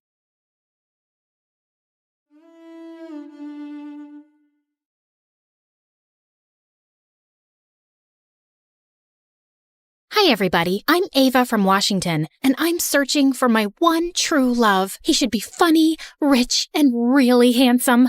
But I'm jumping ahead in the story. Please like and subscribe to MSA. I grew up in a big family with 2 older sisters. Maya was super intelligent like Dad, and Tara was pretty like Mom. But I inherited my parents' love for romance. I could roll around all day in bed dreaming about handsome boys. When I was 10, I invited the neighbor's son to run away with me and get married. When he refused, I grabbed him and pulled him down the street until his parents caught up to us. At 12, I had memorized all the dialogue of every romantic movie ever. And at 14, I landed my first date with the hottest boy in class, Danny. But he ran away when I asked him how many kids he wanted. Oh my God, will you stop crying? It's so annoying. But I'm in pain.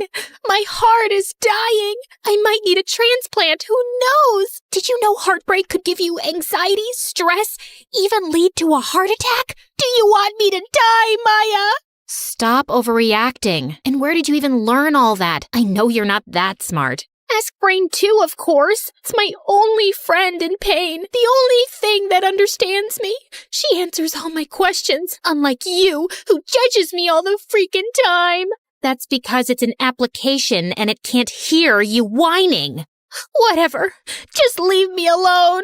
I was heartbroken for days, and Danny told everyone what a freak I was, so no one ever asked me out again. I didn't lose hope, though, and continued to work on my romance skills. But this time, I went a level up and started reading old romantic novels. Slowly, I fell in love with these books, and after I graduated school, I joined a literature course at a reputed college and picked up a job at a nearby library. One time, I was lost in reading when this guy tapped me on my shoulder. Hi, I'm sorry. Can you help me? I'm Alex, and I'm looking for a rare book and... Alex was saying something, but my attention was fixed on his friend Sam. He was so handsome. It was like he'd walked straight out of the pages of my book. I swear I could see a halo around his head. I gave Alex the wrong direction to search for a book so I could spend more time with Sam, and we had a great conversation. He asked me out before leaving, and obviously I said yes. On our first date, he took me to a fancy restaurant, and I was kind of disappointed when Alex also showed up. So when Sam went to the bathroom, I asked Alex why he was here. He's scared of meeting new people in public. This one time, he went on a blind date and the girl chased him with his fork because he ate her fries. It was a whole scene. And then another time, when he went to meet this friend, he got bitten by a bee. So he's a little paranoid. Don't worry though, I'm just here minding my business. It was a little awkward having Alex around, but Sam made me feel special. We talked, laughed, and even though he was a little dumb, his good looks more than made up for it. I just don't get why people read books. Just watch the movie and get done with it, right? I totally agree. Wait, aren't you a librarian? And aren't you supposed to be minding your own business? Relax. I just feel books are the best way to live a story. And being a librarian, you should love books more than anything. Yeah, about that. What kind of job is a librarian? You're pretty. Why don't you try modeling or acting? Do you really think I could be a movie star? Okay, not a model, but you could definitely be one of those teleprompters. The point is, anything is better than hiding your face behind books all day. I felt kind of weird how Sam talked down to me. He was literally the prince of my dreams, and I wanted to give our relationship a shot, so I ignored his sly comments and moved on. Sam and I officially started dating soon after. I thought now that I was his girlfriend, he would be kinder to me, but he only got worse. He wouldn't leave one chance to pick on how I looked or what I wore, and sometimes it would really hurt me. Like on my 20th birthday, Sam took me shopping, and I saw this really cute pink dress. Oh my God, this is so pretty. You're kidding, right? That's too expensive for your taste, Ava. You can't afford that. But I saved up, and I think... Okay, you need at least 20 years to save up for this dress. I can buy it for you, but I don't want to spoil you. I think men and women are equal and should pay for their own things. You get what I'm saying? Yeah, but Great, then buy something cheaper. What? Don't look at me like that. I just want to encourage you to earn more. I can't take a librarian to my parents' dinner, okay? You want me to meet your parents? Yeah, I kinda missed the point here, but my sister said that I'm not the smartest person, and Sam was making an effort, right? We were meeting his parents, which was a big deal since his dad owned half the town. I wanted to look my best, so a few days later, I borrowed some money from my sisters and bought the dress with the intention of returning it immediately after the party. But as soon as I arrived, everyone was dressed to impress, and even my expensive dress wasn't fancy enough. I spotted Sam immediately, but he was busy with some guests, so I stood in a corner waiting for him, when suddenly Alex walked up to me, but he tripped over something, and thankfully, I caught him just in time. Close call. I didn't know librarians had good instincts. You didn't know you were clumsy either. Life's full of surprises. Are you getting bored? We could dance if you want. No thank you. I'd rather stay here and wait for my boyfriend. Then you'll miss my awesome moves. With that, Alex started jumping up and down like a monkey, and I couldn't help laughing. It was sweet of him to keep me company while my own boyfriend didn't even look my way. Despite Alex's efforts, I saw only Sam. He laughed and hugged other girls, and I felt a mix of jealousy, sadness, and anger. I finally couldn't take it anymore and walked up to him. Hi, babe. I've been waiting for you in case you didn't notice. Won't you introduce me to your friends? Oh my God, Sam, weren't you dating that librarian? Yep, that's me. No, but he said she was kind of weird and clingy and had no taste in fashion. Still me. But he also said that she had messy hair and her breath stank like horse poop. Let me save you the trouble. All me. And I didn't know you thought all these amazing things about me, Sam. Oh, sweetie, it's just a joke between friends, nothing serious. Okay.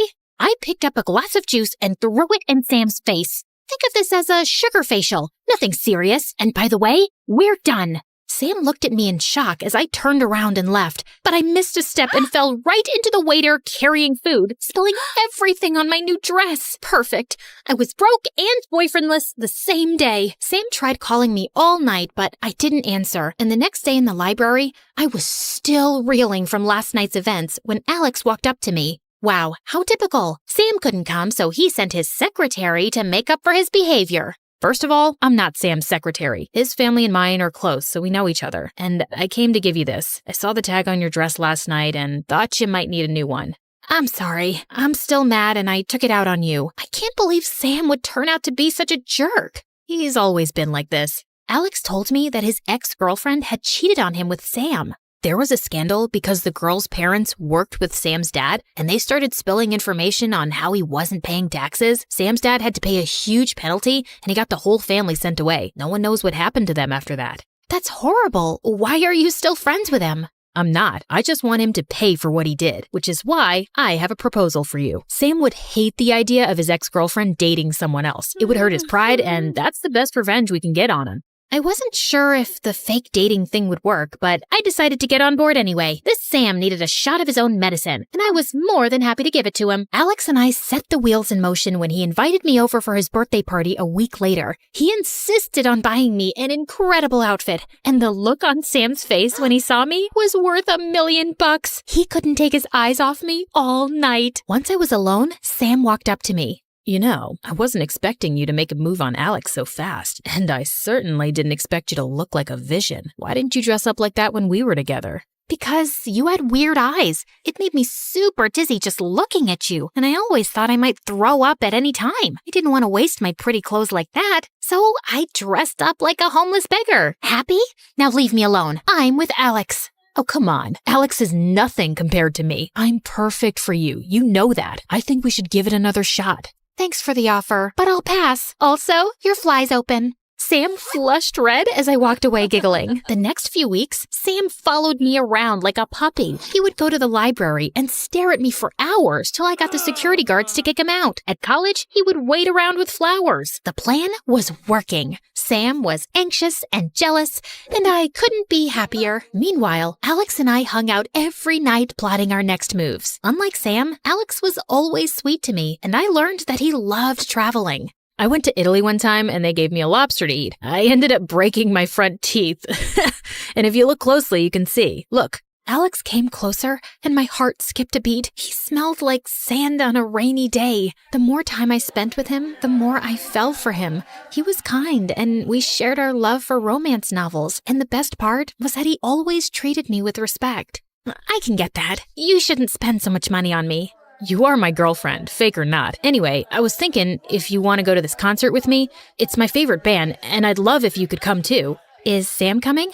I guess. Is it important that he comes? Yeah, of course. He needs to be there if we want to make him jealous. Duh. Yeah, didn't think of that. Alex smiled and went on his way, and picked me up later that night. As expected, Sam was around too, and he'd picked front row seats to keep a watch on Alex and me. At the end of the concert, the singer called my name and announced that the next song would be dedicated to me by Alex. I was overwhelmed with emotion and cried. Alex hugged me tightly, and we stood like that, listening to this beautiful song. I totally forgot about Sam. This is perfect, right? He's totally falling for it. Huh? What? Who? Sam. He's looking right in our direction. And suddenly, I saw Sam walking up on stage, and then he took the mic and started singing in the worst voice ever. People gathered around watching, and he just enjoyed the attention. Oh, baby, baby, check out my style. I'm rich and I'm handsome, it's all worthwhile. My moves are smooth, my smile's so bright. Oh, baby, baby, I'm a sight. Ava, my sweet love, come back to me. You're meant for great things, and they all start with me. Sam walked down and took my arm, but Alex held my other side, and I stood between the two of them like a lost lamb waiting to get slaughtered. Let her go. She's my girlfriend. She was mine first. You treated her like trash, and you're making her look like a loser.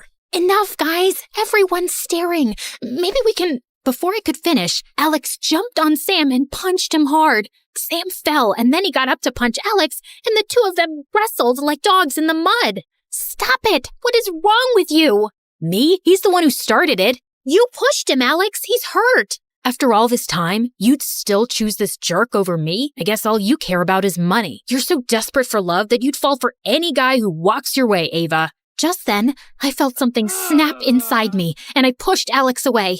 All of you are morons. Eat dust and kill each other for all I care. I didn't even look back as I walked away. Maybe all this romance stuff was just a bunch of nonsense and good guys just didn't exist. When I came home, I saw my sisters waiting for me. Apparently, the concert was live on TV, and the entire fight between Alex and Sam was telecasted. They asked me how I felt, and I instantly broke down and told them everything. Maybe this is a sign that you need to realize your true value. Boys will come and go, but self-worth will take you places. And if you want a prince, I have a friend who works at Disneyland. I can hook you up. I think I'm done with guys for a while.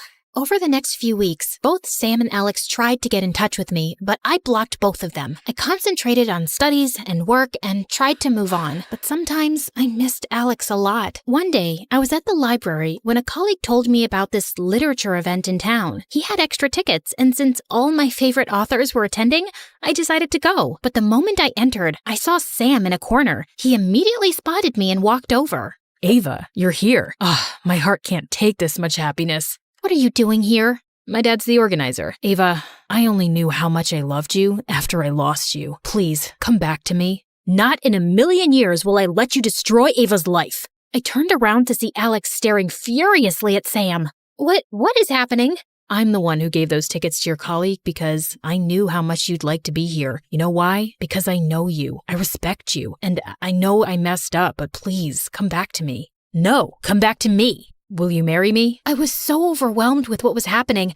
I just couldn't think straight and started running away. Sam and Alex started chasing me, trying to get in each other's way. Ava, please stop. You're too athletic for a librarian. I may be a librarian, but I can still outrun a billionaire. Wait up, guys. I want to be loved too. Okay, I can't do this. This is too much effort. I can get 1,000 girls like you.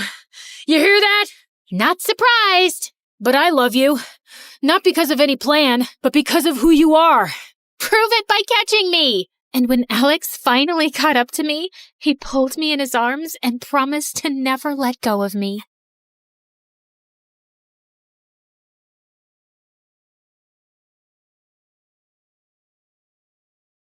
Hi, I'm Hope from Honolulu. Please like and subscribe to 4Eve. My parents always said I was born beautiful. I received so many compliments and modeling offers for baby products that they launched my modeling career when I was just 3. But I never really knew my parents.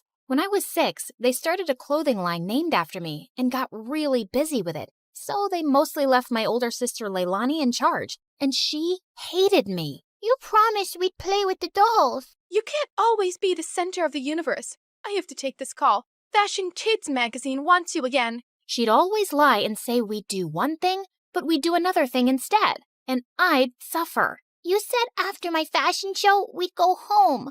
I'm tired. Just sign a few more autographs and don't be so ungrateful. Sometimes I wondered if she was so mean to me because she was jealous of my fame. Once when I was 12, I was at a signing event and I escaped from the crowd. I stumbled into an alley where a girl my age was looking through the trash with her mom. I offered them some snacks from my bag, and their reaction was so wonderful. Just then, Leilani found me and dragged me away. And later, when we were on a video call with our parents, she told them what had happened. Hope, it's not okay to sneak off like that. And that poor family could have robbed you. Or taken a lock of your hair to sell on eBay. No, they were nice, and I liked helping them. Nonsense. You're too busy and famous to be doing anything else. Anyway, we heard your sister booked you on a morning show for the launch of your new toy line. Little Hope dolls. They're gonna sell like hotcakes. Sometimes it felt like my parents just used me for money. In fact, I felt people were friends with me for the same selfish reasons. But I never gave up on the idea of using my wealth for good. When I turned 14, I held my first fundraising event for homeless people, and it was a big success. But my second fundraiser turned into a complete nightmare, because the day after it, my face was all over the news with the words, "Teen Thief." Hope, they're saying you kept all the funds for your business. What? Why would they think I took all that money? The news is saying they got an anonymous tip. This can't be good for your career. It's all over social media. They're calling it the biggest scandal of the year. You need to stop all this charity nonsense. We need to work on saving your reputation so you won't lose out on any modeling contracts. I didn't care if I never modeled again. I didn't understand how anyone could think I'd steal charity money. I was too embarrassed to even leave the mansion. Soon after, I was about to join a new high school, and I went to Leilani with an odd request. Help me make a disguise for high school. You're my makeup artist. If anyone can do it, it's you. Look, it's hard for me to trust people. They'll probably use me for my money and fame or spread more lies. I'd rather just go as a regular kid so I can be active in the school's charity clubs. You don't think you could just go as yourself? Doubtful. I always become the center of attention without meaning to. And because of that scandal, the charity clubs might not trust me. I just want to fade into the background and do the things I care about. Please. To my shock, she agreed to the makeover. She gave me cute short hair as part of my disguise. I decided to keep my disguise a secret from my parents. They were not happy about my short hair, but my agent had advised me to take a break from modeling and stay out of the public eye anyway till the scandal died down. At home, I was Hope, the supermodel on a break. But at school, I was Minnie, the humanitarian. I joined the charity club, and the volunteer work I was doing felt amazing. And I was making friends pretty easily. But one day at school, I was lifting a heavy box of canned food donations when I suddenly threw out my back. Whoa, are you okay? I suddenly noticed there were two really cute guys watching me struggle to stand up straight. Guess I'm an old lady who's not used to heavy lifting. Ouch. Let's take you to the school nurse, Granny. I'm Kai. And I'm Crane. Here, let me take your bag. What was in that box? Canned stuff for a food drive. Crane immediately dropped my bag to the floor. You're part of a food drive? Not gonna help you. What? Come on, Nan. Let's just take her to the nurse. She's hurt.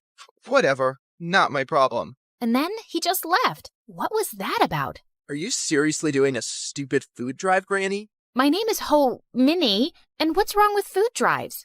Minnie? Minnie. Everything about them is wrong, Minnie. If the poor just got off their butts and worked, they wouldn't be poor. Why should we treat them like babies and take money from people who do work? Wow. Sometimes it's hard for people to find work or earn enough, and they need help. Maybe lame losers do. Well, Minnie, here you are. Kai winked at me as he left. What a jerk. But I wasn't going to let his arrogant opinions stop me. I organized a school dance to raise funds for the food drive, and it was a hit. But just as I was dancing with some friends, Kai and Crane busted through the gym doors with crowns on their heads. To the rich, stand with the rich. What are you doing, Kai? We're here to tell everyone the poor are pathetic and charities are scams. Don't be fooled.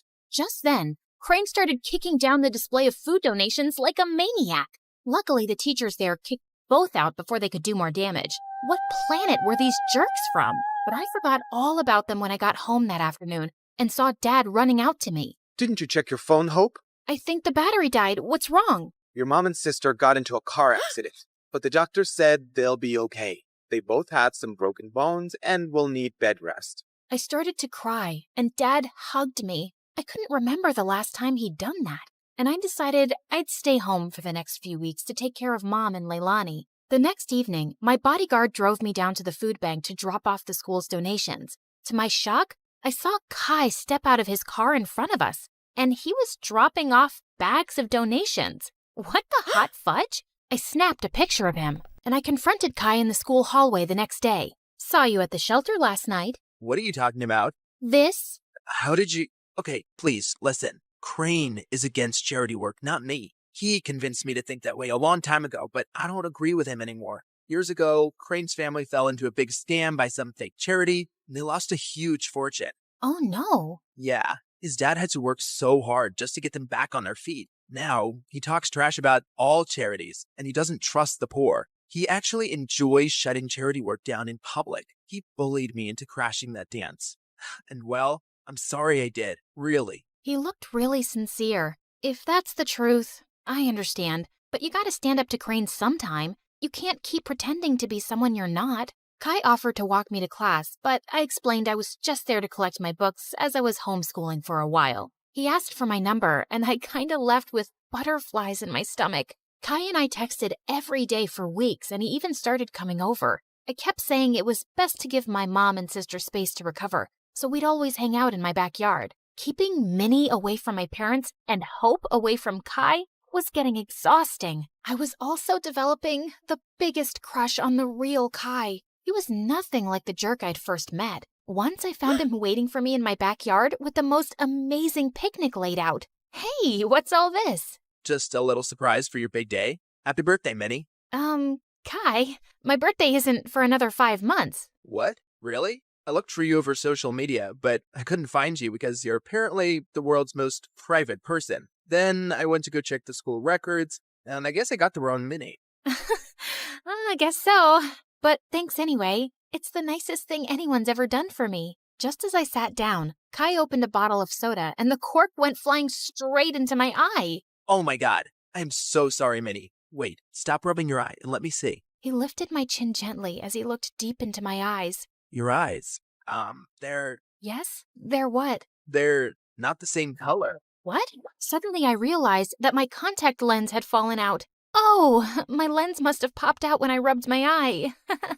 I wear them for my eyesight because I'm as blind as a bat.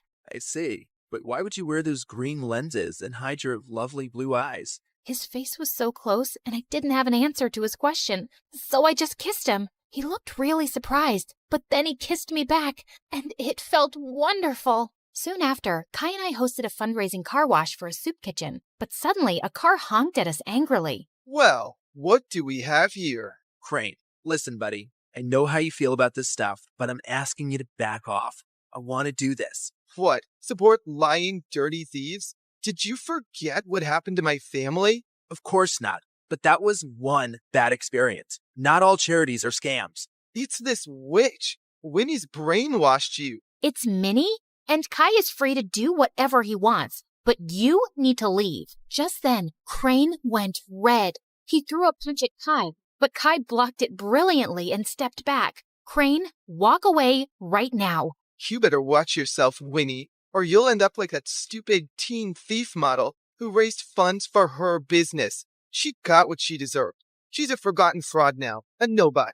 Suddenly, I froze in my spot. Was it possible that Crane had started that rumor? He was crazy enough to do it. And what if Kai had been involved back then too? Crane drove off angrily, and Kai turned to me. This may be the end of my friendship with Crane, but I feel relieved. I'm proud of how you stood up to him. Kai smiled at me warmly, but now I felt guarded. Did I fall for someone who might have framed me? Later that evening, as he drove me home, Kai suddenly took my hand. Minnie, I love who you are and who you've helped me become. Will you be my girlfriend? Kai, no, I can't. What? Why? I thought you felt the same way. You kissed me. And maybe That was a mistake. I'm sorry, but I can't be with you. Not only did I feel paranoid about trusting him, he had no idea I was Hope. I hated lies, and now I hated lying. Things were a mess. Kai begged to see me and kept messaging me, but I just ignored him until he gave up. One afternoon, I was fluffing Leilani's pillows when she asked me something unexpected.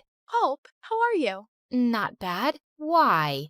Nothing. I just noticed that you looked a bit sad these days. I kinda lost someone I cared about. Wait, Leilani, why are you crying? Oh, Hope, I just need to tell you something. I can't keep it in any longer, especially after you've taken such good care of me. And to my shock, she confessed how she was the one who had started the rumor that I'd stolen the charity funds. I know it was really wrong, and I'm sorry, but I just got so resentful. I was left in charge of you, and you always came first. And you were always in the limelight, while I never even got thanks for anything I did. I got carried away. Leilani, how could you? I really regret it. That's why I agreed to your makeover request, because I didn't want to stand in your way again. I know how good-hearted you really are. Do you know what you've done?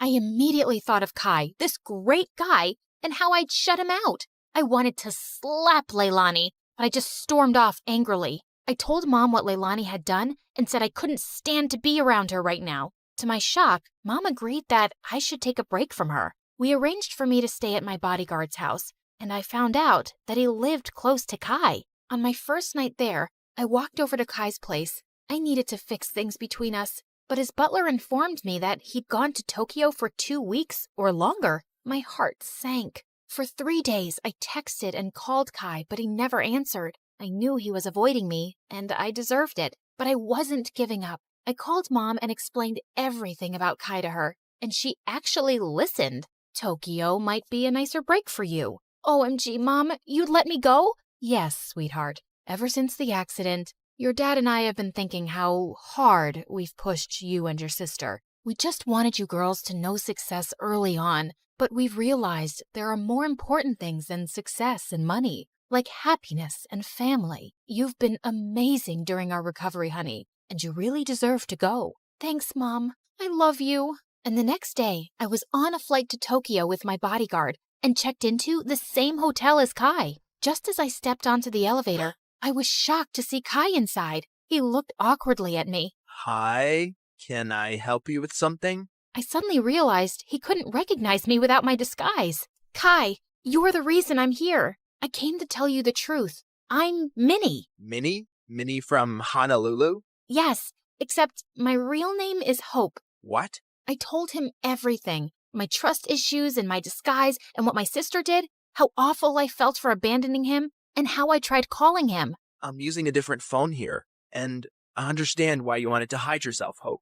I've missed you. Do you think we could give us another chance? You flew all the way here to make things right? I'd be a jerk if I say no. But could you do just one thing? Give your sister another chance. Come on. Charity starts at home. I will. I promise. Hi, my name is Kayla. Please like and subscribe to MSA while I tell you my story. My whole life, I've been a book nerd. Stories are my escape into new worlds where I can fight dragons on the top of the highest mountains or move cars out of my way using my mind. However, in real life, I'm virtually invisible and usually powerless in the face of danger. Hey, watch where you're going, geek! Sorry. What's the point of those dumb glasses if you can't see anything? Thankfully, help was never too far behind. Ow! You hurt my head! That was the idea. Now imagine what I can do with all these. Are you okay? I am now. Hey, is that Harry Potter? I love that book. You know, I think we're gonna be best friends. That was the first day I met Faye, and she was right. We instantly bonded over our love of reading, and I was forever in awe of her confidence. Everyone, make way. Your queen is coming through. She proved to me that being into books did not mean you had to be timid. And that ends my presentation on why every Friday should be pizza day at the cafeteria. While Faye's life was forever blasting out loud, I felt felt like something was missing from mine. I'd read so many romantic tales of a prince riding into town, conquering the angry monsters just to be with the one he loves. And then I wonder, is my prince ever gonna come and save me? Snap out of it, Kayla. Huh? Look around you. These boys are no match for your intellect. They're all stinky and stupid. Speak for yourself, nerds. That's why you weren't invited to the big house party this weekend. Your fly is undone. Huh? Oh, oops. You see what I mean, Kayla? Is that the prince you were looking for? Yeah, maybe you're right. Except I really did want to go to that house party. I knew there was no way that was going to happen. Or at least, that's what I thought, until everything changed one day as I was looking for a book in the library. Hey, what's this? Looks like a secret compartment. Pull it up. Whoa! Hidden beneath the shelf was a dusty book we'd never seen before. I blew on it and read its title, The Secrets to Get Boys to Fall in Love with You. That is the dumbest thing I've ever heard of. No wonder somebody hid it. Look at this stuff. How to dress for a man, how to talk to a man. I wonder if it works. Who cares? Shove it back where you found it. Actually, I think we should try it out. What? You can't be serious. I am. We could test it out tonight at the house party. Think of it as a social experiment where we see how easy it is to get boys to fall for us. Well, I do love a social experiment. All right, why not? I'm in. After school, we rush to my house and follow the book by the letter. Always wear bright red lipstick for attention. Check. Clip in hair extensions for more bouncy hair. Check. Learn how to walk correctly by balancing books on your head. Check. Juice your meals to digest them faster. Check. Ew. Lift weights to tone your figure. I'm exhausted. Don't sit down. You'll get chair butt. And according to this book, boys hate chair butt. Ugh. Eyelashes, short skirts, pink everything, and ta-da! Wow, we look like completely different people. More like complete bimbos. I didn't care what Faye said. I was super excited. And when we arrived at the party, everyone was looking at us, and I felt seen for the first time. Hey there, good looking. Can I get you some punch? I'll give you a punch. Faye, remember the book? Like, oh my gosh, I would totally love some punch. Duh. Once alone, I scanned the room looking for my prince. And oh my god, there he was. He was the most beautiful boy I had ever seen. Tall, muscular, well-dressed, and looking so cool. I wanted to go over there, but I remembered what the book said. Chapter 13, don't pester boys. Rather, stand against a wall and look mysterious, and they'll come to you. And so, that's what I did. But unfortunately, it attracted the wrong guy. Excuse me, miss. My name is Ricardo. And let me just say you are a radiant vision of sunbeam perfection. Oh, thanks. Please, let's swap numbers. Okay. Now, watch my superb dance moves. This weird dude distracted me with the most bizarre dance in the world. And when I looked over, my prince was gone. And then Faye came up to me. We have to go. Wait, I need to find someone first. Hey, that's the girl that dumped the guacamole bowl on my head. Like I said, we have to go. Now. We ran away as fast as we could, but I turned just in time to see Ricardo blowing kisses after me. Ugh. But hey, at least we knew the book worked. The next day, I woke up to 100 messages from Ricardo. Some of them were sweet, but others were a little creepy. Like when he sent selfies of himself with roses in his teeth, or pictures of sketches he'd made of me. And there were a lot of them. Of course, I was just gonna ignore him. I was still hung up on finding the dream boat from the party, and I decided something else that weekend. I liked my new look and how other people looked at me. But on Monday at school, Faye didn't see it the same way. Excuse me, Miss Barbie, why are you still bimbo-fied? I think I want to try this out for a while. It makes me feel different, except it makes you look just like every other bimbo here. Can you stop calling me that, please? You know, I think we didn't fully commit to our social experiment, so let's read a few more chapters and then go to the arcade tonight. Why would we do that? Just then, as I opened my locker, an avalanche of teddies and gifts and love letters poured to the floor. Looks like Ricardo found me. Whoa, wait a minute. I'm starting to get the picture. You think you're actually gonna get your prince this way, don't you? You mean this guy? I don't even like him. Please, just come to the arcade. Do it for me, Faye. Hard pass. I'll be at the library where the smart people usually are. You're on your own. I hated to see Faye so annoyed, but I figured she'd get over it. Besides, I needed to continue my mission. That night, I read a few more more chapters and then went to the arcade alone, where all the popular kids hung out. I felt super nervous by myself and considered leaving when... Hey, are you just going to stand there, or are you going to play something? Oh my gosh, it was the hunk I saw at the party, and he was talking to me. Think quick, Kayla. What did the book say? Oh yes, chapter 7. Always laugh at boys' jokes. You're so funny.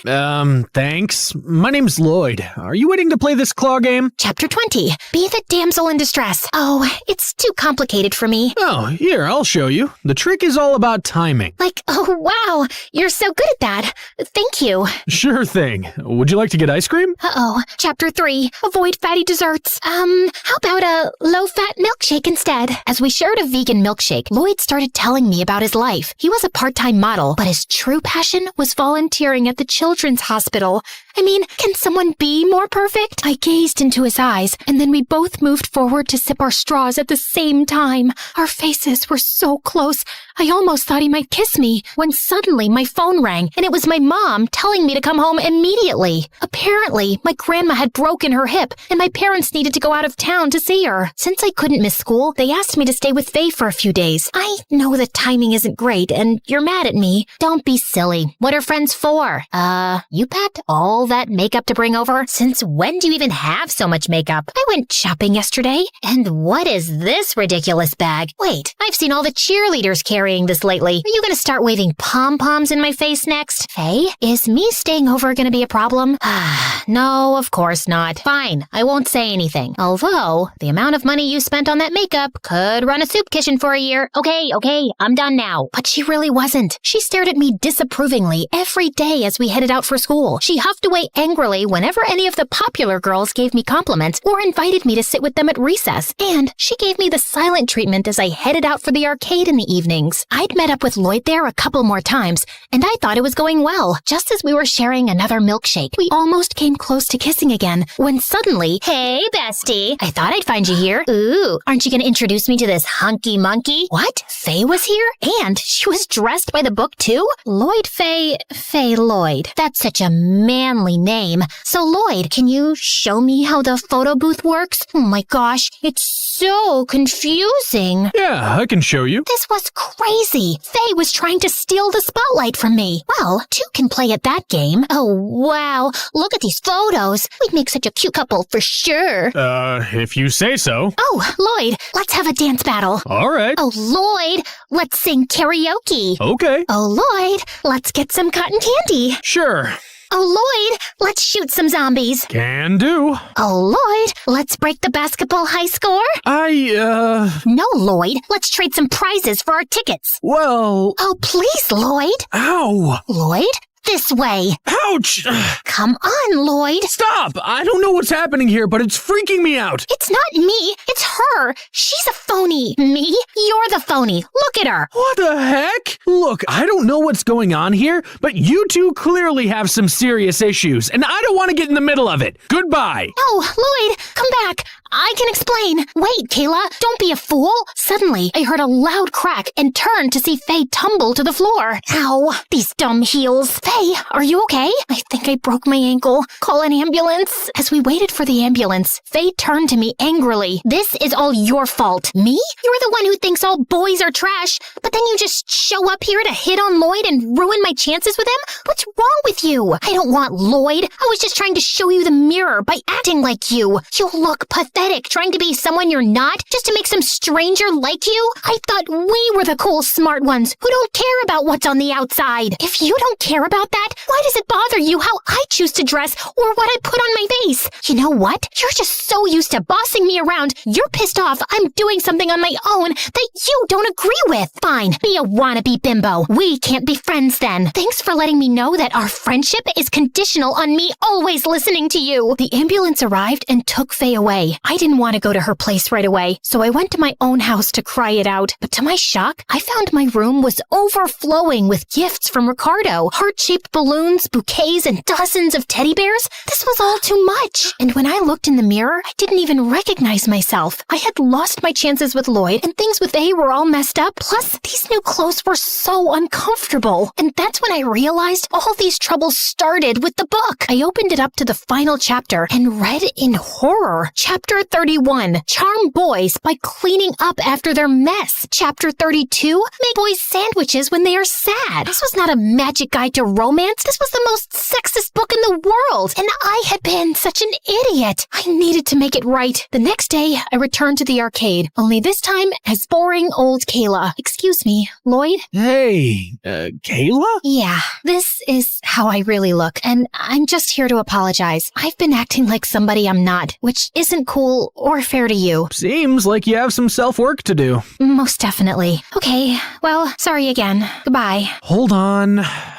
Do you want to get a milkshake? As long as it's full fat. The rest of the evening, we played arcade games and then went for a romantic walk by the river. And Lloyd seemed to like me for me. I went home on cloud 9 that night, and when I woke up the next morning, I was determined to fix everything else. Starting with, Faye, I just wanted to apologize. You're right. I shouldn't have to change anything about myself to get noticed or be liked by anyone. Kayla, I owe you an apology too. To be honest, I just got jealous and insecure. I mean, you're out there trying to find your Prince Charming, while I'm perfectly happy just the two of us in the library. I just didn't want anything to change. We can have both, Faye. You'll always be my bestie, no matter who else comes into my life. I can handle that, as long as whoever he is appreciates the Kayla that I know. Deal? Deal. Yoo-hoo! Huh? It's me, Ricardo. I've been searching for you for days. Why are you ignoring my gifts? There was something crazy in his eye. Ricardo, you're coming on too strong. You broke into my house to leave me gifts, and now you're following me around? We don't even know each other. But we can spend our whole lives getting to know each other. We're meant to be. I love you. Ew, catch a hint, dude. She doesn't like you. No, I will not rest until you're mine. Ricardo grabbed me by the wrist, and I was about to panic when suddenly... Let go of her! Two boys battling over me sounded like a fairy tale in a romance novel. But now that it was actually happening, I didn't like it one bit. And that's when I remembered the book. The whack. Ow! You break my heart, and now you break my head. I don't want to be here anymore. At least this book came to some good use. Girl, I am so proud of you.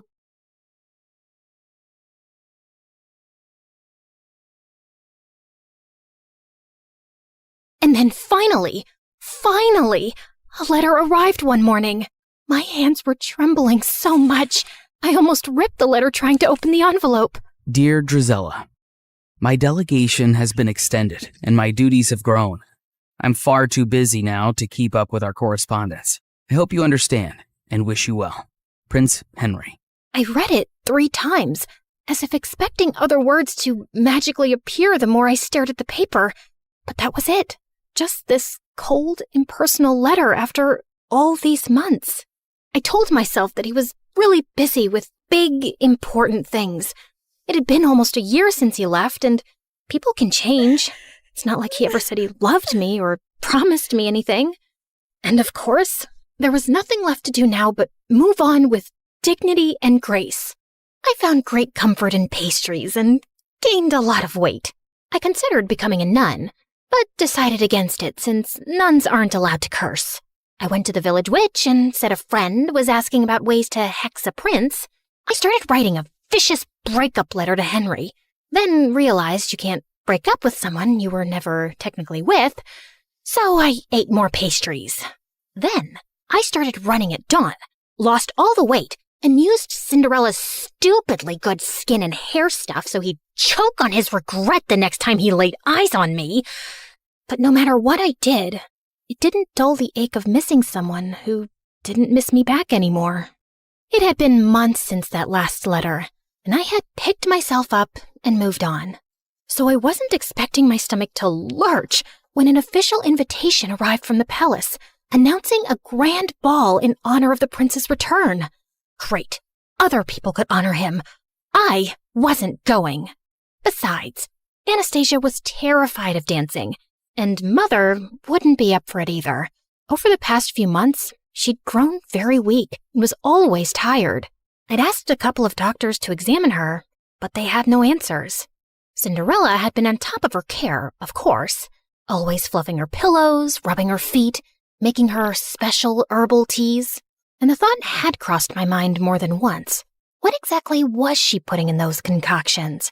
I didn't think she was beyond slowly poisoning a woman for her inheritance. I'd thrown the invitation in the trash.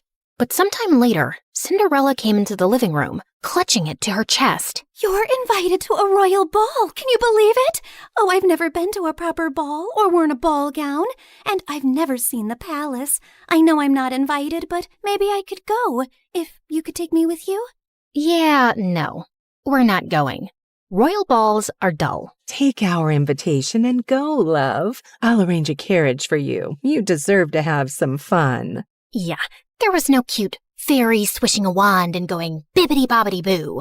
Just my own mother handing Cinderella one of her finest gowns, a string of expensive pearls, and some money to buy shoes. Because naturally, Cinderella's feet were impossibly tiny and delicate, and she couldn't borrow shoes from us ogres. And off went Cinderella, looking like a vision. Since she was finally out of the house for a few hours, there was no way I wasn't going to snoop through her room, which was, as I suspected, disgustingly perfect. Not a speck of dust, and everything was arranged with military precision. Psychopath. I rifled through her drawers, opened her wardrobe, peered under the bed. I didn't find some secret stash of poisons or a diary confessing to slow murder. I wasn't even sure what I was looking for, and I was beginning to feel stupid. I turned to leave when suddenly, my elbow bumped into a picture frame on her vanity, knocking it to the floor. I cursed under my breath as I picked it up. Luckily, nothing was broken, and the picture had just come out. As I was placing it back in, something slipped out, a folded piece of paper tucked away carefully. And when I opened it, I recognized the handwriting instantly. I would have known it anywhere. Dearest Drizella, I'm so sorry I haven't written in a while. A sudden, strange illness gripped me and I was too sick to be moved or even lift my head. The royal court kept quiet to avoid panic, and it took me months to recover. Even now, the physicians say the worst is not over. I'm healthy otherwise, but my vision has been compromised permanently. They expect it will continue to worsen until I lose it entirely, perhaps within a few months or a year. Before that happens, before I lose my ability to pen down words myself, I need to tell you that I'm in love with you.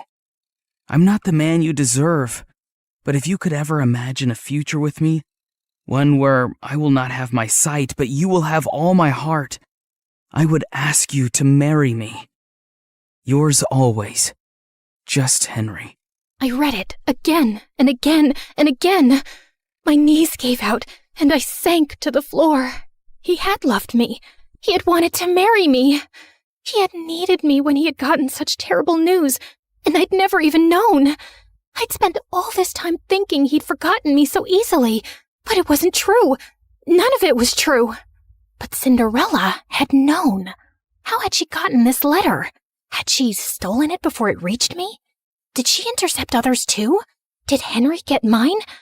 A broken sound escaped my throat. I wasn't crazy or paranoid. I'd been right about her all along. Suddenly, the sound of the front door opening snapped me back to reality. Cinderella had returned from the ball. I rose to my feet, pure rage surging through my veins. She'd taken everything from me, but this time, she wasn't getting away with it. I ran downstairs and found Cinderella by the fireplace, humming softly, and I lunged towards her and grabbed her hair. Oh my God, what are you doing? I shoved the letter in her face. Why do you have this? What did you do? What did you say to him? Her blue eyes went wide. Then slowly, she smiled. And before I could react, she grabbed the letter from me and flung it into the fire. What letter? I saw red as I screamed and tried to yank her hair from her skull. She managed to pull away from me, but I grabbed her dress, tearing away the silk. She shoved me, and I stumbled back as I ripped the pearls from her throat. Mother and Anastasia came running in at the noise. What is happening? She's attacking me! She's gone mad! Get her out of here. I swear I will kill her if you don't. You don't know what she's done. She stole him from me. What? Who are you talking about? Henry, the crown prince. We were in love. He wanted to marry me. Mother and Anastasia just stared at me like I was speaking a foreign language. She's crazy and jealous. She's always hated me. Drizella, you've lost your mind and you're scaring us. No, I'm not crazy. I'll prove it. I tore up the stairs, running to my room. I flung open the chest under my bed where I'd kept all our letters. They were gone. All of them. I stumbled back down the stairs, half mad with grief and rage. I charged at Cinderella again, but Mother blocked my path and shielded her. You will not come near her again, you hear me? Enough. I couldn't breathe. I bolted from the house and ran out into the cold. I stumbled into the barn and sank onto the dirt floor, sobbing until my whole body hurt. I didn't know how much time had passed, but eventually the door creaked open and Anastasia walked in softly, kneeling beside me. If you say you talked to the prince, if you say you loved him, I believe you. You do? I knew you were hurting this past year. I mean, I know what eating your feelings looks like. But you just shut me out. I wish you hadn't. I leaned into her, the way we used to when we were little girls, feeling scared of thunder, and she pulled me into a warm hug. Thank you. I didn't sleep a wink that night. Henry's letter replaying itself over and over in my mind. Tomorrow, I was going to the palace. I didn't have a plan or some speech prepared. I just knew I had to see him, and I wasn't coming back home without doing it. It was soon after dawn that I prepared my horse to leave, when a servant handed over a letter. Important news! By decree of His Majesty, members of the royal family will be visiting each household in this town today. What? Why would the royal family be doing that? Would Henry be among them? I didn't know what was going on, but I had to stay back for the visit. Cinderella was probably still holed up in Mother's room, which was good for her, because if I saw her face, I would tear her apart. I paced around impatiently, looking out the window for any signs of the royal delegation approaching. I thought I'd get a better view from the attic, so I ran up. And as I stood there, with my face pressed to the window, suddenly, the hair on the back of my neck stood up. I turned, and Cinderella was standing in the doorway, her eyes gleaming. Before I could run towards her, she slammed the door shut, and I heard the lock click. "Let me out! You crazy witch! Let me out!" And when I saw the royal delegation arrive at our house, I felt manic. I kicked and banged and screamed until my throat was raw. But no one heard me. Why was the royal family here? What was Cinderella doing?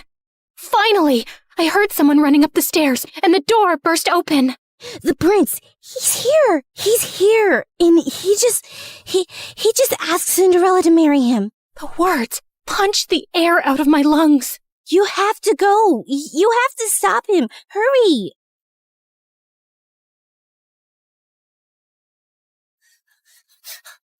Just as the royal delegation was preparing to leave. And there he was. Henry was standing beside Cinderella, his hand cradling hers gently as he bent to kiss her fingers. "Henry, no! You can't marry her! You don't know who she is!" Everyone froze, including him. He slowly turned to me, squinting his eyes hard, and then his face hardened to stone. I told you she would never let me escape. Henry, whatever she's told you, it's all lies. Address me properly, miss. It's Crown Prince Henry. Okay, Crown Prince Henry. You cannot marry that two-faced witch. A ripple of murmurs went through the small crowd gathering around us. I need a moment alone with her. He led me forcefully into the stables away from everyone and slammed the door behind us. You are the biggest liar I've ever met. All the time you whined about your perfect stepsister replacing you when it was just a poor, abandoned girl that you and your family made your slave? I felt like he'd slapped me in the face. She didn't even dare tell me her name yesterday at the ball. She said she sneaked away because she wasn't allowed to exist freely, not even for a night. Then she ran away before I could even ask who she was. All I had was her slipper she left behind by accident. And then imagine looking for her and finding that you're the villain in her story. Henry, she's a manipulative psychopath. She stole my letters. She stole yours. I didn't even know you were sick or losing your sight. Stop lying. It was your handwriting on the letter I got, where you told me you couldn't be with me because of my illness, where you said it would be better to end things before they really even began. I never wrote that letter. She faked it. I think she always knew about us right from the start. Are you really so twisted that you think she plotted all this? So according to you, she intercepted our letters, forged your handwriting, and had been spying on us all along just to ruin things between us one day? I know it sounds crazy, but it's true. For a second, a shadow of doubt crossed his face, and I thought he might believe me. But then his jaw tightened. No, you didn't want me. And now you just don't want her to have me either. My heart felt like it would explode. You met her last night. How can you marry someone you don't even know? As if time is a guarantee of anything. I knew you for much longer, but it turns out I didn't know you at all. She knows about my ailment, and she accepted me as I am. And even though I've lost most of my sight now, when I look at her, she glows like an angel. She's kind and beautiful and good. I know she will save me, and I will save her from you. As he started walking away, I felt something break inside me, like a monster being unleashed. Maybe it's a blessing you're going blind, Henry. I hope it happens faster for your sake. It's better if you're spared from seeing the snake you're marrying or the fool you've become. And I wouldn't have married you anyway. A blind fool is no prince, only a burden. Mind your tongue when speaking to your prince. And if you ever cross my path again, I will have you exiled. I walked out after him and watched from a distance as he took Cinderella's hand, lifted her into the royal carriage, and rode away, taking every dream I'd ever dared to have with him. What was it that Henry had called me? Ah, yes, the villain in Cinderella's story, in that she would save him and he would save her from me. Yes, her beauty was so bright, it even enchanted an almost blind man. It made everyone else look ugly. I calmly stepped over to the oil lamp and knocked it over. Then I stood back and watched as the flames ran up the curtains, licked up the walls, ate up her belongings, gobbled up all her lies. The whole room blazed, and it felt good. The fire spread faster than I'd expected. The house was old, and the walls were bone dry. By the time the servants managed to put it out, half the estate was gone. Mother, heartbroken and sickly, packed up what little we had left and moved in with some distant relatives. Anastasia went with her. And me? Well, I was declared unwell, hysterical, and quite dangerous. I was locked up in a sanatorium, just a fancy word for a prison with prettier walls. Anastasia tried to visit me regularly the first few years, bringing me sweet treats and books, but over time, the visits got fewer, and eventually they stopped altogether. And so, here I stayed, my name forgotten, just one half of the ugly stepsisters duo. The real question is, did Cinderella get her famous happy ending? Honestly, I don't know. The Crown Prince had a relapse of his disease a few years later, and this time, he did not survive it. I'm sure Cinderella wore black for a while and looked stunningly tragic, but I doubt she really mourned him, because I don't think she was capable of loving anything or anyone. But who knows? Maybe she lived happily ever after anyway, bedecked in jewels and finery, admired and beloved by the people, and with a whole castle to scrub to sparkling perfection. Anyway, this is how my story ends. It's so depressing, isn't it? But don't worry. This version won't stick, because no one really wants the truth.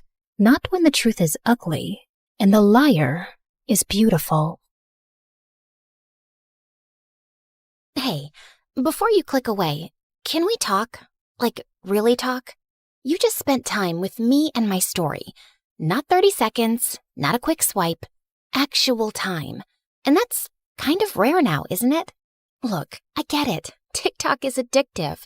Those quick dopamine hits, one after another. But here's the thing. Do you remember any of those videos from last week? Last month? They blur together, don't they? But a story? A real story sticks with you. It changes how you see things. Maybe after watching mine, you'll think differently about the villains in other stories. Maybe you'll question who's really telling the truth. That's what stories do. They don't just pass time. They change us. We're fighting to keep this alive. Every animation you see took weeks. Every character, every expression, every scene, crafted by humans who believe stories matter. We could pump out 3-minute clips with AI voices reading Reddit posts. We could chase trends. We'd probably get more views. But we don't, because you deserve better.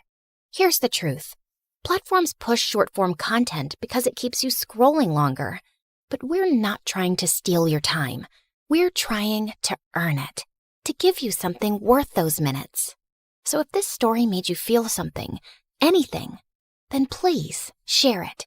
Not for the algorithm, not for us, but for everyone who's hungry for real stories and doesn't even know it yet. Send it to that friend who says, I wish movies were like they used to be. Drop it in the group chat where people actually discuss things. Because every share is a vote that says, yes, storytelling matters. Yes, we still want narratives that challenge us, surprise us, make us think. The art of storytelling survived thousands of years. From cave paintings to campfires to Shakespeare to cinema. Don't let it die on our watch. Not for a 5-second dance trend. Help us prove that in a world of infinite scroll, some things are still worth stopping for. Share this story. Save storytelling. It sounds dramatic, because it is. Hey there! My story is a little different from the stories you might have seen on MSA. Want to know why? 'Cause it has a ghost in it. I'm Beatrix, and unlike other kids who are born crying, I was born smiling. Yep, and that sort of freaked out my mom and the doctors. Come on, little angel, it's time to cry. But instead, I cooed and laughed. Mom had so much fun playing with me and making me beatbox.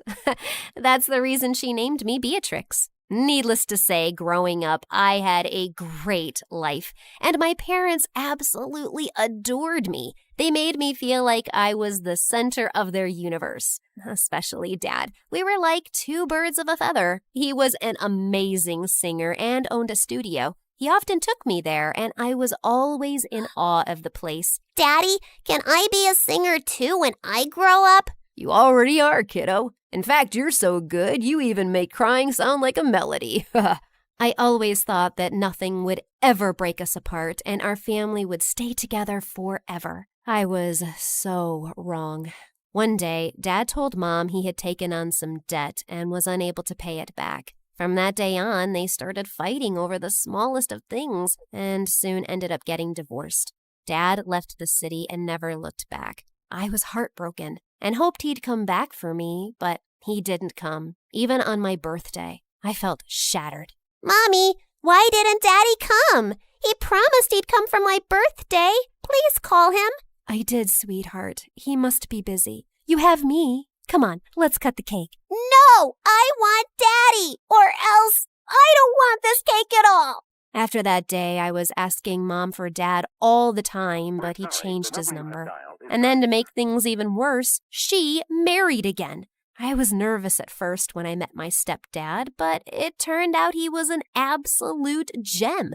Not only did he paint my room in the exact color I wanted, but he also treated me to ice cream every day and spoiled me with all the things I asked for. Every night when Mom used to tuck me in bed and sing me a lullaby, he'd come too. Life was finally good again.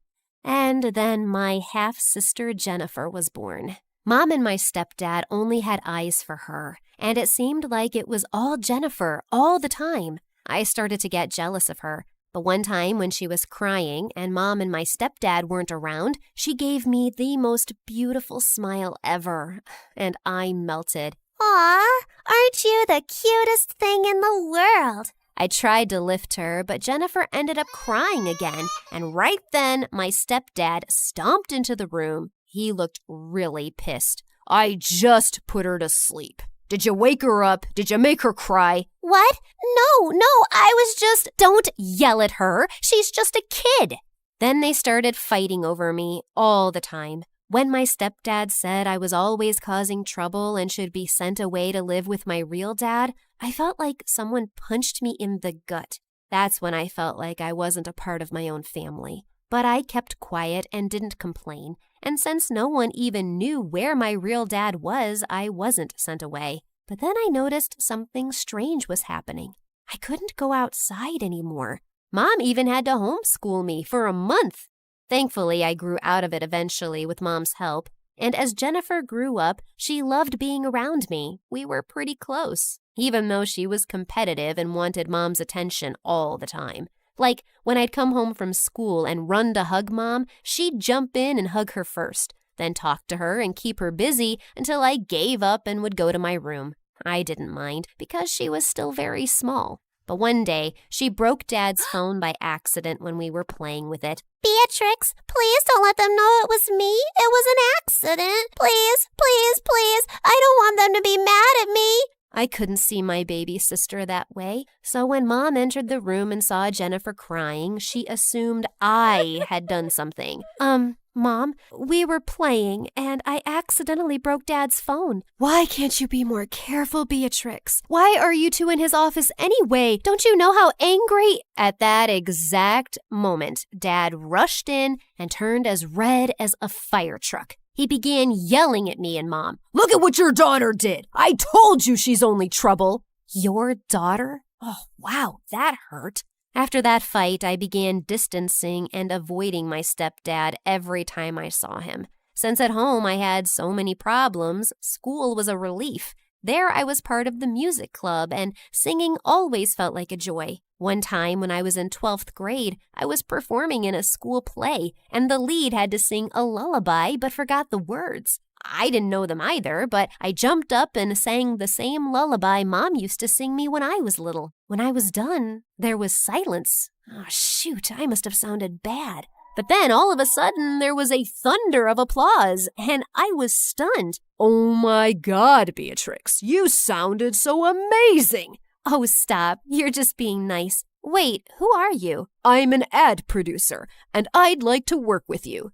But before I could even finish my sentence, the man handed me his card. I called him a couple of days later, and then I found out he wanted me to sing a jingle for a Christmas ad. It was so much fun. When I got paid, I went to Mom and told her I wanted to take her out for dinner, but she seemed so occupied. That's very nice, honey, but I have to go out with your sister tonight. She got 15th position in her class in the exams. Oh, wonderful. Okay, I'll come too. Well, you know how she is. She said it's a mom-daughter thing only. We'll go out some other time. I hope that's all right. Sure. It was pretty clear that Jennifer was more important to her than me. Mom never made the time to go out with me, even as I finished high school and moved out to my own apartment. After a few years, I started to get lots of attention for my singing, and people were totally loving it. I worked hard, and eventually I got a huge show in New York. I was so psyched about it and invited Mom and Jennifer, but minutes before I was supposed to start, Mom said they couldn't come. When I got on stage and saw the crowd and the 2 empty seats in the front row, I suddenly got really nervous and forgot the lyrics. My brain went blank, and since I was on the stage for so long and still hadn't performed, The audience started booing me. I felt my heart sinking, and then everything went dark. When I woke up, I found myself in the hospital. That was supposed to be my big break. Everything is ruined now. It's not, Beatrix. You just need to take it slow. Trust me, you'll be on the stage again soon. Everything will be okay. I wanted to believe her, but right when I was about to step out of my hospital room, I froze at the door and couldn't move. Honey, what's the matter? I don't know. I'm too scared to leave. I hurried back to the bed and refused to move. After talking to the doctor, I was diagnosed with a condition called agoraphobia. It was just like when my dad left. The stage incident triggered the condition I already had but forgot about. It meant I had trouble being in crowds and open spaces. It had been months since I left my home, and Mom was worried sick for me. She suggested I move into the house next to hers. It had been empty for years because the owners had left town. I was fine with it, as long as it was kept locked and I could stay inside. Mom and Jennifer were the only ones allowed in. My stepdad never visited. Jennifer was incredibly understanding, and we grew even closer. Mom came over every day, always spending time and taking care of me. One day, after she left and I was alone, I heard the sound of a door creaking open. I got up to check all the doors in the house and found the back door completely open. That was weird. I remember locking it. Soon after that, weird things started happening. Like, once I noticed the stove was on, even after I was sure I had turned it off. And then my shoes went missing. What was happening? Was I going crazy on top of everything else? I told Jennifer, and she thought the unthinkable. Maybe my house was haunted. I didn't want to believe it, but I couldn't explain it. One day, Jennifer brought over a Ouija board. Why did you bring this? Well, if there is some ghost here, we need to communicate with it and ask what it wants so we can go away. I wasn't too sold on the idea, but I thought I might as well try. Yeah, just like those stupid kids in horror movies. In just a few minutes, it turned out to be a very bad idea. I thought Jennifer was moving the pointer, but she swore it wasn't her. And it definitely wasn't me. It spelled out, "Get out." Huh. Awesome! I was even more scared now, and I couldn't move or even leave the house. I was stuck. Things died down for a little while, but one day while I was watching TV, the volume got super loud and the channel changed by itself. I was terrified and ran out of the house without thinking and immediately ran into the most beautiful delivery guy I ever saw. "Are you okay, miss? I thought maybe someone was in your house. I can check if you want." I just nodded and followed him into the house, and after 10 minutes, he assured me that no one was around and nothing was wrong. "I work around here a lot. If you have any problem, let me know and I'll help you, okay? I'm Easton." From then on, Easton came to visit me every once in a while. We would sit near my door and talk. I told him about my agoraphobia, and he would bring me things that I couldn't get for myself. He was so thoughtful and sweet. One day, when Easton and I were talking, Jennifer came to visit me. The three of us had a good time. Once he left, I could not stop talking about him. He's so kind and sweet. You know, we like the same pizza, and we both love the Marvel movies and Be an Easton sitting in a tree. Kissing. No, what are you talking about? You have a crush on him. It's so obvious. Oh no, it's true. The day Mom was supposed to meet him, I invited her and Jennifer, but he called and said he had to work late. Mom seemed disappointed. I went to get them some snacks, and when I got back, I overheard Mom and Jennifer talking, and Mom was crying. I don't know how I can help her. I've never seen her this happy. But Mom, you should know about it. That Easton does not exist. She's maybe hallucinating, going crazy. What in the chocolate fudge? Beatrix, honey, what do you mean he doesn't exist? Jen, you saw him. Bea, I'm sorry, but I didn't. I was pretending for your sake. There was no one there that day. If Easton wasn't real, then who was I texting a while back? That was me. I put in my number when you weren't looking. Could it be true? After everything, I thought maybe she was right. Maybe I really was losing my mind. Mom consoled me for hours until I finally calmed down. Then we made an appointment to meet the doctor the next day to see if I really was going cuckoo. Just a week later, I was trying to get ready when a diary fell out of my cupboard. I went pale when I saw what was written. Easton used to live here all those years ago? This freaked me out so much that when the doorbell rang, I screamed. I was shaking as I opened the door. But the minute I did, I went pale with fear. It was Easton standing right in front of me. Beatrix, I'm sorry for not showing up last week. Stay away from me. Why are you haunting me? What do you mean? What's going on? You're not real. You're my imagination. Or a ghost. That explains all the weird things that's been happening. The stove, the TV, the weird... What? Of course I'm real. I don't know what you mean. I began screaming and yelling for Mom. And pretty soon she rushed to me with Jennifer and stepdad following behind her. The minute they saw my frantic state, they went pale, especially Jennifer. Mom, I can see Easton, and I'm scared. I think he's a ghost. Honey, I can see him too. Of course you can. I'm a real human. What's going on here? I don't understand. Jennifer, we met too. What's going on?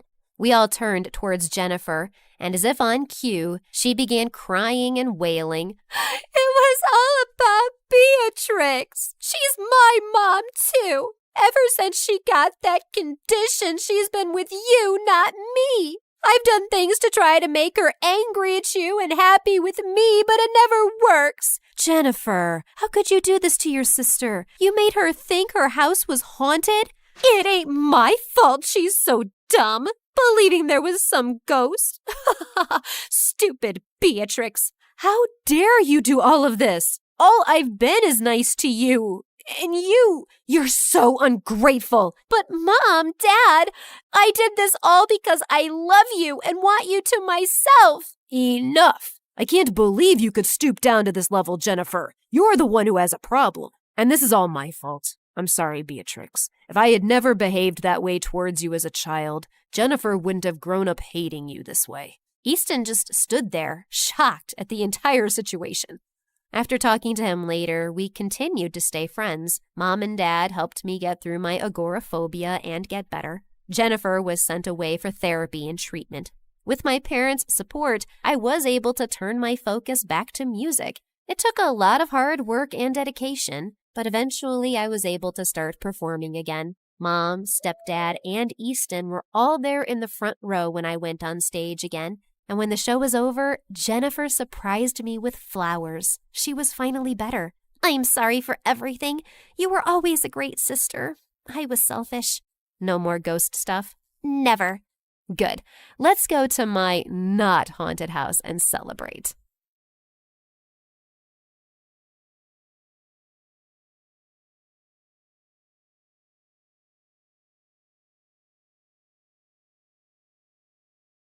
Hi, I'm Emma from Chile. Please like and subscribe to MSA. Show your love for MSA with their awesome bottles and notebooks. Peek at the collection in the description and pick your favorites. My childhood was tough. My parents were always fighting. But when I grew up, I met Clara, and my life started to become better. We met on the first day of high school, and I remember it like it was yesterday. Hi, is this seat taken? No? Right. I saw you sitting alone and thought you needed some company. Is that a choco chip muffin? I love them. You get the best muffins at this coffee house nearby, but if you eat too many, you might get gas or a sugar rush. Sorry, I'm blabbering a lot, right? Kind of. You'll get used to it. I'm Emma, by the way. Do you want to be my friend? Trust me, we both need friends if we want to survive high school. Oh, okay. I'd like that. I'm Clara. Since that day, we were like gum. Clara was a pretty and shy girl, and me, well, I was the weird girl with a tiny obsession for Sherlock Holmes. You better not be asking who Sherlock Holmes is. Wow, that's an interesting outfit. It's my Sherlock Holmes uniform, Clara. I already told you like 1 trillion times. Yes, of course. How can I forget? The world's greatest detective, right? The best, the biggest, the most... Wait, are you teasing me? Wow, you figured it out. Guess you are good at detecting things. It's elementary, dear Watson. What? Oh, never mind. But despite my weirdy personality, Clara always stuck by my side until one day, everything started to break. I was coming back from school and saw Mom going crazy in rage. She was screaming at Dad, throwing his stuff outside, while Dad just looked like a deer in the headlights trying to stop stop her. Let go of my hand. That's it. I can't live with someone who scams others. We're done. Get out of my house. Please, not in front of Emma. Why? She should know what kind of father she has. Tell her how you scammed people into investing money in your little Ponzi schemes. Tell her that you're a liar and a crook. Go on. A mouse got your tongue? Mom kept screaming at Dad, and I just couldn't take it, so I ran away to my room and locked my door. Mom followed me and was still screaming, but I just lay on my bed, trying not to cry. And later that night, she came into my room. I know you feel horrible, darling, but it's for the best. Your father was a good guy, but now he prefers money over his own family. But what happened? I don't know, dear, but I do know that you and I are going to be just fine. We're a team. Remember that, okay? The next day, I went to school feeling worse than ever, but I saw Clara and I got a little happy. Hey, I had the most awful day yesterday. Can we skip classes and talk? I really need to vent. And why do you think I have the time to listen to you whine? Excuse me? Clara started to walk away from me, but I stopped her. No, wait, I don't understand. Did I do anything wrong? We can talk about it. Oh, God, if I have to listen to you talk one more time, I will kill myself. I don't even know how your parents tolerate you. You're so childish and annoying. I can't be around you anymore. But we're best friends. And now we're not. So please don't talk to me again. Clara left, and I felt completely broken. Did she always think of me like that? I tried to talk to Clara between breaks, but she ignored me, and she did so for the rest of the week. I had no other friends, so I just spent my time in the school library reading some Sherlock Holmes. At least the books were loyal. But one day, I was walking to my next class and saw a notebook by the lockers. I opened it out of curiosity, and what I saw blew my mind. The notebook was full of pictures of Clara. Clara going to class, Clara in the gym, Clara walking to her house. What kind of creep would do something like this? I was flipping through the pages when I noticed someone familiar in one of the photographs. It was this guy from our class, Gerardo, and he was holding a camera in a mirror reflection in the photograph. I'd seen Gerardo following Clara around in school, and I always felt that there was something off about him, but Clara would never let me chase him away. And now he was taking her pictures? This guy was a freak, and I had to do something before Clara was in some serious trouble. So I went to the principal and explained everything to her. I can't accuse any student without real proof, Emma. I mean, Gerardo is the official photographer for our yearbook. He could be taking pictures of anything else. But if you feel so strongly about this, I'll tell the teachers to be on the alert, okay? But nothing ever happened. Since telling the principal blew up in my face, I fell back on the one thing that I knew would work, my awesome detective skills. I spent the entire night stalking Gerardo on social media, but it was a dead end. The only possible solution was to confront him. But the next morning when I entered school, I saw Clara walk in with Gerardo looking completely different. Her face was painted with makeup, and her hair was all red. Oh my God, Clara, what happened? Did a radioactive spider bite you or something? What happened to your hair? And what's with the makeup? Can you stop touching her, you freak, and get out of the way? I wasn't talking to you, creepy stalker. Clara, what are you doing with him? Did he torture you? Do you need my help? She doesn't need anything from you, so get lost if you have nothing to say. Clara didn't look at me, so I walked closer to her, ignoring Gerardo's protests, and pulled out the notebook. Clara, this guy is a stalker. He's been taking your pictures since God knows when.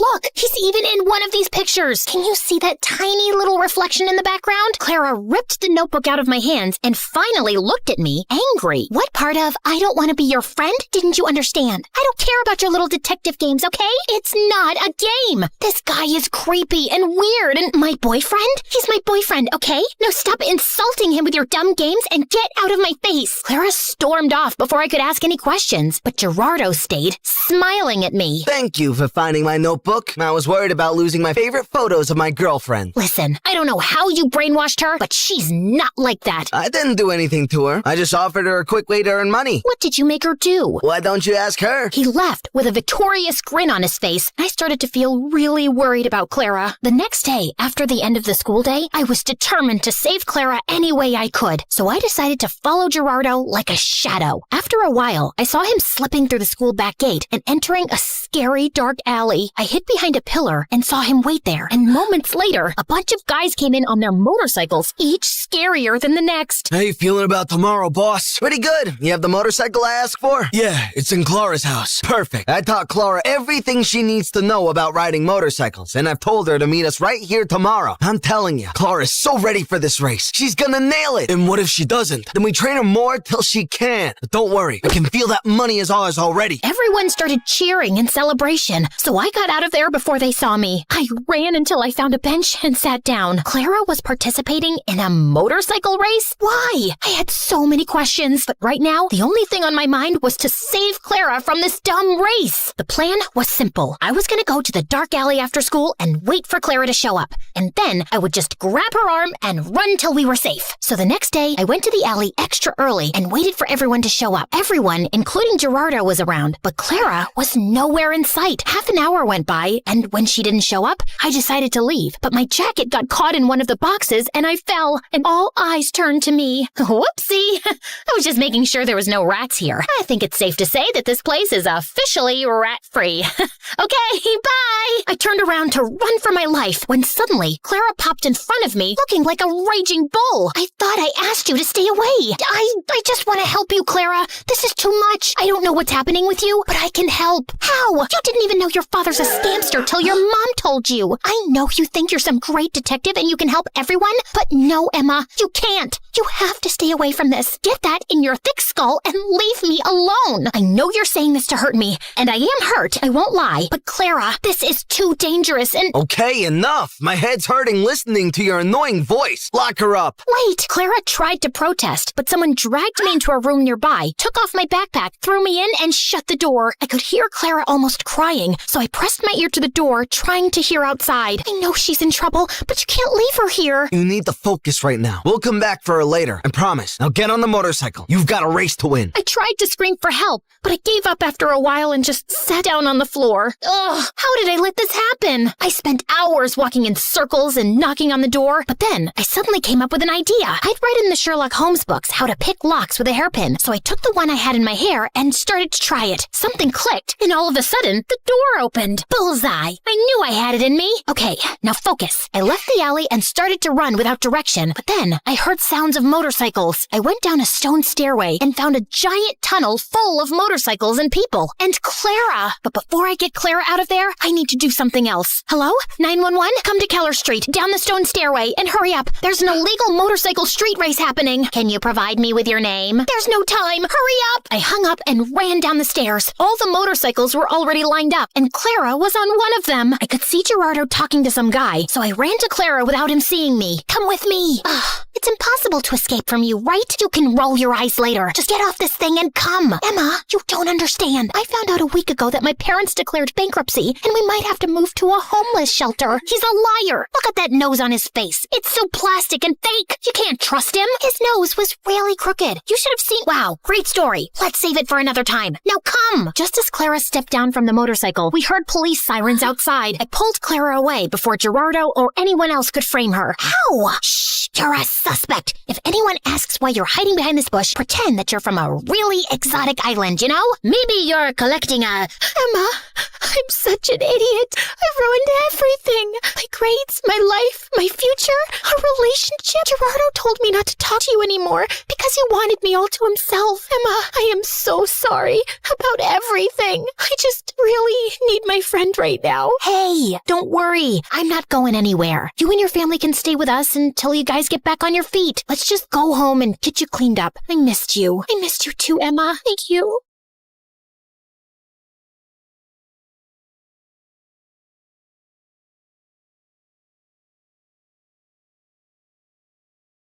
I used to think silence was peaceful. Then my mom fell into a coma, and silence became the loudest sound in the world. Everything just kept piling up. And worse, it was just the two of us. No rich dad, no secret inheritance, no billionaire auntie waiting to adopt me and fix my life. I tried to stay strong, but when the nurse gently reminded me again that we still had unpaid bills, something inside me finally cracked. I just nodded, locked myself inside the restroom, and finally broke down. I had already sold almost everything I loved. My iPad, my sweatshirts, even the tiny cute things that used to make me happy. What else was I supposed to give? My hair? Both of my kidneys? I had almost lost hope. Please, I'll do anything. I'll study harder. I'll stop complaining about homework. Okay, maybe not completely, but I'll try.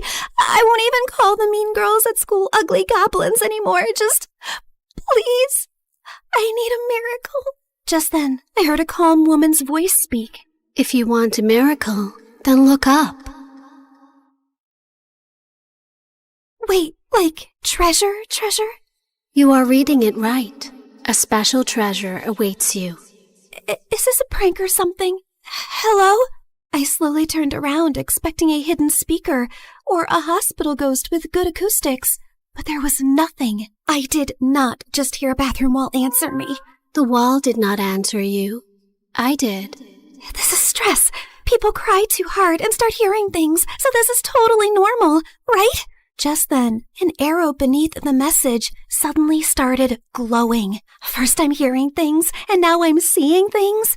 What's happening? Believe your own eyes. Only that which you see is true. What is unseen is but an illusion. Okay. Let's say I believe you for 3 seconds. So, are we talking about gold? Money? Something that I could sell for millions? Because I don't need some riddles right now. I need some miracle, or at least some actual cash. Or some treasure valuable enough to change your fate. Whether it becomes salvation or disaster depends on who finds it first. And right now, you're already running out of time. Out of desperation to save my mom, I eventually gave in. I followed her out of the restroom, through the hallway, and toward the exit while she narrated every tiny step like a freaking GPS. Continue forward, and please do not look suspicious. Proceed to the exit. Step over the small crack. Avoid the wet spot. Lift your foot slightly higher. There is an unpleasant object 2 centimeters ahead. I stepped down, and my whole body froze. Oh, my apologies. I meant there was an unpleasant object 2 centimeters ahead. Too late. Soon, we reached a narrow alley between 2 old buildings. Miss, are you sure this is the right way? The path continues forward. Though I understand your hesitation, narrow passages often awaken the mind's instinct for danger. However, if treasure were always placed in bright, comfortable places, far few people would learn anything from searching for it. So, that's a yes? Oh, that pretty summarizes what I've said. So, yes. I finally stepped into the alley, and thankfully it was only normal scary and not dangerous and life-threatening scary.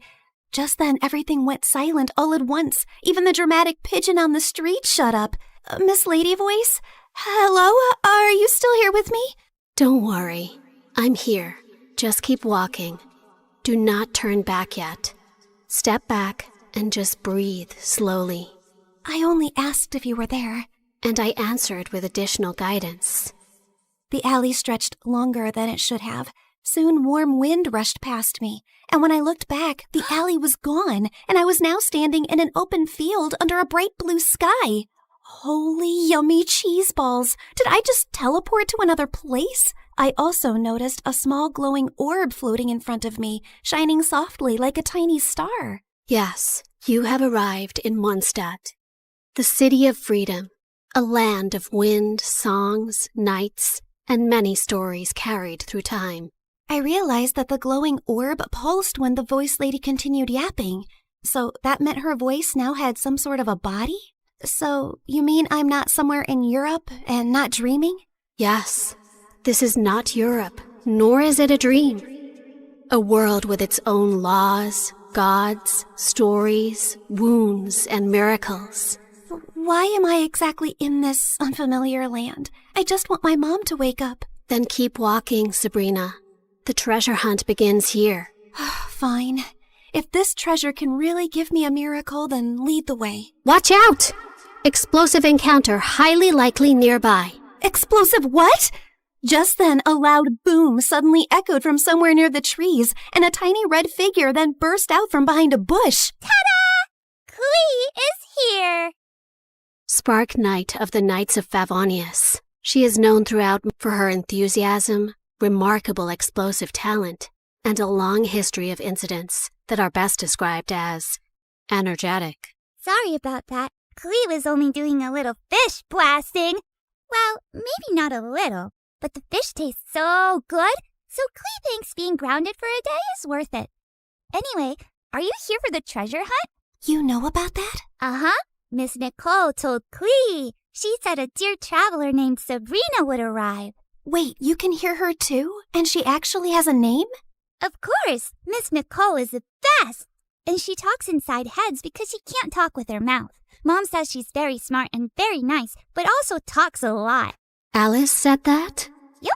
I see. Clee skipped closer and grabbed my hand like we've been friends for 10 years. Can Clee come play with her today, Miss Nicole? Please? Yes, you are allowed.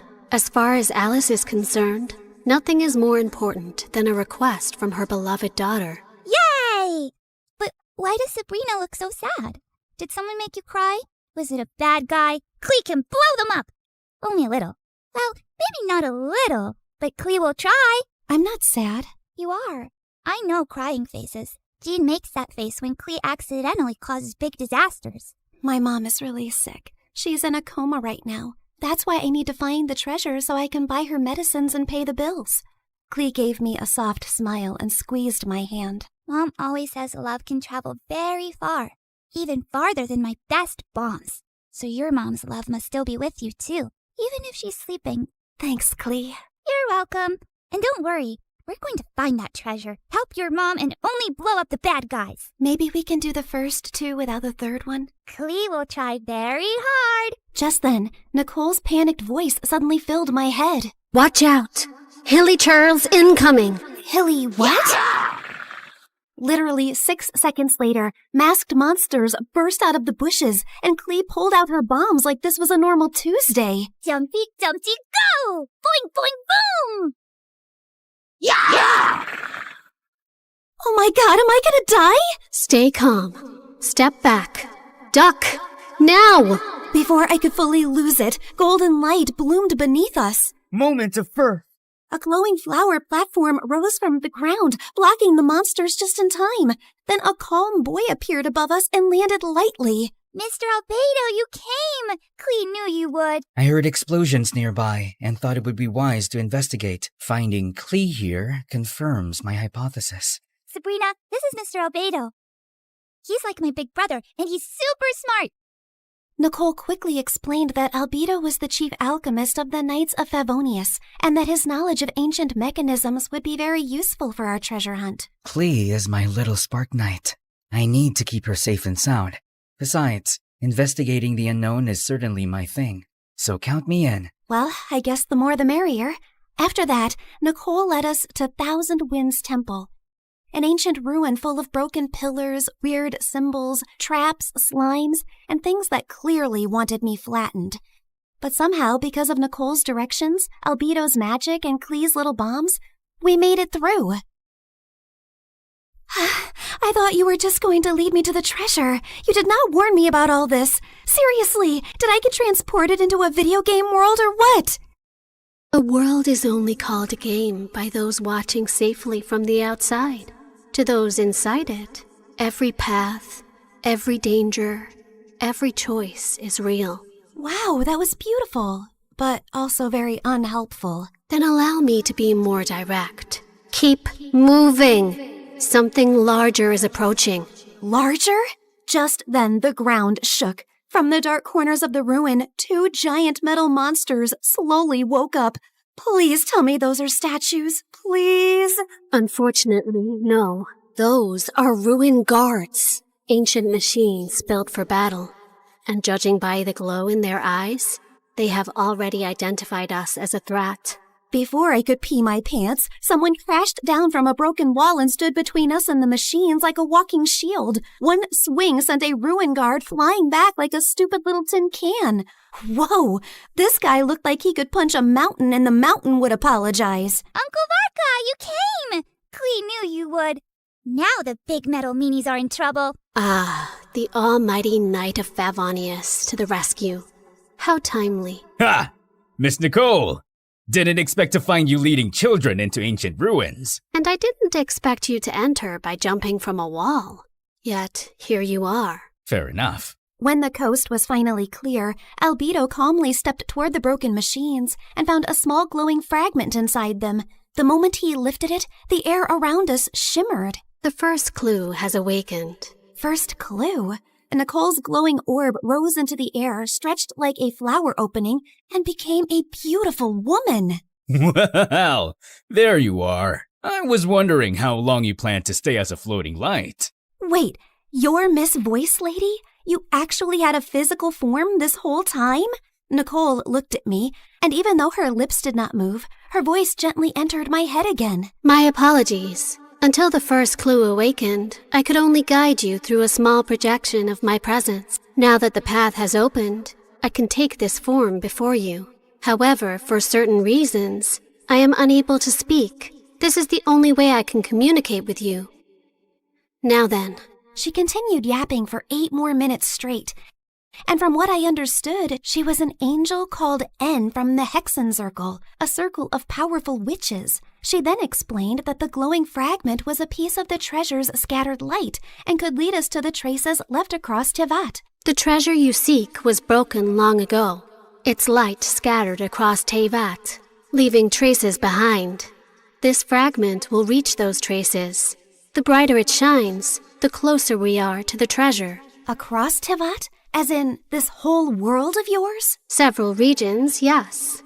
That means a long trip, but don't worry. With Miss Nicole's incredible sense of direction, we'd never have to worry about getting lost. Yay! More big adventures! Wait, no, not yay. I need to go back. I have classes tomorrow and a sick mom in the hospital. Nobody told me this treasure hunt came with a lot of obstacles and a whole world tour. I understand. Your fear is not unreasonable, but the treasure you seek cannot be reached by standing still.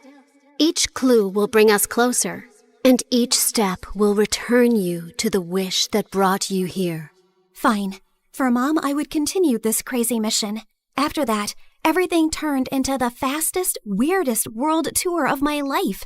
The mute angel continued her directions like an unmutable treasure hunt navigation guide, dragging us across a giant magical map, jumping from one region to another, while I tried my best to stay alive and understand what was actually happening. In Inazuma, the sea was angry, the sky was angrier, and my stomach was fighting for its life. Storms often remind mortals that control is an illusion, and yet... Miss Nicole, respectfully, I'm about to throw up into the ocean. I suggest you give the kid the short version, Miss Nicole. Very well. Storms pass. Thank you. That one helped. In Sumeru, we finally got one peaceful break near a waterfall. Albedo sketched the view, Klee showed me Dodoko, and when she said her mom gave it to her so she would never feel lonely, my chest hurt in the softest way.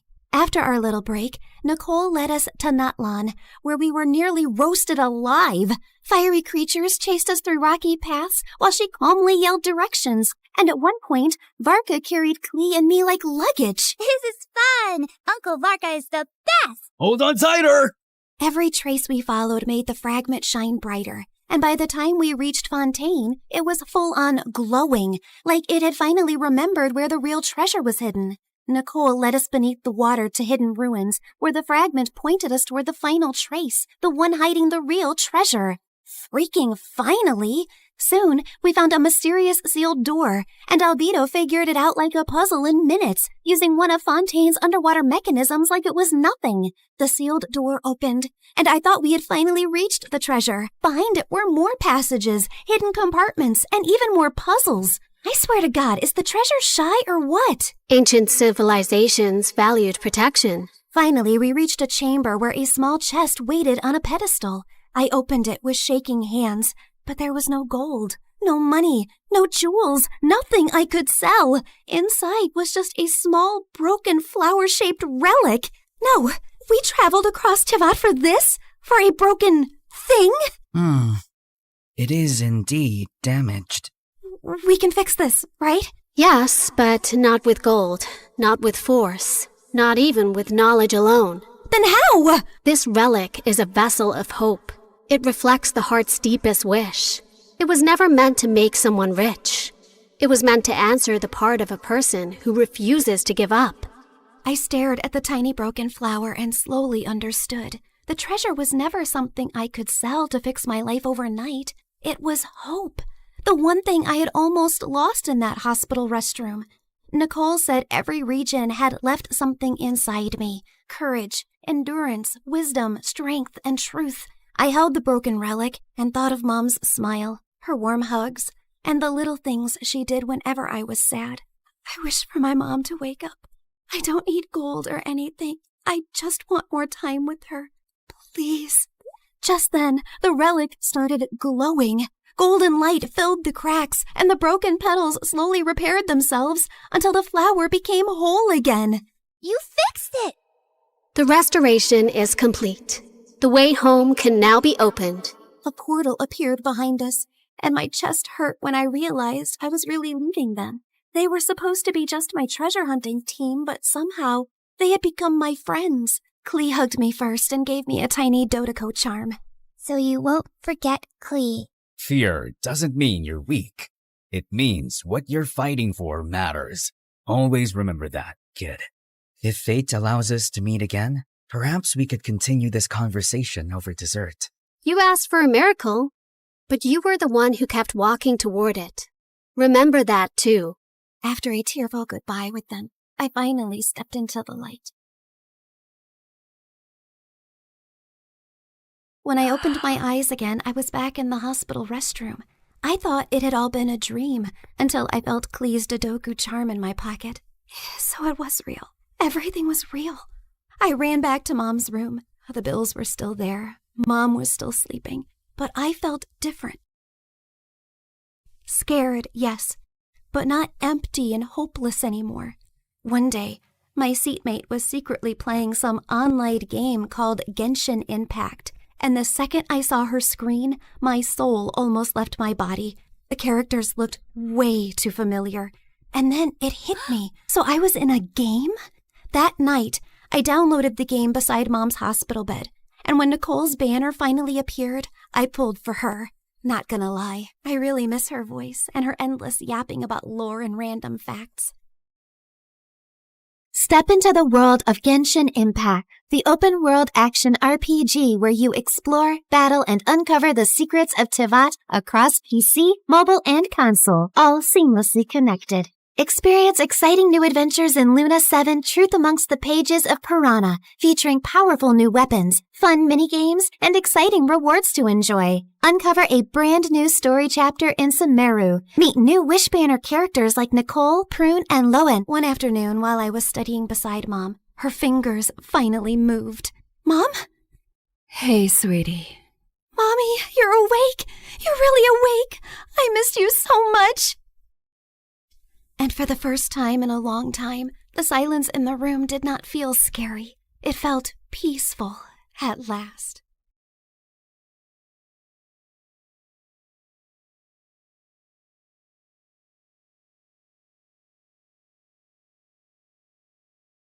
Little Natalie's tummy couldn't stop growling. She had been hungry the whole afternoon, but it was evening now and her mom wasn't home yet. Those rich people should stop making my mom work so much. I wish we'd never moved from France. Mom didn't have to work so hard there like she does here. As she walked outside, she heard loud music coming from the biggest mansion in the whole countryside from afar. Her tummy told her to go there, and she found out there was a large party happening in the garden. Natalie started drooling when she saw the huge feast. She tried to sneak in, but a group of women blocked her. Where do you think you're going, little girl? I'm hungry. Can I have some meat, please? And a glass of juice, too? Just look at her dirty clothes and hands.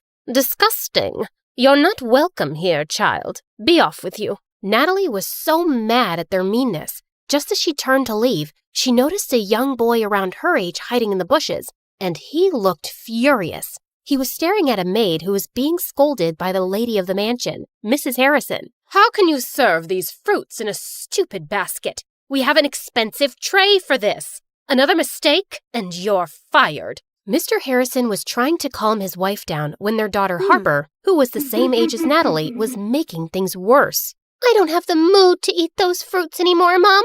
That woman ruined my night. Natalie felt so bad for the humiliated maid. She joined the boy in the bushes. I hate these people. Me too. And that's my mom they're yelling at. They don't deserve all this delicious food. I have to teach them a lesson. Wait, are you going to do something bad? Mom said you shouldn't do bad things no matter what. But he just ignored her and dragged a bag of manure lying close by. Then he started climbing a tree that overlooked the garden. But moments later, the branch under him cracked, and he went tumbling down straight onto the food table, spreading cow poop everywhere. Everyone screamed, and Mrs. Harrison looked ready to explode. She yelled for security, and Natalie thought she had to do something to save her friend. And with that, She ran towards the nearest barn, rode on a young horse, and made it run around the garden, completely ruining the party. You little rascals! Natalie grabbed the boy's hand and they fled the scene. I can't believe you just did that! You're so cool! Natalie's tummy suddenly let out another growl. He chuckled and took out an apple from his pocket. For you! Make it 2, 'cause I saved your butt. I'll get you another one soon, promise. What's your name? Natalie. And you? Caleb. Nice to meet you, Natalie. Can we be friends? Okay.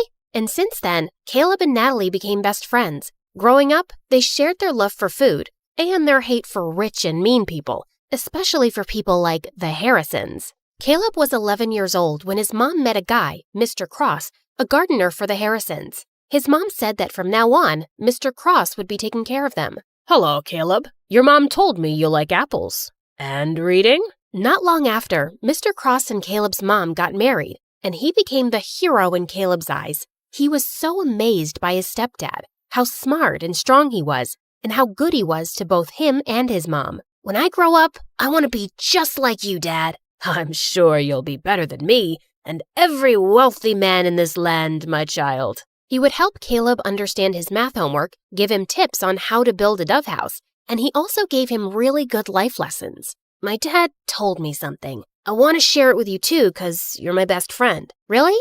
Tell me. He said, sometimes we need to stand up for ourselves and fight back, whatever it takes. Yes, we fight back the right way. Mom said we shouldn't do bad things no matter what. I know, you told me. But is it bad to defend ourselves? Do we just let other people do bad things to us and say nothing? You always speak about how unfair the system is in this town for poor people. Yeah, I do think that. Like, if someone hurts you, I'll hurt them too. Natalie was surprised by how firmly Caleb said it. Suddenly, as she changed her position, she lost her balance and fell. Caleb laughed and helped her up.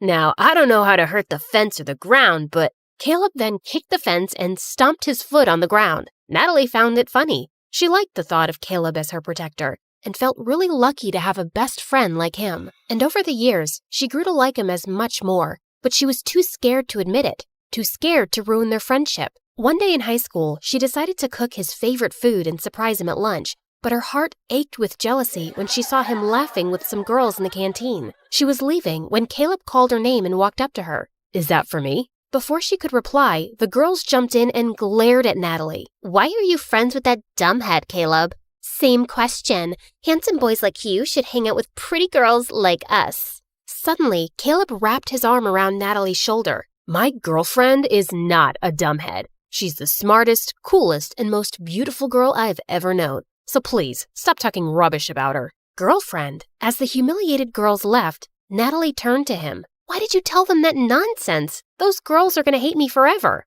Are you mad? Yes, I'm mad because you lied. We're not dating. We're just friends. Fine, I'm sorry. But what if I wanted to be more than that? What do you mean? Can I hold your hand? No. I love you, Natalie. I've loved you since we were kids. Do you love me too? Caleb's sincere gaze made her melt.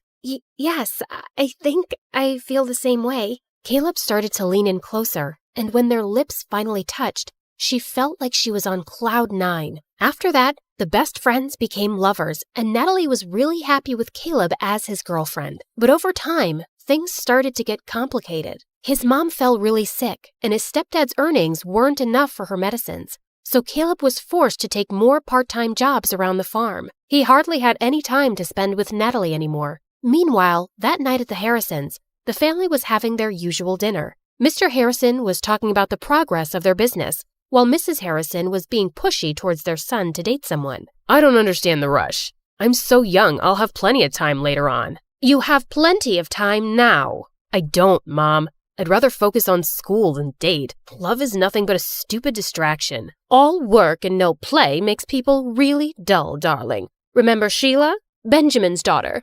I think she's a nice girl. Mom, I don't like her. She's weirdly obsessed with me. Duke, she cares about you. Let him be for now. Don't push him so hard. He'll eventually find someone. But Sheila might not be around till he decides he's ready. And I think she would be so good for him. She's a smart young woman. They're perfect for each other. I have no interest in wasting my time on girls right now. Oh, brother, how about boys? Do you want to share something? Shut up, Harper. Well, Sheila and her parents are visiting us soon, and you will spend time with her so you can get to know each other. Who knows? Maybe it will end in a wedding. Hearing that, Duke suddenly felt the urge to lie. I'm sorry, Mom, but I already have a girlfriend. What? I said I'm not dating Sheila because I already have a girlfriend. Since when do you have a girlfriend? Since 6 months ago, but we kept it a secret. I don't want people in my business. Duke left the table and decided to take a walk in the gardens to cool off. Suddenly, he heard someone behind him and turned around to see it was just Mr. Cross. Oh, sorry, Master Duke. I didn't mean to disturb your walk. You look a little upset. I'm not. It's really nothing. Just sometimes parents can be too much. Do you have kids, Mr. Cross? A son, the same age as you. Maybe I'll introduce you sometime. Duke was feeling too preoccupied, so he just smiled at their gardener and walked off. That weekend, Natalie's mom caught a serious flu, so later that day she went to town with Caleb to buy some medicine. While they were in the pharmacy, his stepdad called him. I need to stop by a dad's friend's place to pick up a package. Wait for me in the town square. I'll be right back. Natalie bought the medicines and sat on a bench in the town square. Her favorite thing in that old place was the old horse statue in the center. They're such gorgeous and magical creatures. Just then, she noticed that its red eye patch was lying on the ground. She picked it up, and as she placed it back on, the statue suddenly wobbled. She tried to make it steady, but it just suddenly toppled to one side and broke into pieces. Holy mighty, horsey! Natalie stared at the sight in complete shock. The townspeople quickly gathered around, and they went berserk. How could you be so reckless and ruin the pride of our town? Isn't it bad enough that we have to live with a foreigner who badmouths our town and its systems? And now you've ruined our cultural legacy! Some of them even started crying, and Natalie felt panic. She tried to contact Caleb, but her phone's battery was actually dead. I swear, I didn't do anything. It was already unsteady. Please, forgive me. But the townspeople were blazing mad. Soon the police came, and as they were questioning her, everyone suddenly became silent as they made the way for someone. Natalie lifted her head and met someone's eyes. Duke, the oldest child of the Harrisons. What's going on here? This girl just caused serious damage to a public property, and we need her to come with us to the station. Duke just nodded at them, and soon, Natalie found herself sitting in a police station. Please, officer, just let me go home first. My mom is sick, and she must be really worried. But the officer just ignored her. A few minutes later, Duke came out of the main office. You're free to go. I've taken care of everything. Huh? What do you mean? I paid $50,000 for the fine and damages so you won't go to prison. What? Why are you doing this? You don't even know me. Because I need you. What? What do you mean? Duke then dragged her outside the station to talk. Listen, I need you to work for me as my fake girlfriend for a month, and I'm going to pay you for it. I'm sorry, but can you repeat what you just said? I'm not sure if I heard it right. I think you did. You don't look like you have any hearing problems. Is that how you joke? Because it's super lame. Even hyenas won't laugh at it. Do I look like a clown to you? How can you offer me a ridiculous job when you don't even know if I have a boyfriend or not? Look, I don't care whether you're single or whatever. I'm not interested. I just need you to pretend to be my girlfriend and convince everyone that we're in love, especially my family. But why would you need a fake girlfriend anyway? You can just have a real one. Just choose any girl but me. You rich people are used to getting whatever you want anyway. I asked you to be my fake girlfriend, not to become an interviewer. In private, we'll be practically strangers minding each other's business. I can prepare a contract tomorrow. What makes you think I'll accept your offer? I don't want this weird job. Don't worry, I'll think about another way of repaying you. There is no other way. Accept my job, or return my money immediately. It should be the exact amount that I spent to save your sorry little butt. Natalie wanted to yell at him for blackmailing her, but she knew she couldn't pay him back.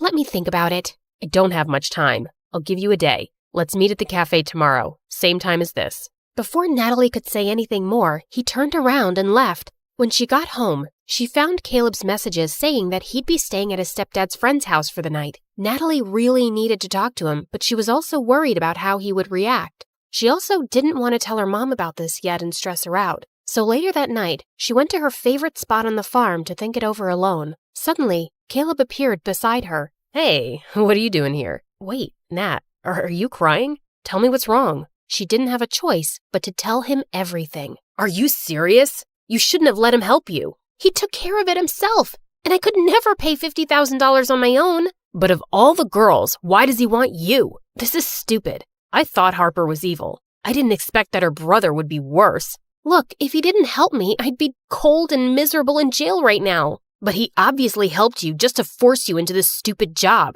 What am I gonna do? He left me with no choice. Seeing my girlfriend dating another guy is torture, Nat. It doesn't matter if it's fake or not. Caleb got up and furiously kicked some rocks. Okay, fine. I won't do it. I'll have to think of another solution then. As Natalie's tears poured, Caleb sighed and sat down. Okay, I'm sorry. Don't cry, please. Let's talk this over. You'll just be acting, and it's only for a month, right? And are you sure he's paying you a huge amount for it? Yes, I'll just be a fake girlfriend. I'll never fall in love with that jerk, ever. Okay, I'll agree to it, but on one condition. What is it?